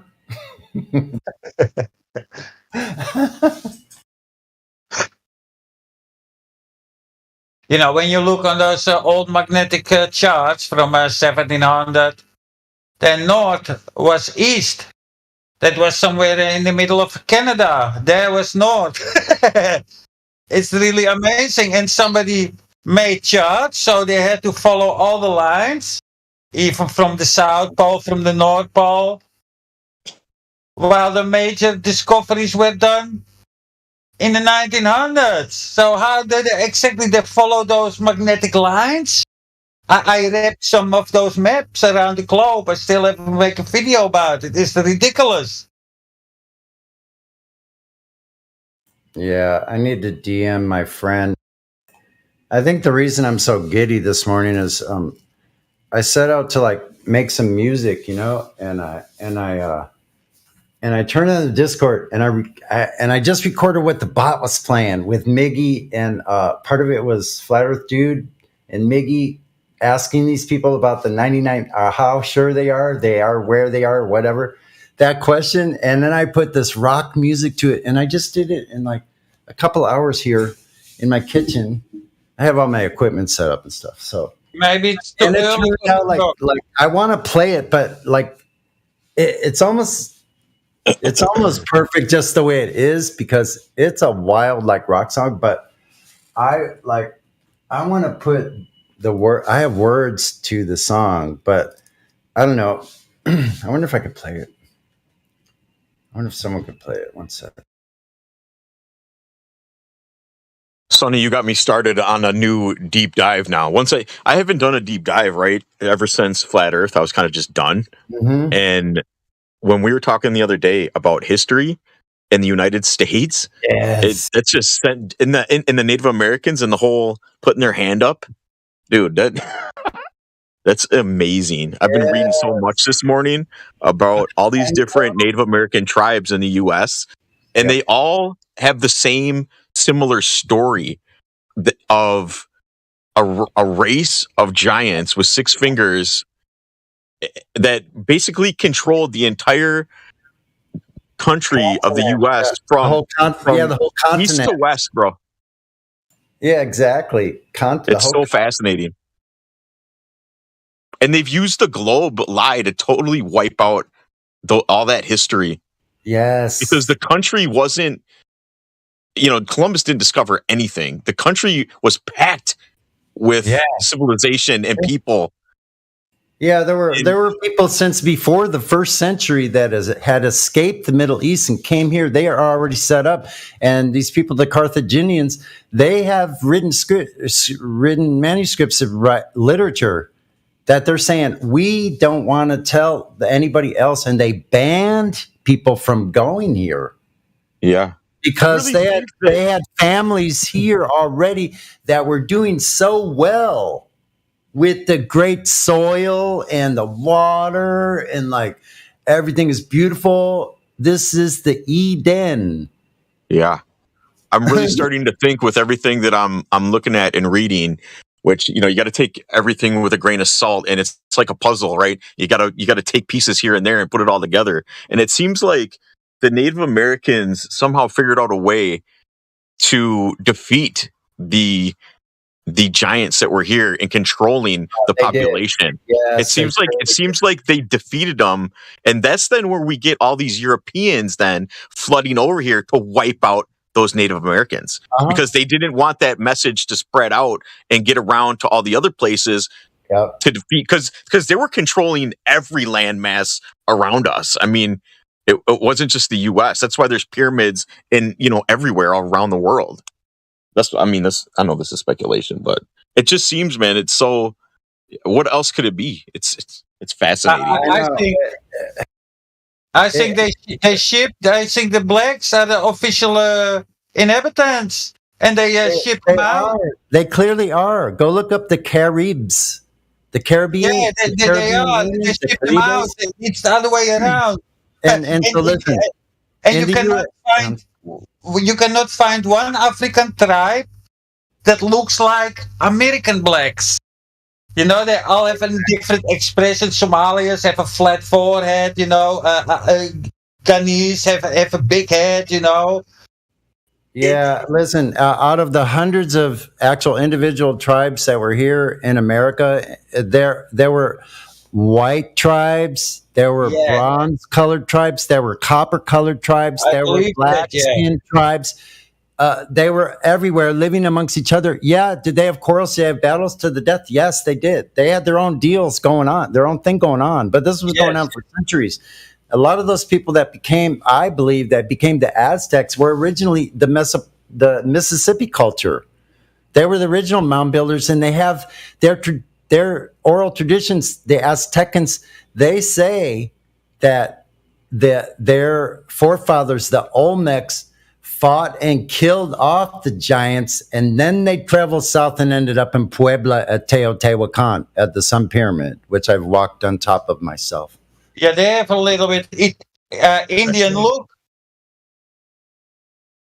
They look a little bit similar to the North American Indians. Actually, like the Egyptians, the Phoenicians, the ancient Celts, like all that probably all came from here. The first red-haired people genetically came from America. Like, people don't want to admit this. This is a tough pill to swallow. I believe in that. For those that want to cling on to the Africa first bullshit, good on them. But that's not where the first mammals came from, where the first every kind of animal, camels. They found artifacts of camels, elephants, all those mastodon mammoths going across the freaking land bridge. There were elephants in Australia. America. It's amazing how everything fits together too. Like, all these tribes said that, they would call these giants, these rulers, moon people, our star people. They came, from the stars, which is, fallen angels. Where did they come from? They came from the stars. And then they started messing around here and ruling over people, and it just all fits together, bro. It's amazing. It fits into Enoch like perfectly. Yeah, it's fascinating. And so do all the other biblical things of what that ancient culture looked like. Now they're finding all the remains with light are underneath the Guatemalan, Yucatan, and all over Mexico, all the places that are not fully inhabited, right? They have all these jungles with thousands upon thousands of super highways connecting that Roman highways, because you know what? The Romans probably started here too. Look at the Romans. They said, we got our culture from some people to the west. They all said that.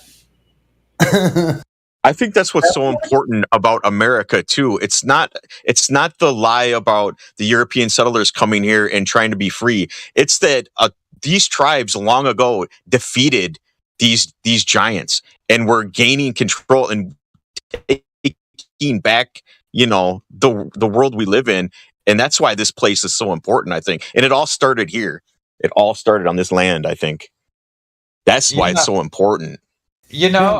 I restore old tools, and it come to my attention in the US, you have so much old tools, 100-year-old tools, machinery still. In Holland, there is none. There is nothing. In the US, you find a particular screwdriver, you can find thousands and thousands. Here in Holland, it's rare. They dig the subway here, and they saved all the stuff that came out of the ground. No big tools, nothing. Only what people use every day. So I think history comes from the West. It started there. Yeah, they lied about that. And see, that would actually, for everyone, that would be the biggest lie, that they actually erased our literal origins Yeah. from us. They took that away from us, our own heritage. That we have a living right to our own heritage. Right? Yeah. It's been stolen from us. Yeah, but some strange things are going on, in the 1900s. Suddenly you see lots of people, and then lots of photos. You see empty streets. I inspect myself some photos from the archive here in Amsterdam. Some crazy things happen. They drawing people in photos. We had a complete gas pipe network. Just 10 years after the first lame gas fabric came, that stuff was already here for some reason, and we act as if we build it, we build cities and make them bigger. But a private company put hundreds of thousands of kilometers of gas pipe in the ground 10 years after. So check it out. Like, so there's all these civilizations that they say are mysteries. Like the Sumerians appeared over there in the Middle East, like in a flash, and had fully perfected civilization. Yeah. With all the way down to how they built, they had heating, plumbing, running water. Yeah. They had aqueducts and they had aqua technology. They knew how to build precisely all of a sudden in the middle of out of nowhere. So Sumer, that's an American dialect. That's how they could come, because let's say this. In the Laurentian Mountains, right? And northern Canada, they say they know, and these came from geologists before 1900, which were geocentrists. I trust their word more than any other thing like that. Yeah. Their first-hand accounts, and they said that the Laurentian Mountains, they were the first ones above the waves. And then you tie that in with the first mammals here in North America. You tie that in with the genetics that the first red hair people, and you tie all these things together with all the giants, the Indians saying that every tribe almost had this whole thing about that they had to go kill these giants off. Yeah, Okay. you're right. Who were first, these giants or the people? Well, the civilizations, like there's Proto-Egyptian, the oldest mummies ever found were in the Chilean desert, right? And those people red hair and were very tall, and they have Proto-Egyptian scriptures. And all throughout the Aboriginal Americans, they have Proto-Hebrew, Scythian, Phoenician writing, but primarily Egyptian and ancient Hebrew, Proto-Hebrew, like the nucleus of where actual Hebrew came from, here in the first form.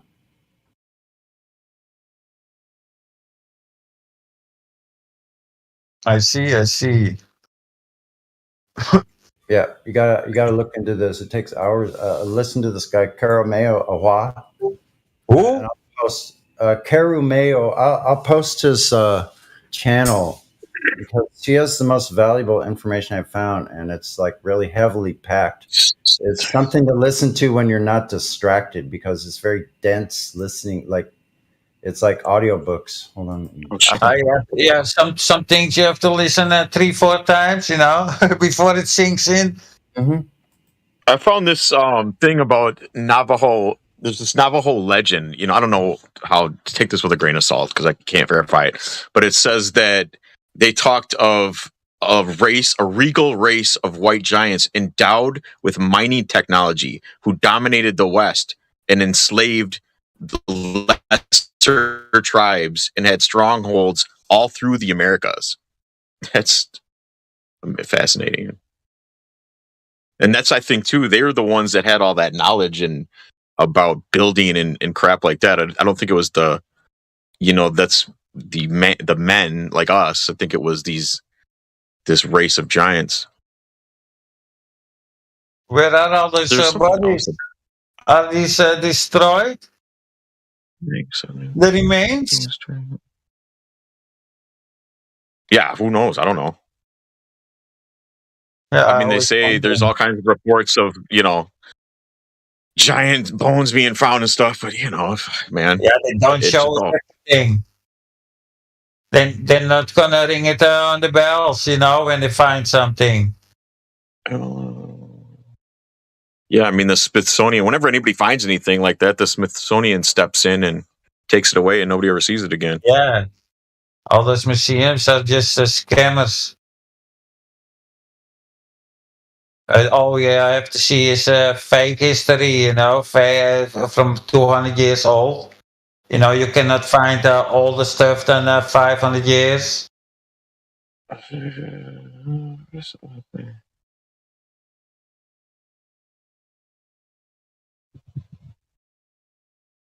So that's a 3-part series that I posted in live stream voice text about the proto-Atlantean shadows of Atlantis. So that's I find it very fascinating, and it's not just like listening to someone read through a book and then you tie that in with the actual primary sources with something, with other things. You don't just go on one single thing like someone's reading out a book. You're just a fairy tale. No, it's tied together with real examples and oral traditions and other writings, and it's very in depth, and actual experts and all of this stuff with their name in print on these books of these different organizations going across the fucking board. They used to tell the truth. Then they switched and said, we're never telling the truth again. Well, these fucking newspaper reports got out with them, and the books got out from way back when, since the 1500s. We still have some of those books. Yeah. People have saved, and they're in the public domain. So people reading from those and then tying those in together, like I investigate something. I don't just go on one thing. Oh, now I'm satisfied, and then I can go on believing. No, I never have been. I'm severely show me state challenged. You got to freaking show me a couple things. I'm not satisfied with anything. I'm the most skeptical person you could ever believe. Same here. Yeah, you got to be. Yeah, because it's easy to get trapped again and trapped. Because we want to believe something. So people will fall for just anything, and I'm not like that. Yeah. I need more sources, because I didn't really ever believe anyone, even my parents or any other authorities. I wanted to know, I wanted to ask somebody else, hey, are these people telling the truth? What do you think about that? Yeah.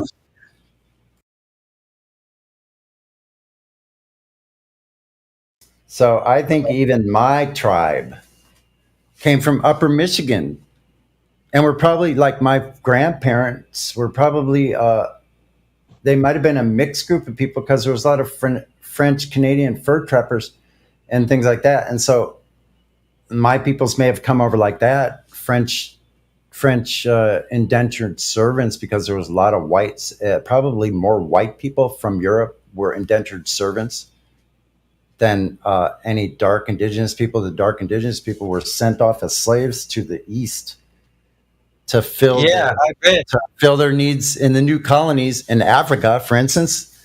More dark-skinned people went from America to Africa to the colonies than came across this way.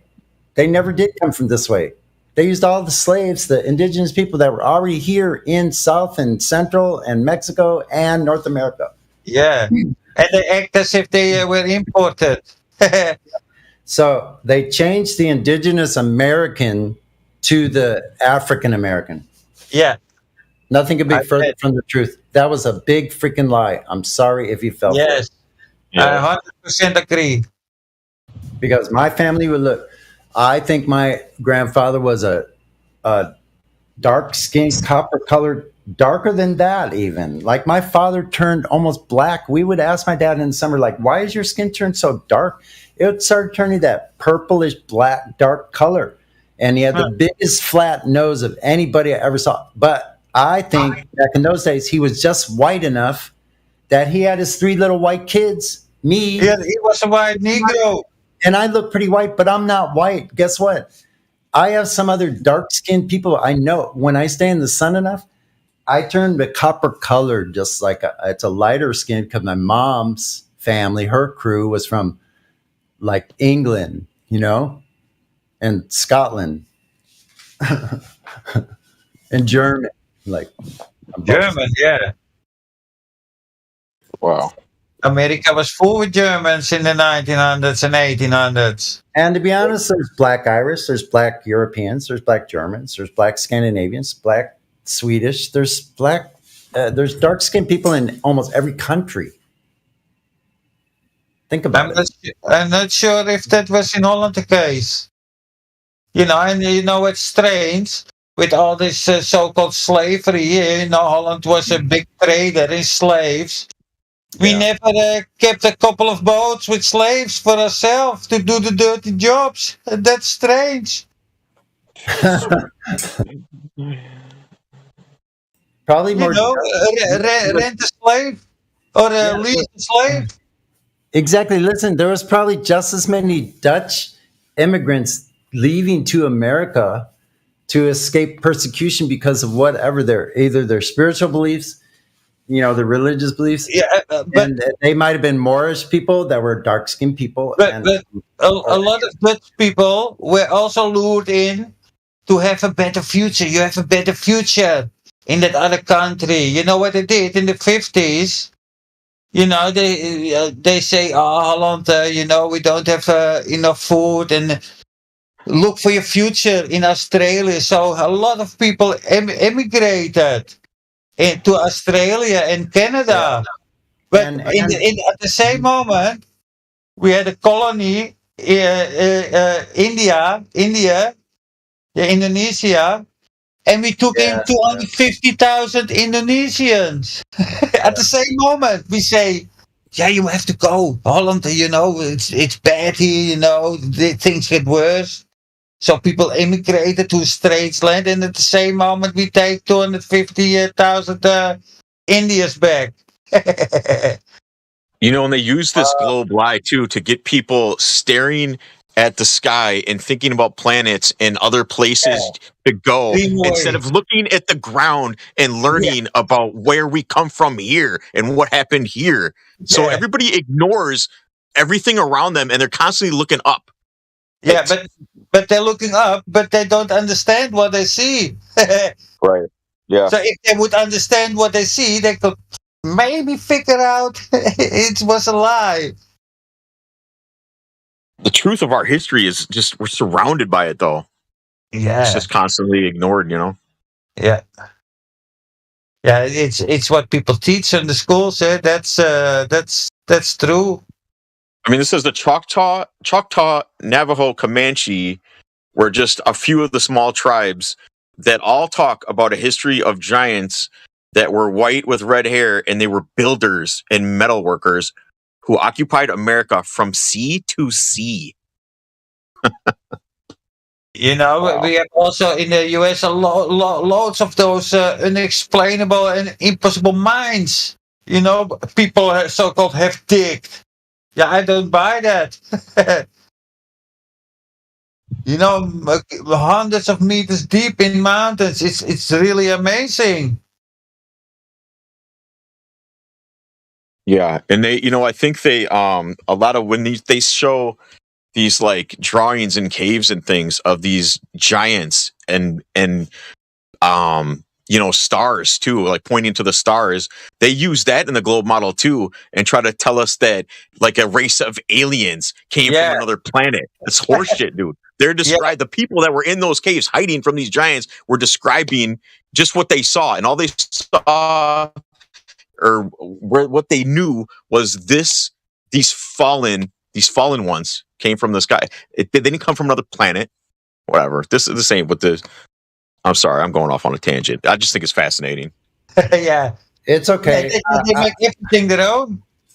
Yeah, I think that they were like, by the time the Spanish got here, I think there were still probably some tribes of giants. They described them in De Soto's scribe. He wrote it down. I think his name was Alessandro. He was the scribe. Was writing down what was going on when De Soto was looking for the Fountain of Youth. They actually probably found it. That water there's the more natural springs in Florida of the highest quality there than anywhere else in the world. People getting older also there. But listen, so they had these giant peoples like the Seminoles. They were probably some of the giants. And what De Soto's exploration said, what this guy Alessandro wrote, was that these people are filled with Hittites and Amorites and Moabites and all of the lost tribes of Israel. They're heathens, they're pagans, and they deserve to be killed, except for maidens and babies. Infants and maidens. They said everyone should be killed. They're godless people. We have right because of the Catholic Church. It just put it because we have the higher supreme calling that these people need. They were cast out or they left or whatever, right?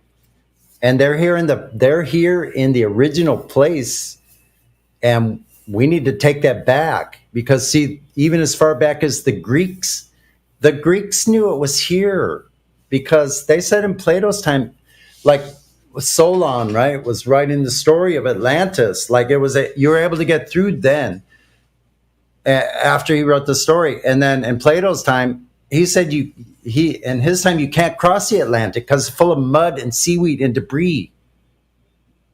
That's what the Romans knew America was here. They were going as a conquest. This whole thing was started as a conquest. So they were probably killing off giants still, even during Lewis and Clark. Early 1800s. I looked that up. I couldn't find anything except for tribes. They didn't describe them because they talk about it from Missouri, where I'm from, and Tennessee, Kentucky, Arkansas, all of those places down there. They found giant implements, freaking 45-pound axe heads. Like no one can wield something that large, that huge. No. Like all these huge artifacts. Hello. Giant things, giant civilizations under Kentucky in caves, whole civilizations with running streams underwater in these caves, 7 miles long, bigger than the Mammoth Caves in Kentucky. Hello. I have a question actually.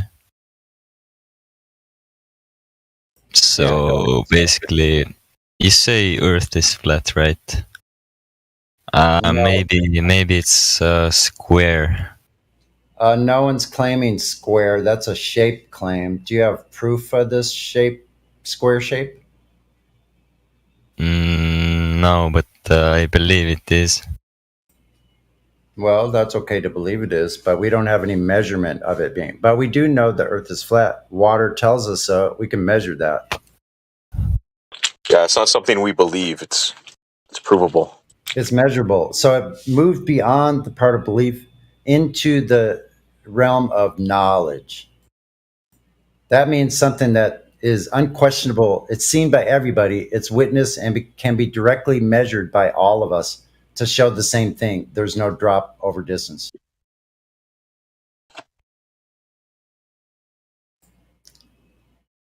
Or else we couldn't navigate with right. Oh, okay. Yeah, that makes sense. Yeah.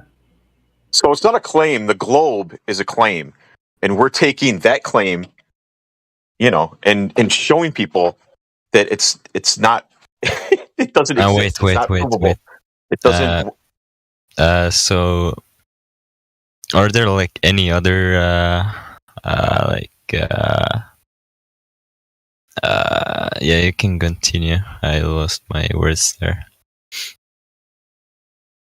Yippee-ki-yay! Exactly.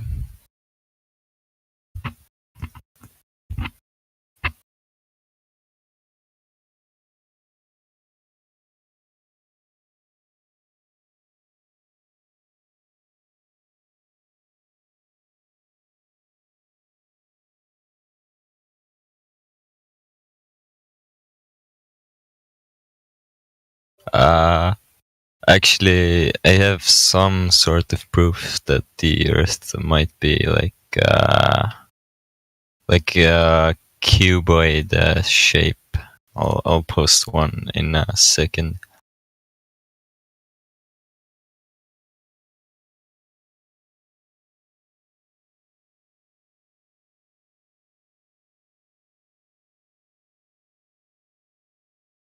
Oh, I don't have image perms. Is there anyone that could post it for me? I'm just saying, I don't know if I can post something in the chat. This is my first hours. Yeah.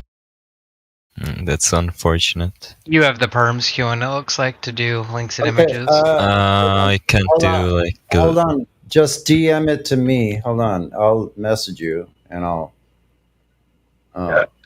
He can post. Alright. The other guy can't. I and you're would, not gonna cube Earther. No, you're not gonna. No, you're not gonna. Okay. You can fuck off with your trolling. No, I'm actually serious. Yeah. Did you read the server rules? Yeah, I did. No, you didn't, because you would have read the server rules. And I'll post them in the chat. Oh, you can't see the chat, can you?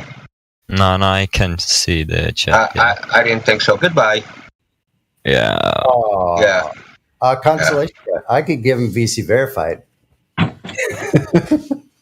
Yippee-ki-yay! I was listening on Rumble, man. I heard that cube shit, man. Oh, really? Out of here. Actually, wait, Indio. I was going to ask him for proof of that. Perpendicularity. Like, how do you measure the sides that are going down? Let's debunk it. Let's stand on the side of a cube. and if you're on one side, I want to stand on a corner. Wait a minute. If you're on one side of the cube, are you always on top, no matter what side of the cube you're on, even if you're on the bottom one, just like the top of the sagittal? You're supposed to be on top all the time. And I can see the sun only for 6 hours. How could I ever forget the sun or the moon square shadows they leave, right? Does the cube have a moon and sun for each side of the square? Because that's light something. He should probably take off his VR headset. He's probably stuck in Minecraft. During a moon eclipse, we have a square on the moon. That was very Did you guys boot him? Did he get booted? Yes, he got booted. A whole group of them joined the server. They're all in there. Earth is a triangle. Earth is a square. Earth is a the same. Yeah, no, that was very timely of you. That was retard alert. Oh man. I love Refraction. So is their plan then when they say that shit and then they want to post something in the live stream? Are they trying to like put something up to get it banned? Like some like pornographic or something? Is sometimes, sometimes that's what they want to do. Yeah. Crazy, dude. I was getting ready to welcome them in and then just continue to bludgeon them a little bit more, But to each his own. We have this time available for someone that's serious, actually. Either seriously knows there's a globe or seriously doesn't believe that bullshit. Yeah, we have enough clowning from the government, so let's get serious.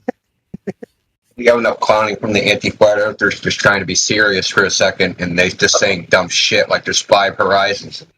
Yeah. And they say it with a serious voice sometimes, which is really... very serious. Seriously. Like it's blue. Fingernails on a chalkboard. I love it. Yeah, we had a Glover say last week. He typed in the chat that the reason aliens won't talk to us is because they're flat earthers. Oh, really? Yeah, that's when all the alien stuff was coming out. They were What like, you're it was in the saying. news. Is that we're the saviors of humanity then? Okay, so if that's true, then what about 1947?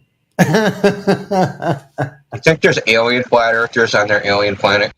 You think they knew there were flat earthers here in 1947? How did they communicate that? How did they get that? Oh, that spaceship that crashed in a Corona field. Yep. So they tried to have you face out to the sky instead of looking where your feet are planted, and then turned your ancestors into freaking aliens. The way they use those stories and then try to, like, they put those stories out there, right? And then they try to do this like fake cover up to make people think. It's like they trick them into believing it more because it's so genius, dude. It's so funny. Yeah, once you see it, you cannot unsee it. Yeah, because I believe a lot of like people aren't nowadays, but people are getting progressively dumber, I think. But before it was harder for them to, people wouldn't believe that alien shit, right? So what they do is they just cover it up to make people think, hey, wait, what are they hiding something? What's going on? And then they do these weird, try to deep dive and find all this crap that they're putting out there to make you believe that it's actually real. Yeah. It's so funny, dude. They built all stuff around it. And it wipes out everyone's history of truth because it just gets them thinking about planets and aliens and it's all make believe. It's old.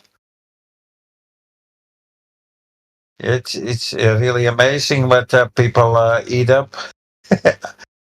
I used to love it myself.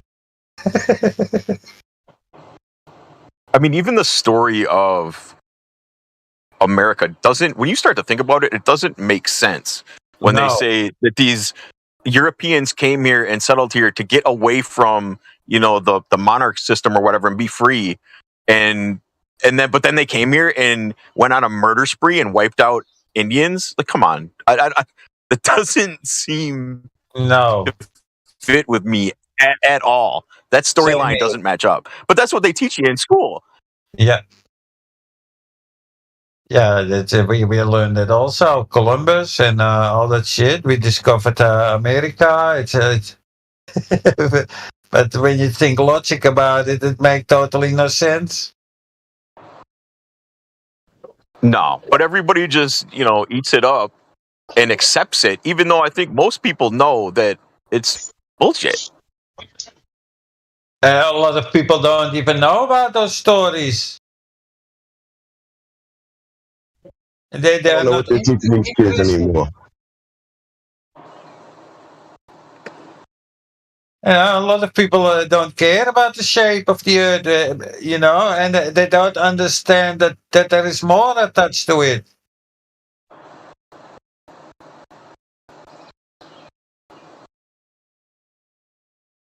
It's craziness. Yeah.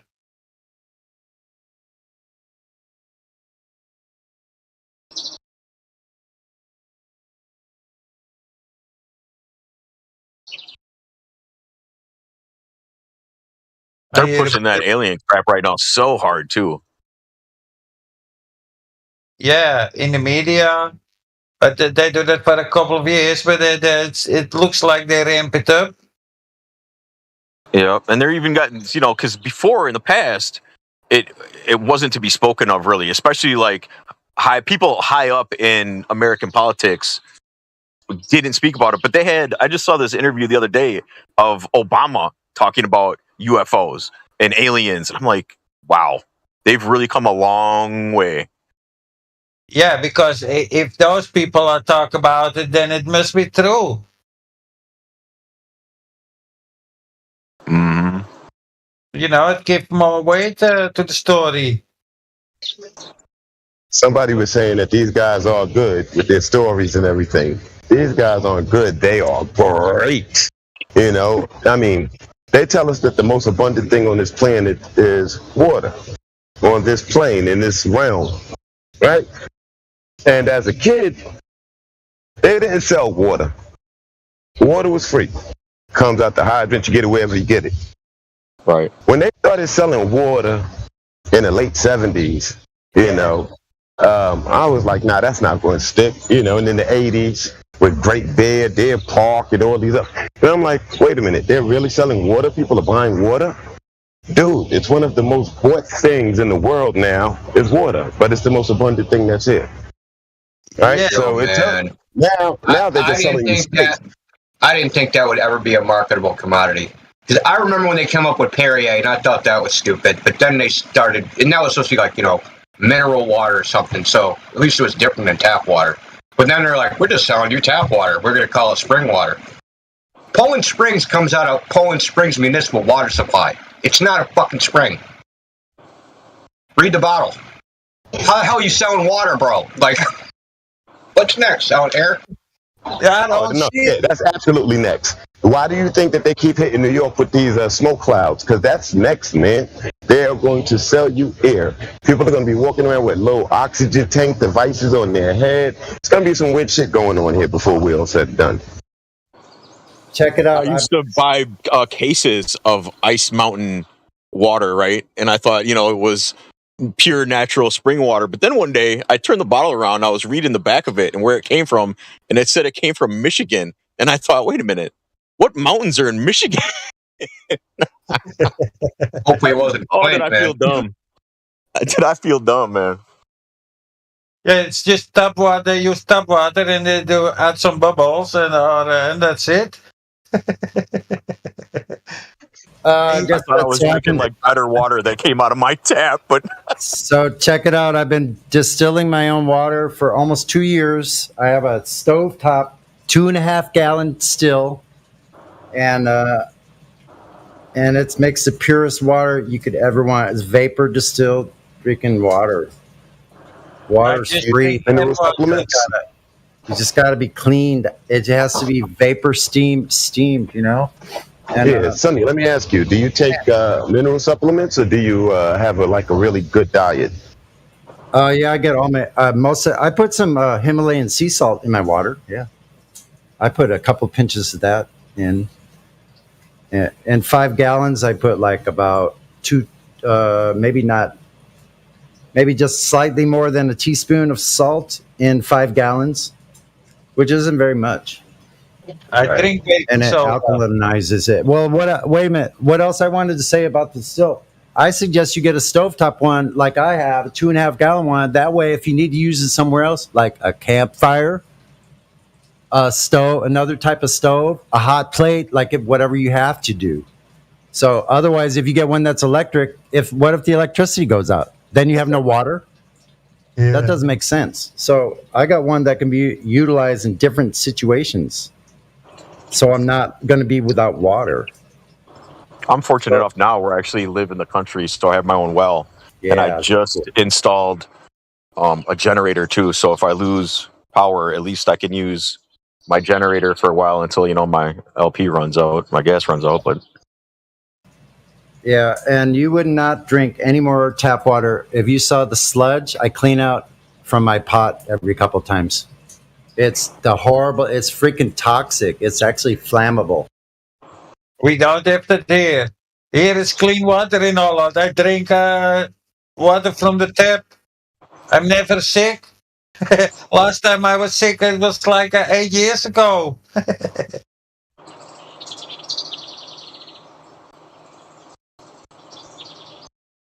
Well, that's like when I was a kid growing up. We drink straight out of the garden hose. We didn't care. I remember drinking water in Spain. It was in like 1982. I drink water from the tap and I had one day diarrhea. In New York City in the 70s, we'd fight the dogs over the hydrant for water when you was a kid. You know, it's like, get out of here. Well, I'm next. So, you know, we drank straight from the Johnny Pump. Yeah. Yeah, we drink. I drink from garden hoses. Yeah, that the garden hose drinkers of the world. So in people's lawns that I didn't know. Absolutely. You know, we would somebody on the first floor would have a cup and would just hand cups of water out the window to us. You know, when we were kids and stuff like that. You know, a group of kids run into the store. You know,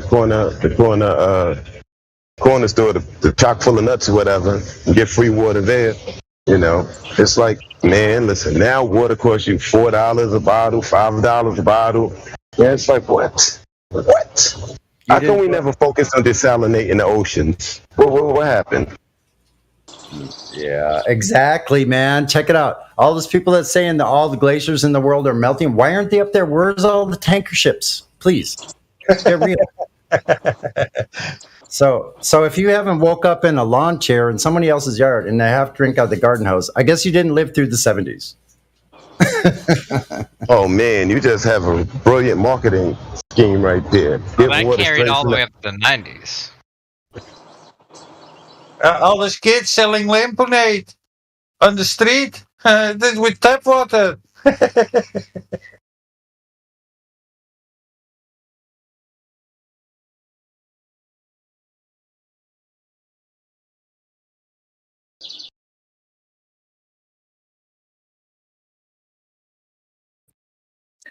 Good evening, guys. Can I get a mic check? Sorry, dude. Got a new phone, want to know how it sounds. And also, there's somebody in the chat that hasn't got any roles that goes by the name of, well, it looks like I've just hit the keyboard and having a spaz, but it's JJ. But good evening, guys. In this one. Say that again. I said the force is strong with you, Jedi. Your mic is clear. My friend. Thank you, my friend. I do appreciate that. Though my hearing's not so good. But yeah, thanks, buddy. I appreciate it. Are you doing well as well, Paul? Hope you're keeping good. Good, absolutely. Hello.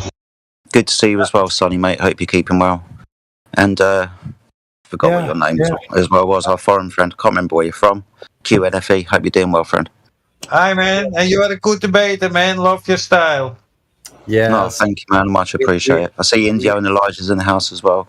Chris, you're around as well. Good to see you, buddy. Loads of people in the house. But yeah, has anybody spoken to JJ with lots of other letters that I can't be bothered to look at? JJ, CVRTIXR. Is that even a word?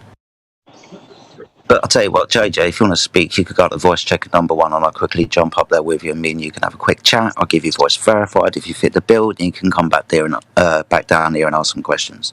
So JJ, if you want to go up there, we'll have a chat. I'll get your voice verified if you want. If not, this lot are going to keep talking. We've got Hayes in the house. Good to see you, Gay.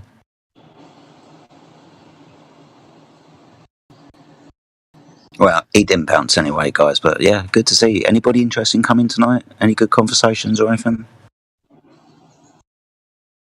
People been saying that Jesus was an angel at all?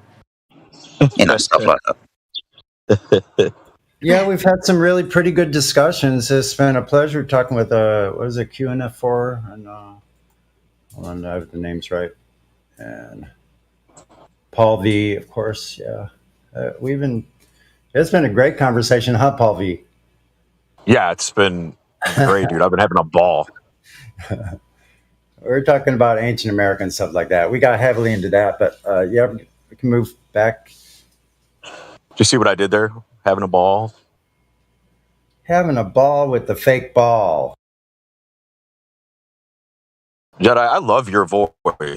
I don't know what it is about your voice. It's a tad monotone, but it's not like a normal monotone where I find it irritating. It's soothing. I don't know, bro. You got an excellent voice. I love it when you come in. Hey, man, I really appreciate that. Sometimes that monotone is for effect. I'm very conscious of it. But yeah, I appreciate it, man. Just to stick around, I've got many different varieties of this monotone voice. Sometimes it's really angry. Sometimes it's pretty chill. But yeah, man, I appreciate the compliment. I really do. Everyone seems to like my voice for some reason. I think it's the English cadence. I don't know. Maybe it comes with an air of authority. Have I put everybody to sleep? Is that what it is? But it almost sounds like you No, was you don't put blushing. me to sleep. Fast I one. just get captivated in listening to you until I just get quiet and I'm just on the edge of my seat listening, hanging on every word. Yeah, I agree, Jedi. You have a very good voice, brother. You know, your intellect shows through your voice, which is, it's comforting, with such a complex topic because, you can stay calm and just explain things to people without flying off the handle so quick, Yeah, man, okay. Maybe you could just sit here and read us some stories, Jedi. Just some Crime and Punishment, the Bible. Yeah, that's funny. That's funny. We'll just sit here and you can soothe us. Oh my goodness me. Yeah, I should get into maybe doing some Bible stories or something like that, or some children's stories maybe, I don't know. Oh, that's a good idea for TikTok maybe, yeah. Ooh. But yeah, thank you guys, I do appreciate the comment. And the compliment.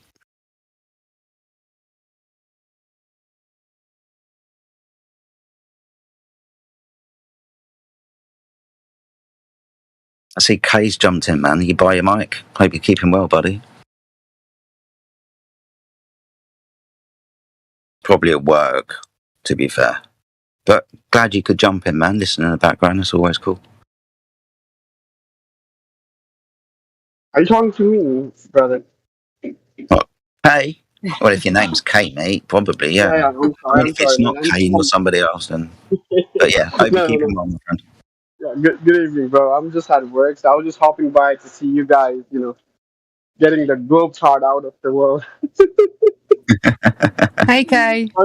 Hey, what's up? How are you guys today? I'm good, thank you. I won't be able to talk much because I'm at work, so I'm just gonna hear about, there's too Yeah, no much. problem. You take care. Yeah, you too, Hello. Andrew. Love you. Love you guys. Later. Hello, how are you? Hey. See you later, Kay. Hello, my friend.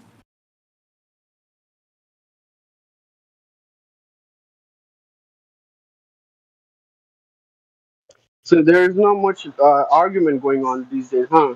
I haven't seen so much discussion going on over here. We need to get more Globers in. Yeah. Well, hopefully I think Mayhem's been on TikTok, since he found out that TikTok existed. So hopefully he's going to be bringing some people over from there. A couple have jumped in. People have said that I've seen a bit of Mayhem and they've been on TikTok and I've hit the link and blah, blah, blah. So it is working. So fingers crossed and praise to Jesus. So hopefully more people will start coming in, figuring out the truth of the world. Elijah, shout out to you, big man. Talking about TikTok. Well, to be honest with you, I'm the most hateful person in Clubhouse right now in my community because of Flat Earth. So wherever I hop in, I'm much the most. They just kick me out when I start to talk about Flat Earth.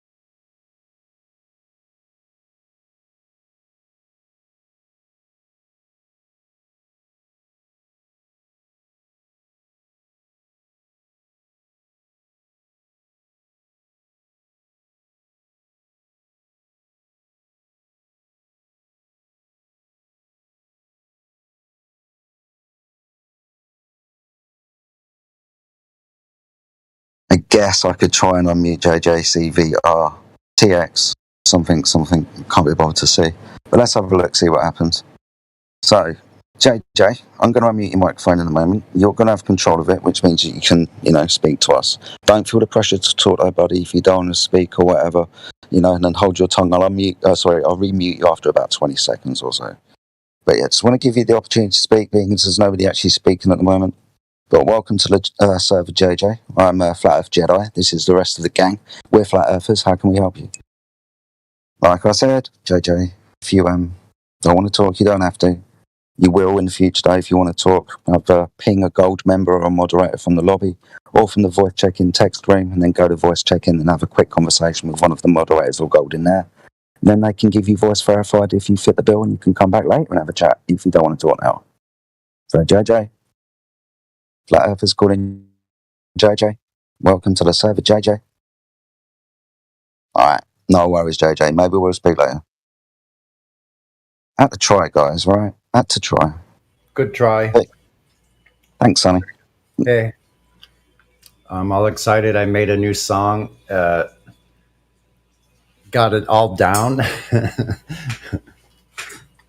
We'll look at that in a bit, man, for sure. It has. I just got up and I heard the bot going here, and it was Miggy asking about the 99% sure thing, and I recorded a beat to it after it. It's pretty killer. I don't know, it might be kind of loud. I could have someone try to play it if we have some downtime, unless there's someone new. I mean, it's a rock song, so. Of course it's a rock song, Sonny. I've never known you to do some, I don't know, deep trance or some blues or some banging drum and bass. That's not your style. Yeah, so let's see.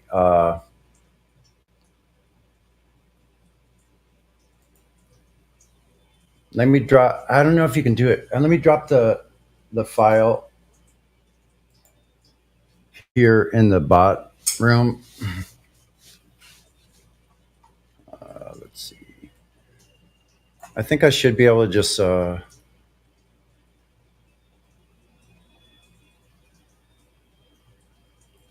copy the link then, right? Once I do that. Wait a minute. Doesn't have that. Who knows how to do that from an MP3? Never been able to get that right.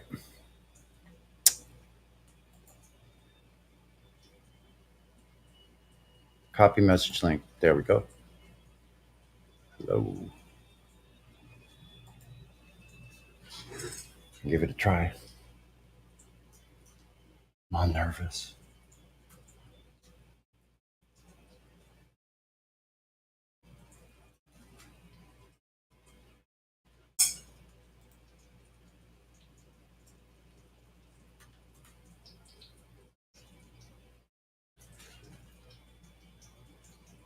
No.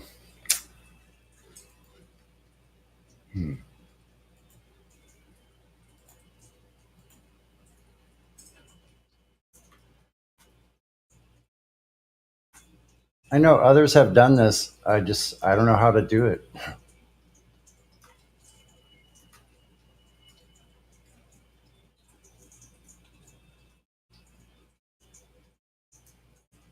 Oh, shoot.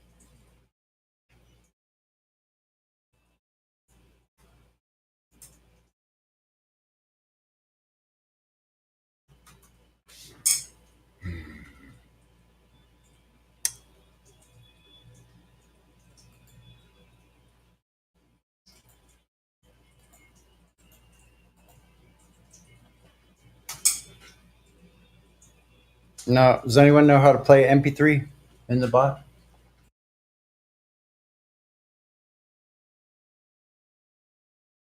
Or does it have to be a SoundCloud or a on a YouTube video?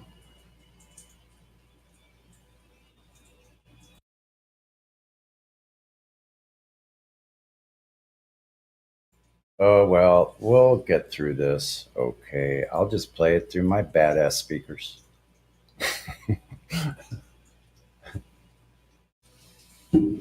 Hold on.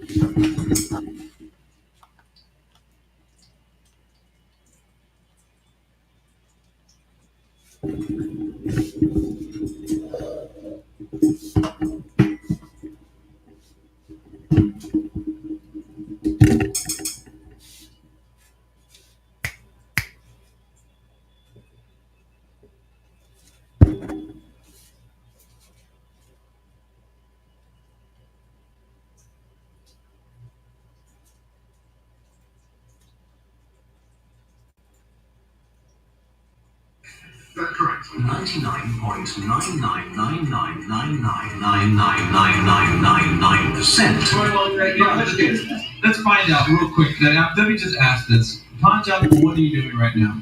You can tell me if you're not, we'll use another example. What are you doing right now, Panjab? I assume I'm laying in my bed. Okay, what? I was just going to ask you if you're sure you're laying on your bed. He's assuming. He's assuming. Wait! There's one!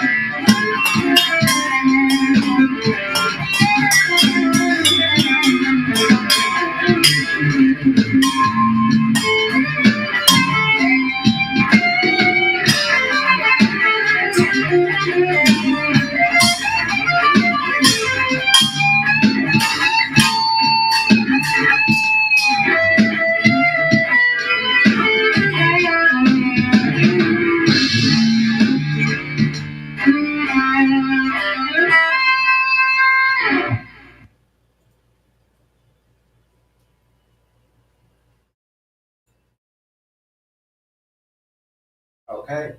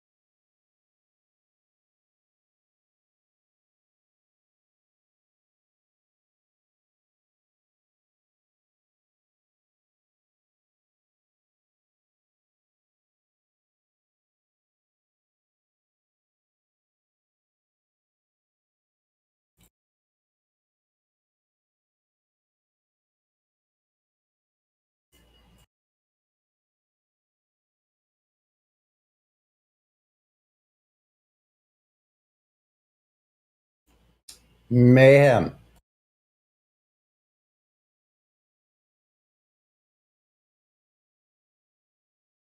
What's up, Sonny? How's it going? That's going pretty good. Yo, Mayhem, my friend. How you doing? I hope you're keeping well. How's the TikTok thing going?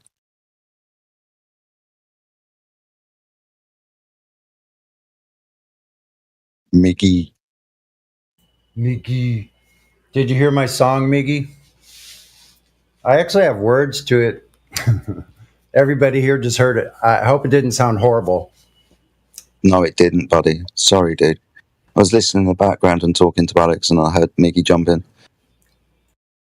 No but yeah, problem. man, that was awesome. Thank you for playing that. Did he jump out again?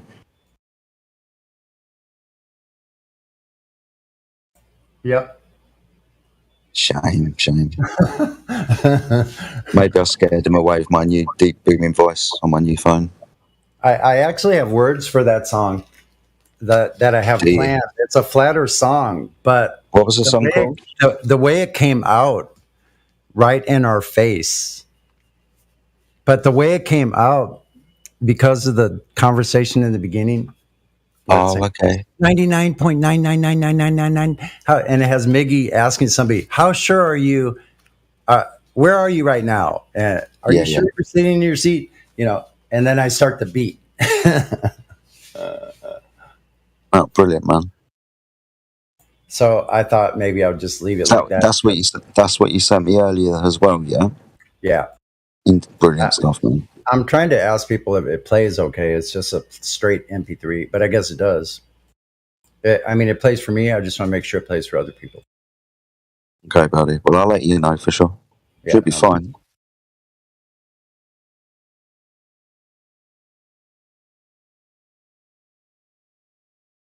Yeah, somebody's got to do some really heavy, like rock influence FD music. No one's doing that. So who else is going to do that but me? That's going to be your thing, man, for sure. Gotta be you. Can't you team up with Helio or something? Exactly. Didn't QE, right? Did he do a couple classic rock cover songs? Yeah, he did for sure. But these are original. Oh, I gotcha. Okay. Original compositions, yeah. So yeah, I thought you were talking about covers. Bob, no, I have big plans to do a lot of parodies too. I actually have a couple in the works, but I did one for Miggy, but it hasn't been released yet, and I don't know if it's release worthy. Actually, I could still do some more working on that. I'm just kind of getting my hands into this. I didn't think I was very good at like doing the mixing part. But I found out I actually do pretty well. There's a couple of things, still going over that learning curve. That's the easiest way to say it. Holy shit, Sonny found the curve. What'd you say? I said, holy shit, you found the curve. The curve. The learning curve. The learning curve. There you go. I started thinking about the beach because it's like what? It's the 4th of July weekend. Might be some curve down at the beach. There usually is when the sun's out. Isn't that interesting? The curve only appears in daylight.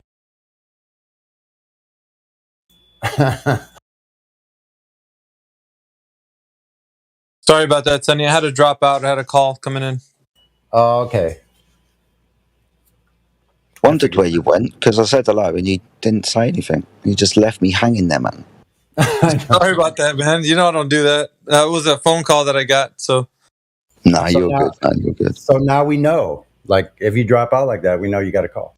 Yeah, I was in the middle, right? I was going to respond to you, and then I got a phone call, and then it just dropped me out of everything. How's my mic coming through for you, Mayhem? Is it coming through good enough for you? Yeah, it's really well, man. Like you are, anyway. Yeah. Wow. Awesome stuff. Fantastic, actually. Early birthday present. All of you sound just great. Yeah. I did my first TikTok stream today. I was doing it just like maybe not even 30 minutes ago. What? I heard it. I'm so sorry that I didn't jump in, man. I'm still getting useless new phone that I've got, so putting TikTok app on that and blah blah blah. So it's taking too long, dude. So I couldn't jump in. But how'd it go? Yeah, really well. We're getting the crew hooked up over there. We got to get people to their 1,000 followers so everybody can stream live. And that's what we're trying to do right now. To transition over to TikTok to get our crew over there. We got to get the 24/7 crew over there. But on top of that, like there's much more. We'll go over it, man. There's quite a bit to talk about. All right, buddy. No worries. I'll give you some of my time. It's getting late tonight, man, so it won't be soon. But yeah, at some point over the weekend, we'll catch up for sure. That's awesome, man. I'm looking forward to it. Like, I'm waiting for a new phone in the mail myself, and that'll be good. I can see doing streaming, just playing music like that, playing that as a stream, or take requests or whatever. Yeah, I have big ideas. And thank you. You would really like TikTok, Sonny. Yeah, because I do a lot of different things. Like, I plan on doing some. Actually, one of the members here, my friend Flat Lloyd Wright, he's sending me a GoPro camera.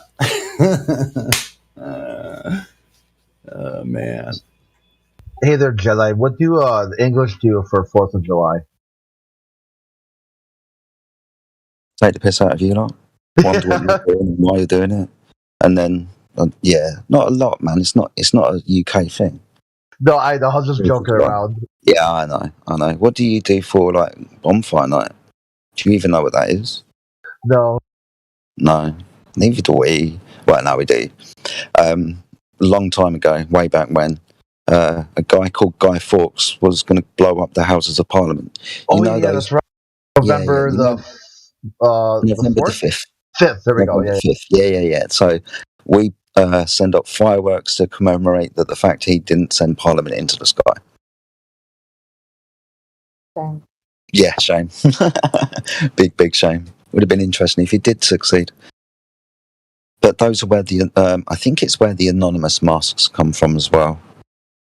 Kind of Guy Fawkes looking image. Jedi, just That was admit, a V for guys, Vendetta, just right? admit you guys get mad at us on the 4th of July and you guys throw stuff around the house. Yeah. And you lot go overboard for Halloween.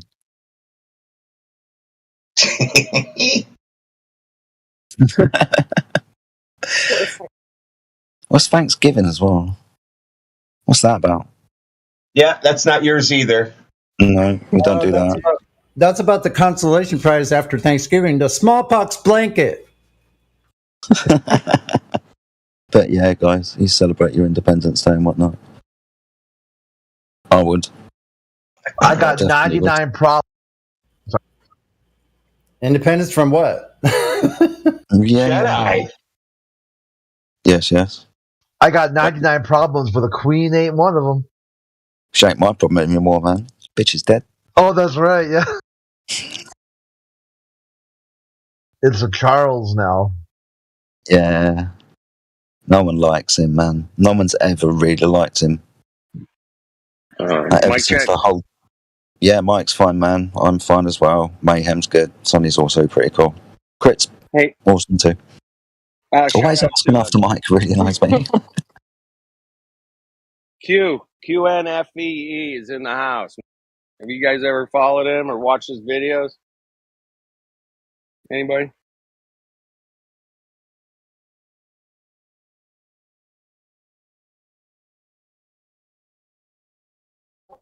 Yeah, me. Hey, what's up? Piece of shit. Hi, guys. Piece of shit. I love that guy. Anyway, he's got like hundreds and hundreds of flat Earth videos, dude. Hundreds. Check it out if you get a chance. Yeah, like more than 1,000, I think. A couple of channels. Right? Yeah, you got couple channels, right? I've got to Yeah, remind now I'm Sorry, guys. Gonna not have to so remind. active. Gonna have to remind CB that he's got to get himself on TikTok. He can't keep hiding that handsomer face from the world, man. You can't do that. So you need to get yourself over onto TikTok, mate. That's for sure. We need you on there, man. We're progressing, and you're the type of person that's going to be able to flourish on this platform, obviously, right? So stop hiding behind your microphone, say hello, and tell us you're going to get TikTok and get involved. Don't be shy now, CB. I'm shy. No, I'm not doing it, man. China. China, man. China. I try and do the same thing with Google, because Jews. But yeah, I get it. My TikTok is still under construction. It'll be finished soon. How far away are we from that 1,000 mark? Might need to change his name to Mayhem 1,000. Mayhem's over. He's got. I clicked on it. He's can go live now. Oh, we hit the 1,000? Yeah. Let's go. Well over. Mayhem's well over 1,000, mate. But this is the thing, brother. Can't just be him. It's got to be Elijah. It's got to be you. Got to be me. Got to be Sonny. Got to be Chris. We've all got to get to this point eventually, mate. All right. When we going live? Where you at, Mayhem? Yeah, that's good. Good job, guys. 1,000. That's amazing. He's pretty good, isn't it, man? He's really, really good. Shout out to you, Mayhem. Yeah, big shout out. Might need to change that name to Mayhem 1,000. Ooh. Flat Earth Mayhem 1,000. I like it. Good. So yeah, I reached that goal yesterday, or actually, it was this morning. I woke up and I slept in one of the guys' channels that we follow, the one of the grow hosts, and I was at 1,000, and I woke up to like 1,300. Wow. Then today I'm like at 1,470, something like that. Man. So we definitely found a method for which anybody can actually grow their account in a real quick fashion. So I decided that I worked on becoming a grow host, because if I'm a grow host, that means that anybody that wants to come up and get their channel, their TikTok accounts up, I'll be able to help them do that. Because there's an opportunity to anyone can become a grow host, but I really want to become like a popular one. So anybody that I want to help out, I can just easily. You can jump in the chat. I can pin one of your comments, and everybody can like your comment and follow you. And they can grow your account super quick that way. Plus, it also gives a good source of revenue as well. Well, good stuff. So, have you done a live show yet, or we need to set that up? No, I just did one. Bet. All right. Nice. So, are you making money now? Yep. I definitely am. Way to go, team. But I'm saying, though, like, this is for everybody. Like, all of us. Like, this isn't just for me. Like, all of us can be on TikTok. We can get our accounts to 1,000, and we can, like, they have, like, a grid view. Like, a grid view where you can have all the cameras on and your phones or whatever. So we can all be, like, live streaming and whatnot. But in due time. I mean, we'll all get there, but... We will definitely get there, man. Definitely get there. Well, I got 9 days off in a row because the British are pissed off at us on the 5th of July. So I get 9 days off for that holiday. Not pissed off you. Hold on, we're not pissed off on you on just that day. Oh, you're pissed off every day. That's it. That's it. We're always pissed off of you, and you get celebrated for once. It's interesting, so in 9 days, I'll have a TikTok with 1,000 people, followers. Won't take you long, mate. Yeah, you just gotta follow this method that we're gonna show you, and pretty much after that you don't have to worry about. And once you have the live capability, then you can be on there. Like I said, you can just turn on your camera, go live, and talk about the weather or whatever, like Radwin's Day or whatever. It doesn't matter. And people can like your stream, and if you want to just use it as a source of revenue, and they'll gift you certain items, and You can just, I don't know, do whatever you want. So I could make money. Practicing guitar in front of the camera just for 10 minutes every so often. I love it. Hell yeah! It's not regulated like what I'm saying is it's not as boxed in and regulated only to flat earth and that's it. Like think about it as it being a funnel for your creativity. And so use it for a revenue funnel for your creativity, and then you can have your people that are watching you gift you, and then all of a sudden you're like, hey, you check out my Rumble channel or my YouTube channel or my Instagram or whatever. Like you can direct them to something else, but you can keep that as a like I don't know, like a canvas to paint whatever creativity you want.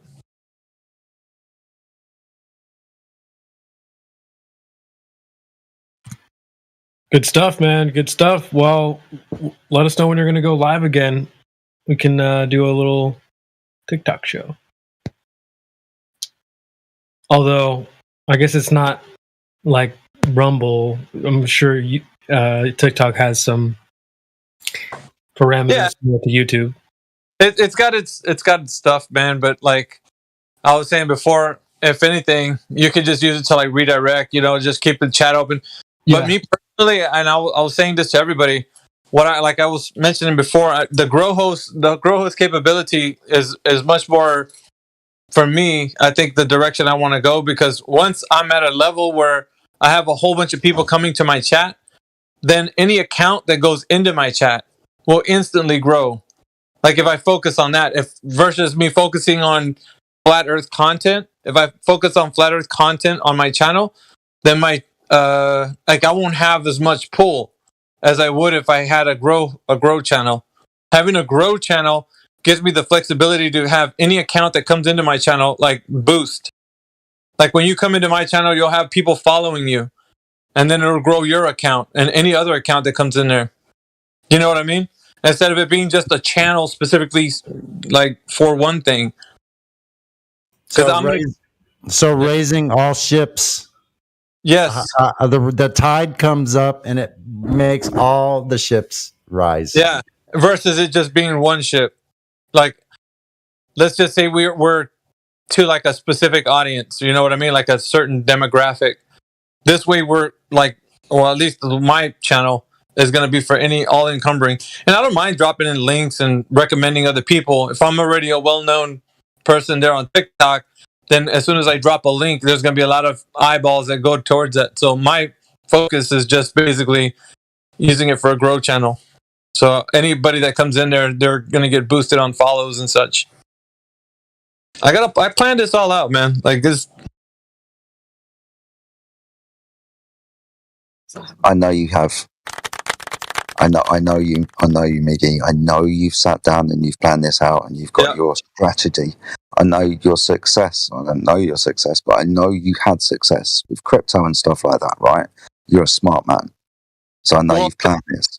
Yeah, because I'm looking at it more like, okay, if I want a lot of soldiers on the battlefield, I can't specifically cater to one topic. I have to just make it to where I use TikTok for what it's used for, and that's getting as much advertising as it's like a billboard. Get as much advertisement as I can possible to the channel, and get as much people to follow me. Then once I'm growing to be like 100,000 followers or whatever, then I can really start moving mountains. Then anybody that comes in there, I can, as soon as I drop a link or something, then I get a lot of eyes on whatever link I put down. So that's more. Probably what we need more is like to get more optics on what we do. And if we don't get the eyes on the links and stuff, then we're just trying to grow a channel within our our conversation of flat earth. You know what I mean?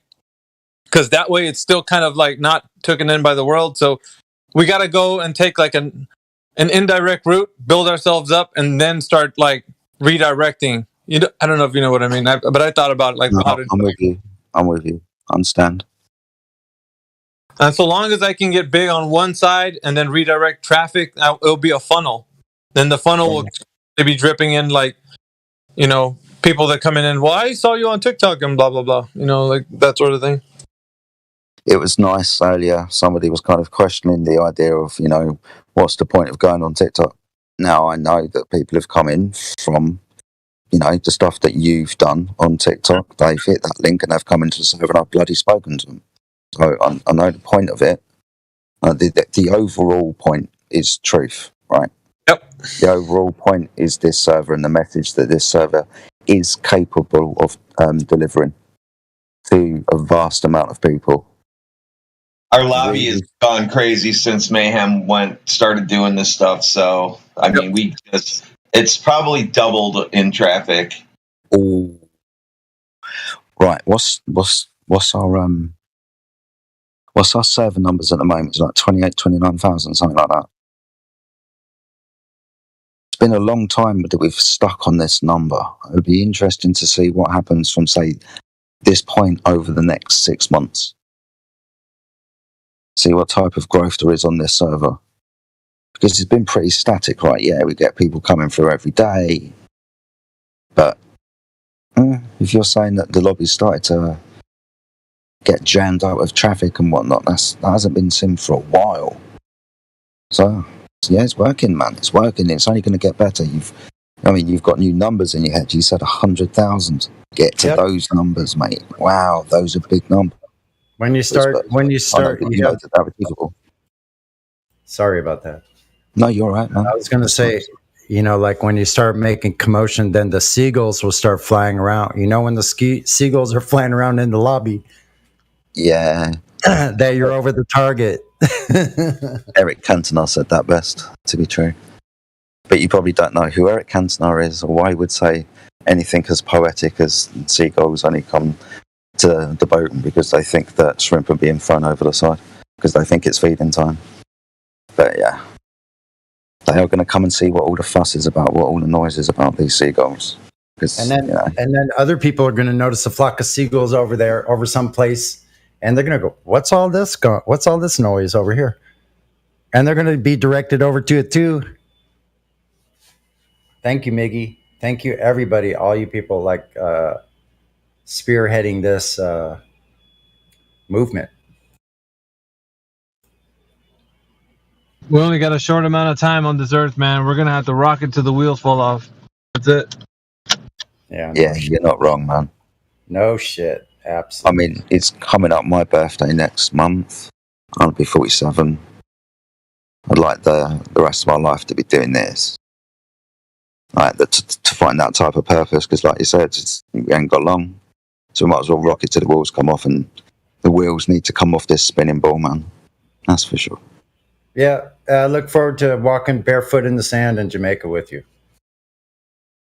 Mate, do you know what? I'd love that. That's not impossible. That is when Mayhem and Elijah and I were speaking the other night, because of my direction that I'm going and the TikTok direction that Mayhem and Elijah have pointed that could be possible. That kind of idea has become 100% more viable in my mind because of the potential that could happen. So yeah, man, I'm looking forward to you with your feet in the sand in Jamaica for sure, and everybody else. Miggy's got to get there. Elijah's got to get there. I want to see everybody from the server there at some point. I ain't got long left, so you might as well rock it. Come rock it in Jamaica for a week. Yeah, wouldn't it be kind of nice? Wouldn't it be kind of nice to be able to make a decision like, I guess I'll fly part of the way and then I'll sail the rest of the way on my whatever boat. You do, mate. Whatever you do, whether it's fly or sail, you're going to navigate across the earth, obviously, to get here. And you're going to require a triangle and a method of measuring the angles within that triangle that you're going to build between yourself, a star, and the ground position of that star, just to know where you are. But yeah, definitely, mate. And I'll tell you this now, and it might sound silly, it's not going to be expensive. All you got to do is get yourself there. Yeah. Yeah, I've met those people before. Very interesting to be able to have lived and seen what I've seen. I've seen the kids in Jamaica and Kingston. We were right near the British Royal Shipyard in Port Royal. Like they started that in like 1540 or something. And watch these kids walking on their hands in Port Royal. Yeah, been to Trench Town, man.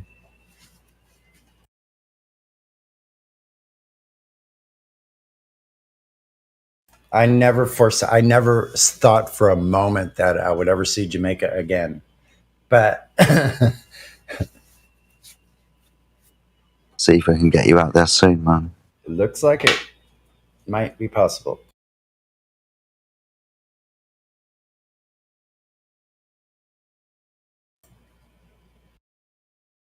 Man, you should see some of the yachts that I see that pull into this harbor here in San Diego. Like 100 and I think this one, the sailboat was 105 feet long. Man, I was just like salivating, thinking I could get all my flat earth friends on here, man. That would be great. We could sail the world. We could sail as far as we could, like wherever. That'd be so fantastic, man. And you don't need anything quite that big. But look, you can put things together. Like people have been doing this where they make collaborations with each other and they set up a thing where they all buy a boat together as a group. And then they just like lease share it. Right? As it travels across the plane, one group gets off, another group gets on for their 2 weeks or a month or 3 months or however long they want to stay. Sounds like a fantastic life to me. I've met people that did that. Well, according to going on cruises, I've only been on one. We already got our next. Mine is already free, but my wife said people can just go on a cruise and just stay on cruising because you just keep getting free cruises. Because they expect you to just pay for drinks and stuff like that. And if you're good at it, you don't pay for that either. Like ours are free. Ours are free. You just go on, drink, get wasted, and go back to your room and black out if you want. See if we can keep them on board forever. Sounds about right. Yep. I ended up basically being friends with this one guy, this old couple, they're black people, and he told me that this was their third cruise in a row when I was sitting next to him at the slot machine. I said, what do you mean in a row? He said, like 8 days, we get off, go on the next ship, get off, go on to the next ship. I was like, holy crap. He said, yeah, we just keep doing that. That's crazy, though. But can you imagine how fun it would be if they're like on a big sailboat, something comfortable, where like 6 to 8 people could go sail? I mean, that's a big enough boat. Like Catalina Island is freaking beautiful in the summer. If I'm going to go sailing, I don't want to have to pull ropes and shit like that. Are you crazy? Yeah, no, that's the best part of it, man. No. Getting all tired and working up a sweat sailing is not part of sitting back drinking martinis. Okay, well, there'll be room for those people too. So yeah, so make sure that you don't ask me to pull on a rope. All right. And I'll be fine. Don't worry. There'll be plenty of other hands, I'm sure.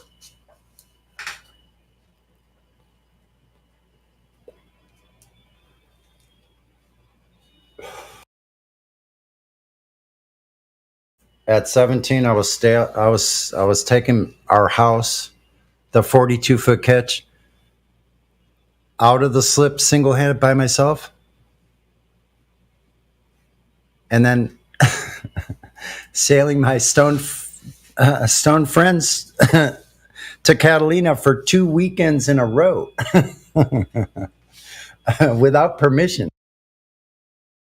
So didn't the people realize they weren't in the same spot when they woke up when you took the boat?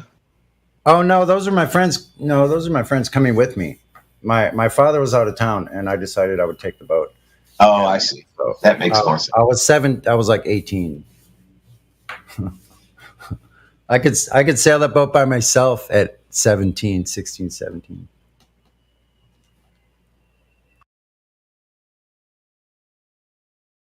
Those were the good old days. We had a lot of fun. Didn't know how lucky we were.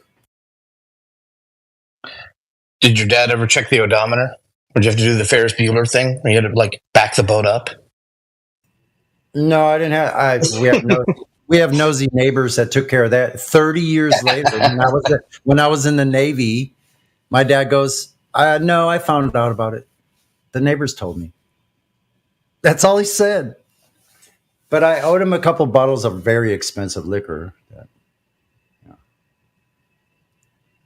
That usually solves most everything. But I digress. Because at that point, I was in the Navy, married, and, was a good little squid.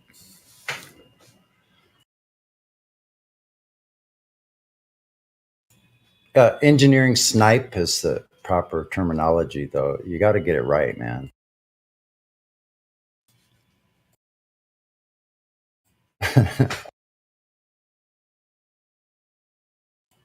Yeah, I went to boot camp right here in San Diego, Naval Training Center, and now it's like convenient. What is it? They made it into a public shopping. So there's like yoga places. There's a Ralph's grocery store. There's like all these different businesses, and the whole parade grounds where I graduated from in 1986 is That's where like a Top Gun soccer shit is. is a soccer field and like recreation center along the beautiful backdrop of San Diego, the city, and the lagoon comes in there, so it's water there behind. But now it's like soccer field, big green fields and paths. I can go ride my bike there this much later, and I'm looking around going, I was standing here at parade rest with my flag at graduation day with my friends and family in the bleachers, and now it's all open fields and stuff. Pizza shops and yoga studios, all that kind of stuff. Bring your yoga mat. Check it out. Hey, we got a legend in the house. I just kind of like want to shout out QNFEE again, man. That guy, anybody that puts out 1,000 flat Earth videos deserves some fucking respect. You know what I'm saying? His maps and most people. Yeah, we gave him all kinds of praise when we signed him in the voice check-in. Thank you. I bow. Thanks, guys. You have 1,000 videos, bro. I watched. Yeah, at least maybe 1,500. Yes, you've seen the videos. Watched the NASA back in 2015. He was busting NASA's balls in half. I love Got it. an OG, true OG flat earther in the Anyway. house. Great. Shout out to Q, man. Man. Thanks, guys and dolls. Very kind. I'll subscribe to your channel. I have a small YouTube channel too. Oh, which one? Send it in the. I'll put it in the choice. I can check it out. Can someone put a link to Q? I don't mind internet shit right now. Hold on. I'll be back. Yeah, just a second. Here's my channel. Let's see. It still is increased, even though for 2 years I got locked out and couldn't find my password, and I just gave up on it. And I came back and it had twice as many subscribers. And I'm like, I got to keep it. So I've just kept it there. I don't do a whole lot with it, but feel free to subscribe. There's a bunch of old videos, like from the very beginning, some of the very first ones when I first discovered this in 2017, and a couple of my own videos. I did one on the vestibular system, a couple of those, and a couple on Gutenberg. Did you feel you grow? You grow? A little bit, just very slowly. I mean, it's hard to find my channel. Apparently, if you don't have the exact link, whatever, you'll never find it by just doing a search. Yeah, but I mean, in your mind, in the whole thing, What's that? you have another vision now than back then. Say that again. I'm sorry. You have a different vision now than you had back then. A different position, a different viewpoint. Yeah. Yes, a different Yeah. perspective. Yes, I Yeah. can totally. I can see that on my videos, in the beginning, I deleted a couple because I don't agree with myself anymore. So, yeah. Yeah, some of it we didn't know what we know now. We didn't. Yeah, you evolve. Where'd that one go? What's that?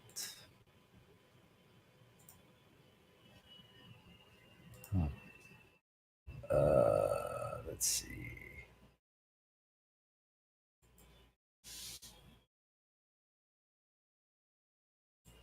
Because that was during when this 2017 eclipse was happening, going the wrong direction, and the diameter of the shadow was only 70 miles wide.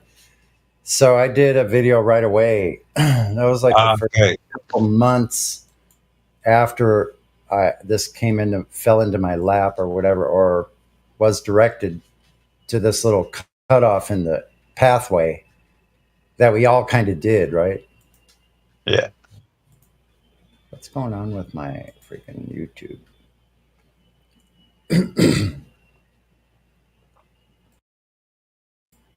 But I can't wait to have a way to get all this content to where it should be, to where people can actually hear it.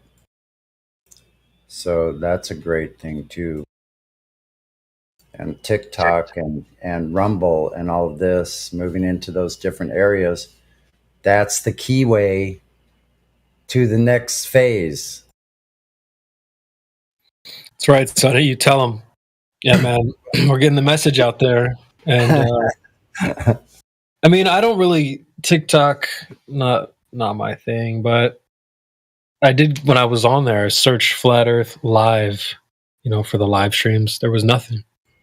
Wow. And so I mean, I kind of hear what Miggy's saying is, and what you were saying, Sonny, is how the plan is to boost everyone up on that platform, and then use it as a funnel back to Rumble, back to YouTube, back to Discord. Yeah. So I totally get that. And yeah, anybody. I can see it for me, particularly because I like to stay busy, so I can be doing a bunch of different things. Like I surely can put 20, 30 minutes, an hour doing all different kinds of things. Just like videoing myself playing the guitar for 10 minutes, put that out, go do some work on my amplifier, show people how to fix things if I'm doing that, do a variety of things, go out with a GoPro on my bike rides, which is freaking fantastic, like adrenaline rush, that I could take my audience along the ride with me. It would seem like they're there with me, and put some rad music that I could do that myself to it as a. Did you say rad music? Rad when? I said rad when. Wow. Rad. I'm going to go back to that.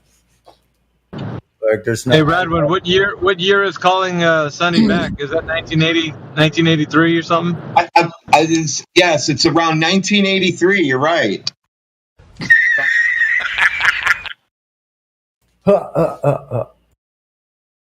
Wow. Now, I was telling Sonny though he's really gonna like it because I think that this is what he's always wanting to be doing. Like exactly what he just said is like what TikTok is made for. It's made for that. He's gonna be taking a whole bunch of people on a bike ride with him every day. Like, they're just gonna be like, "Oh, is it time for Sonny's bike ride?" Like they're gonna be waiting for his stream. So yeah, and totally. And then that's only the bike part of it.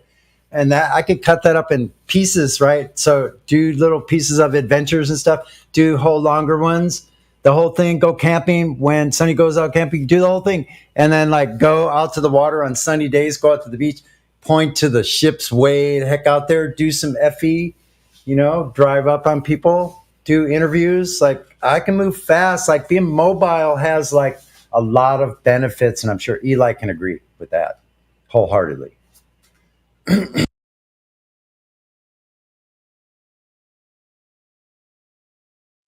God, I felt like Hendrix was like flowing through me when I made that recording today. Just like, wow. That's okay. I got Simon Phillips going through me. If you know who that is. No. The drummer. Oh, okay. Gotcha. Actually, one of Toto's drummers. Oh, yeah. Aside from being a studio musician, probably on 500 albums. Probably Toto. Yeah, probably one of the best musicians in that group. Wasn't the guitar player from Yes in that group? No, that was another one. Or is that right? Wait a minute. No. What group was he in from Yes? The guitar player went to another group like Toto, similar. Can't remember the name. Anyway, moving right along from classic rock trivia.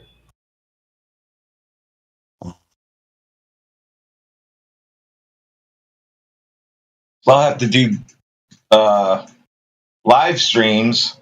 I'll just go to whatever my media player is downstairs and just randomly pick any song. I don't care if it comes streaming from the cloud to me or if I already have it. Pick any song, I'll play it on drums, and it'll sound like the song was recorded that way. Here you go, Radwin. I'm gonna send you this file, this MP3. Now it's got this kind of like sound in it, and it's to kind of jar people back to the like. It's kind of like it. You might think in the recording, "Ooh, that's yes, I know what I am." Wait a minute, what was that? What the fuck?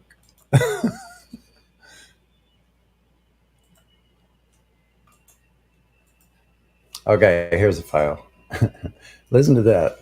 I just made that this morning, like just in a couple hours. And it's been shared.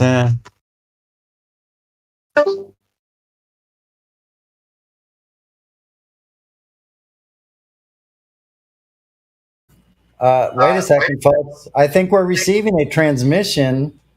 I know not where from thou out come from. That didn't make any sense at all. Just Even sell it. Act like it did make sense.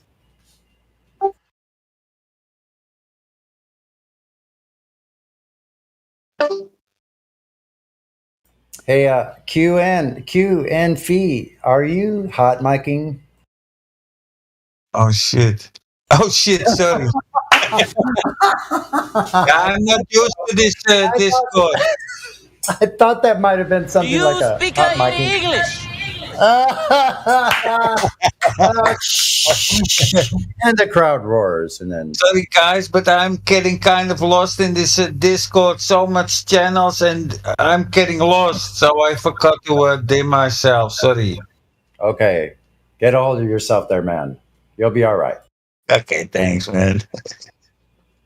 I thought of changing something Chris Jedi said. He probably went to sleep. Because we all went on camera, and he goes, "You got like long silver hair," and that I would get the Gandalf award. So I thought about changing my name to Sonny Gandalf the Third.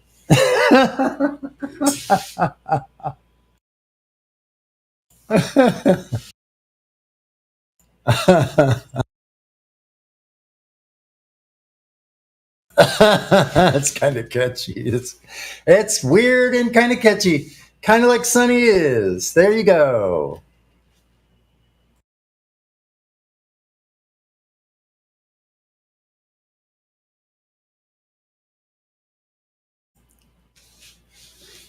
You think I sound crazy now? Wait till you spend a whole day with me. Wait till you spend the day with me. Yeah, I mean, just the sheer, like, on some days. I'm not saying every day. I'm definitely no Superman. Some days I want to sleep for a couple days, and I do. I'm an old man, for But you God's sound sake. very active. Yeah, I'm gonna get on my bike today. I need to go soon, actually.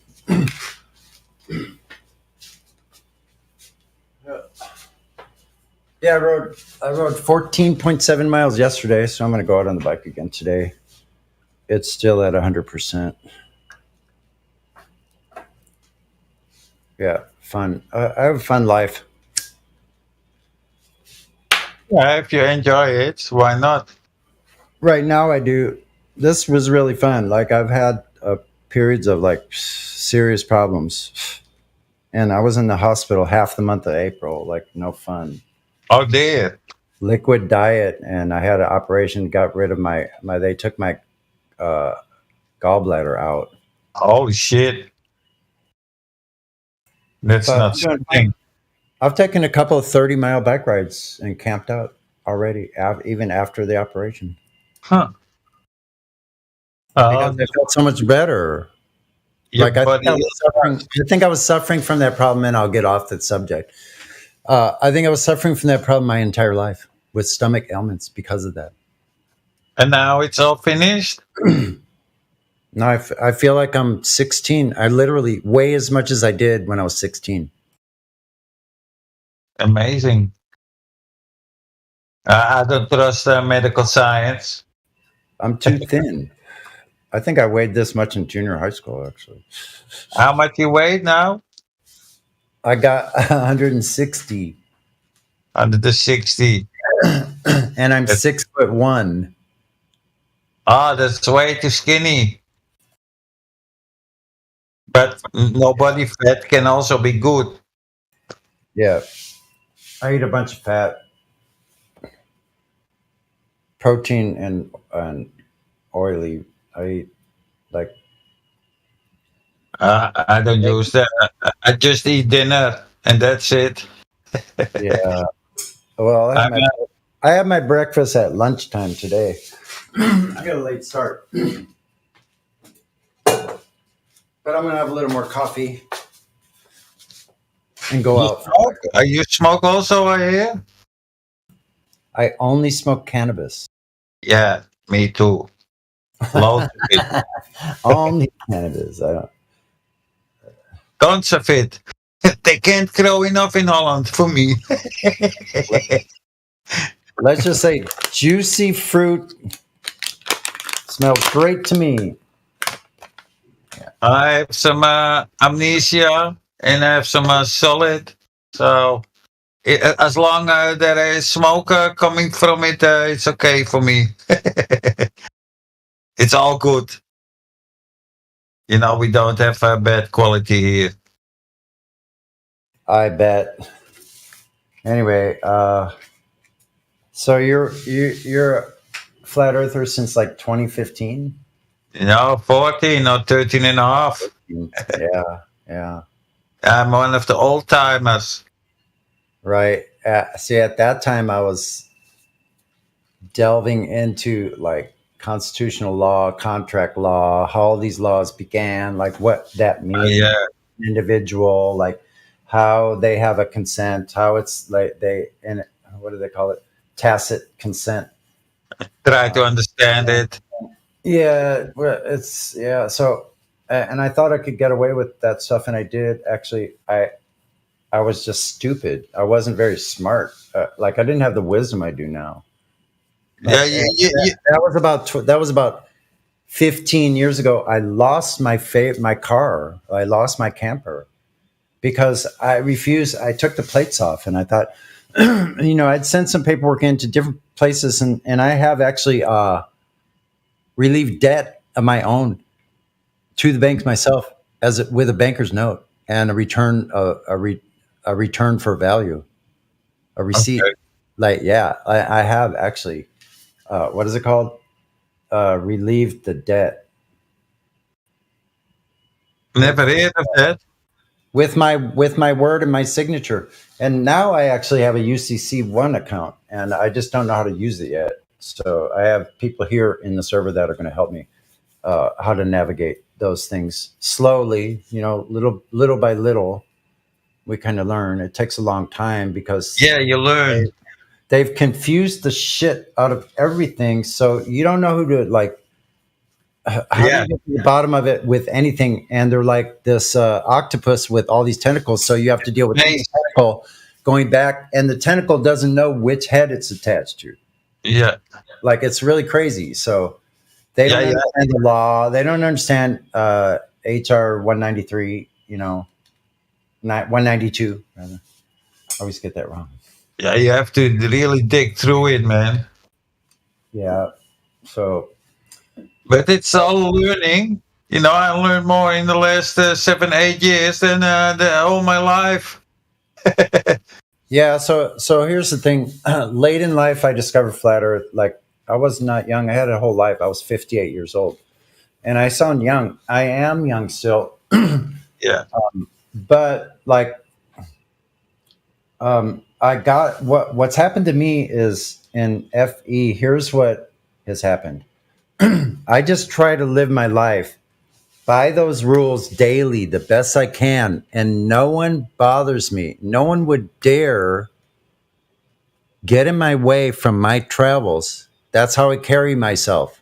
I go anywhere I want. I don't wait for somebody or a flashing light to tell me when to go. I know how to look for myself. I'm perfectly capable, so I don't need their help. And what that's done for me with just that mindset, I'm free. I'm freer than I have ever been. So a lot of these are intrinsic rewards rather than extrinsic, right? And the intrinsic ones, as far as like, how do you value freedom? So like I treat people decently. I try to treat people as I would want to be treated. If they deserve it.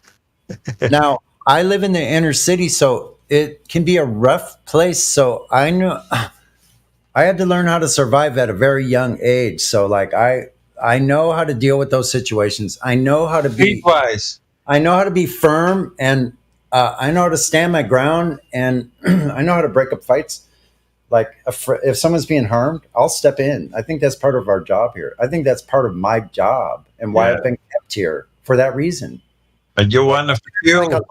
I'm kind of like a natural law keeper. I don't like injustice, and it harms me. And I will just, like, I have the skills and the ability to like cause somebody some damage, and I don't even need to like make a move just with my voice.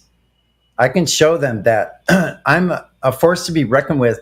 And if you're harming this person, let's say, you'll have to deal with me first. See what I mean? And most of the time, like, I never have to get into that situation. So talking about freedom, I walk freely as I want to go. Like, I ride my bicycle freely as I want to go. No one is going to stop me from proceeding throughout my normal daily existence.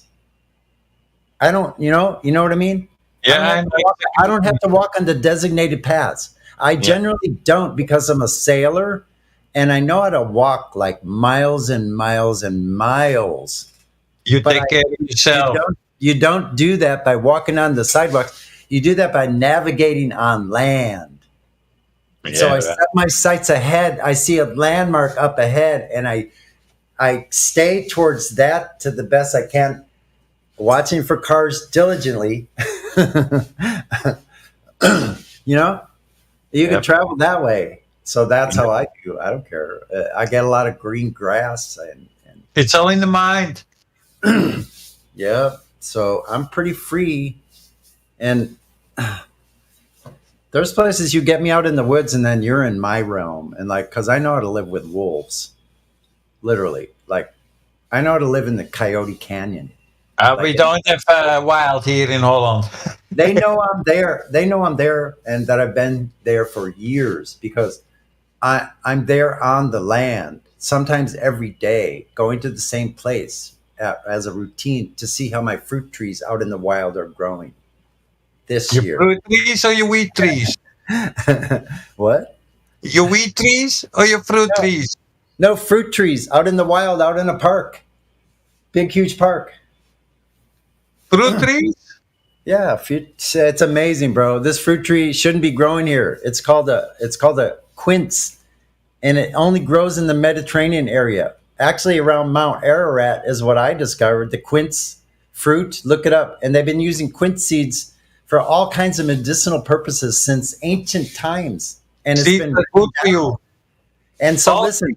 It takes a freeze for these seeds to germinate. It doesn't freeze here. It's Southern California. Yeah. I can't remember if it's frozen in the last 40 years. Damn, yeah. Or 50 years. And they're still growing here. And they're here by chance in this place that I discovered where the sun shines in a funnel in through these trees to this one spot that I found. That's where these trees are growing.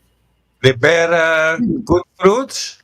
So look, I can go there in the evening, right before the sun goes down beyond the western hills. From my viewpoint, I'm on the eastern side of this canyon, and and before it goes down, the sun shines in, and it's sheltered, so I get this beam of sunshine in this one freaking place where I can park my bike, and stand there and get sun in the evening. Like now. Well, yeah, that's why I have to go now. Here we have a similar, but we can stand in between the two bridges on the canals. That's all the hills we have. Yeah. It's flat here. No hill, no nature. That's good riding if you get a good road, man. Yeah, we have lots of flat roads. Yes.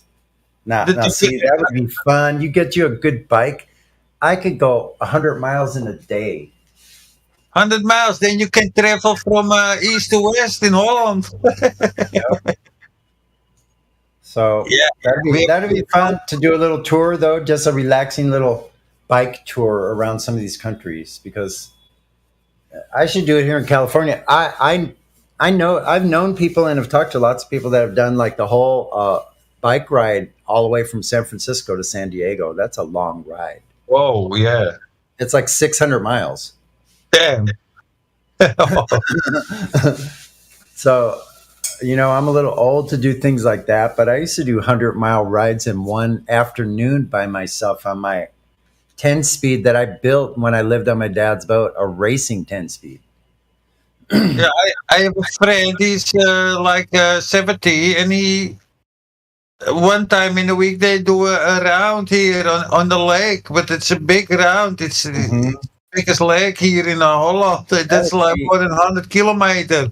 That'd be awesome. That'd be like racing. You get around some of these lakes on a good road and race around it. That'd be just like doing a race, man. Yeah, they're going fast also.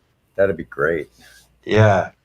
I've done that. I guess kind of a daredevil. Yeah, we used to ride up to like these mountains up in Malibu Canyon, these coastal mountain range, right, in Los Angeles, and ride all the way up to Malibu, and then go over to the valley from Topanga, which is this windy country road going all the way up, and then over into the valley, and then back up in the valley up to the other place, and all the way to the peak of Malibu Canyon, and then down to Pacific Coast Highway, and all the way back down to Marina Del Rey. 100 miles. 100 miles in one night. Oh, damn. That's a long stretch. That's when, look, we would ride at night, in the middle of the night, because there was less traffic, and you would get killed on the Pacific Coast Highway if you drive when there's lots of traffic. So we would ride then and go up these country roads, and it was so much fun. And we had sew-up tires. I had sew-up tires. I pumped those to 140 psi, 130 to 140. And I had a flat where I had to ride like the last 20 miles home with a flat tire and only 20. Destroyed it and made it all the way home and threw my rim and tire into the water. It was done. I'm good. 20 miles. That's a long stretch to walk. Yeah, we did that 100 miles several times, that particular. And then I used to ride from Marina Del Rey to Seal Beach. That's from the Los Angeles to the Los Angeles Orange County line, 50 miles exactly, and to Seal Beach Boulevard, and then back 50 miles both each way, 100 miles on my fast bike. Those are longer stretches. But that was when I was in my 20s, you know. So Oh, you cannot do it anymore. I could do pretty well, especially with the e-bike. I have an e-bike, so Yeah, that's cheating. no, it's not, because look, I can carry all my gear, so it balances it, it equalizes that. Yeah. Yeah, You still have to pedal. and my bike is heavier.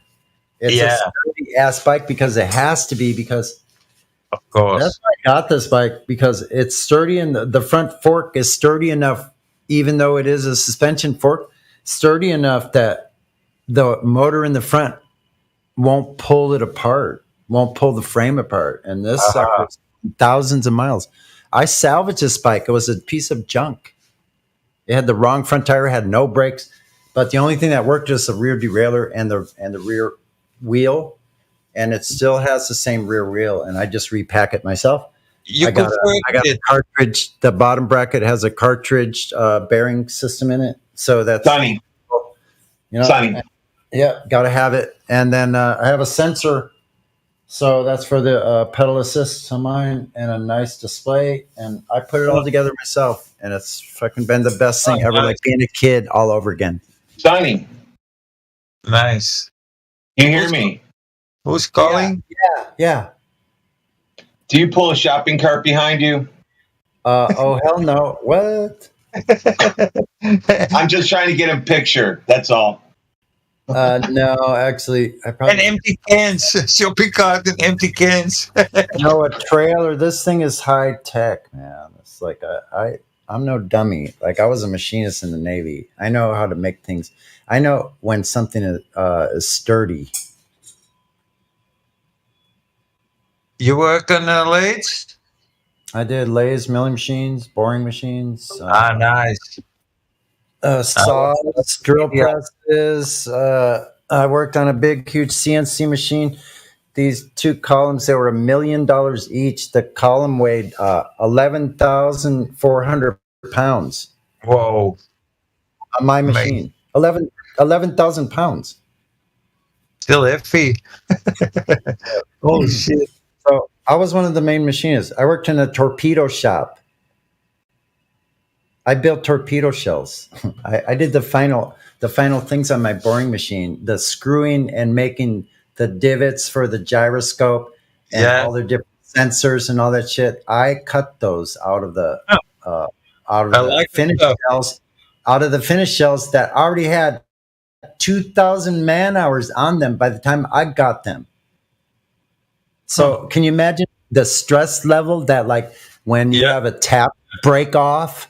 Oh, with this freaking, how much is that?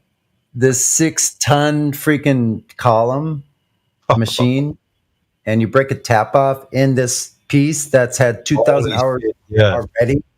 That's what I did. That's a nightmare. I had a hard job. I had a really hard job. They took me straight out of the Navy as a journeyman. I was a second class petty officer, MR2. They saw you were pretty handy. I was an E5, yeah, and on a submarine tender, and for 4 years. So I was active duty 4 years on sub tender. I got out. I got a job in the Northwest at the at Torpedo Town, and that was a naval undersea warfare engineering station. They changed the name now, though.